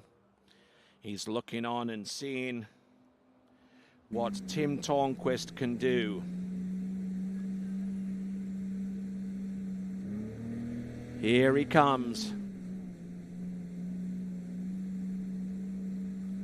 Jump number 3. Always waiting late here. He's going to try and make it onto the jump here. And I think he lost a lot of that jump distance towards the ramp. He was skiing towards the dock and he'll throw the handle down, but he's got a tie for the lead with 60.6 meters, 60.6 on jump number 2.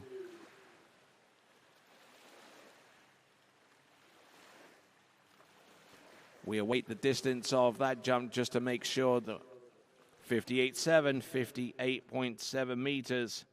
But he'll happily take 60.6 meters as the tie for the lead. We've got 5 more competitors to go. And if that tie continues on for the lead going into the last 3 competitors, and if that jump actually ends up being a tie for anything other than the win, then we go back to their distances that they produced in the preliminary round. Just to kind of give you some clarity as to what the tie-breaking procedure is in this instance.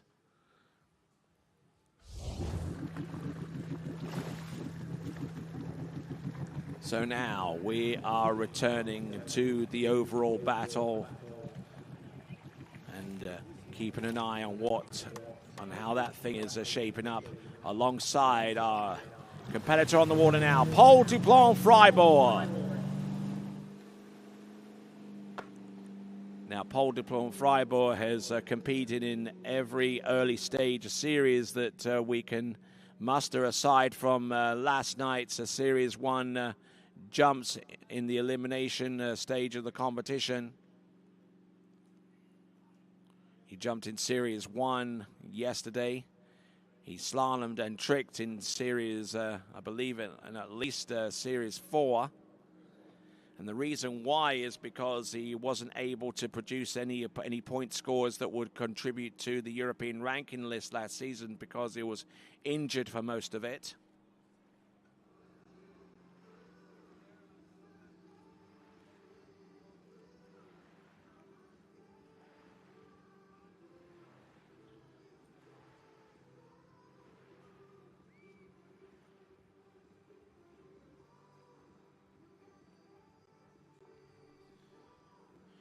All right, on the starting dock is Daniela Filchenko, and the overall battle resumes with Paul Duplan-Freiburg back at it.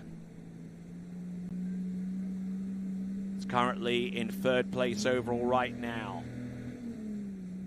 Third place with a 43-point differential between himself and the lead. That's currently held by Daniela Filchenko. Here he comes, Paul Duplan-Freiburg. Impacts. Oh, getting a good, decent amount of pull on the descent. So a good-looking opening jump there.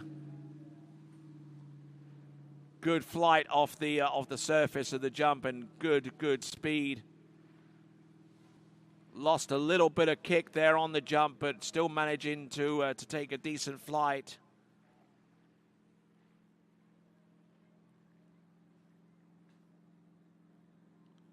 What is the distance? Quelle distance?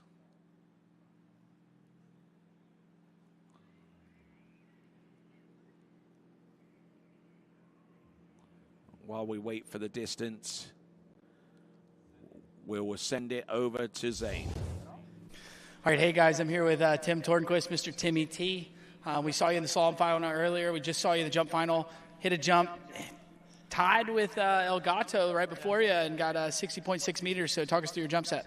No, I mean, I'm very happy. That was like, if I'm counting right, like the fifth jump over the ramp since June. So I'm very happy. I still don't have the confidence when you're going into the base and really digging in. But yeah, I can't complain. Over 60 again. Well, I'm just going to say, dude, you've been skiing so confident, not only in slalom, but you look good in jump. And, dude, it's been awesome to watch you this weekend. Yeah, no, thank you. I mean, I came here for slalom. I had really high expectations. Did what I wanted to do in prelims. Unfortunately, today it wasn't the day. But, yeah. Well, get dried off. Enjoy yourself this evening. Maybe we'll have a beer later, and we'll send it back to you, Tony. All right, then, taking the lead with 62.7 meters on the opening jump there. And that jump, I don't think quite as far. Now, 62.7 meters, how that stacks up with yesterday's elimination round distance. It was 63.7 meters yesterday, so no improvement upon his overall scoring. And he's really going to have to dig deep here and find a jump closer to about 64 meters. Now, if he jumps there around about that kind of distance, it is 62.4 meters. But he is looking for a distance of 64 meters, somewhere around about that distance. And if he jumps there 64 meters, or the equivalent to 210 feet, then he would move back into second place. But second place is not going to do him much good. If he jumps closer to 66, then he could take the win. Potentially. But there is still a lot of moving parts. There's still Daniela Filchenko. He is on the starting dock ready to go. Louis Duplan-Freiburg is coming up fairly soon afterwards.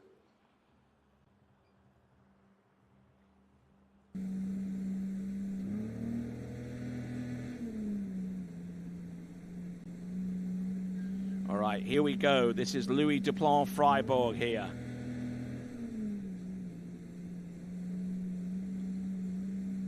Jump in. Third and last attempt. Oh, look at this. He nails that jump there. Oh, no, and he goes out the front upon the landing. needing the jump of 65.5 meters to shift the balance of power in his favor as the lead competitor in the men's overall competition. I don't know if we're going to get a read so far as the distance is concerned on what that jump would have been had that been landed.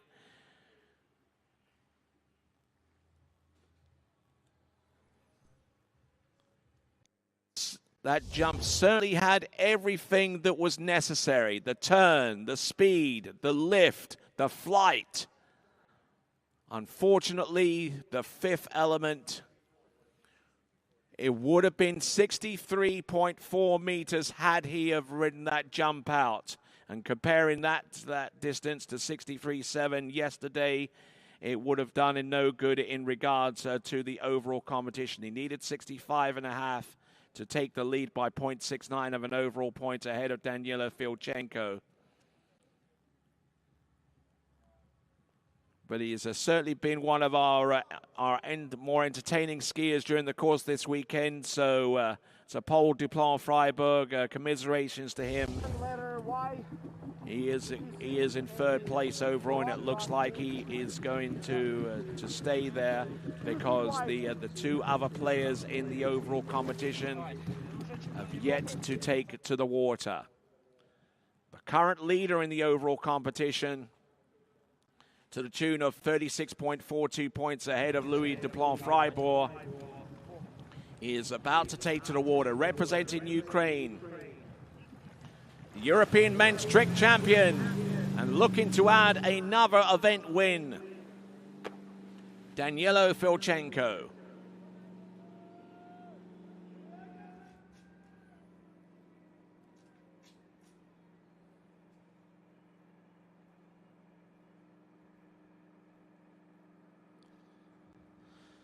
So, Danilo Filchenko, he's currently in the lead in the overall competition. He jumped 64.6 meters. He has a personal best of over 69 meters. 69.3 as a matter of fact.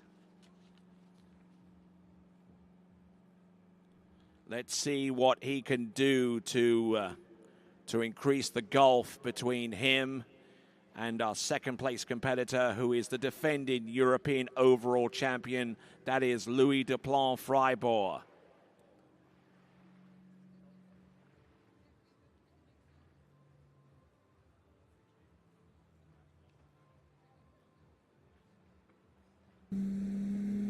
So here we go, folks. Danilo Filchenko from Ukraine, setting the boat on the zero offsetting of Y and electing to go with the boat path of 2 feet wide, otherwise known as these days as +2. Here we go. He's going late off the first attempt, but unfortunately the timing was not to his liking, so he passes up on jump number 1. Now passing up on jump number 1, he's got 2 attempts remaining, and Louis Duplan-Freiburg, I'm sure he's along the shore side, taking a keen interest upon what's going on right here and now. In terms of the men's overall competition, there is a 36.42 point gap between Danilo and Louis Duplan-Freiburg. And unless something changes between now and the end, so far as our Ukrainian skier is concerned, there will be that point gap.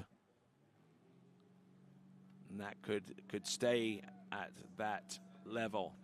All right, then, let's send it over to Zane.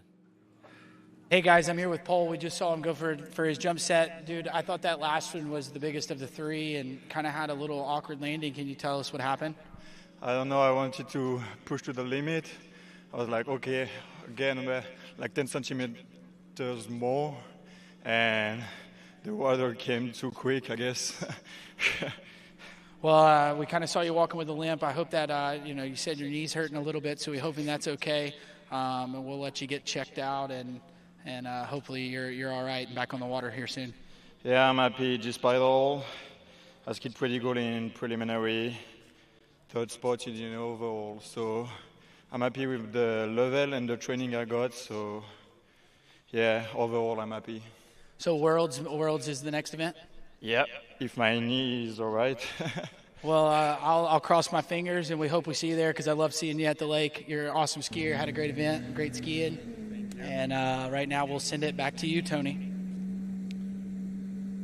All right, here we go. This is Danielo Filchenko. Rocking and rolling in towards the jump course. Oh, he's taken this one late off the turn. Let's see what he can do with this. Up and over, and beauty of a leap there for the former World Games champion in the jumping event. So he definitely has the big event experience to draw upon. Won that title about nearly 4 years ago in 2022. This is Danielo Filchenko. 65.7 meters on jump number 2. 65.7 meters on jump number 2. And 65.7 meters is an improvement. 65.7 plugged into the overall will give him an increased points total. 65.7. That still keeps him in the lead in the overall competition, and that widens the gulf to the tune of about 46 overall points.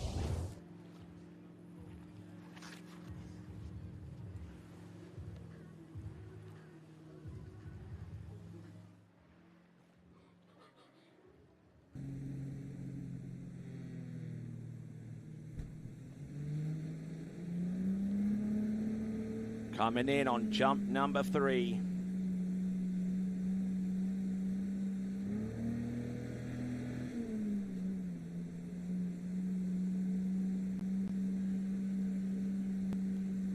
Here he comes, Danielo Filchenko.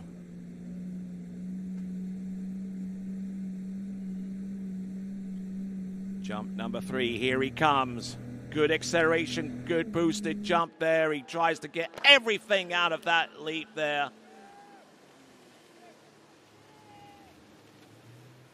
Full-on absolute attack there mode there from Danielo Filchenko. His jumper 65.7 meters on the second attempt means that he opens up a differential between himself and Louis Duplon-Freiburg of 63.11 overall points, and 63.7 meters is the jump on jump number 3. So it's building up to a crescendo now.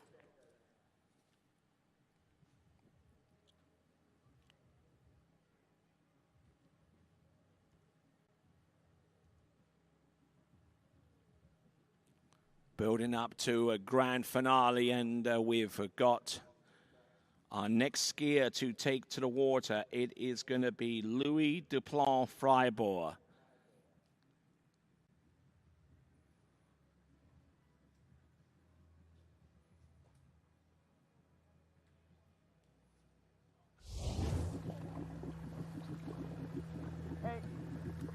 So make sure you subscribe to the TWBC YouTube channel. You know it makes sense.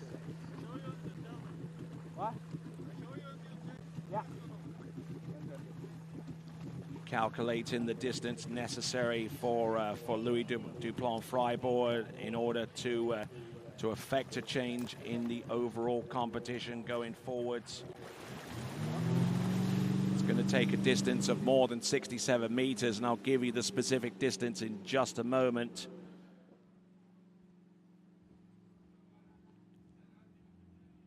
All right, here's the distance he needs. 67.5 meters, 221 feet he needs in order to keep possession of the European men's overall title, needing the jump of 67.5 meters. And his season's best is 67.3 meters. So he's going to have to dig deep here. Ladies and gentlemen, in this jump event, we enjoyed a great appetizer courtesy of Daniel Dobringer. We're into the end of the main course now with the likes of Paul Duplan-Freiberg and Daniela Filchenko and Louis Duplan-Freiberg. But we still have our dessert, which will consist of one part Igor Morozov and the next part Luca Rockenwald.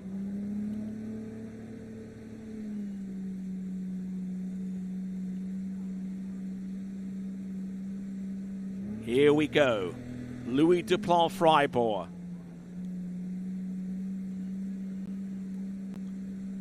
Here we go for the overall title. 3 jumps to determine the destiny there.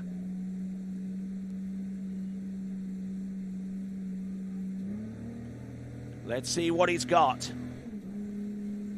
Brilliant looking jump there to open things up.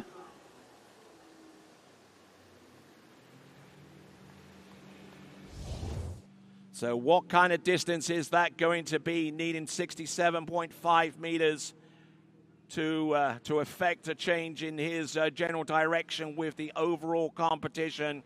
Danielo Filch, it's 62.9, 62.9. That ain't going to cut it. 62.9. That puts him among the top 3 or 4 at this moment. But he's going for the gusto here.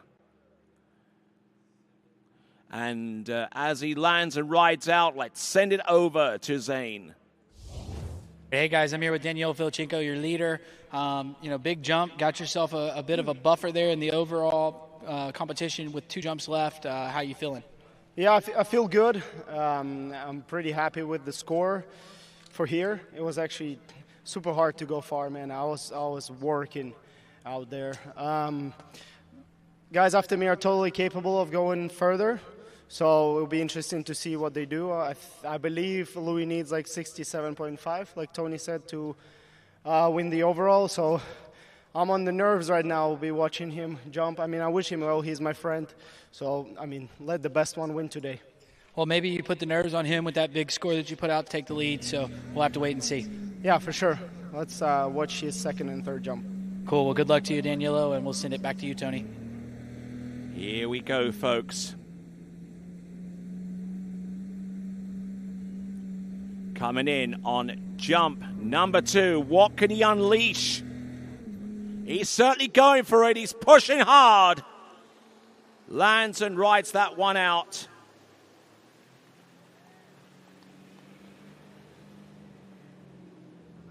Needing some big distance, some...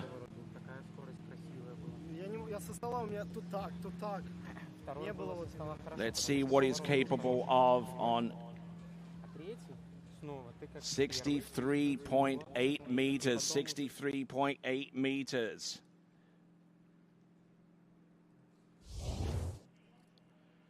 So now needing to really, really push hard on third and last jump.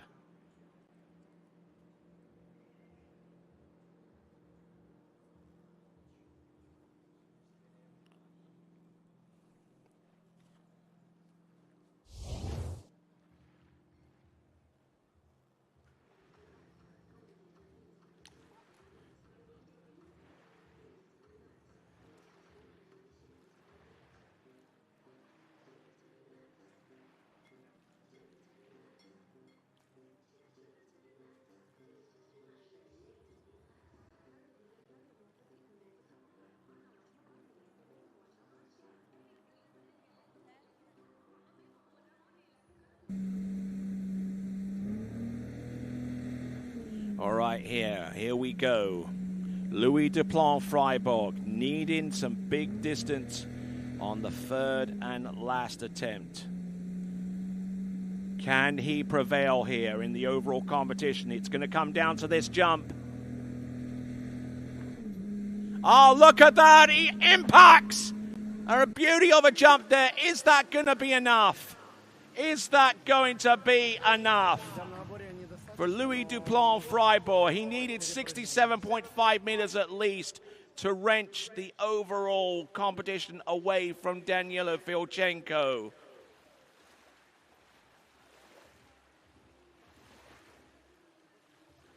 Waiting on that distance to come through. 65.2 meters. That means that Daniela Filchenko has won the men's overall competition. 65.3 meters.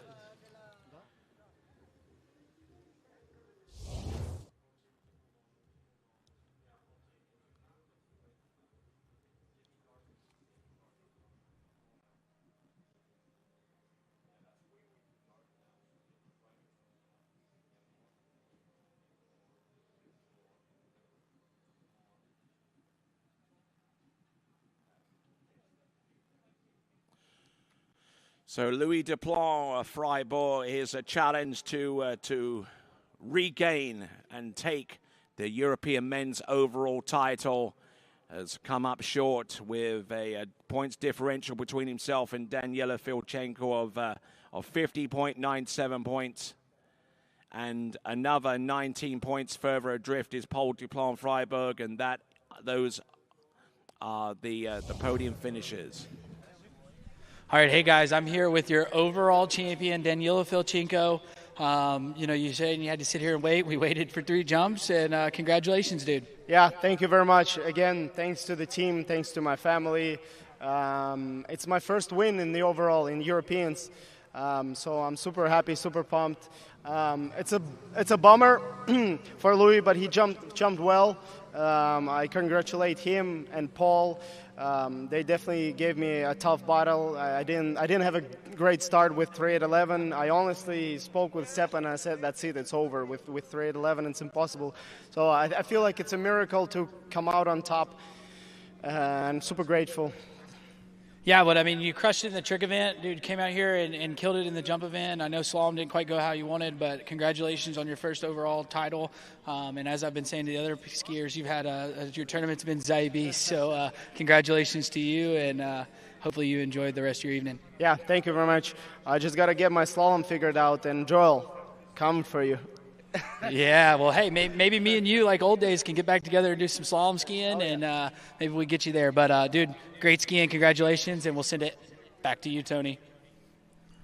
Thank you very much. As we congratulate Daniela Filchenko on his first European men's overall title. Well done to him. Commiserations to Louis Duplan Freiburg, the defending champion. Will have to make do with the runner-up spot this time around. Pole Duplan Freiburg, Pole Duplan Freiburg in 3rd place. So some worthy podium occupiers there. Now we go exclusively towards the men's jump event. So far as focus is concerned, this is Igor Morozov. A little untidy in the air there for him, but managing to ride that jump out and at least get a score on the board there for his sake.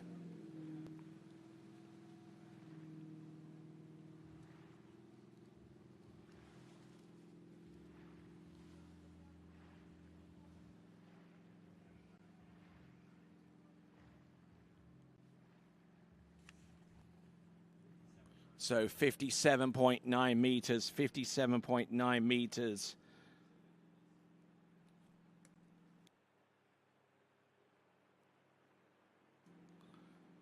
All right then, so as Igor Morozov lands on the instant replay, let's check in with Zane. All right, hey guys, I'm here with Louis. We just saw you out there, not quite enough to put yourself in the lead, but you solidified yourself 2nd place in the overall event. So how you feeling about your weekend? Felt good, a lot of learning, a bit disappointing with the results. Yeah, it's good learning, and I'm going to train more for Worlds. Well, if I know anything about you, Louis, this one's going to light a fire under your ass, and it's going to get you going, and we're going to see you crush it at the Worlds here in a couple weeks. I'm going to give it all. Well, I'm looking forward to it. I look forward to seeing you there in a couple weeks, and right now we'll send it back to you, Tony. All right, here we go, folks. Currently in 8th spot is Igor Morozov, and I don't think he has any desire to stick around that position because of 57.9 meters. Now let's have a look and check in on jump number 2. Flies in. Definitely a good amount of flight on that jump there for Igor Morozov, but not feeling entirely comfortable out there on the water with one jump remaining. That is going to be Igor Morozov.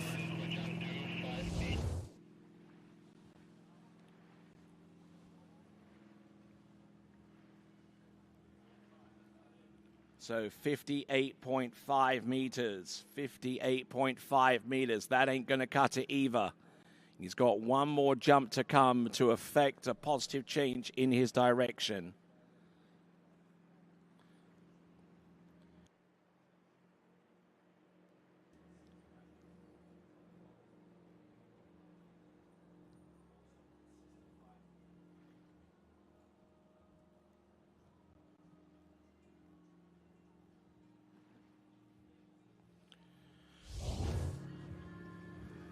So pushing the leaderboard right now, Danila Filchenko.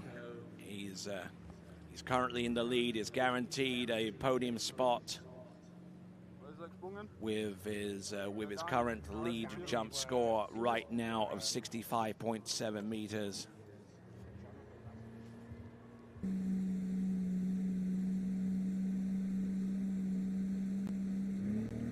Here he comes, Igor Morozov.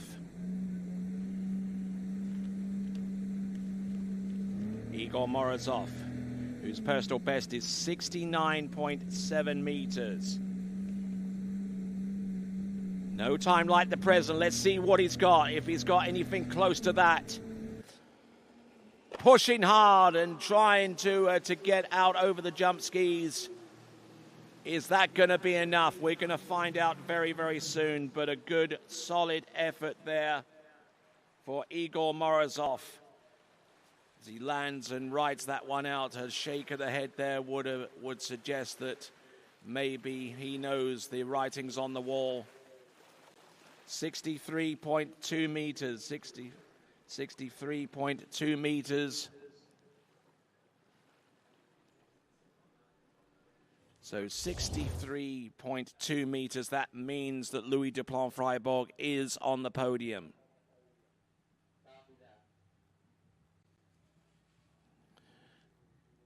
So certainly a bigger distance there, and Louis Duplan-Freiburg is on the podium now on the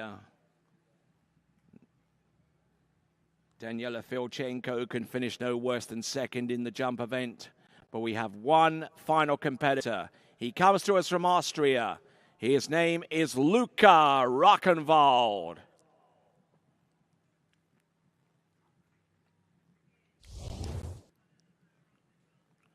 Now, Luca Rockenwald has got 3 jumps to shape his destiny in relation to the men's jumping competition in the European Championships.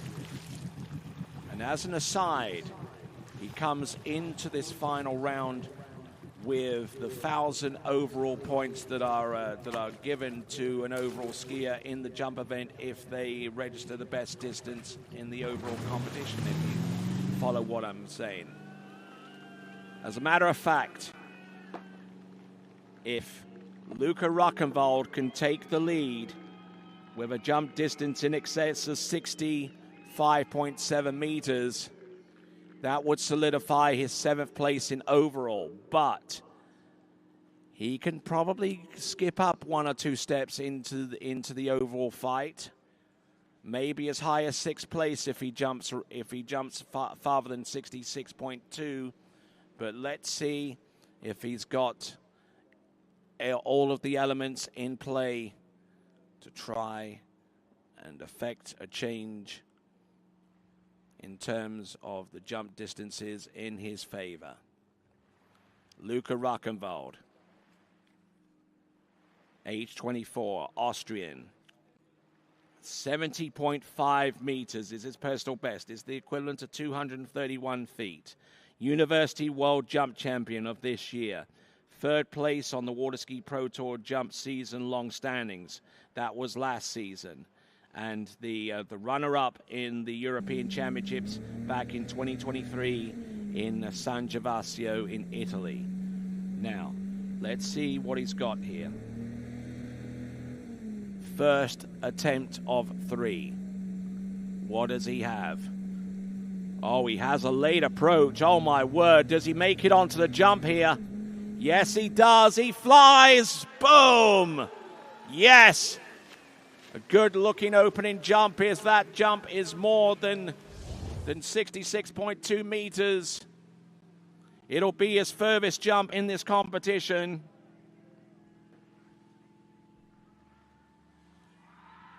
Needing 65.7 meters, and he gets it on jump number 1.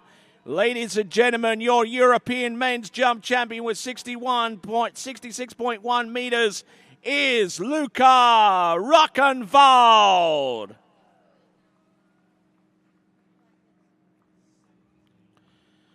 All right, let's send it over to Zane. All right, hey guys, I'm here with Igor Morzov. Probably not quite the distance that you were looking for, but I always love watching you come out here because you just put it balls to the wall, and I love watching you jump. Thanks, man. Yeah, well, that was quite exciting. Couldn't put it together, unfortunately. Yeah, there's some, always something. But all in all, I was exciting, and congrats to Luca for the win. Yeah, well, I mean, like I said, I enjoy watching you ski because it's just there's a little bit of grittiness to you, and it's really fun. So I'm sorry that the results weren't what you were looking for, but you had a huge jump in the preliminary round, and I'm looking forward to what we're going to see at Worlds. All right, thanks, man. Yeah. All right, perfect, and we'll send it back to you, Tony. Well, there you go. That is the definition of one and done, needing just one jump to take the title, and he does it with 66.1 meters. That puts him ahead of Daniela Filchenko and ahead of Louis Duplon-Freiburg, your top 3 on the podium. Your European men's jump champion from Austria, Luca Rockenwald.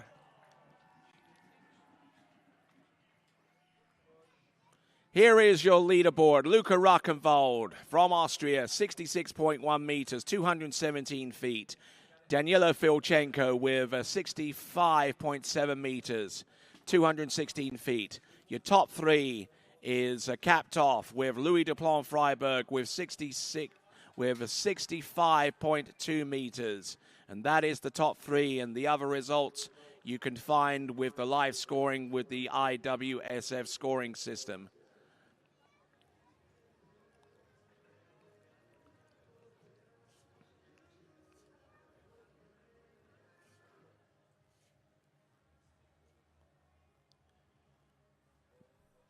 So there, the champion coming to us out of Austria. And he certainly had to work hard for it on jump number 1. So great jump in there. So the Österreicher, Luca Rockenwald, your champion with 66.1 meters. Didn't need to take the remaining 2 jumps.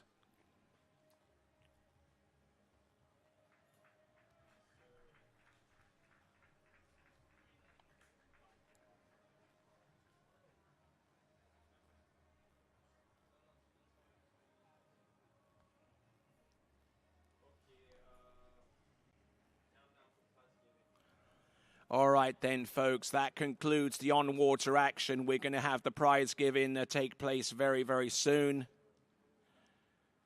for the individual event award winners.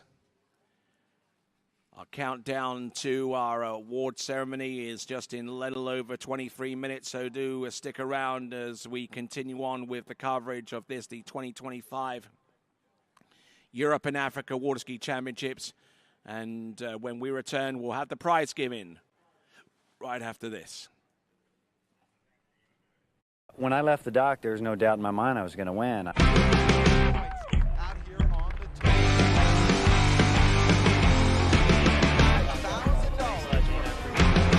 Number 4 needs a ball when he gets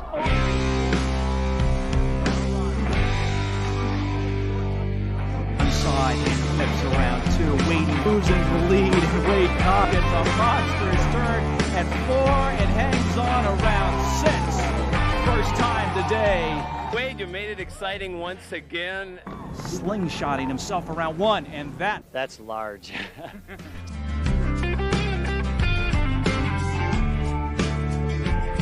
He's here, the foot's up in front. Wow, this is like my dream come true. Which one of the men is going to end up in this exact spot?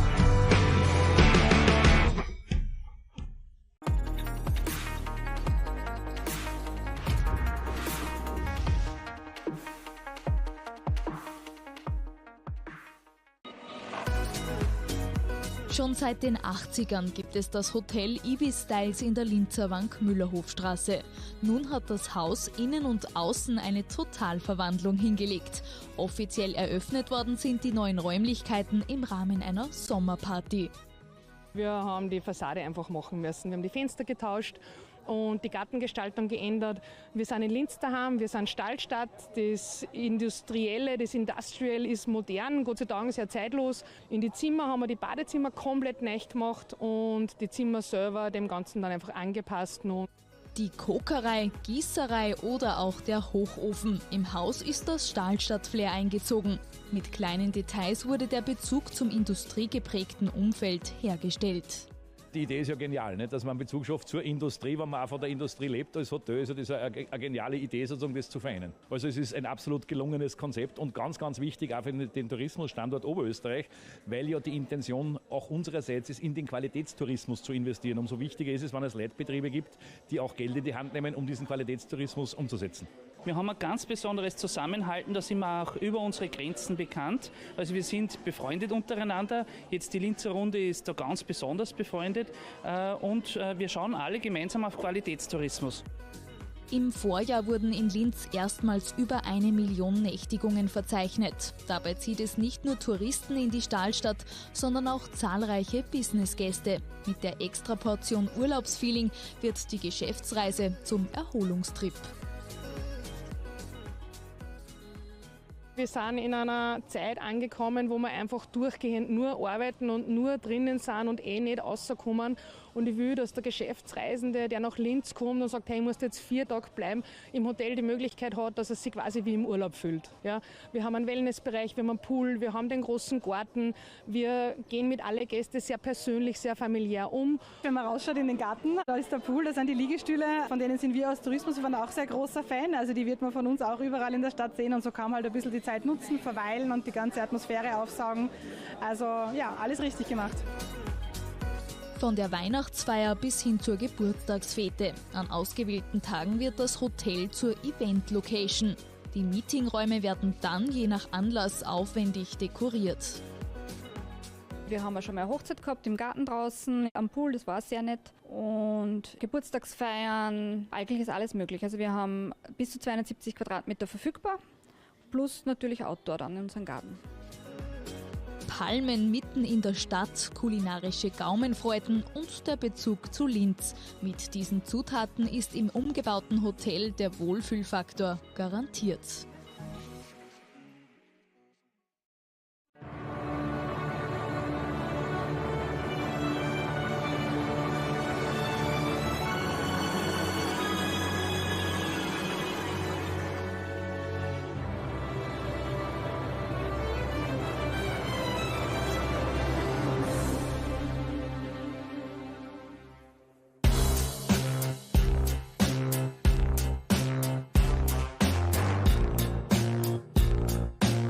Private Projekte, Ausstattungen von Hotels und internationalen Konzernen werden mit Sorgfalt verwirklicht. Erlesene Materialien und exklusive Designer für Boden, Wand, Decke, Möbel und Beleuchtung helfen uns dabei, individuelle Räume zu erschaffen.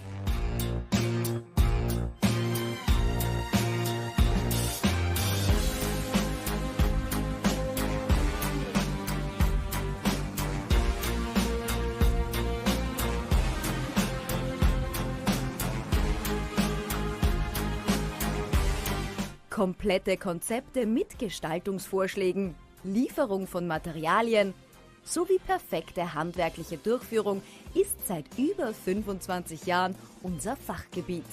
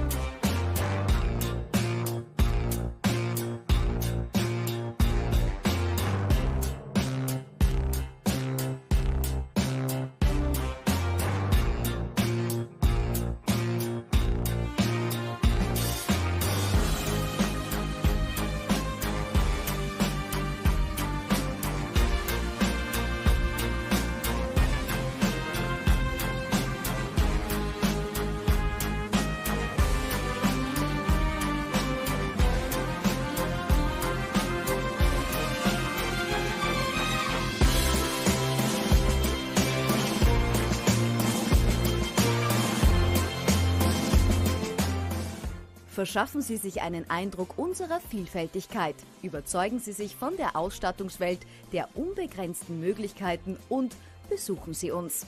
Denn wir machen Wohnen zum Erlebnis. Gschill, die Ausstatter.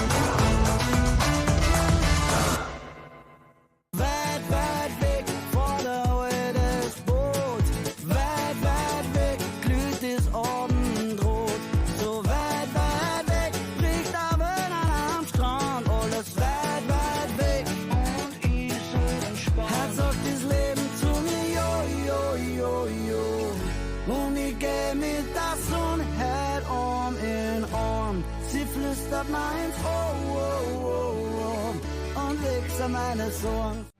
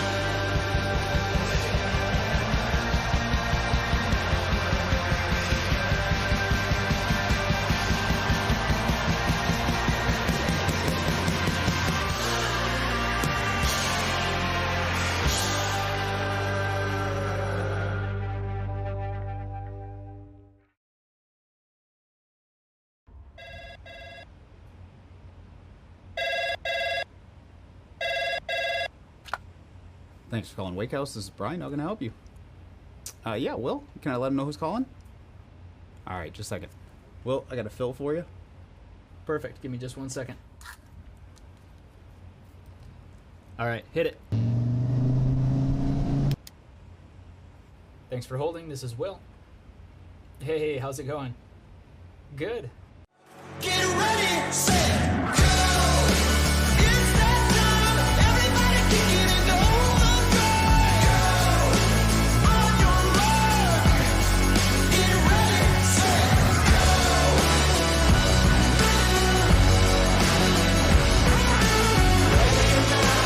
Ready or not, here we go!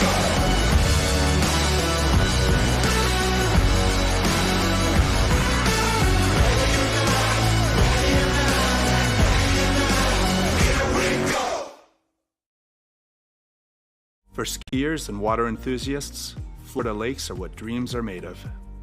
Combined with world-class golf, remarkable weather, natural beauty, theme parks, and so much more, it's easy to see that Florida is paradise. For more than 30 years, I've enjoyed Florida's lakes and many offerings. If you are interested in Florida real estate, let me be your guide and trusted advisor as you search for your paradise. Together, we can make your dreams a reality.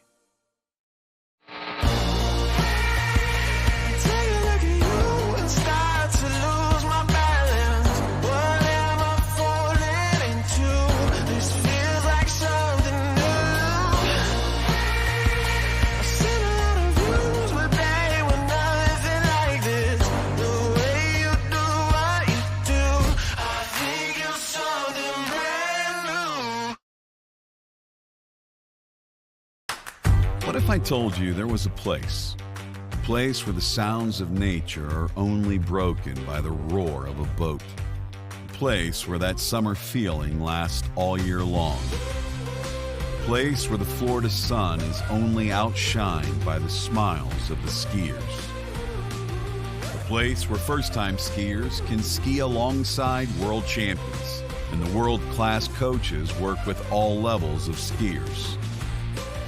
What if I told you there was a place where life slows down and your only job is to make lifelong memories? That place is Swiss Water Ski Resort. Book your trip at SwissWaterSkiResort.com.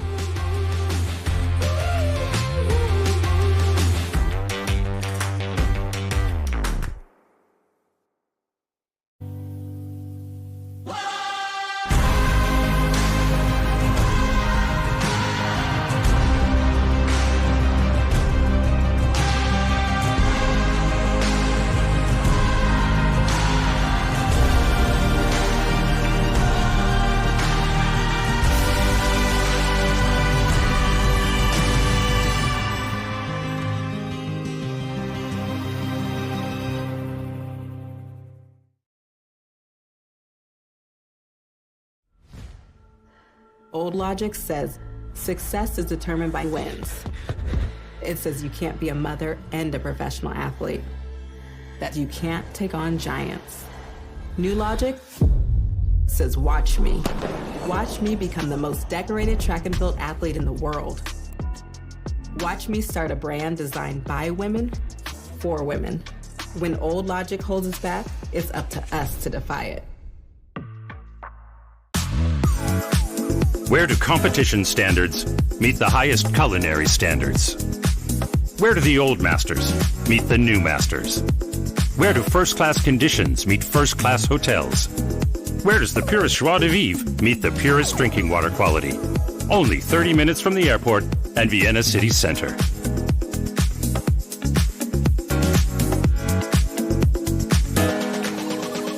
See you in Vienna.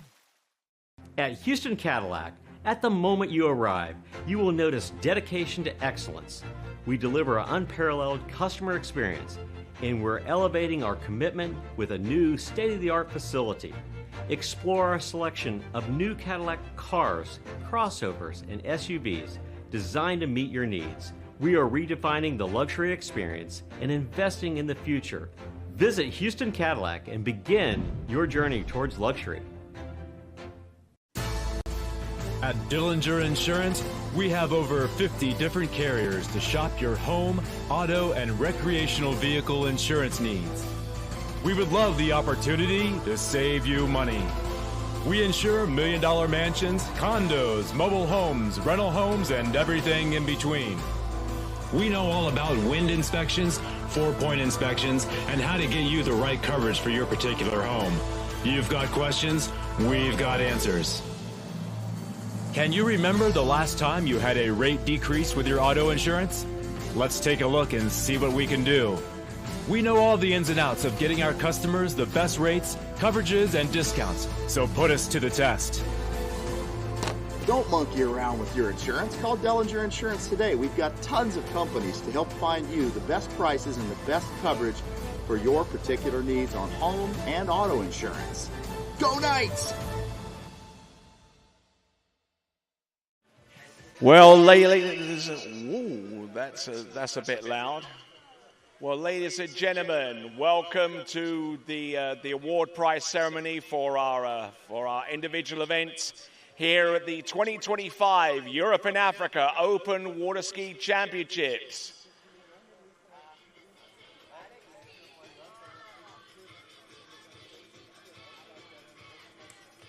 All right, as we get to welcome a few more of our skiers into the crowd, I would certainly like to thank all of our sponsors that were on hand to help us with the successful execution of these championships. VKB, Sport Oberösterreich, Schiel, the Europe and Africa Water Ski region of the International Water Ski and Wakeboard Federation, as well as many other entities. We thank them very, very much for their continued support, and we hope to be able to get some support from those individuals one more time.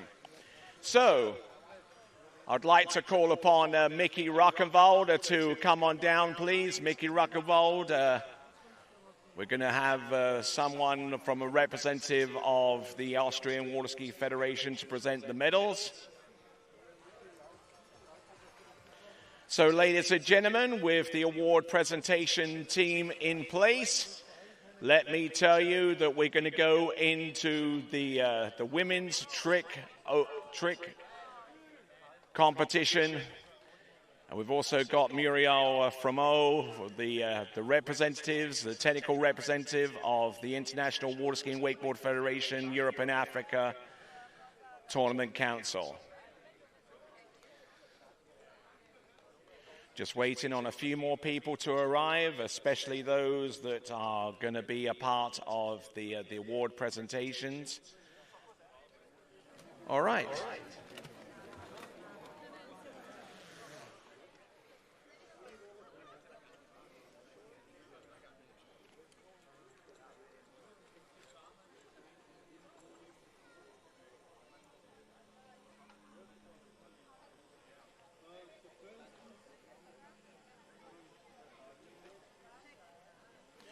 All right, so the first event that we're going to present medal for is the women's trick event.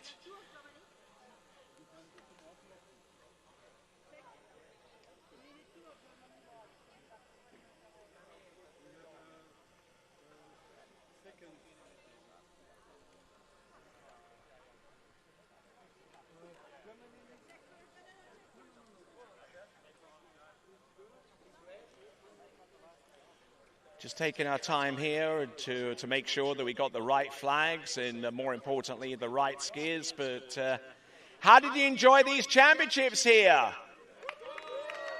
You can be a little louder than that. How about these championships?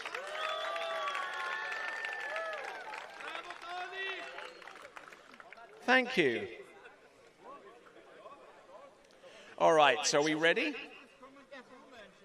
Almost ready. Looks like we've got a German flag. We've got a Czech flag.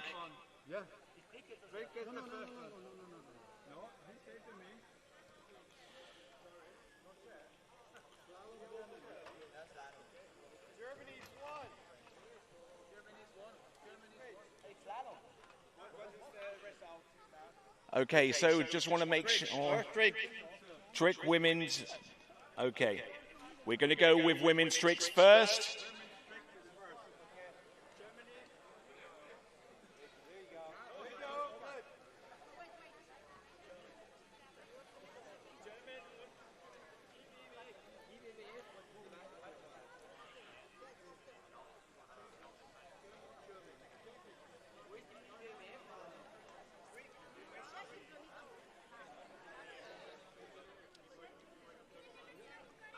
Just going to have to vamp for a little bit until we actually get the flag situated for women's tricks, which will have one German and two participants from representing the white flag of the International Water Skiing Wakeboard Federation. We're going to have to substitute a flag for that entity.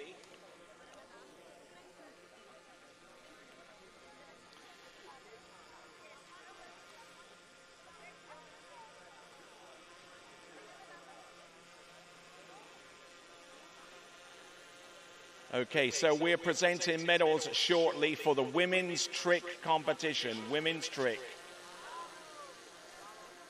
Or are we going to go with slalom instead of tricks? Okay, we can vamp there. We were supposed to go with tricks, now we're going to go with slalom. Okay. All right, that being the case, let's present the medals, shall we, for the women's slalom competition. Third place, winner of the bronze medal from Germany, Chiara Bonnemann.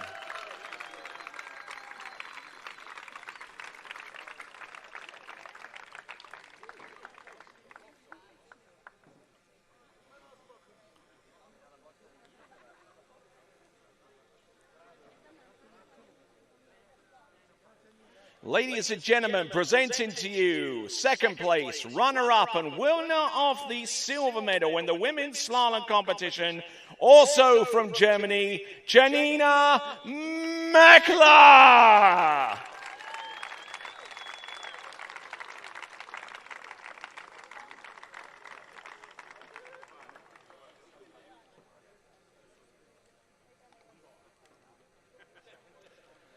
And now, ladies and gentlemen, presenting to you winner, gold medalist, and European Women's Slalom Champion for 2025 from Czechia, Katarina Vrabkova.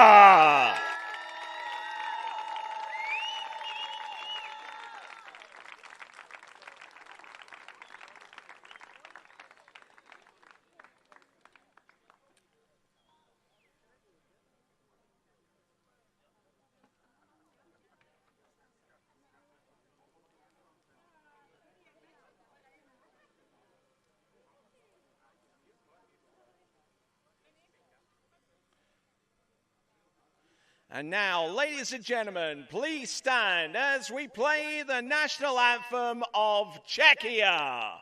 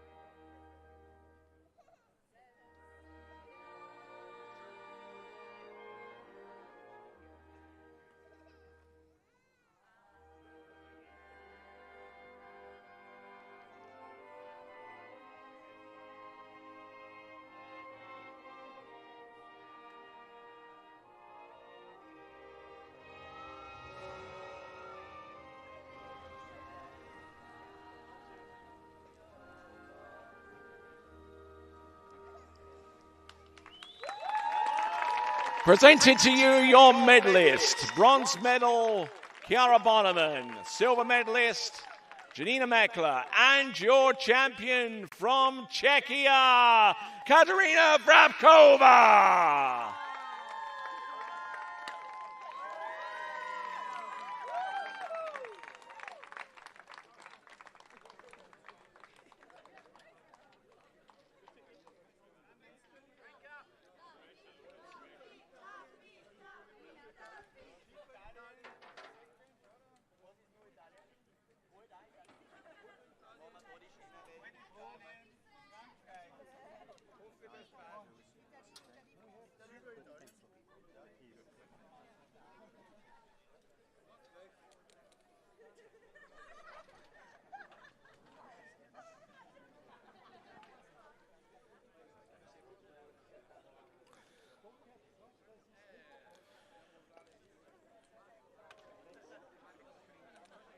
Okay, ladies and gentlemen, moving right along to our next medal presentation. It will involve the men's slalom.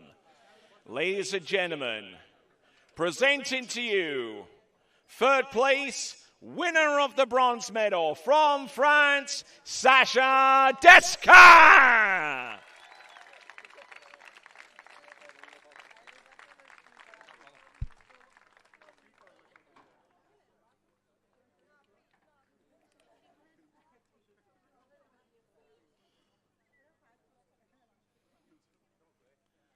Ladies and gentlemen, double delight for Italy because in second place, winner of the silver medal, Brando Caruso.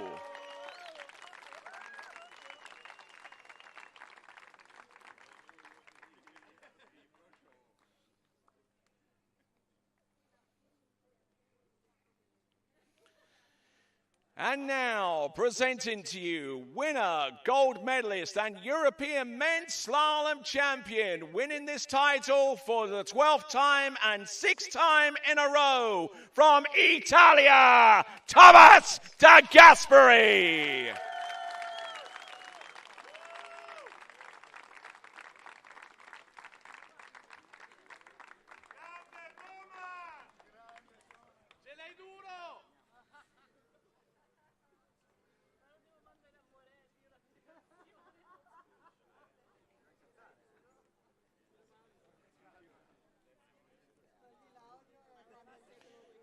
And now, ladies and gentlemen, please rise as we play the Italian national anthem.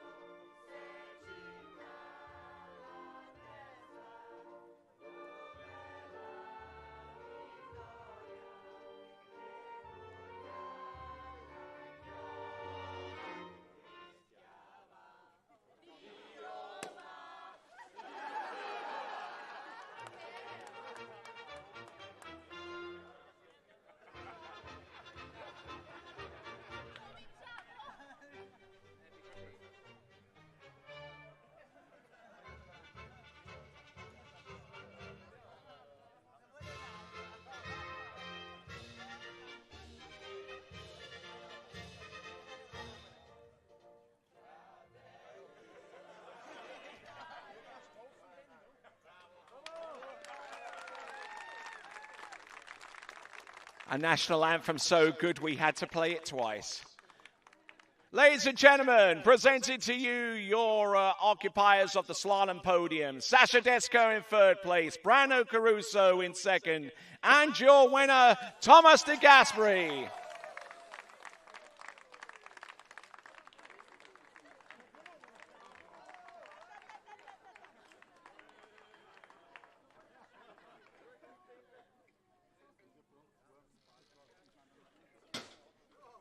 Uh-oh. Dai, bro, saluta Eugenio, bra. Saluta Eugenio. All right, ladies and gentlemen, we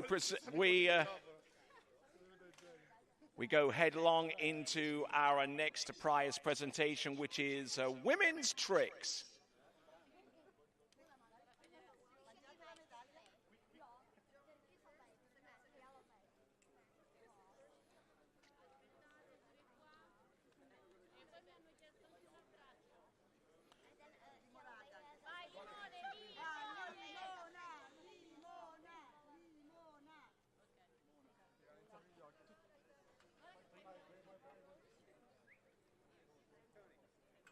All right, then, let's continue on to the women's trick results.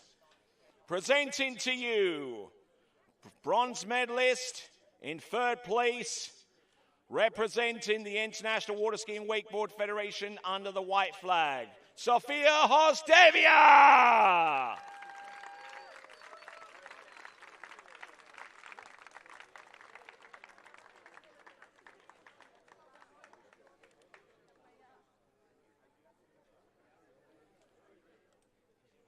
And now, continuing on to the winner of the silver medal in second place, also representing the white flag of the IWWF, Elena Parkamenka.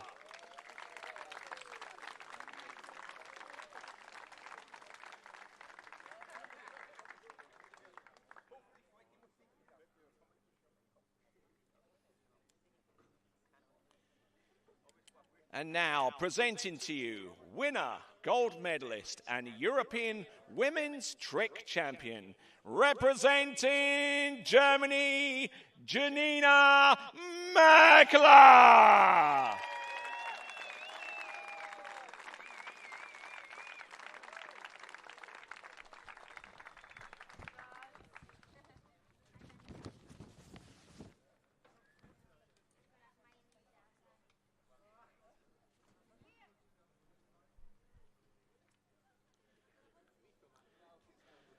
And now, ladies and gentlemen, as the medal is presented, please rise as we now get ready to play the national anthem of Germany.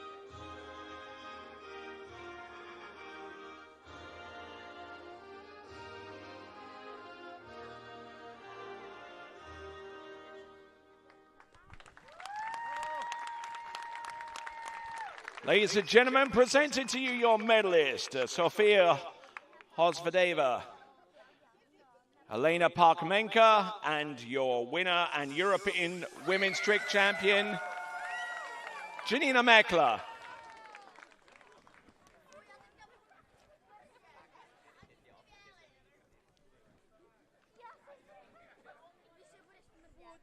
All right, then. Now we're going to go into the final medals. The final medals pertaining to the jump event in both the women's and men's. I'll give them a few more seconds to get the flags are situated.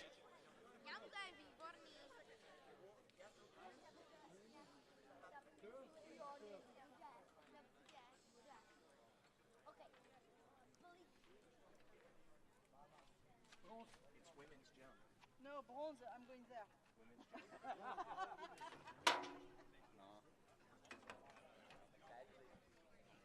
Oh, tricks, yeah.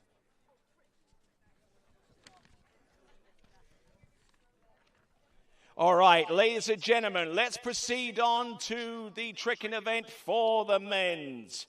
Ladies and gentlemen, presented to you, third place and bronze medalist from Ukraine, Damir Falaratov.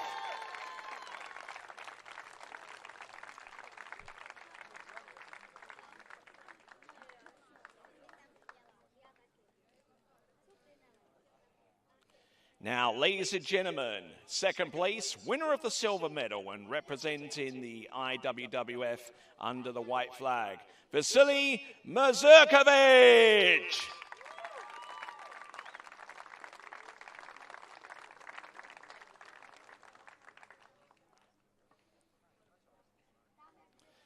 And now, ladies and gentlemen, winner, gold medalist, and European men's trek champion from Ukraine, Danilo Filchenko.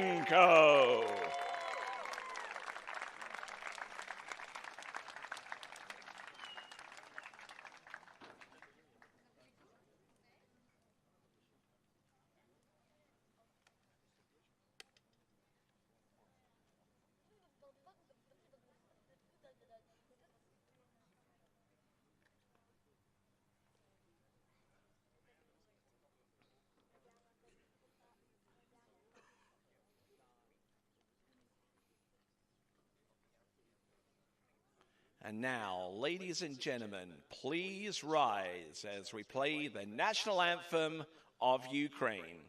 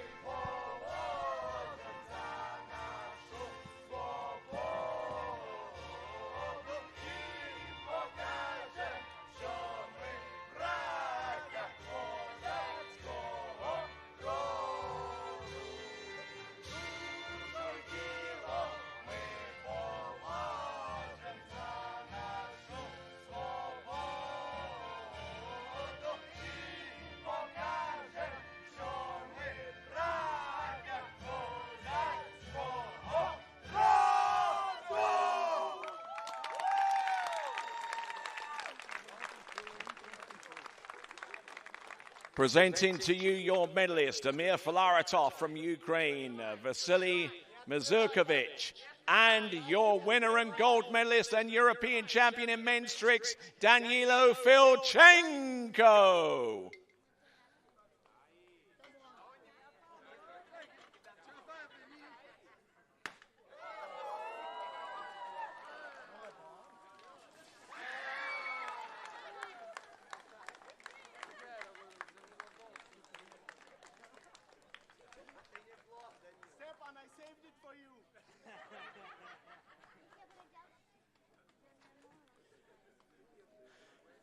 Gentlemen, thank you very much. All right, we're going to go into the women's jump results. While we wait for our medalists in the men's tricks event to take their photos. All right, let's move on to the women's jump results. Third place, bronze medalist, representing France, Ina Fangwano.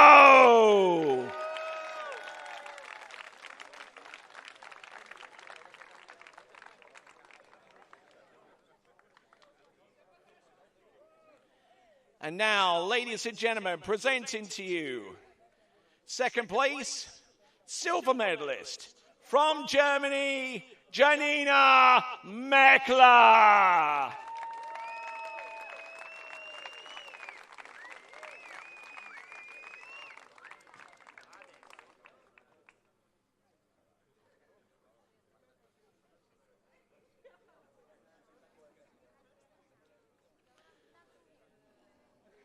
And now, ladies and gentlemen, presenting to you, winner, gold medalist, and European women's jump champion, ladies and gentlemen, her first ever title in this event, Yuta Menestrina.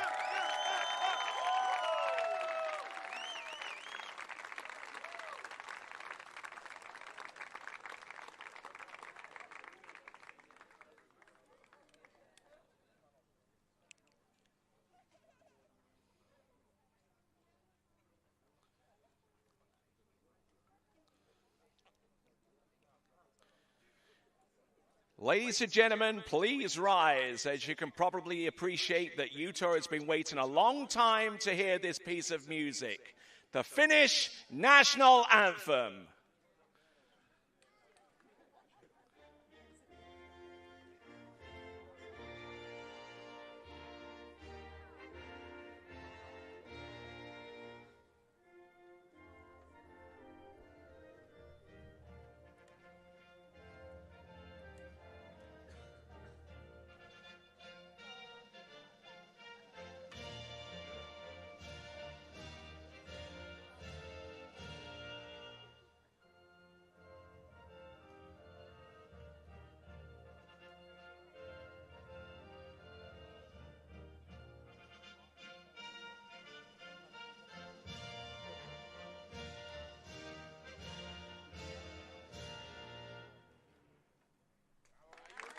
Ladies and gentlemen, presenting to you our medalist in the women's jump competition. Enith Angwano in third. Janina Meckler, our runner-up. And your champion for 2025 in the European Championships, Utah Menestrina of Finland.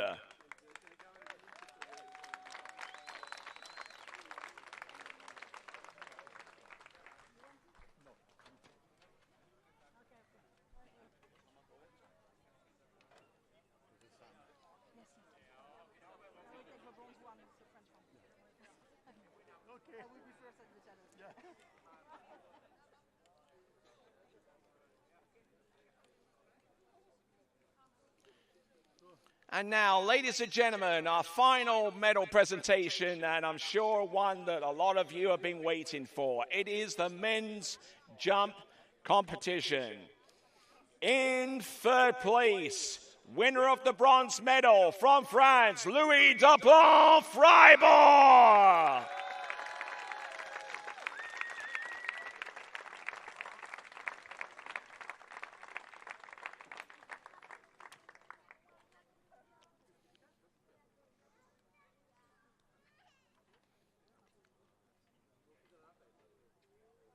Ladies and gentlemen, presenting to you, runner-up silver medalist from Ukraine, Danilo Filchenko.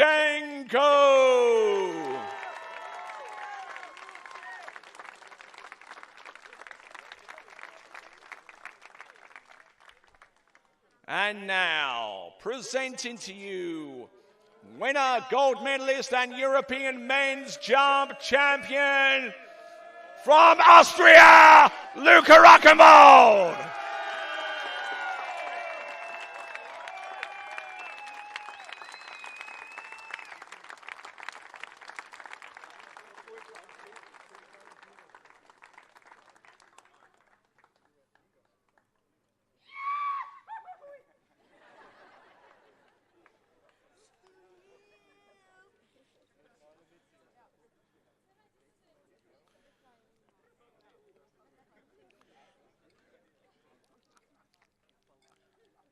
And ladies and gentlemen, I call upon you to rise one more time as we play the national anthem of Austria.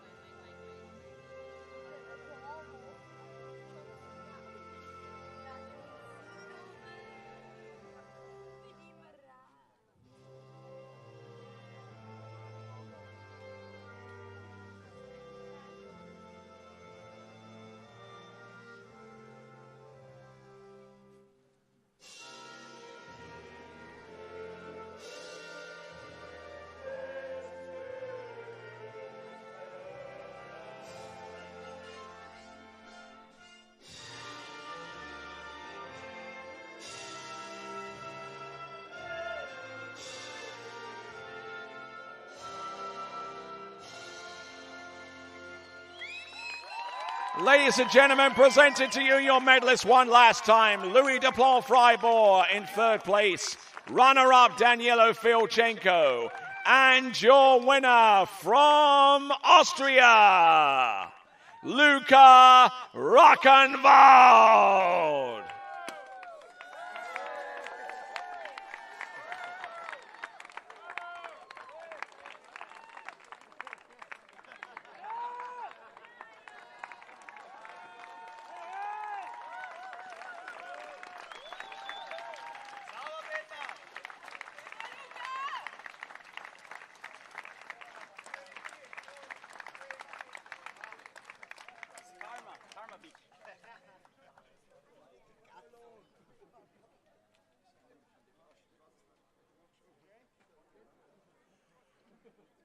Well, ladies and gentlemen, that brings to a conclusion the award ceremony presentations for our individual events.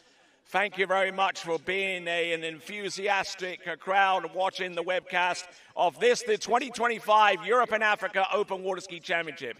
The next broadcast will be also from Austria. It'll be the European Under-21 Championships. So until then, and on behalf of everyone here that has a stake in making this tournament a complete and under-reserved success, I'm Tony Lightfoot, and until next time, it is ciao for now.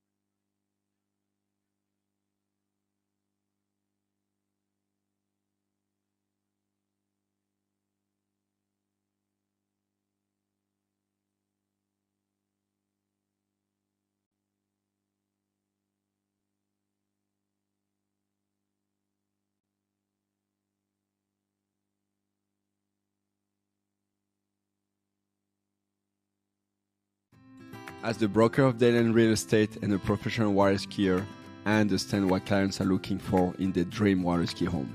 Our company is dedicated to helping you and your family invest in your future together in Florida. If it's time to move on to your next adventure, let us help you find the perfect match for your home. Our team offers service in English, French, Spanish, and German. Whenever you are ready, just give us a call. We will be suited up and ready to assist. Dayland Real Estate, where expertise meets passion.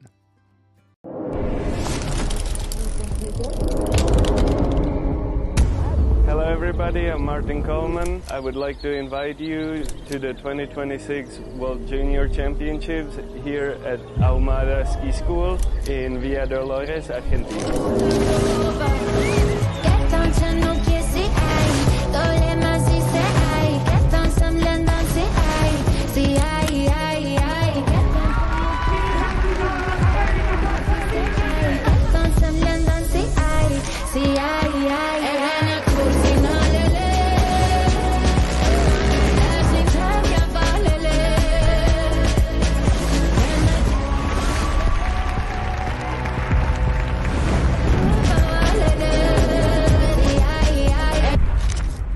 Sí, llevo 15 días acá y 16 asados.